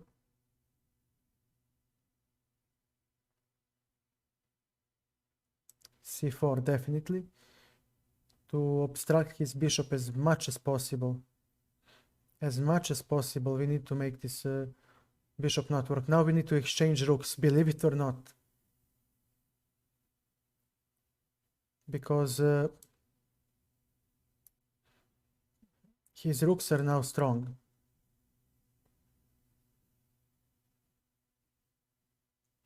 And I would love to have this rook here, but it's not gonna happen.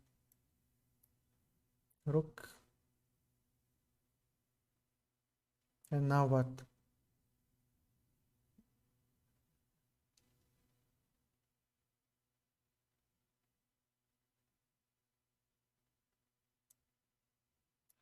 No.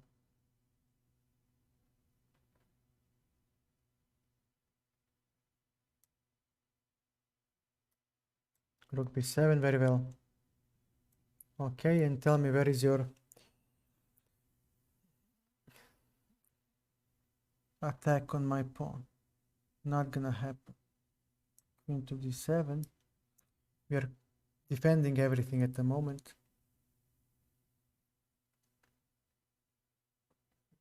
His rook is awkwardly placed, which is a good news for me. Bishop. This is a good news for me.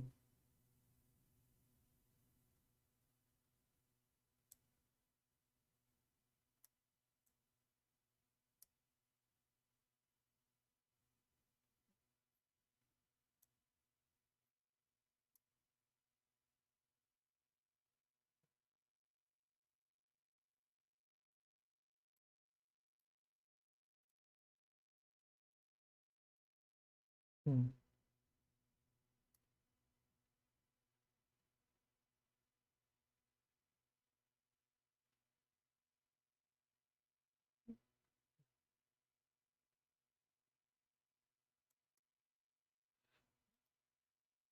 So he's going there. Very well, and then what? Some checkmates.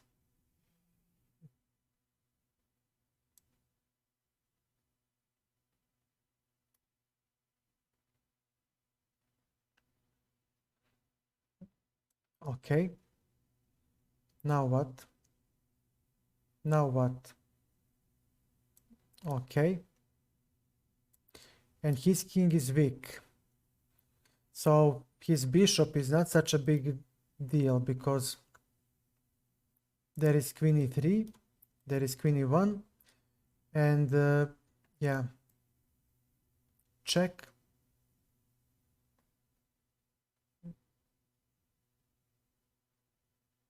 Yep, I'll take.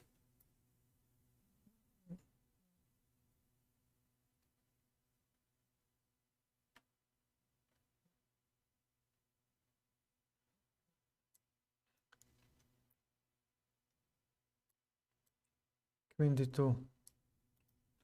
Bishop is now the problem. We'll have c3, c2, some counterplay. Yes, of course.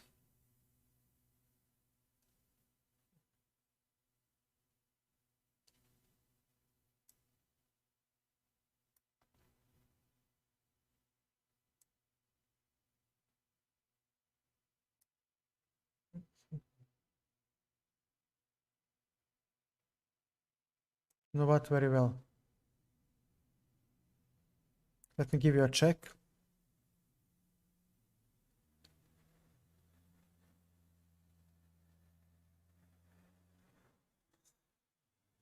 And let's go here.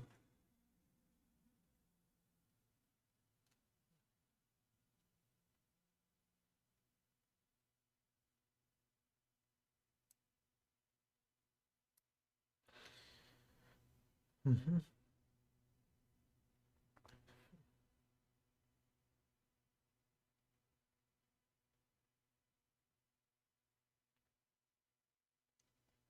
It's not gonna be easy for him. Queen d2.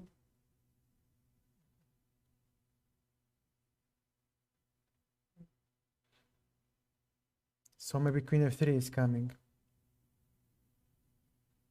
Or this move. Very well. As soon as I break this line, my friend, you're busted. He keeps going for the... He'll have to go for the checks. Yeah. Queen d4. Now he'll give up check. Yep. And now what? Check. Check.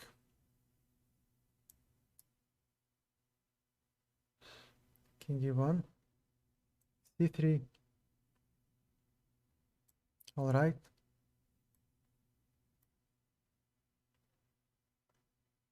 d4. d3. King. Queen f6.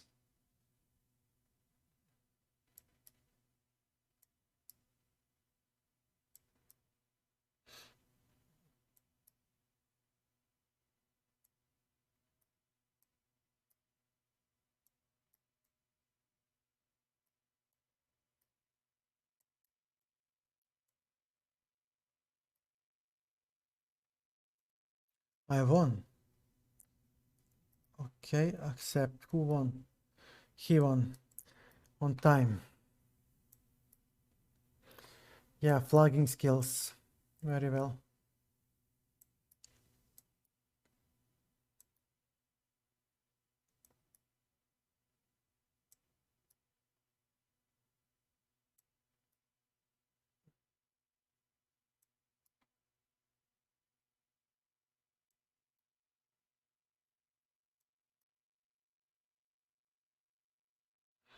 He has f4 maybe. Okay.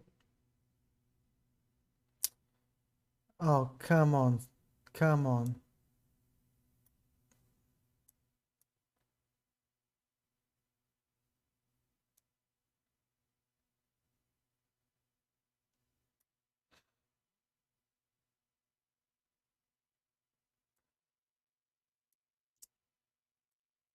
Is it really?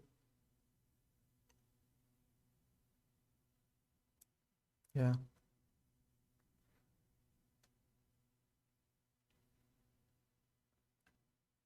Okay, c3.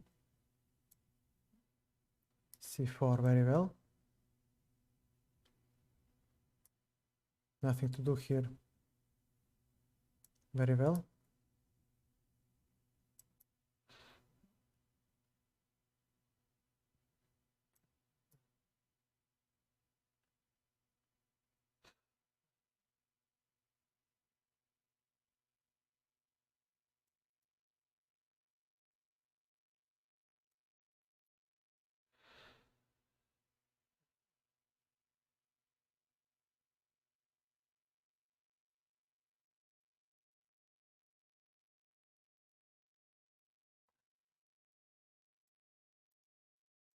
We play the endgame because in this block position, his rooks are actually shit.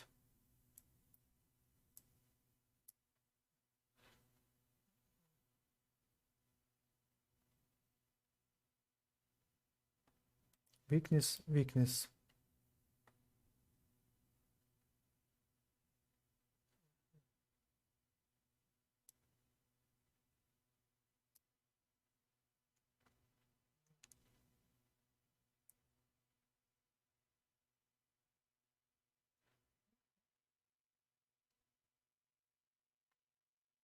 Okay.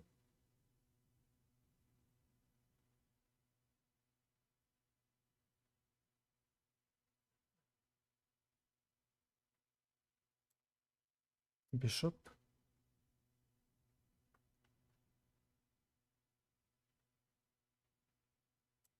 Okay. A4. We are not gonna allow him to, yeah, to make everything he wants. Rook b4. Here. This.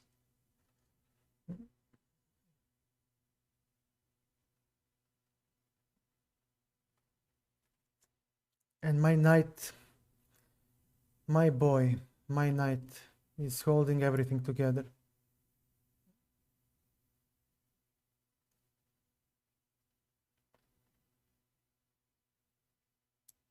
No, sir. His bishop is dead. b2 is defended. Yeah, he can return the exchange and claim that he has something.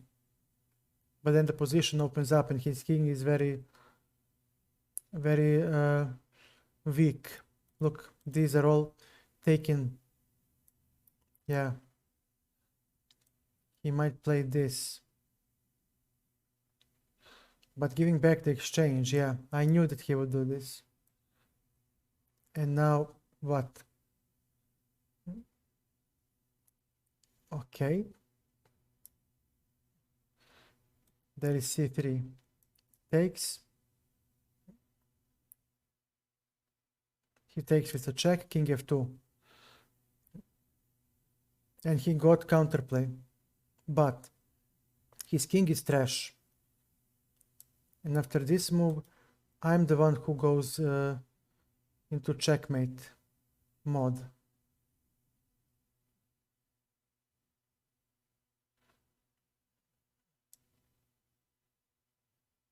Oh, wait. This? Where does the bishop go?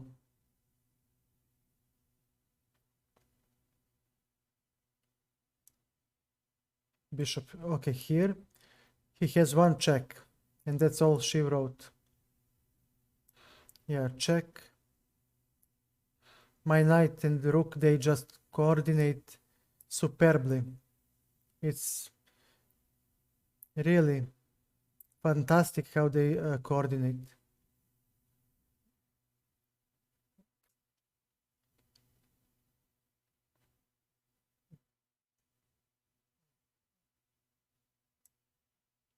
Knight. And he won't have a h3 square for the check. Meanwhile, we have a check. h7 and we'll have rook g8. And his destiny is sealed. Yeah.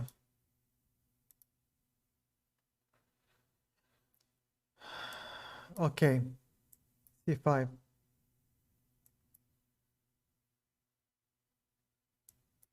I think this was the line that was played. d5. Bishop g4. Takes, takes.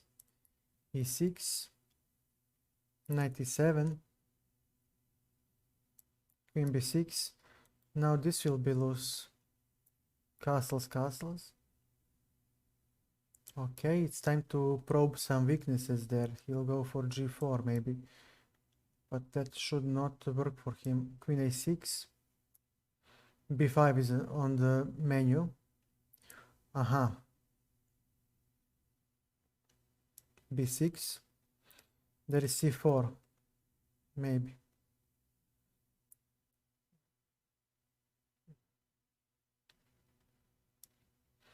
Rook c8. g4. Very well.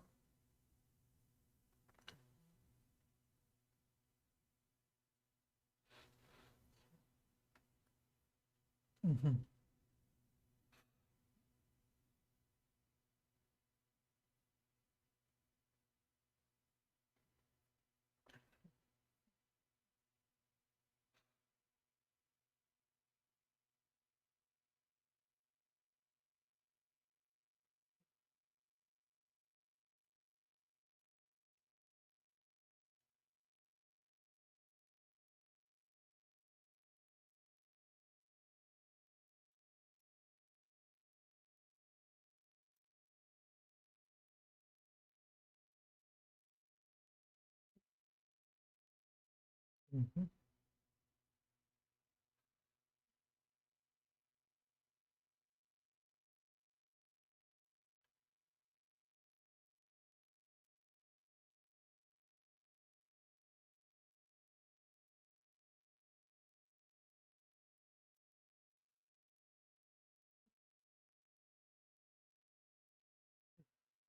So there is d6. Okay, I get it.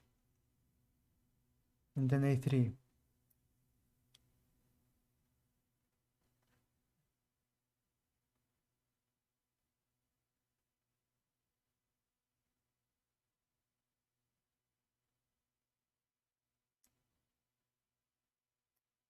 Okay, I have a plan. I misplayed it a little. He has 96.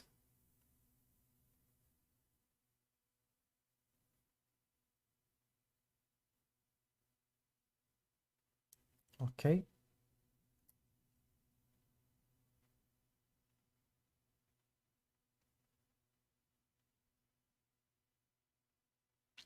Queen C. Uh-huh. Okay.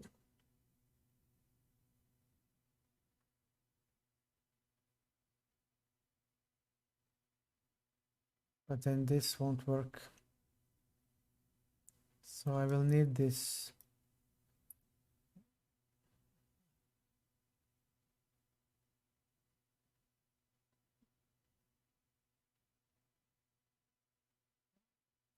Okay, Queen D7. No.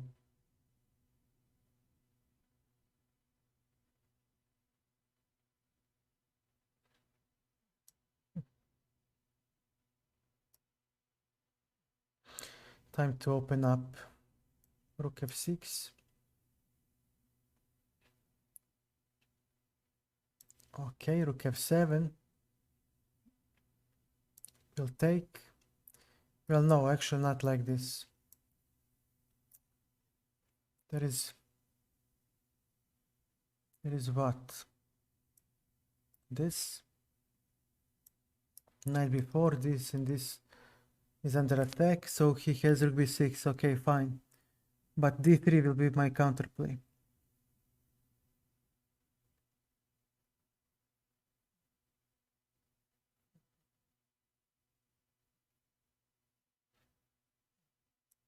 Knight C8. Okay. Okay, here I am. We're going here.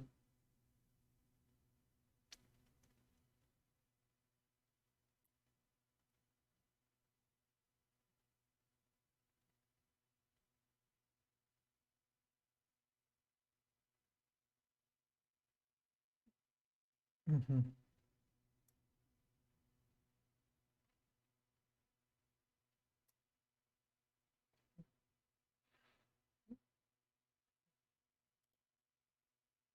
Yep.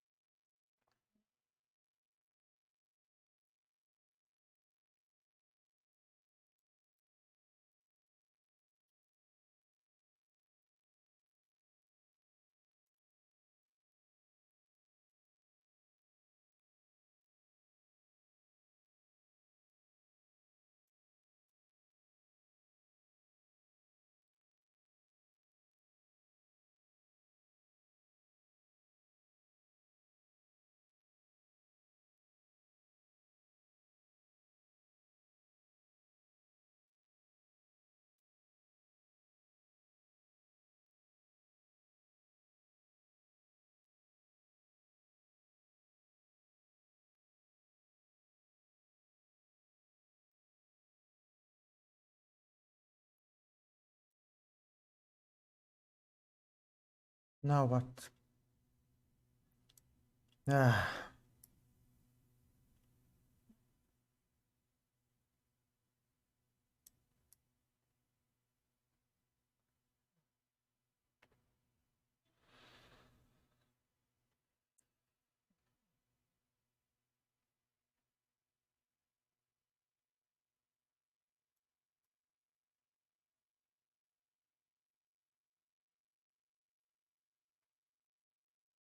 Okay, we'll take.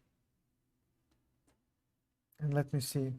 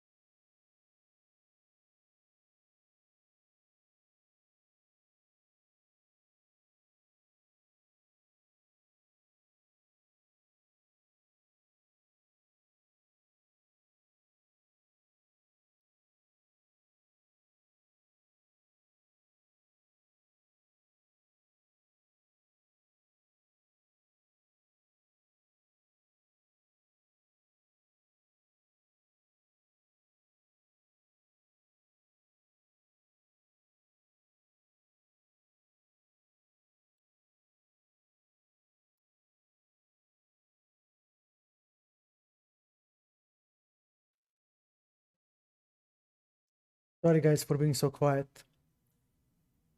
The games are too intense to commentate. I mean, he just blundered a piece. I don't know what he was thinking. But okay. That's already his problem now. Yep.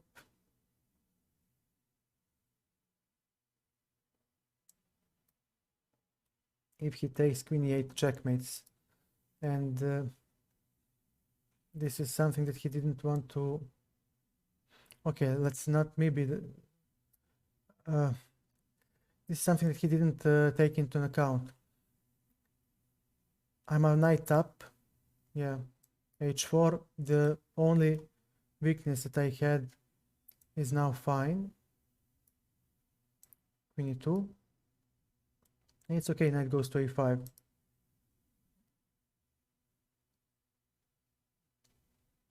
Exactly.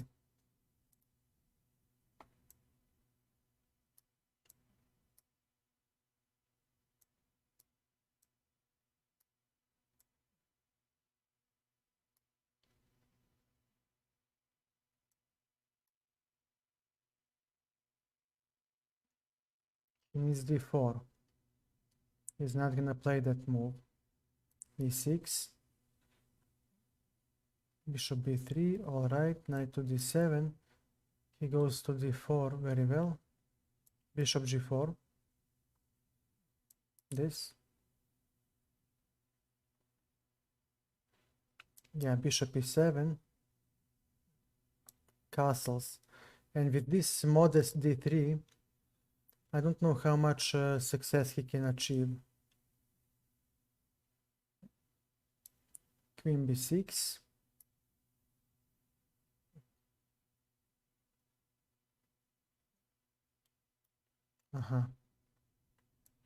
queen c7, now we, okay, now what?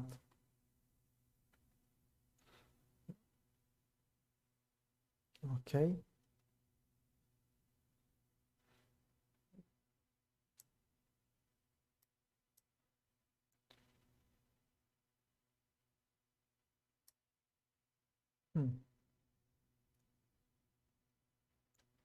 a5,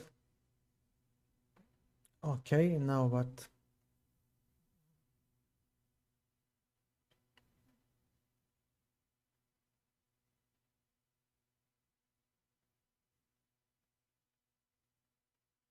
I should have played 95, stupid c5, I cannot believe I didn't, damn it, I allowed him too much now.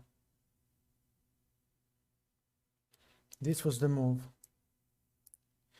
Now these are all under attack, and if I take here and play a4, he's practically busted.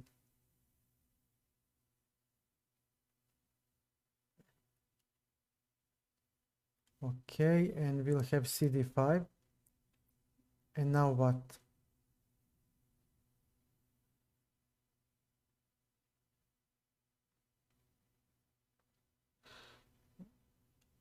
We need to play a4 and b5. That could work. Yeah, a4, get out of there.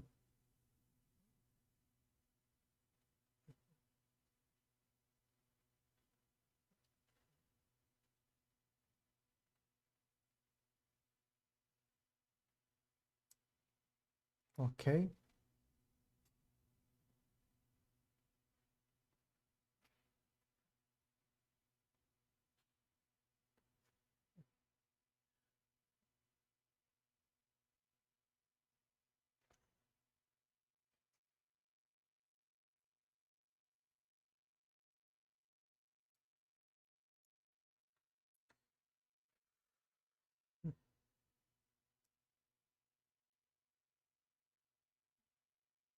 Okay.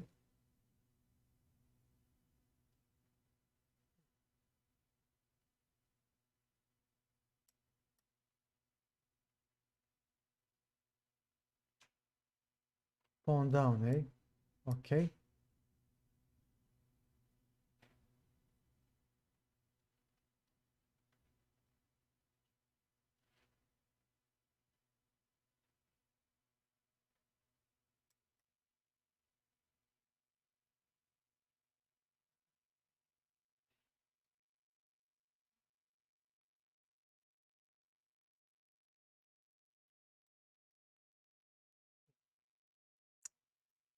Yeah.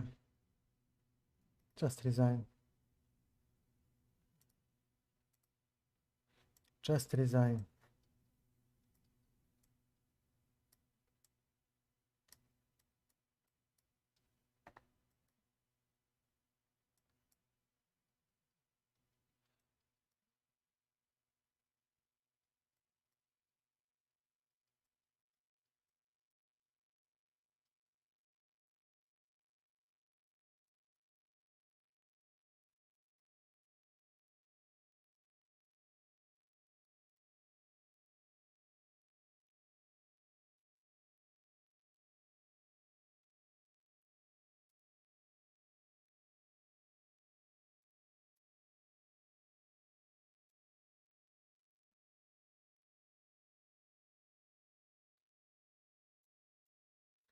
We need something in the center, and now, okay, now this is different.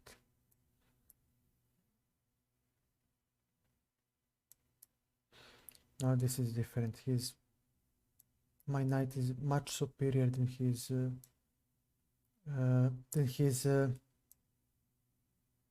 pawns. This will be blocked at some point.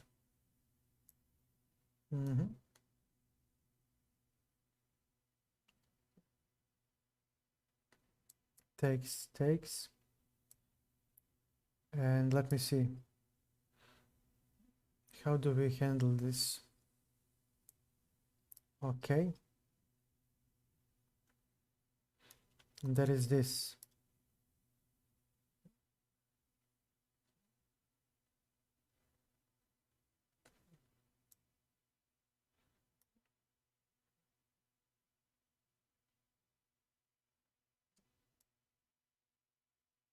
Yeah. No, c3. Bro. Not like this.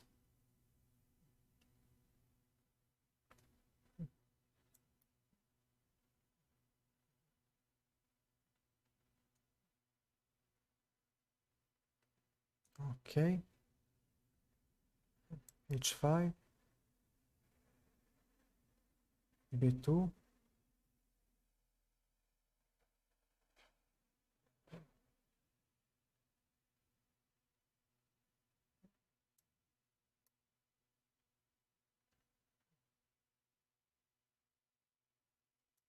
Okay, I'll take it.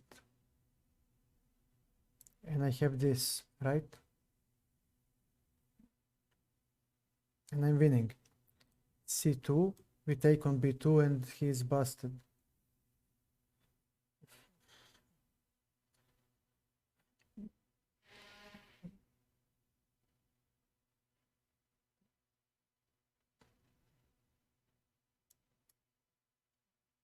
Okay, and we got this. And this is good enough. King. No.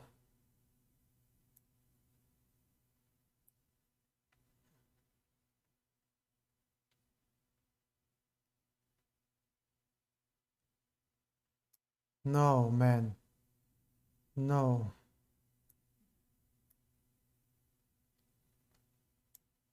Now he has everything. Yeah. Dude, I think he's gone. No, he isn't. Let's go. Queen a5. This.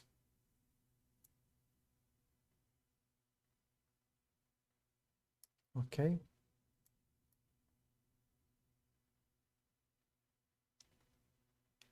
Okay. Knight c6. a6. Queen.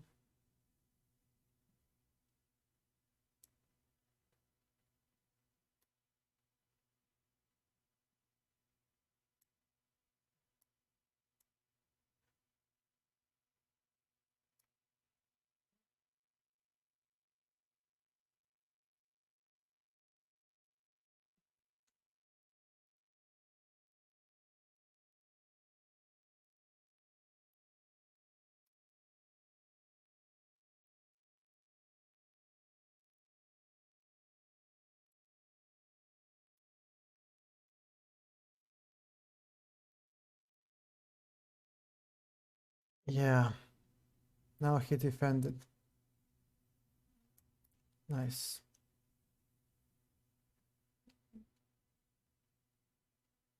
Just nice. There is nothing else I can say. 2 extra bishops. Resign.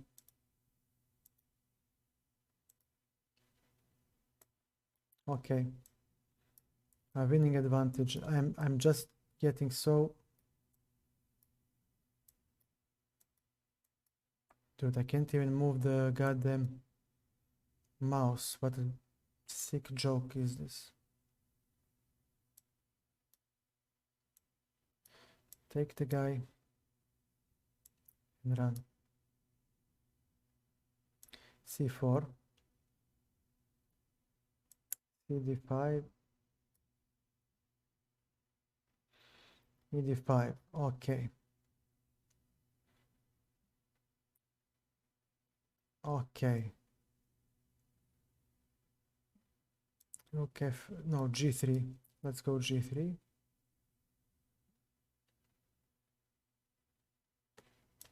Knight e1. f4. This will work. This will work.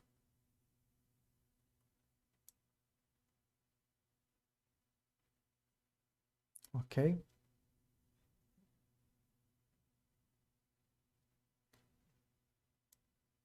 Queen d2. Knight g2.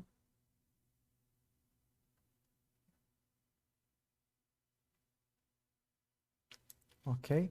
Run. Run with that knight, bro. That's my boy. Take. And now let's take a look. Where can my knight go?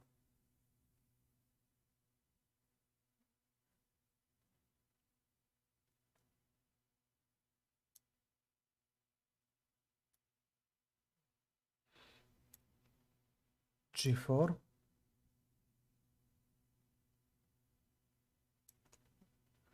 Uh-huh. h3, so he will come here. Yeah. Well, it's not so simple now. Rook f4.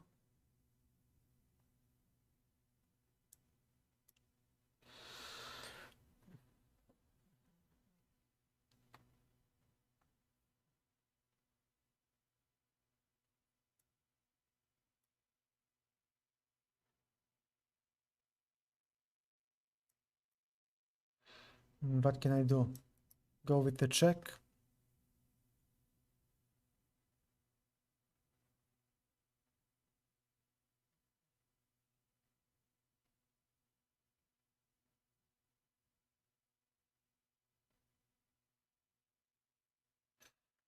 Okay.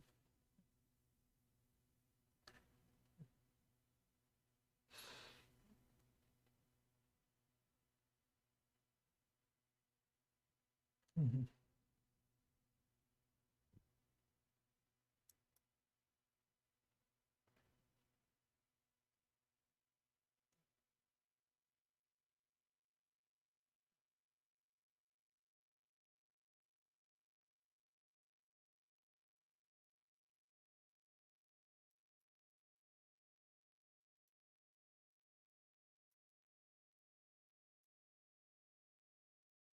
Hmm. No, nothing like this.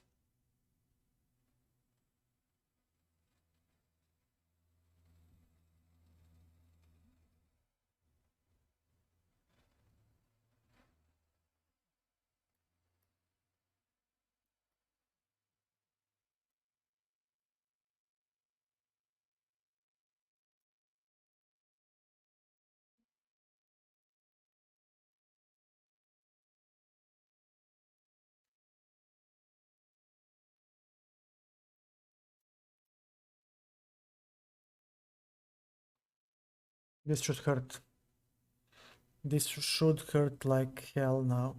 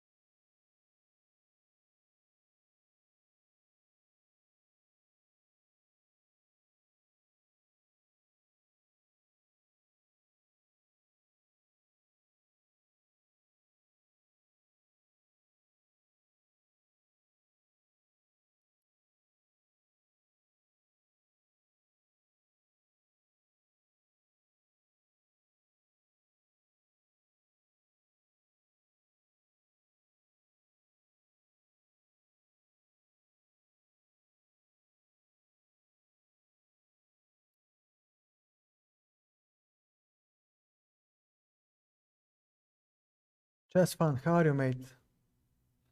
Welcome back. Sorry, I'm a bit in time trouble.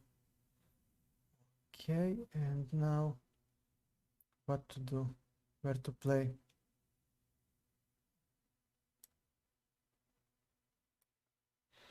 There is this. So on check, I have king b1, attacking everything. So this must be winning. Unless I'm mistaking something.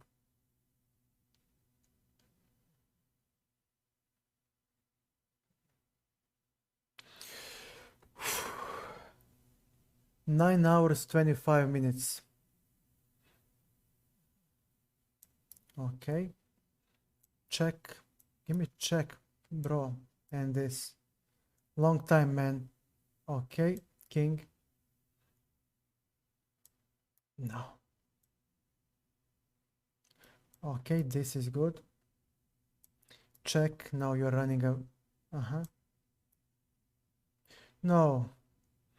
No, man. No, this is a draw. No. Sorry, mate. Sorry. But... okay, c6. Let's go. c5. Knight c6. Bishop. This. Takes. Well, let's go knight f5. Here. All right. Knight.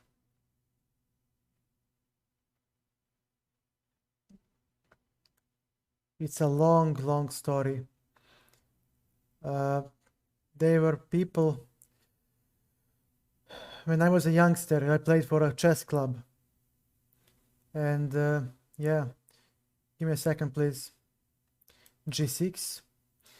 And we played a Europe team championship for the capital city back then, and we won. We actually won. King f8. Okay. We actually won back then, and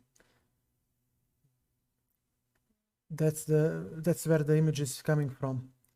It was played in 2003. Practically 18 years have passed. 18 long years. No, let me take. And this.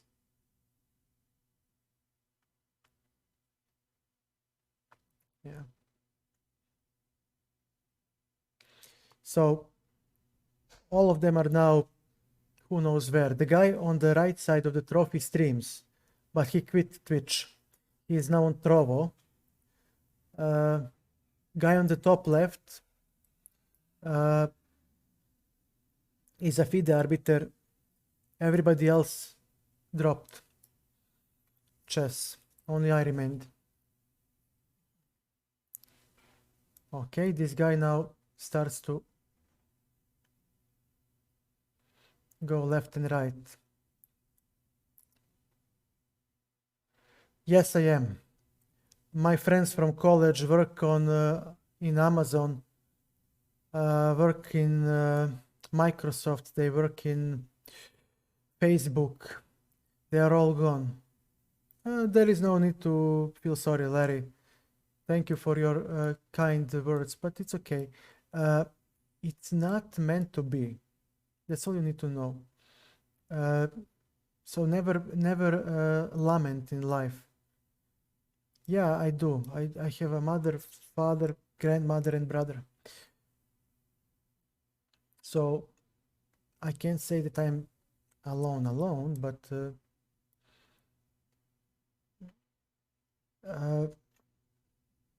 give me a second. This guy is really annoying.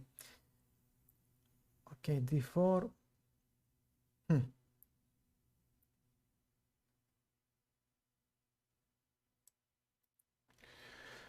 But all of the friends that I had left.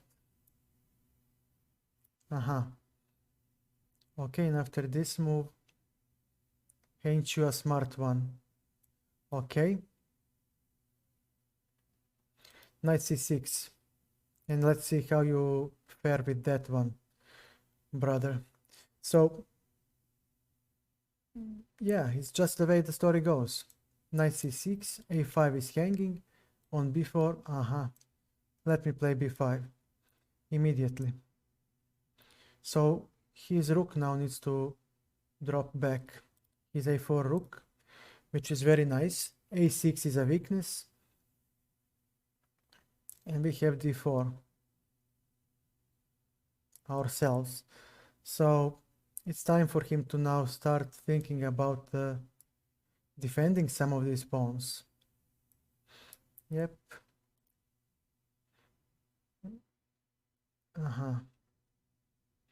Let me just finish this game, please.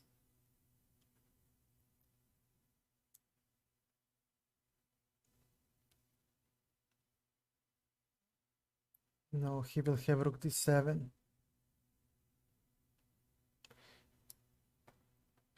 I mean, we have a mini match here, and I would like to win it. Yeah, maybe. Oh, ho, ho. Knight b4. So he'll take. And on this move, what does he have? Okay, I'll take. It's a mini match, but okay, whatever.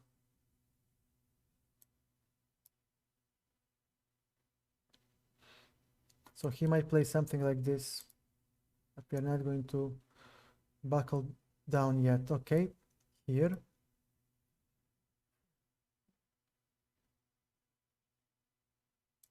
Yeah, nice play.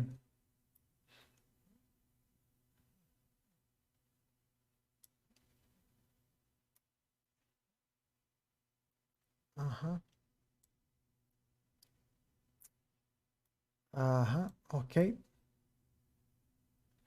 Before I do have this move, and on b5, okay, now we get a piece. Now we get a piece. And we'll checkmate.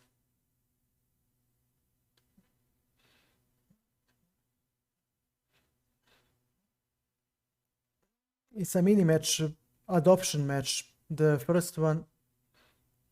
Oh, ho, ho. I'll take. What am I doing? And I'll take. And here I am. He may not take this guy because f4 falls. Yeah, keep scaring me. You're nothing. And okay. Okay, now you will be expelled from that diagonal. No more bishop c6. Exactly. King c6.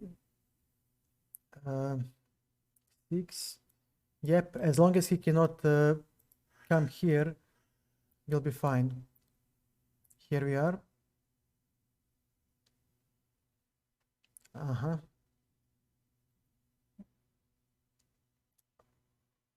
Okay.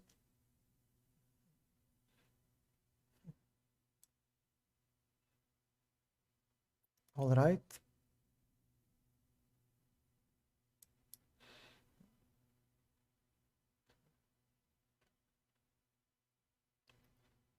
Nice try. Okay, I have a plan. Now I have a plan. This e5 breaks, fine. Yeah. King. Bro, you gotta be kidding me. e5. Check. Resigns. Okay, Rasta.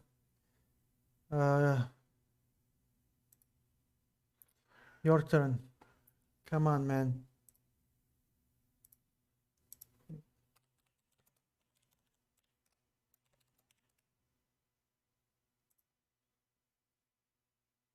End it for the love of God. Who is Voitas? Rusty, is that you? Okay, good luck. Let's go. Operation Braveheart.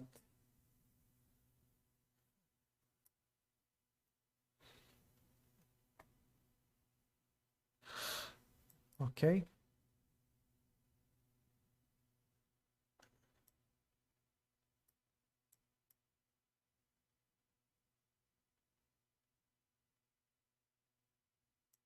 C3. Okay, we'll take.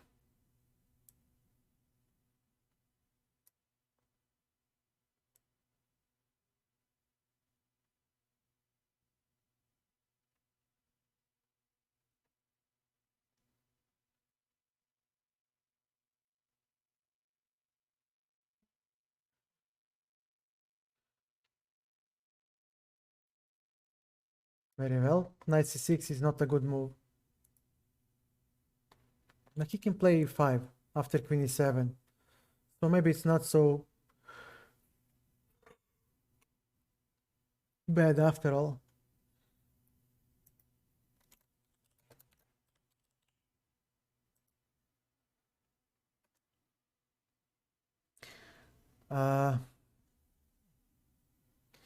Yeah. Queen f6, okay.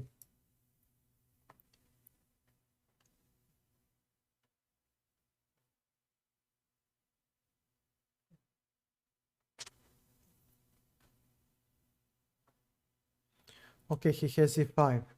That would be very beneficial for him, yeah.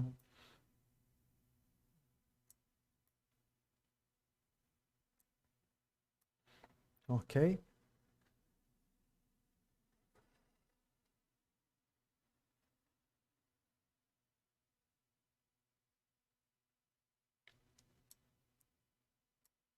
He doesn't have bishop g4 anymore. Hitting d5, hitting the queen. He might have something like, well, I don't see what he have. Actually, b5 was not the best move. Yeah, now we take back like this and we have a beautiful weakness on c7.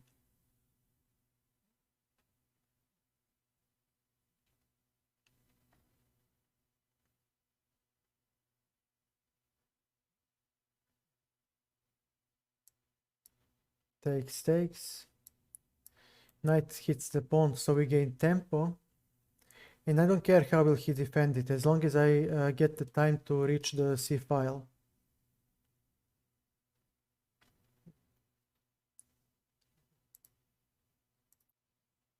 Yeah, this is a problem. And now his bishop is unfortunately placed. Yeah, I'll take.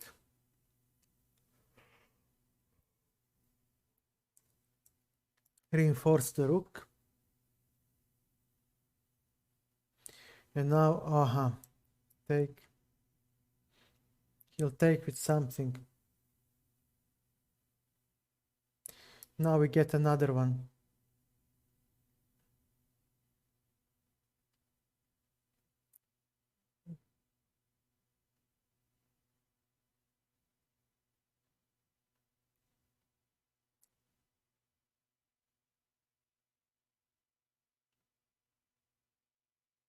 No, like this. Let's attack the bishop. Why not? Why not?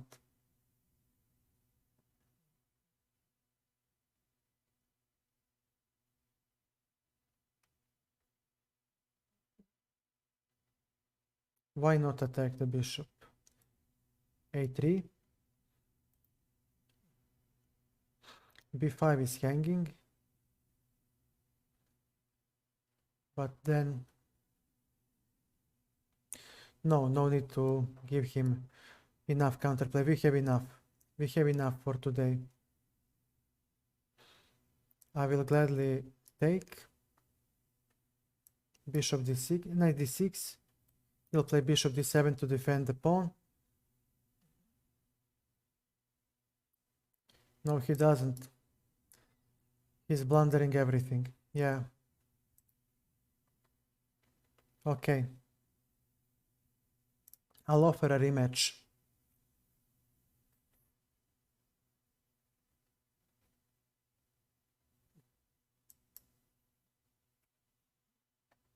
Okay, French defense.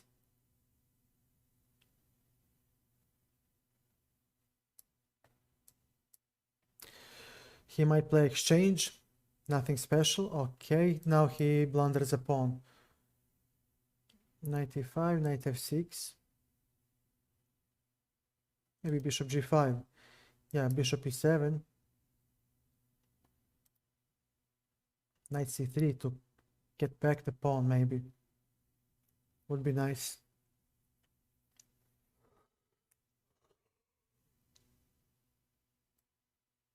Knight here. I want to exchange the knights.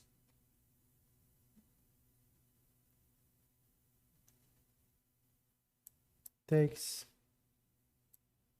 Queen goes. Now we have this. He should have taken with the rook. Okay, and now bishop. He lost a bishop. And of course, I'm not gonna squander this.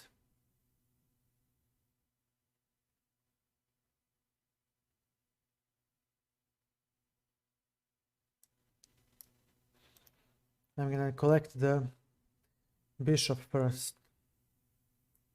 Take. And the bishop on full rook up.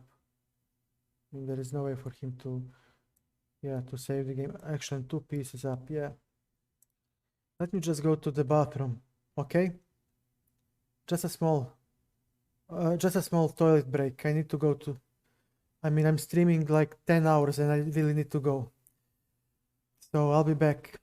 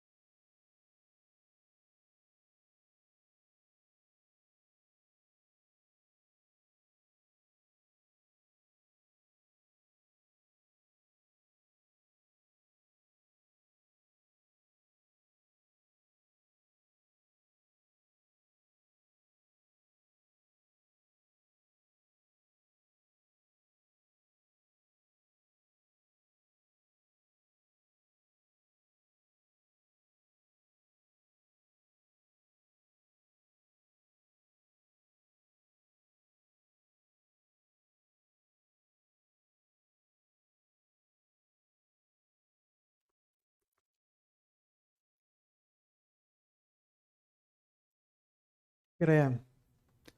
Oh, wait a second. Well, okay. People see me already. So dawn will come soon, so it's okay. Okay, if you're still here, Rasta, I can offer a rematch.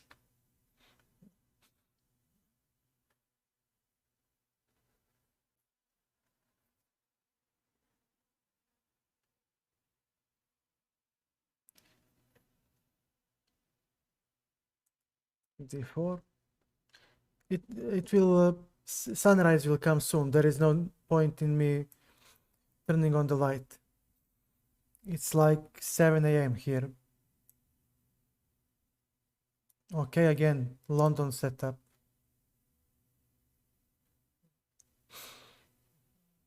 Fair enough.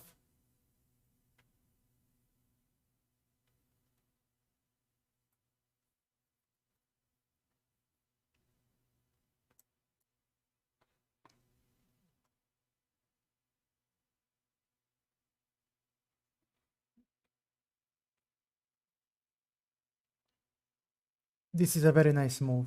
Actually, this is a very good move. But maybe too early. Maybe too early.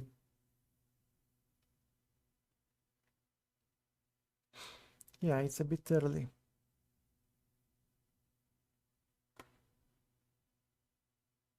Accept. Sorry, I didn't see. It's this idiotic user interface.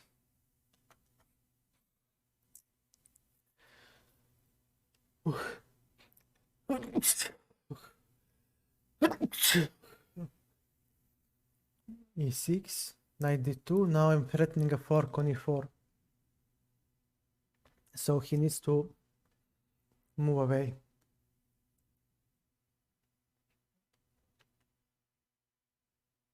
Okay, let's go e4. Let's grab some space.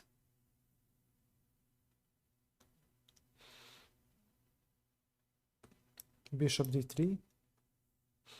He might have d5.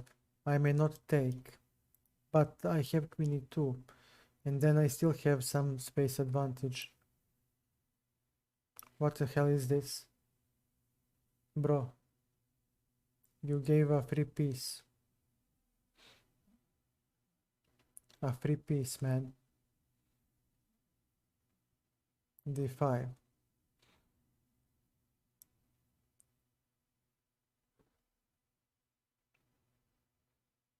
Yeah, I see. I kinda see that.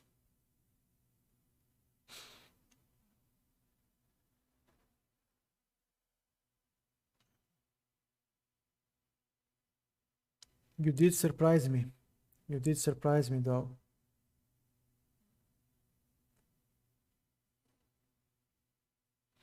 Let's take this guy to free the space for the knight. Now knight can retreat where the bishop stood.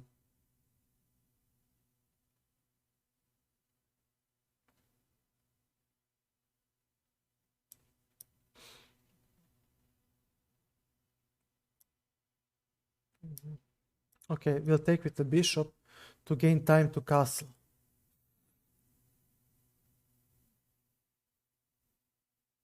So maybe queen d8. No. Check. This is a very nasty check. Very annoying.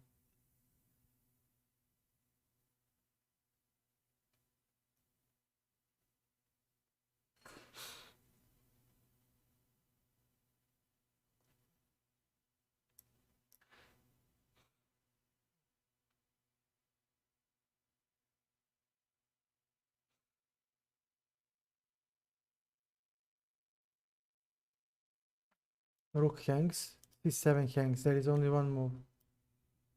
Okay, king to d2. I cannot allow him to play something like this.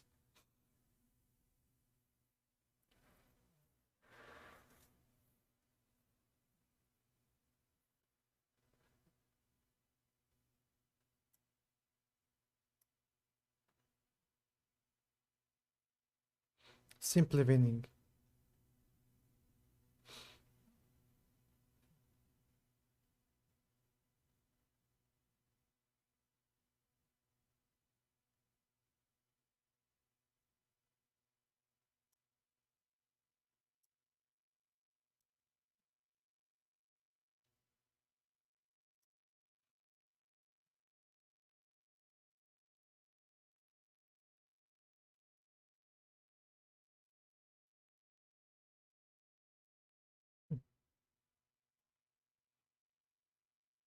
Yeah.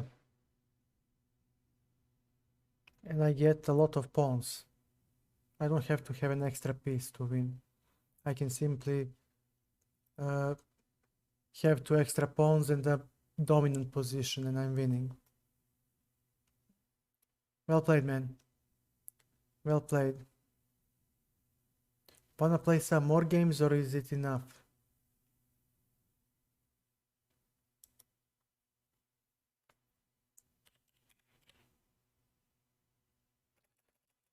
You are... Okay.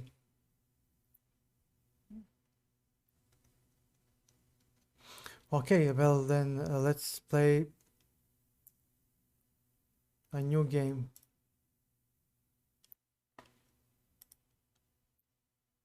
Anuran, how are you, man? Playing. Streaming for 10 hours now. Sunrise will come soon. What can I say? Being frustrated a little, but it's okay. It's okay. We reached 2400 rating in Blitz on Lead Chess, and I'm taking a break by playing on chess.com.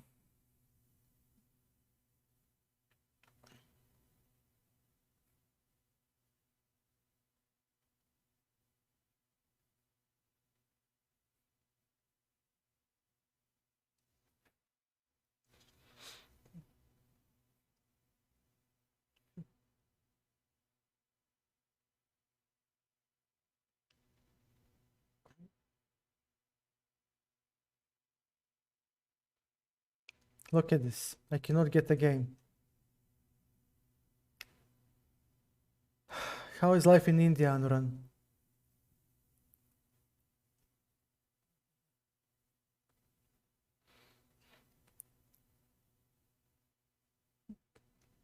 So,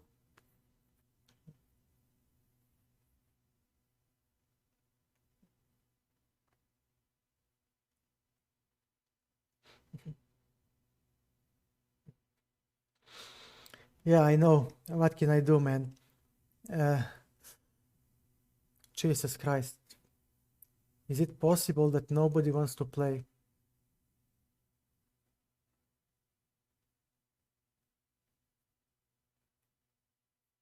Just, I don't know what to say, man.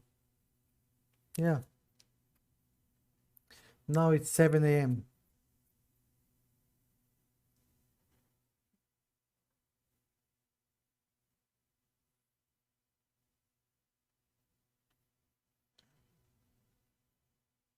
and I cannot find the game. Ah, can you imagine? Did we get a game? National Master, okay. Okay, National Master, let's see what you got. He should be well prepared. Okay. E3. Queen b6, queen d2, no, queen b3. Queen b3 is definitely better. AB. Now he'll have e6 maybe. Oh, bishop f5. Okay, we'll go to bishop b5. Time to hop. Time to hop. Knight on c3. No. I don't know, man. I don't know. Okay. Now what?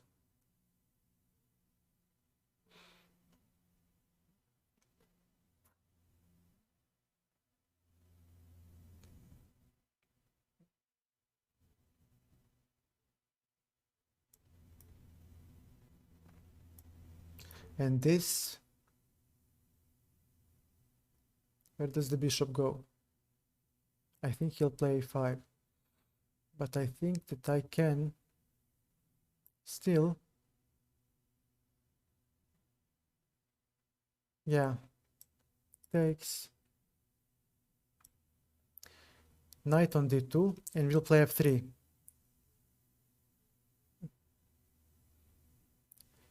He might have after bishop d6. We'll see. Right now, the biggest issue is bishop c2, and yeah.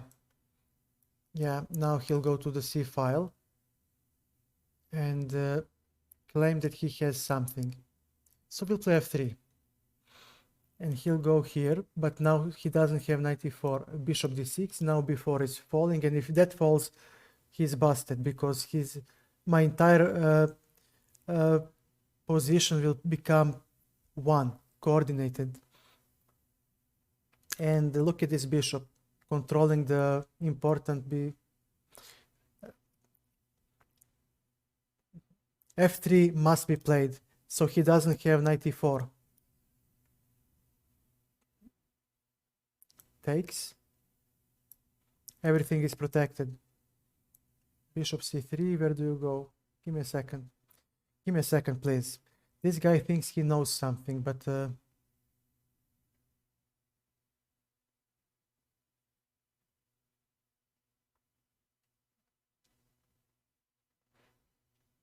no. No, this is much better.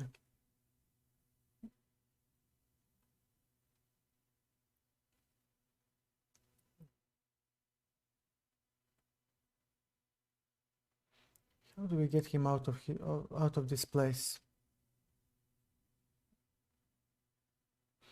Okay.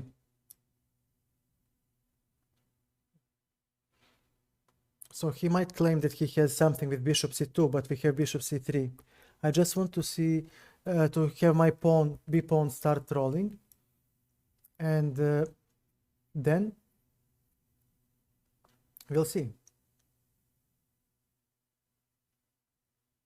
b4, there is b5. Knight to b6, okay, we have something like this. Or even e4. e4 is actually very nice. Now his bishop is blocked. And after this move, where do you go? Now we're going to play the endgame. And his rook is MVP. And after this move, wait a second. What am I missing? What, bro, where is your rook going? Where is your rook going, bro? What is your problem?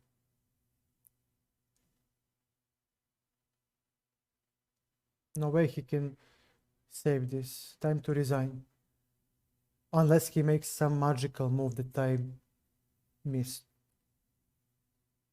I would love to see that. Well, actually I wouldn't. Okay, bishop on d2. And now what? All right.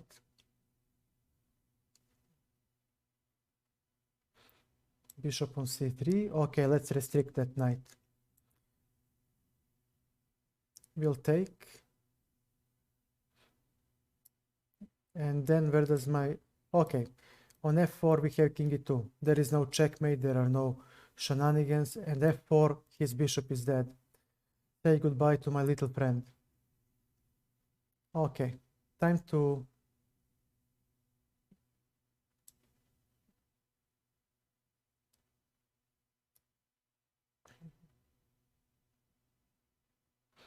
Yeah, he's going to play this. Because I thought I have an extra rook, but I don't.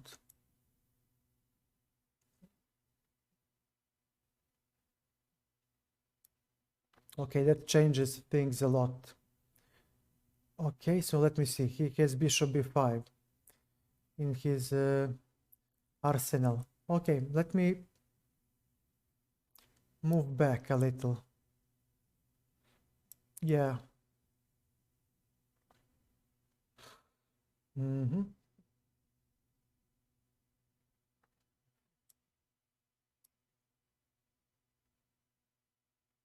Okay, now his knight has nowhere to go forward.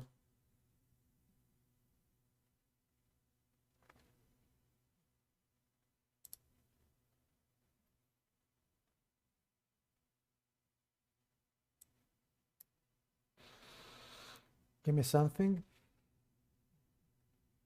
Not the fortress yet. Not after this. And bishop f8.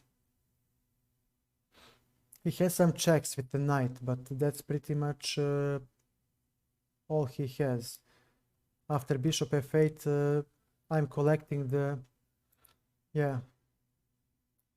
This one falls.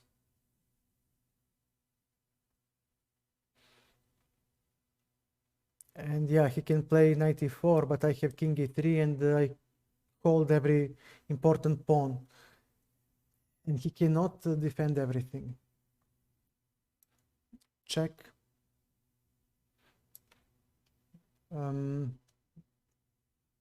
Let me see. This. He may not take on d4. Of course, he saw that.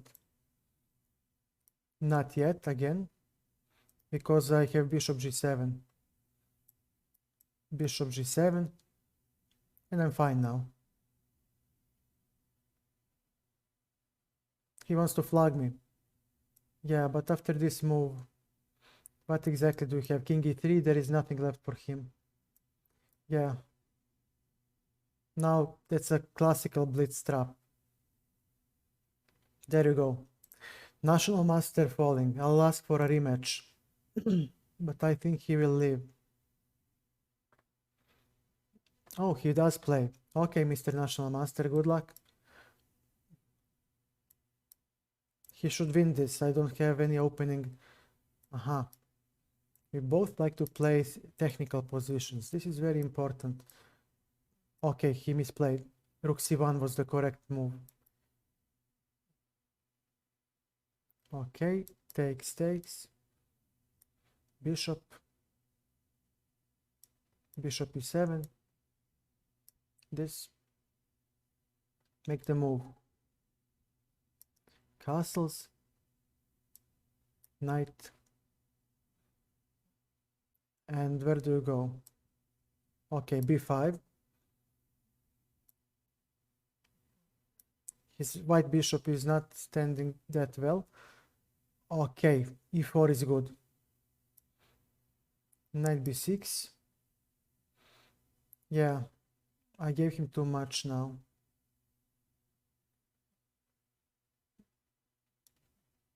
Bishop f6. I would love to see e5. e5 is my wet dream. But of course, it's not going to happen.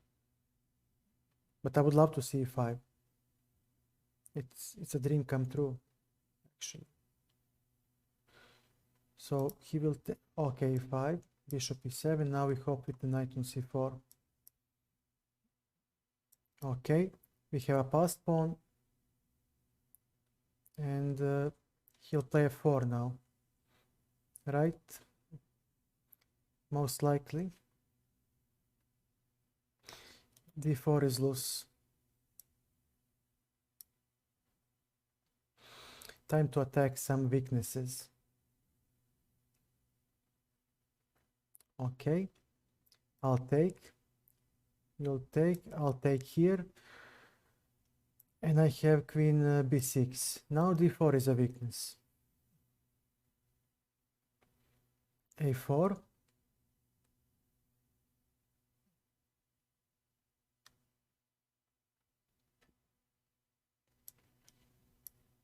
Let's go to b3. And from b3 we also pressure d4, but also cut off the defense of the pawn. So nothing happens at the moment.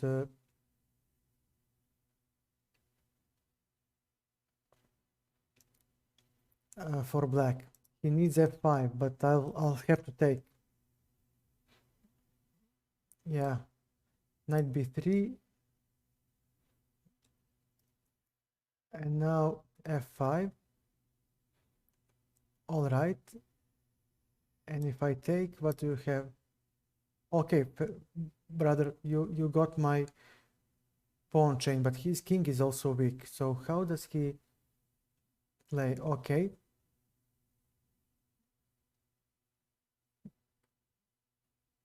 Rook f8. We'll put the rook on e6 now. And you know what? Maybe I'm starting to attack. Don't be surprised.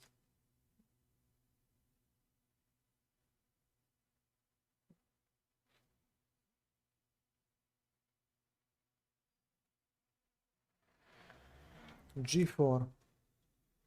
Jesus Christ. Okay.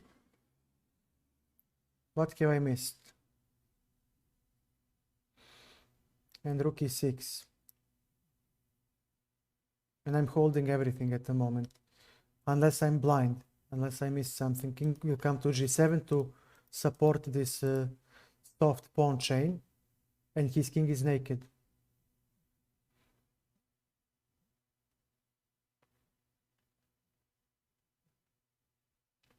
Rook f7 doesn't work yet. Knight d6. Maybe that's what he is contemplating. Okay, and then you have that move. Very well. You will come here. And here I am. I'll defend. And we'll play h5, definitely. Well, not yet. Rook d6. Okay. Queen d4. Check, check, check. No, I'll take it. I'll take it. And I have this. And this is a check, actually. This is a check, which is something I really like. h5, please leave. Or make your intentions known.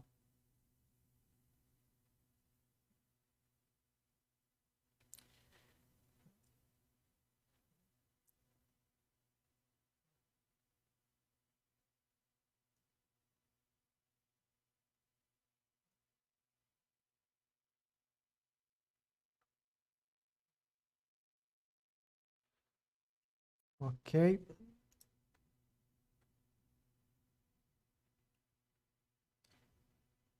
Wait. Knight d4. He comes to f6. I don't have any idea yet what to do. There is a check, maybe. Why should I? Let's go f5. And now he is f-file. Okay, he does have a... Pardon. He does have rook f5. He does have rook f5. And I'll take. And now I'll play this. Of course, this is a mistake because I have knight f3. So, yep. Let me see. This pawn will distract. It should be enough.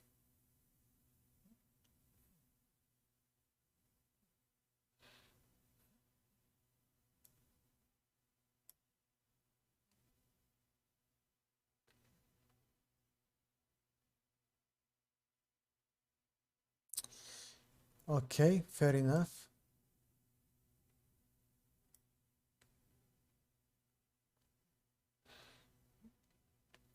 Oh man, he has queen e3.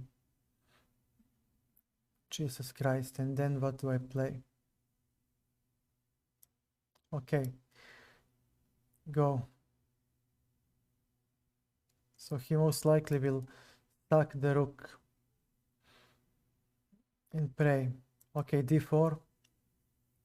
Where do you go now? Okay.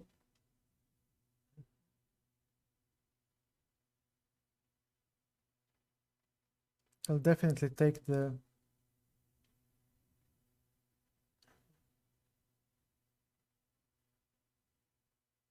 Takes. Okay. g2. Okay. Now what? d3.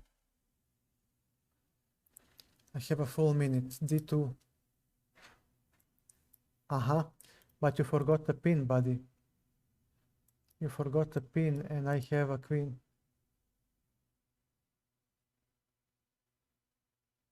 Yeah, this is nice. Let's ask him for another. He left. Pardon.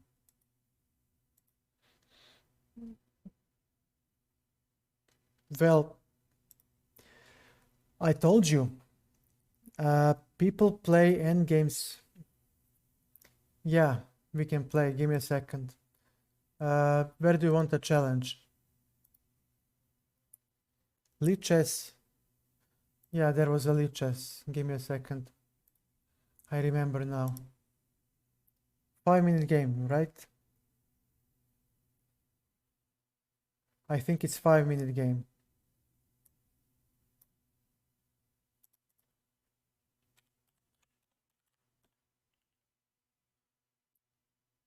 Or so you have it here as well. Okay, that's nice. That's nice. That's really nice. Thank you, man. Thank you. Okay. Okay, we kill this. We make a 5-minute game, and we are not playing versus random, but versus Anuran. Donja crta. There it is. And okay.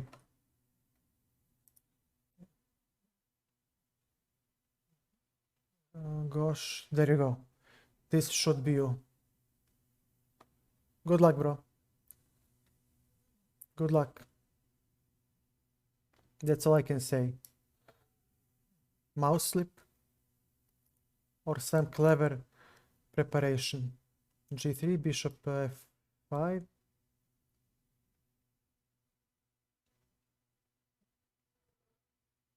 I assumed.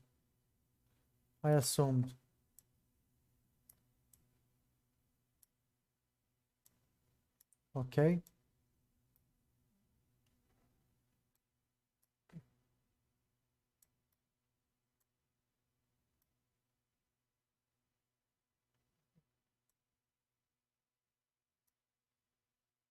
Okay.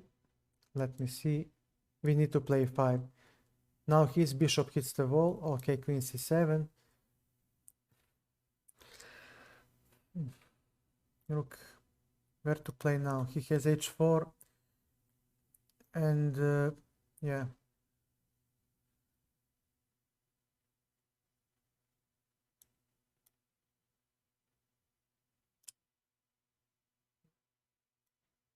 This.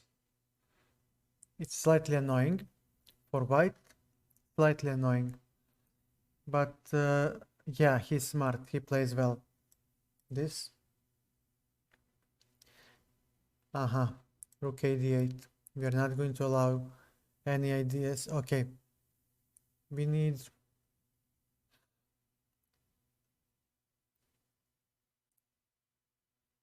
Okay, I'll play b5. I need to pay the price.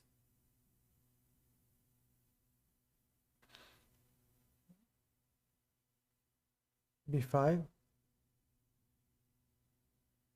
Yeah, it's very, very, very unpleasant.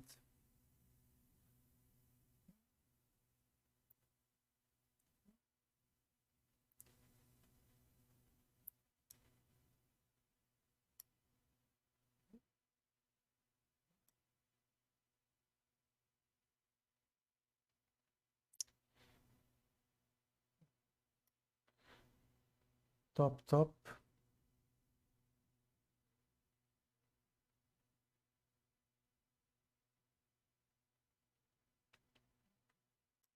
I need to play c5, which is going to be very, very problematic for me. Rook d6. Wow, nice move. And I played this move so many times. And there you go, my friend Anuran remembered that one. And what do we play? Now I'm losing a pawn, right?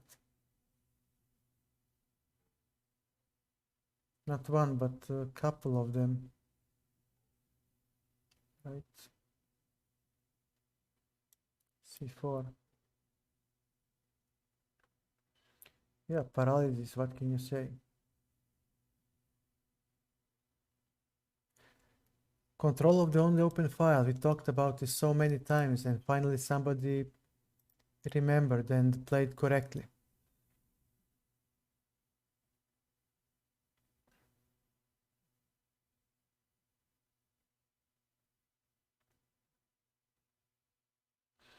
Before, that was unnecessary.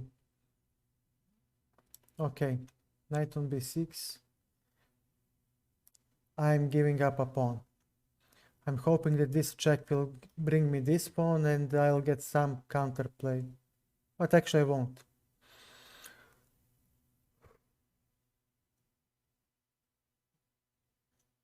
We can.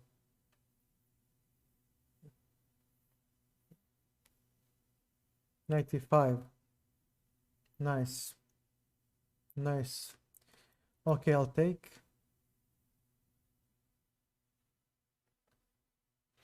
And let me see. What should I do now? Queen c6, he has e5 maybe. Or f3. Knight on d5. We are hitting the queen. Maybe queen c5. Queen f3. Also good. Now he can give 2 pieces for the queen. But we have knight b4. And if he takes, I take the queen. And if he takes the queen, I take like this. But he does have bishop f4. Fair enough. Yeah. And he has bishop g2. Should the need arise. Okay. g6. I'll try. I'll try to defend. Bishop c7. Now what? He'll collect. There is nothing left for me to do. Okay, knight b4. I mean, I need something. And the bishop pair in the open position will simply make everything work for him. Yeah.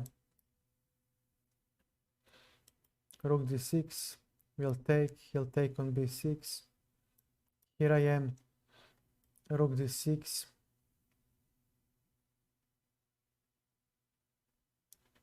Very well.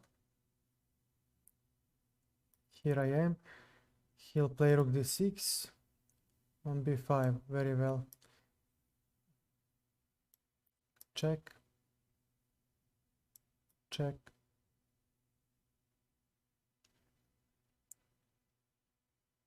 And we collect. Maybe we have a chance. Check. Yeah, I accept a draw.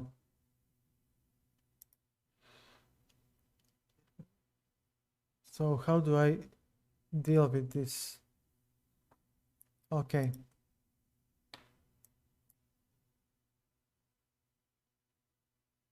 I think, yeah.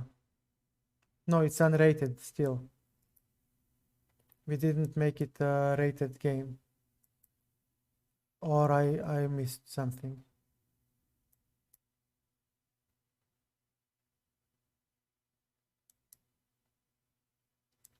Takes. a3. He'll castle. Bishop d3. Yeah, e5 actually might work for him. What can I say? Yeah, because I didn't play bishop p2, but bishop d3, and I'm gonna waste a tempo. You were winning. You were winning. But I don't know how you messed it up.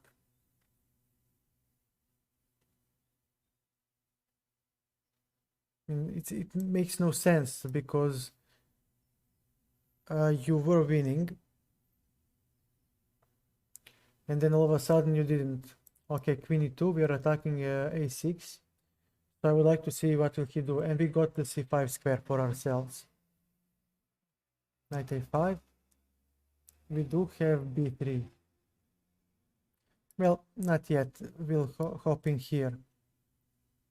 This is very important. Okay, and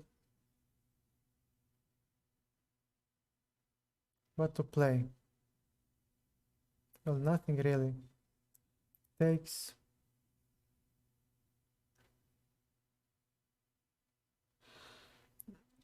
Okay.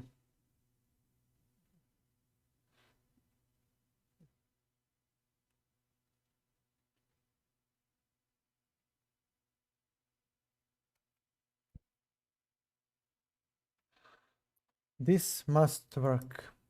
His king is so weak.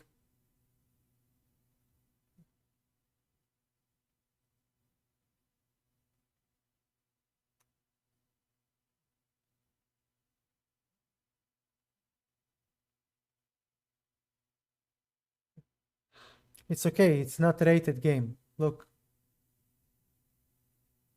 I don't think it is a rated game, man.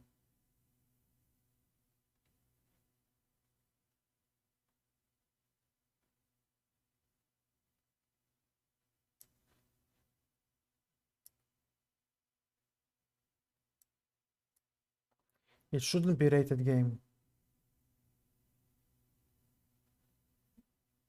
Rook c3.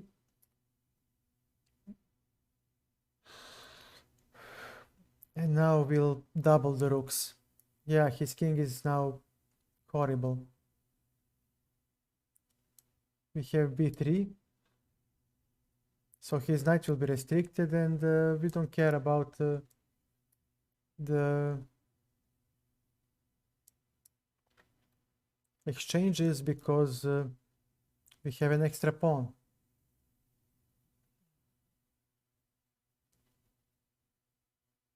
Okay, we'll go f4. Okay. g4, so he doesn't have the move with the knight. King g3. a5.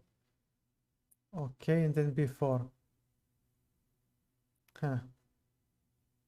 And that should be... No, he cannot make this work. No way.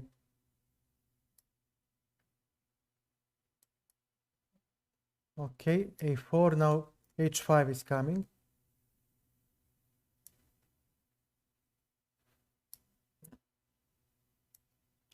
g5.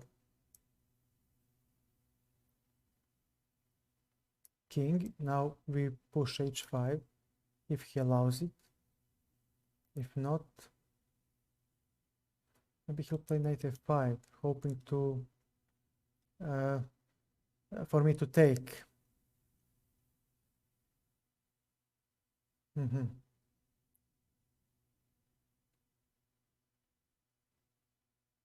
Okay, very well.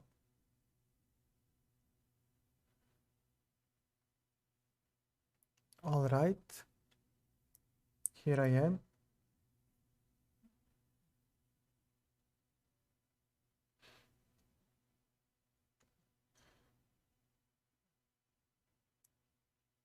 Okay.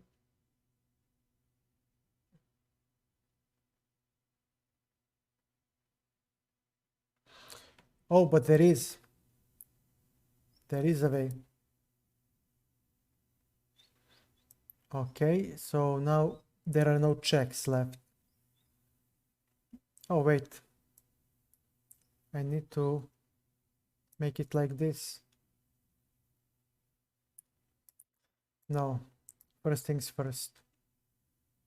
All right, now we have h5. Now we have h5 to break through. And his check should not achieve much. All right.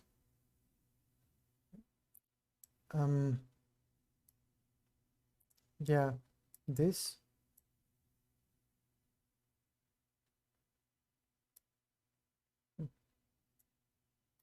Okay, bishop g6. If he takes, I will have a passed pawn, which is always nice to have.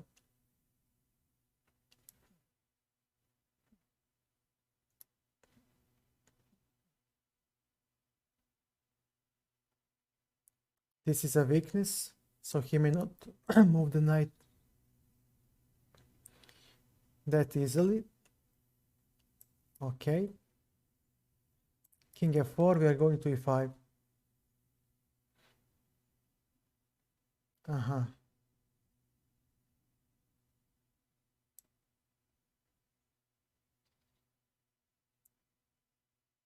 E4. All right, bishop. No, king. Let's go with the king. But now he has this. Right? But why should I care? Right? On king g6, we simply chop off the knight. Yeah. King e5. And he has knight c4 again. Yeah. Now it's time to force his king back. You allowed me to break through. I think you could have offered much stronger resistance. And let's take a look.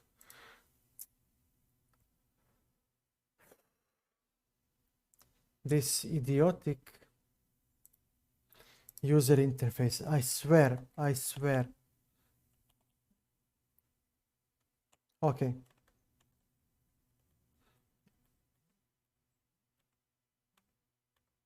Pardon? Okay. Let's see. No lines. No. Upgrade to get computer engine mouse. Are you kidding me? This must be a draw. I need to see this. I believe you can save this. Okay. White wins. But he needs to play very precisely. So let's see if I misplayed somewhere. White is still having a large advantage. Yeah, I misplayed now. King g7, not here.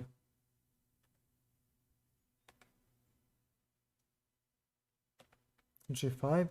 I misplayed again. You're fine. I gave you the weakness. This.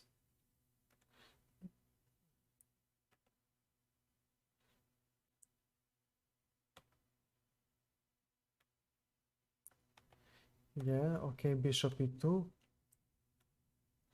Knight c4. Knight c4 was good. Why not knight c4? Why not? Why not always? Always, brother. Always. So what happens if you knight c4? This is a draw. I must play 4. But then, yeah, this doesn't work. Because I need to play this. And you're here. Aha, I still get the b5 pawn, so no. Now I'm going back. And now after h5, it's still nothing special. Knight c4. Bishop e2. f6. Still nothing special. Wow. This was the error. You shouldn't have taken on g5. Yeah, now I have a passed pawn. And that's the decisive error. Because this is one distant front. I talked about this on YouTube. One distant front that will tie one of your pieces there. And this is the second weakness. Second front where we lead the fight. And I just need to somehow enter your position. This is my biggest concern. Your knight is very nimble and agile, so he is very annoying. But after this move, e4, yeah, I saw this late. Takes, and this I have a winning pawn endgame because I have 2 pawns marching. But I saw this only after I took on with the king. And this move, yeah, your knight now cannot go anywhere. Physically blocked, and he can go here, but then I will chop it off with the bishop and I have a winning pawn endgame. Here, I will play knight c4. Yeah, we can. But I think that after takes and king e4, yeah, I win. So we can play a rated game. I hope you made it. Yeah. What the hell is going on? I did join.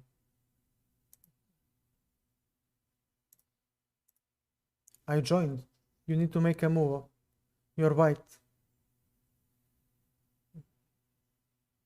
You're white. Aborted. Don't know why. I mean, you're white. You need to make a move.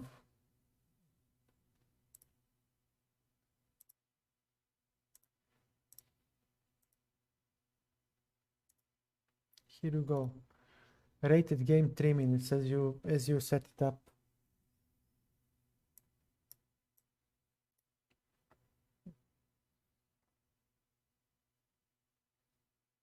I don't know what happened. It seems that he is gone. Maybe he needed to do something. Never mind. Okay, he left. He's not currently at the keyboard. No problem. He'll come back and we'll see what happened. What will happen.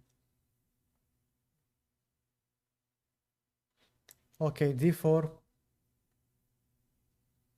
c5, c3. Oh, Neptune. I played this guy.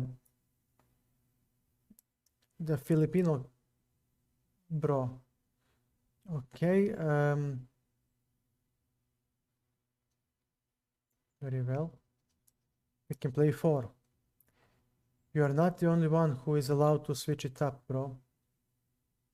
Bishop e3. Or even bishop b5. Why not? Why the heck not? dc5. Make the move. Queen c5, queen e2. Okay. Bishop a4. Very well. Bishop b3. Uh-huh. Castles. Knight d2. a4. Let's take a look at his game now. I gave him too much, but okay. Rook f1. I don't see you, Anuran, in the chat. I don't see you anywhere. Maybe something happened to him. I don't know what. Maybe there is no electricity. Maybe. Okay, we should take on b5. Wow. Bro.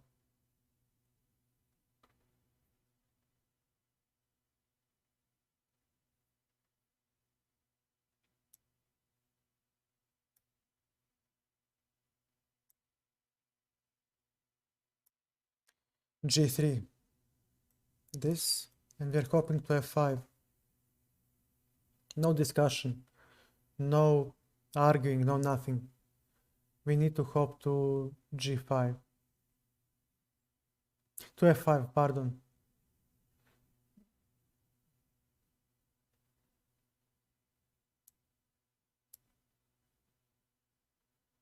All right. takes, knight on f5.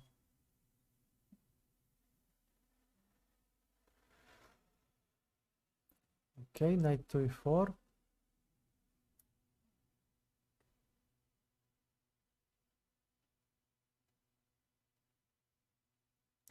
Queen. You're definitely playing some sort of an endgame.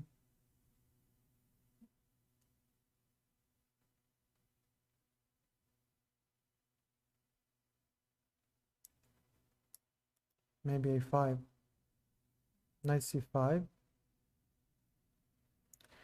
Okay, rook a2.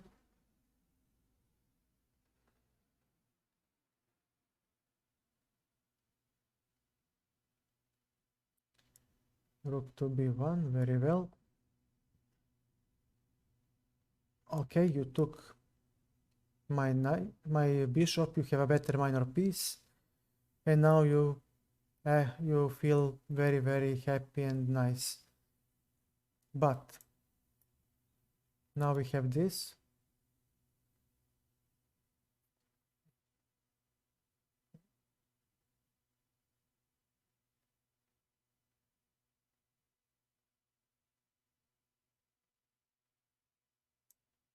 Okay.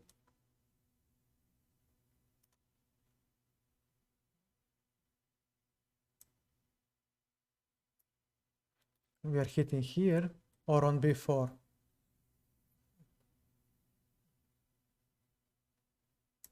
So he needs to play bishop d8 maybe. Rook b8. Oh. And after this move, what then? What did I miss? Okay, now your rook is under attack. So you may take here, but I can take rook on b8. And you lose because you're exchanged down.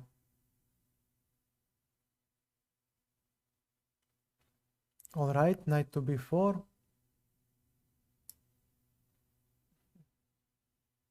e4. It's time to exchange one pair of rooks. Hopefully, yeah. Hopefully both. Rook a6. And we'll see where will this lead us. h4, we are chasing away the bishop. Oh, no. Okay, takes. King f1. Now our king is coming into the center.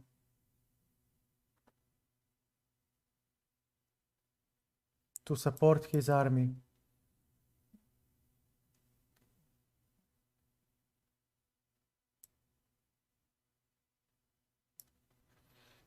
Time to run away.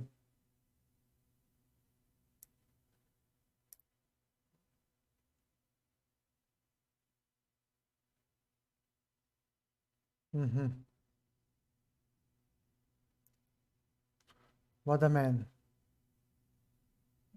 Okay. Now what? Okay. Takes. And let me see.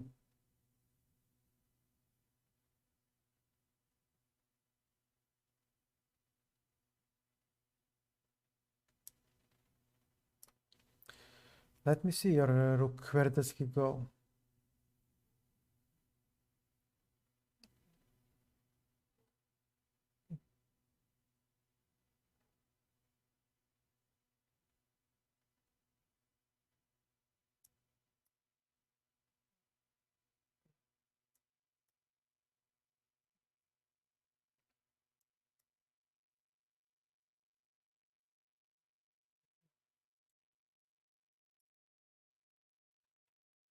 This is a little bit stressful, right? Before.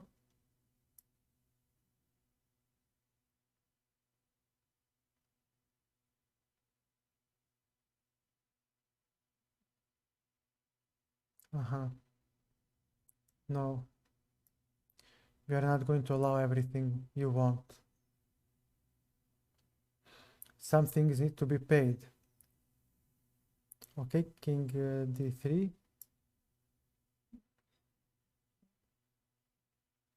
He'll go for f5. Very well. And after this move, what do we play?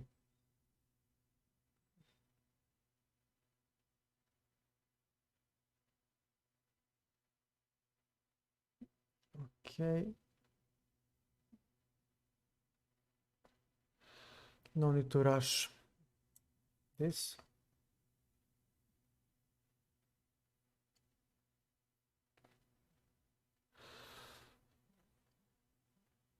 Very well, you'll take. And there will be nothing for me, right? Knight h4. And knight will come to f3. Should be enough, yeah. Knight f3, he'll play this move. And we have king e4.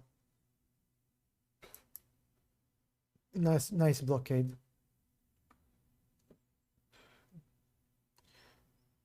c5. Check.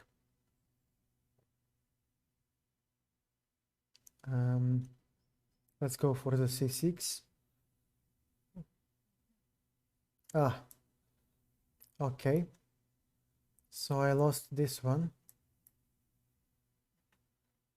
And now it will end in a draw. c7. But the guy really wants to... Okay, come. No. No, man. Yeah. Fucking flagger. Okay.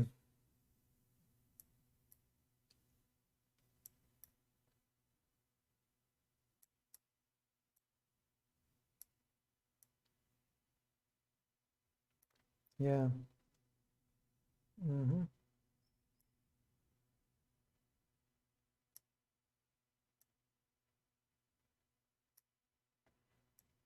Now what?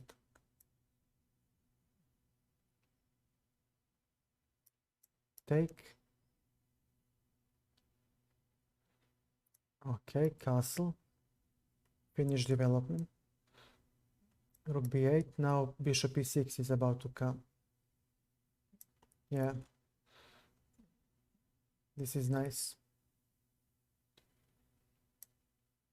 Bishop d6.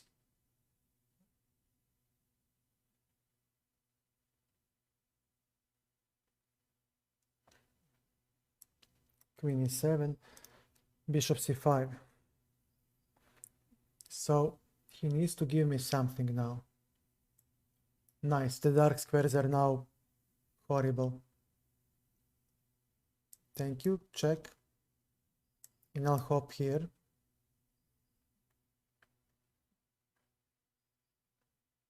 Okay. Rook b d8. Now we have d2.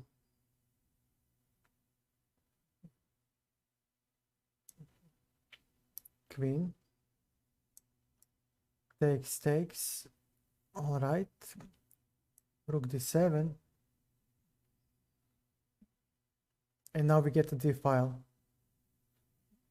And that's initiative.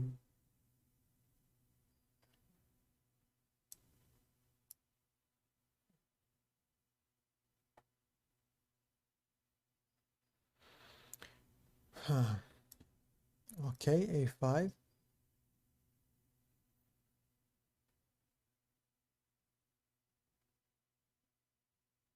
Let's go a4.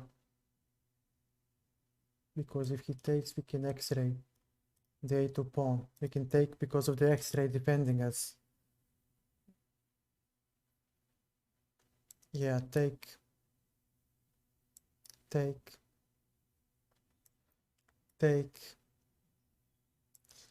Knight a5.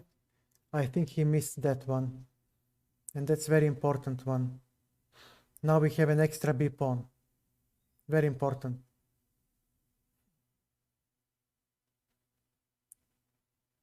Okay, we have a check one more time. And we have this. Now if he moves the knight, f1, bishop will fall.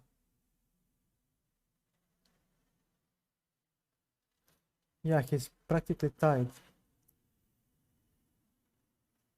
He'll play this. Yeah, go, and we have king f8,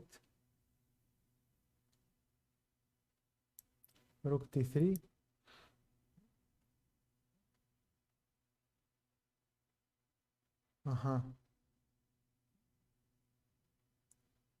Okay.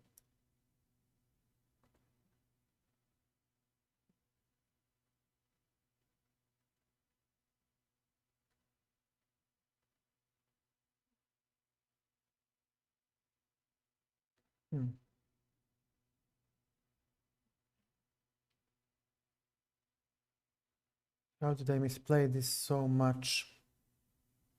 Okay.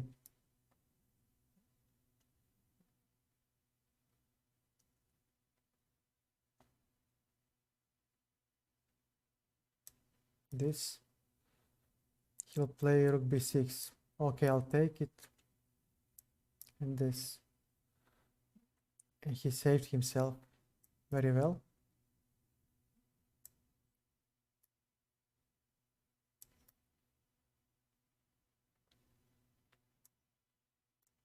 Get out. Get out, please. h5. We're not gonna give him anything yet.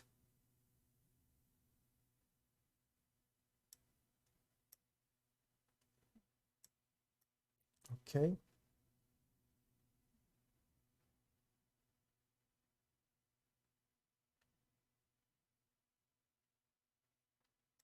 Yeah, I cannot touch it yet.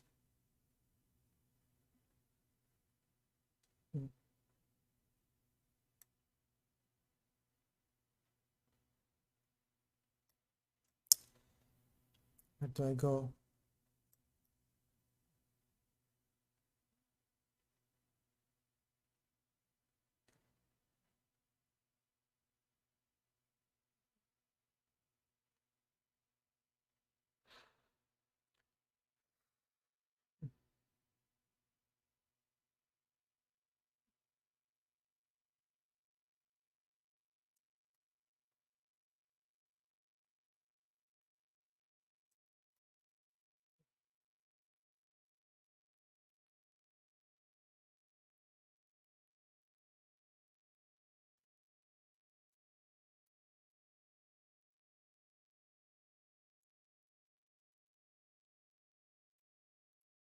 Okay, now we have rook f4. We have something like this. Well, actually, no.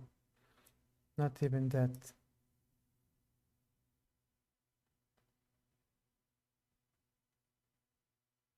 Not even that. g6. f5. Takes and takes, and then what?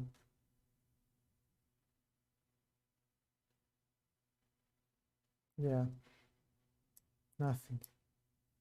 Literally nothing. Yeah, it's a draw.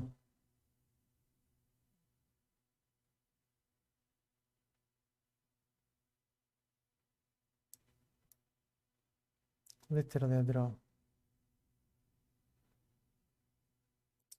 Or you can lose a game. Yeah.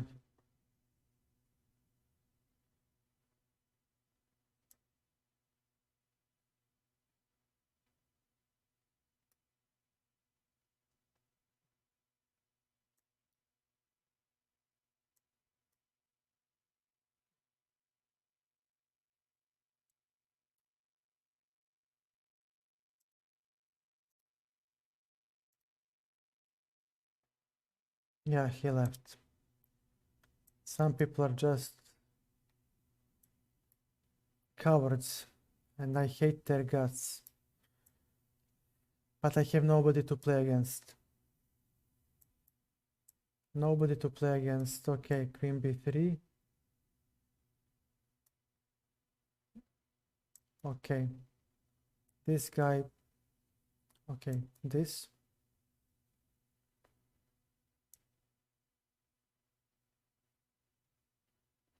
Bishop.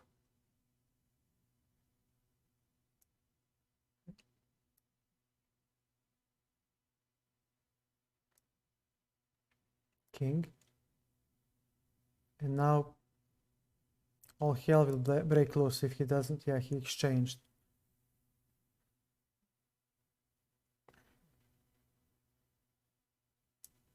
Bishop d3. Or no? Why should I?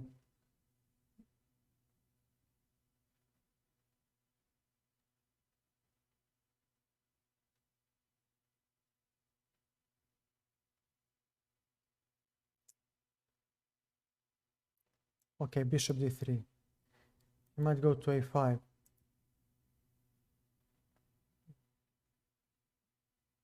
Okay, now let's take a look. Rook fc8.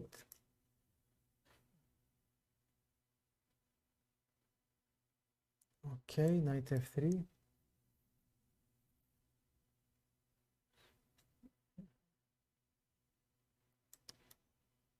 I just want to chop off the knights, then I'm better.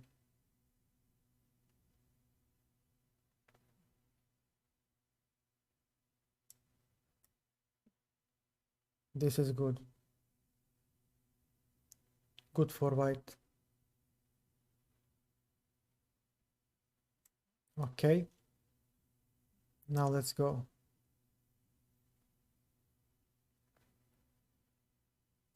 f4.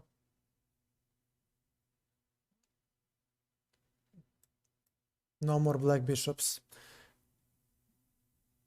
And now we can safely push on the queen side. Yeah. Rook c5. b4.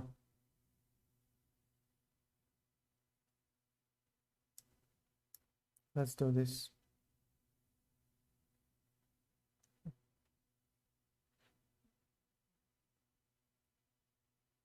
King f3. We are going to the king side with the king. His pieces are too busy. Okay, takes. Gladly. And let me see.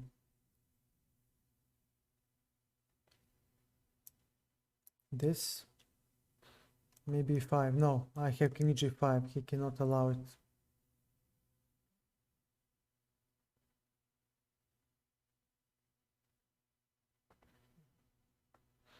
So it's time to milk it. Okay.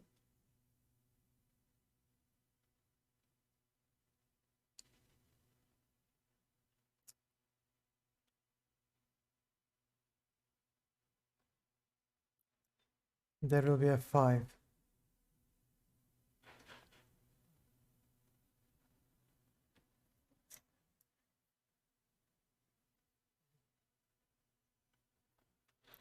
There will be a 5.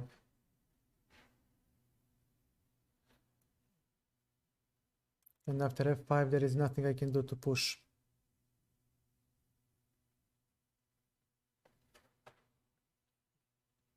King c7.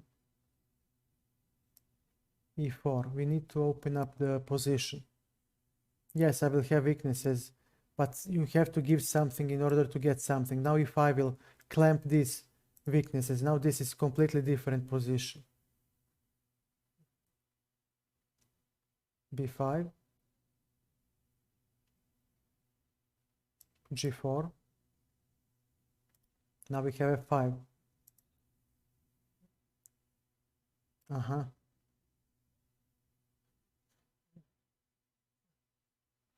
f5. We are way faster. This. And only, let me see. This is what we play. Now he needs to play bishop c6. The only move.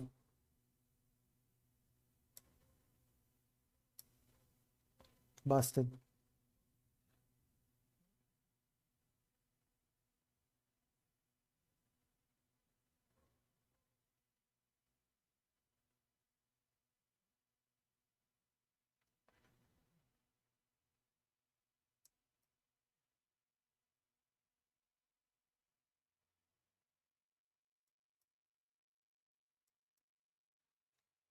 Give me my queen. Okay, I'll take the queen.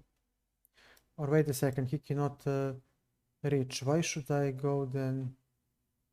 Oh, pardon. Check. Okay, but he still cannot reach. Yeah. Maybe he'll want to play one more. I don't think so. Yeah. I'm stronger than him in endgames.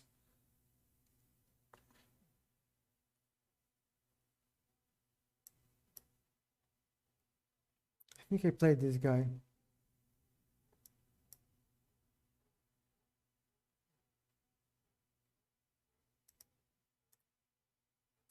Very well.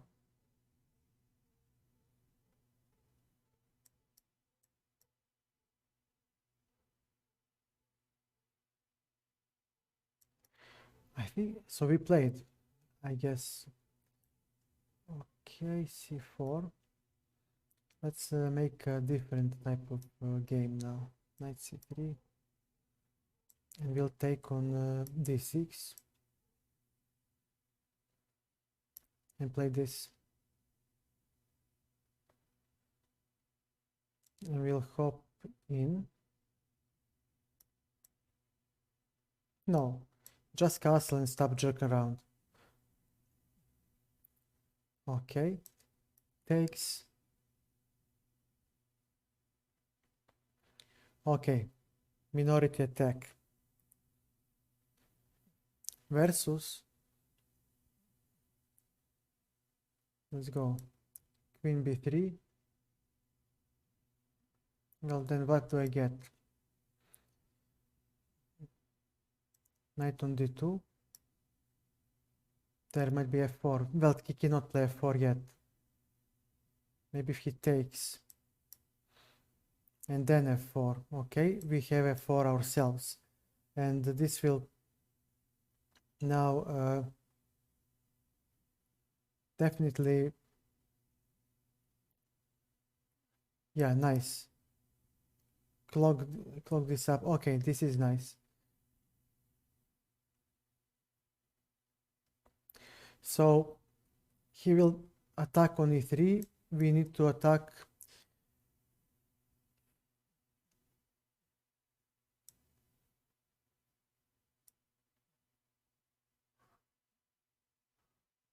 Oh, wait a second.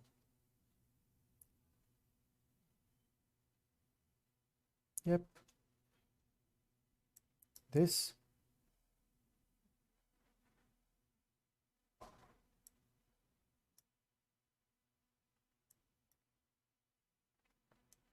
I cannot allow him to play this move.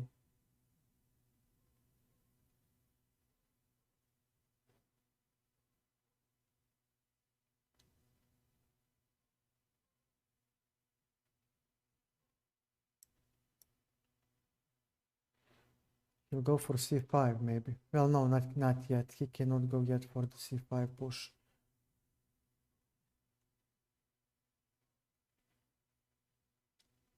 But it's definitely worth a try. Well, not yet.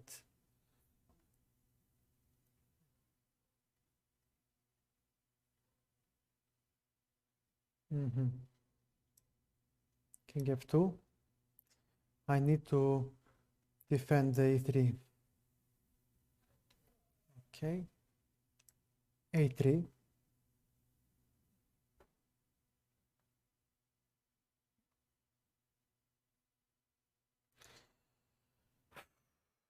Annoying little...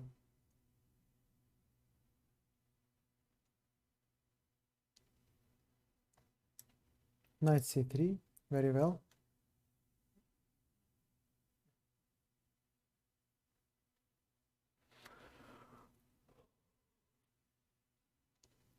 Rook e3. Rook e3. There is this check, right? And I play here. And now what?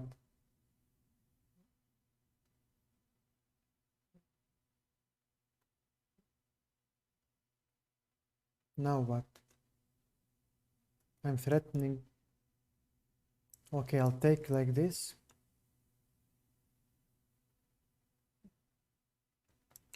I have rook f1.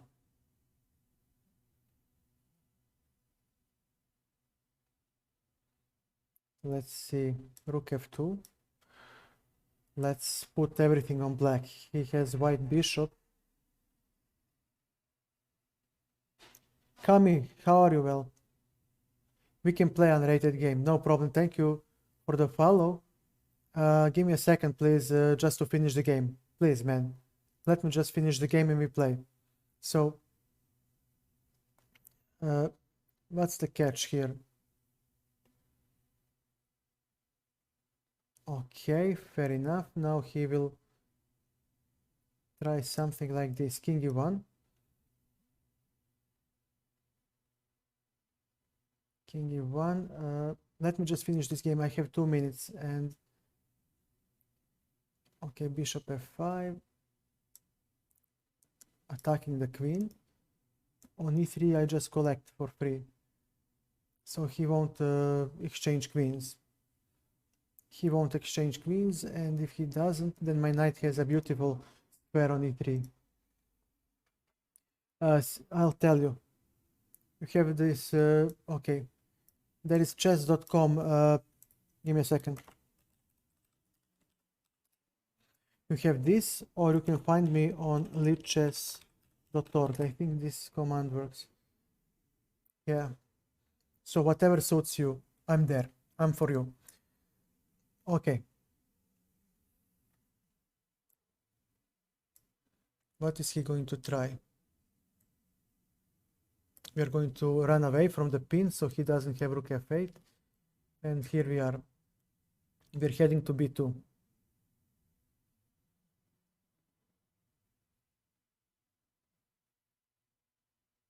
Everything is defended. Uh-huh. Nice try.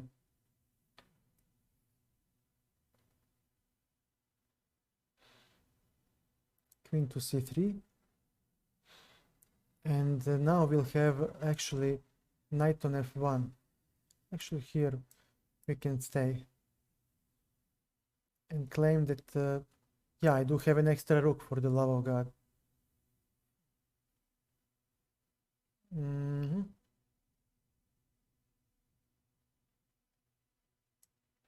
Knight on c2.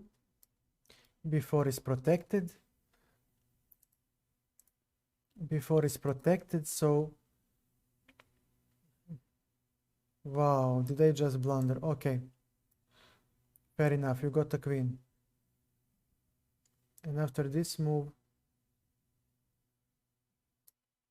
I should win this, but I'm misplaying a little. King here, where does the queen go? Nowhere, so we catch the queen. We catch the queen with rook c3. He doesn't have any... Okay, rook c3. Nowhere to go. e3. Okay, let me see. Takes.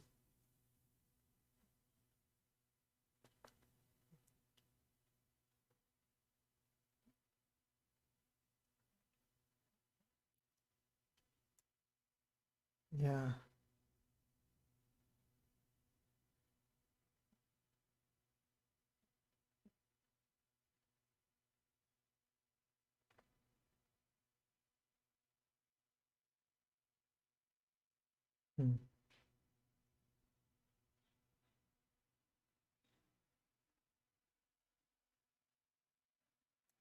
Okay. So he'll play this, rook e5, as I have suspected. And we have too many pieces for the queen. 3 pieces for the queen should hold the line, and I'm hoping to checkmate at some point. Yeah. My king is safe with the knight, and his king will be the one who will be checkmated at some point. Okay, so what do you play? Okay, maybe g4. Oh wait, I cannot take on d5, not yet. Well, actually I can. Actually I can. No, give check.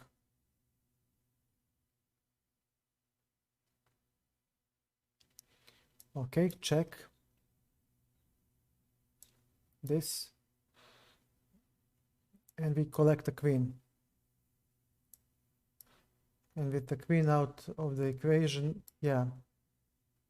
Good for you. Check. We got this. Yeah, we won this. Nice. Kami, it's time to play. So just tell me where do you want to play? I hope this is you.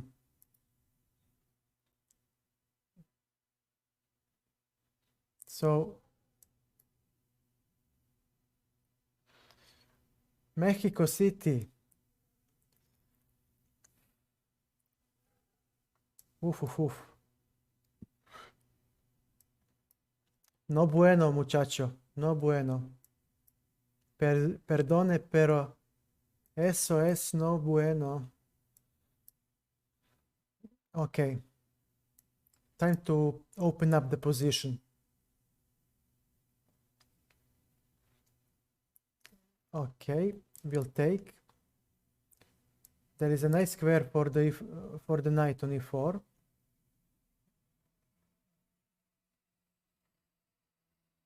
g4. Now queen h4. He weakened his position too much. And okay, we collect a pawn. So the queen is under attack. Knight f3, we can take. And the last piece is now introduced into play. Yeah, f5.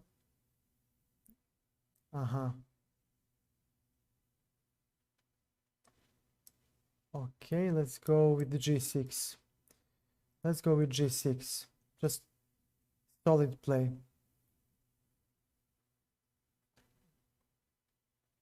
D takes c4. Okay.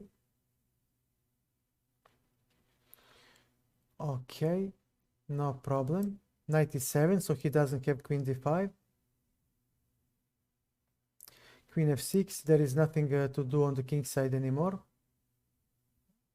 Queen e6. He might play c4, but knight c4, rook d8.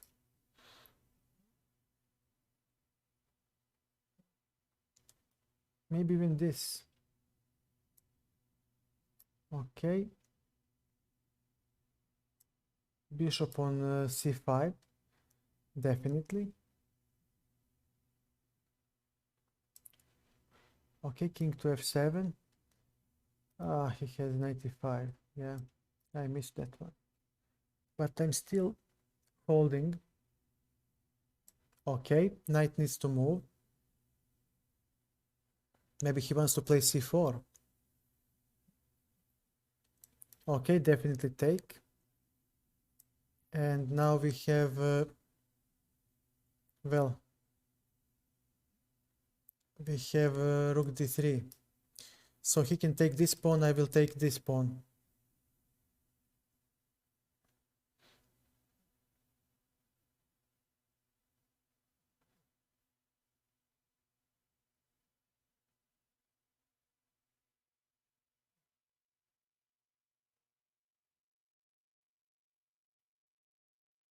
Queen c4.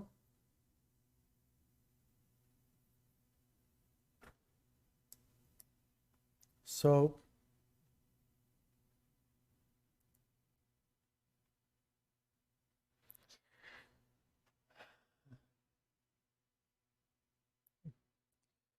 su tiempo. Su tiempo.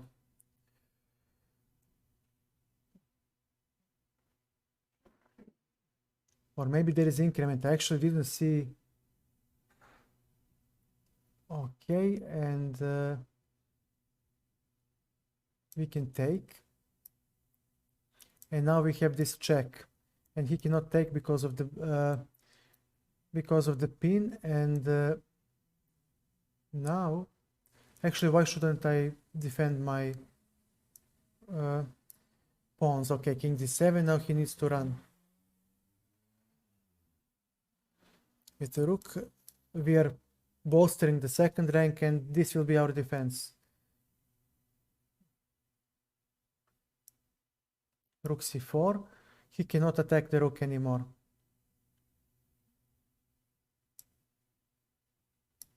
And after he takes, we have double attack with the rook. So we'll return the pawn. a4.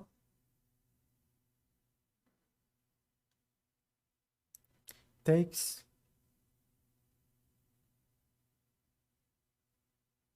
And now we have king c7. Well, actually,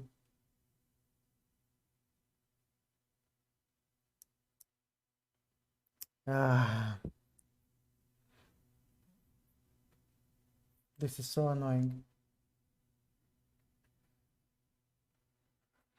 So annoying. Where to now? He has a check.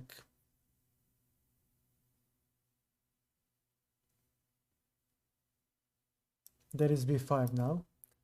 He should have given check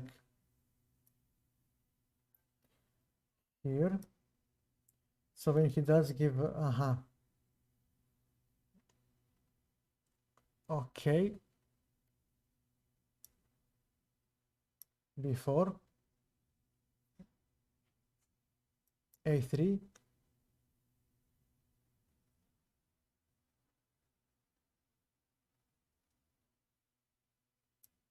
a2. Well, actually, no.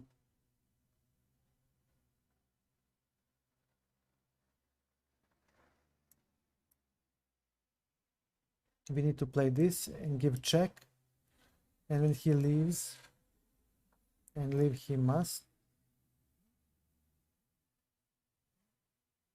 Okay, we'll take, play this. And let me see. This. A sharp rook endgame, definitely. So he'll take, and I'm here. Maybe he'll take on a3. No. Okay, I will defend myself as well. You're not the only one.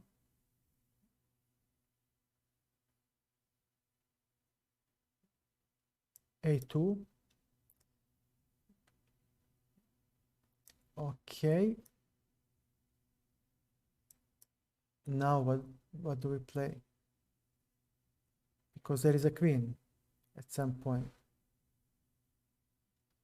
Okay, check. And we grab the queen.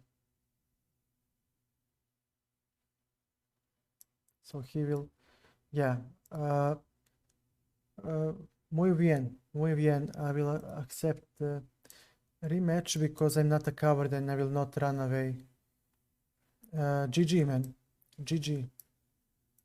Seems that he plays this system every single time. So, and this system is not good. And again, we hit on e5. Take. And now we have a nice square for the knight.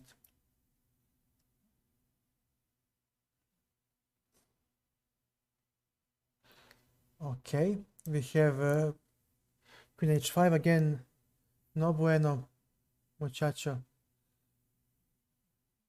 Okay, let me see. Rook d1.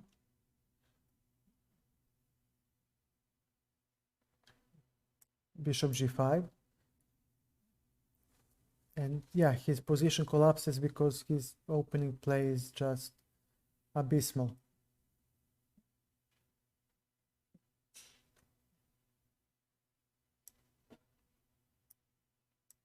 c5. Okay.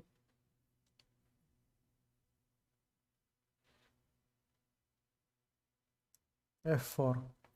I need this c5 pawn. b4. He's practically paralyzed. We can take. Bishop on c2. Very well. He'll go to b3 to attack. Here we go.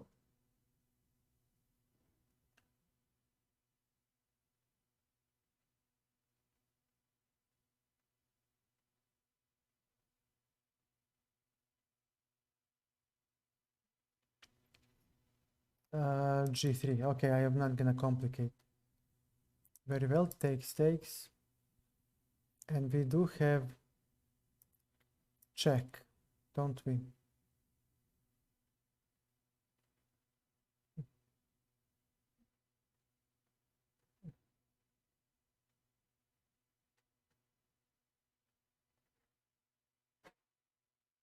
And now what?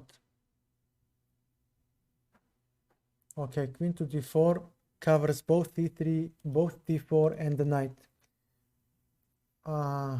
Okay, nice. And then what?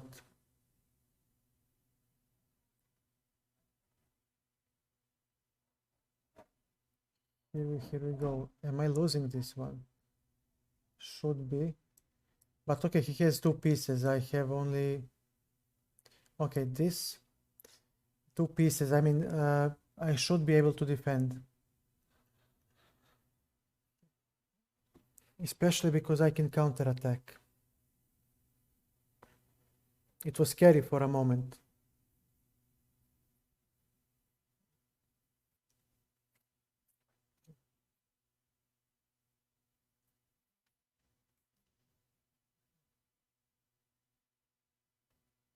Where to go now?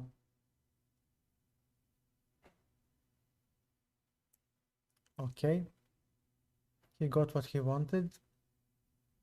Now let me see. Oh, wait. We got this.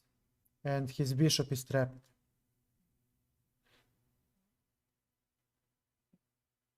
It's good enough.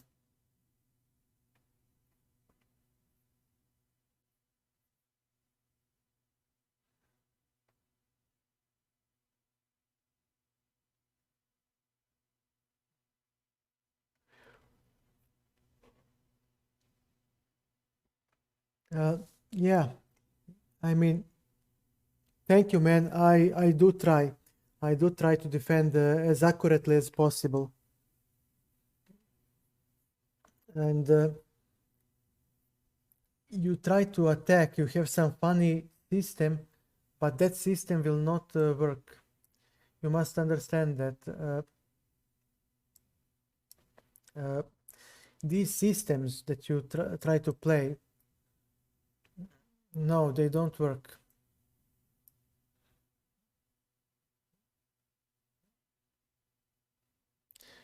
Thankful how.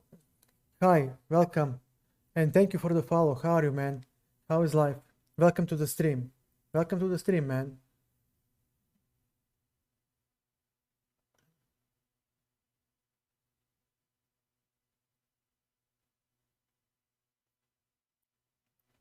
I'll offer a draw. I'll offer a draw, it doesn't matter, it's a casual game. Who cares?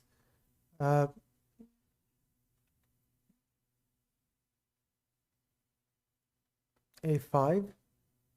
Okay, we'll take. Yeah, we'll take. And yeah. Oh, wait, what the hell? ¿Qué pasa?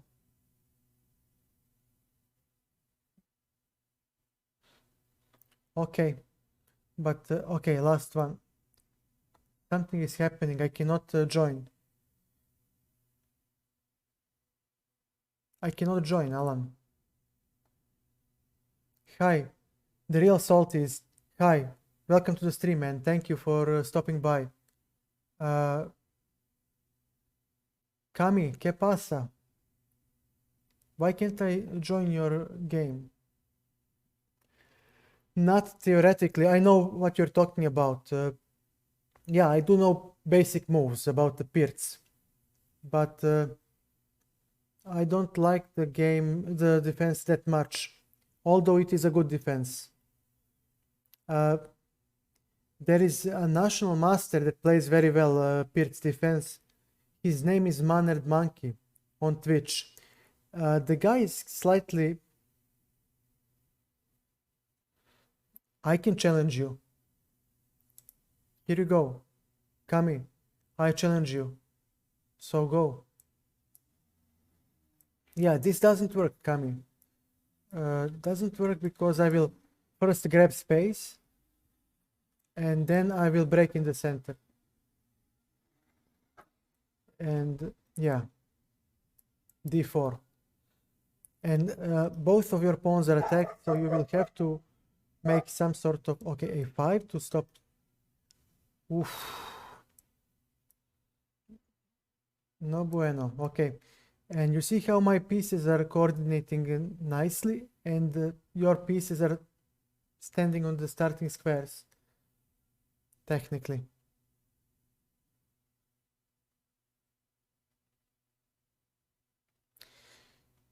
Okay. 98. Knight goes to d6, and we have b5 now prepared. And we are going to open up the position.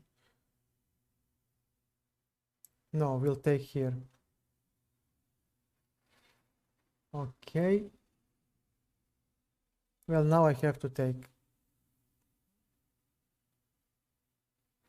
bishop f5. We are developing one piece at a time. Remember this, in the opening, quantity beats quality.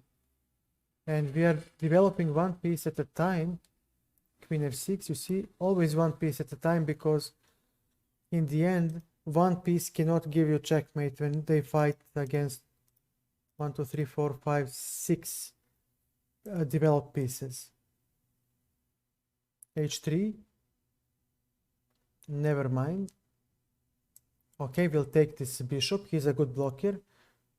And let me see. We'll play knight e5 to remove the queen. Queen is a very good blocker. And then d3 comes, and we have discovered check with the knight.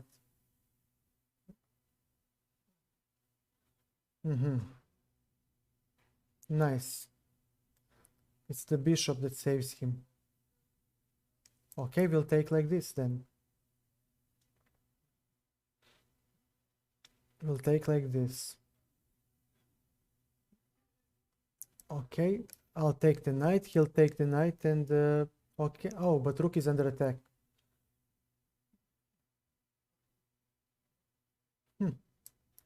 Look at this. Okay. 7 takes.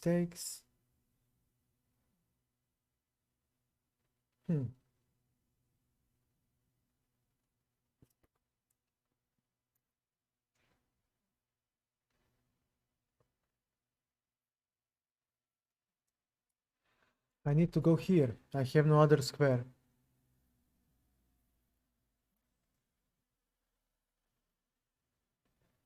I have no other square. Okay. Queen to e3. And we attack both the bishop and the queen. So this should defend everything.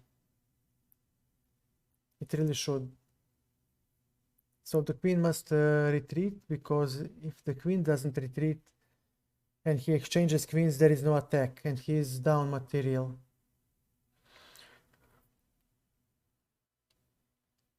Pardon, he is down a rook. And yeah, he's down a full rook. He needs to do something.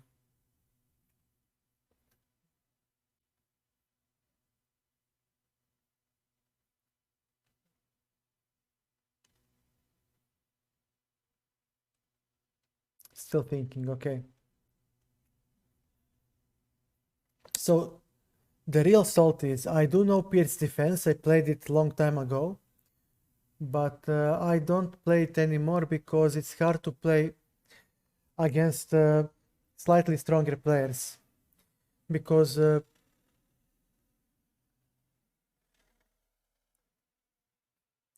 the space advantage white has just is very hard to meet. Bishop g7. Okay, I'll take. And now king goes back to the corner.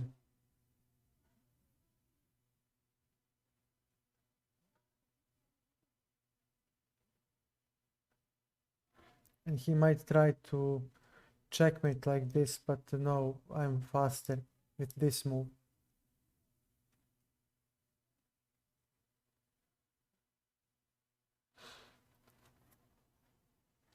Yeah. Yeah, that opening, it won't work, Kami, against any decent player. They will know how to open up the game, and likewise, but I wish you could follow the opening principles. There is I have a YouTube channel, and there, no, it is bad. It is bad, trust me. There is a playlist, and there you have the opening play, but it's a long video. It lasts like 3.5 hours, but you have this link on GitHub where it is condensed into this small text file, and it will help you, especially the illustrative games. They will show you how to do and what to do, because the problem here when you play the opening like this, first of all, in the opening we fight for these central squares. These are the squares that you need. Why? Because from these squares pieces can reach any part of the board. From these squares pieces reach any part of the board in equal amount of time. And if you put a piece, for example a knight in the center, then, well, let's make a small comparison. Look at this knight. This knight is almost centralized. Look how many squares he can attack.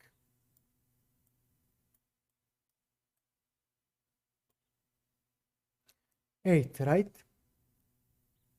1, 2, 3, 4, 5, 6, 7, and I forgot 8. But if you put it in the corner, like here, from this square, he can only attack 1, 2. And that's the whole point. That's why you aim for the central squares, because your pieces create more problems for the opponent, and they defend better, because one piece can defend multiple points, multiple squares. Why am I saying all this? Well, I'll explain. It will become clear. Just hear me out. Also, when you take these squares with the pawns, for example, with black, when he moves these pawns here, he opens up all the good diagonals for the bishops, the diagonal for the queen, and this is very important because these pieces need space in order to enter the game. And when you play like this, you take no space, you open up nothing for your pieces to enter the game. And look, already my bishops can enter and queen can enter into attack. Your pieces don't participate in the game at the moment. With b3, again, you don't do much.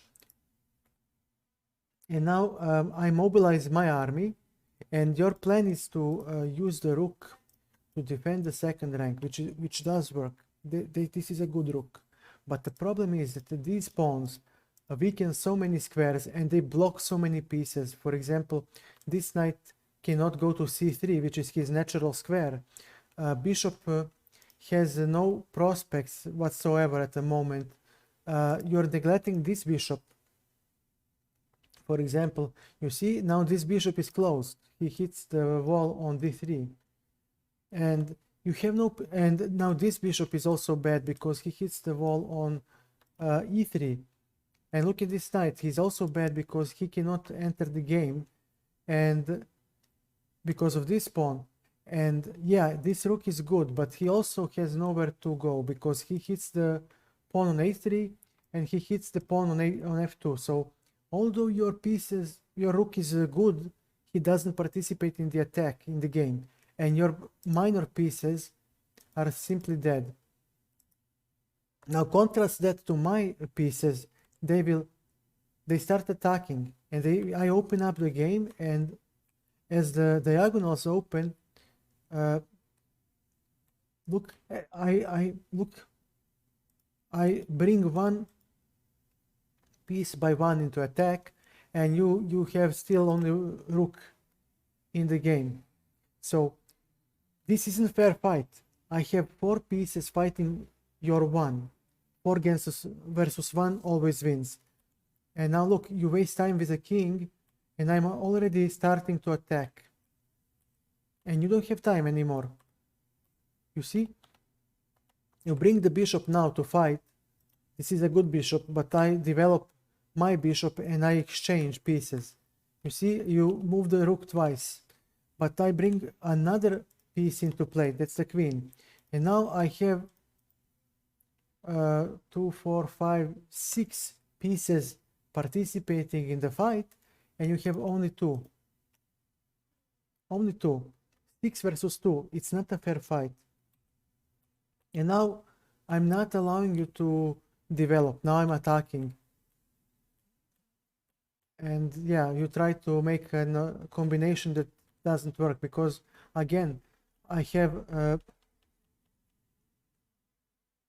you have 2 pieces that attack. These are good pieces, but I have, look at me, I have 1, 2, 3, 4, 5 pieces defending. 5 versus 2. You cannot break me, and no amount of tactics will save you here because I have so much more pieces to fight. So please go through that link on YouTube, through that playlist, and you'll see you will improve. This system that you play, this system with a3, rook a2, and then this thing is too slow and it doesn't work. You won't have enough time to create your piece setup that you want. It just won't work. And your opponent will always be faster by simply following those rules that I showed you on the link. And he will launch his attack faster, and you won't have enough pieces to defend yourself. Yeah, I've been streaming for 12 hours, so I need to go to sleep. For all of you who came to the stream, I thank you so much. I know there are plenty of other streamers that are more entertaining than me. And thank you all for choosing me. Thank you for the raid. Again, let's do a shout out. Why is this not working? Lunar Goddess, thank you again for the raid so much. Thank you everyone who joined. Thank you everyone for the games. Kami, once again, check out the YouTube channel, check out those that playlist, give it a go, you won't regret it. Thank you everyone who followed tonight. I hope you enjoyed, I hope you had fun. You can find me, my schedule on the About page. I usually stream 10 p.m. my local time. Twitch will convert it into your local time. I work as a software developer, so I don't know if I will be able to stream during the week because my work is dynamic, but I will try. If you want to play against me, if you want me to analyze your games or give you an advice, if you want anything, you just name it. I'm there for you. I'll try to help. Right now I'm too tired. 12 hours is really too much. So I need to go to sleep. And I thank everyone again. I do appreciate it. And I hope to see you tomorrow or today, depending on which part of the planet you are. I hope to catch you later. Bye.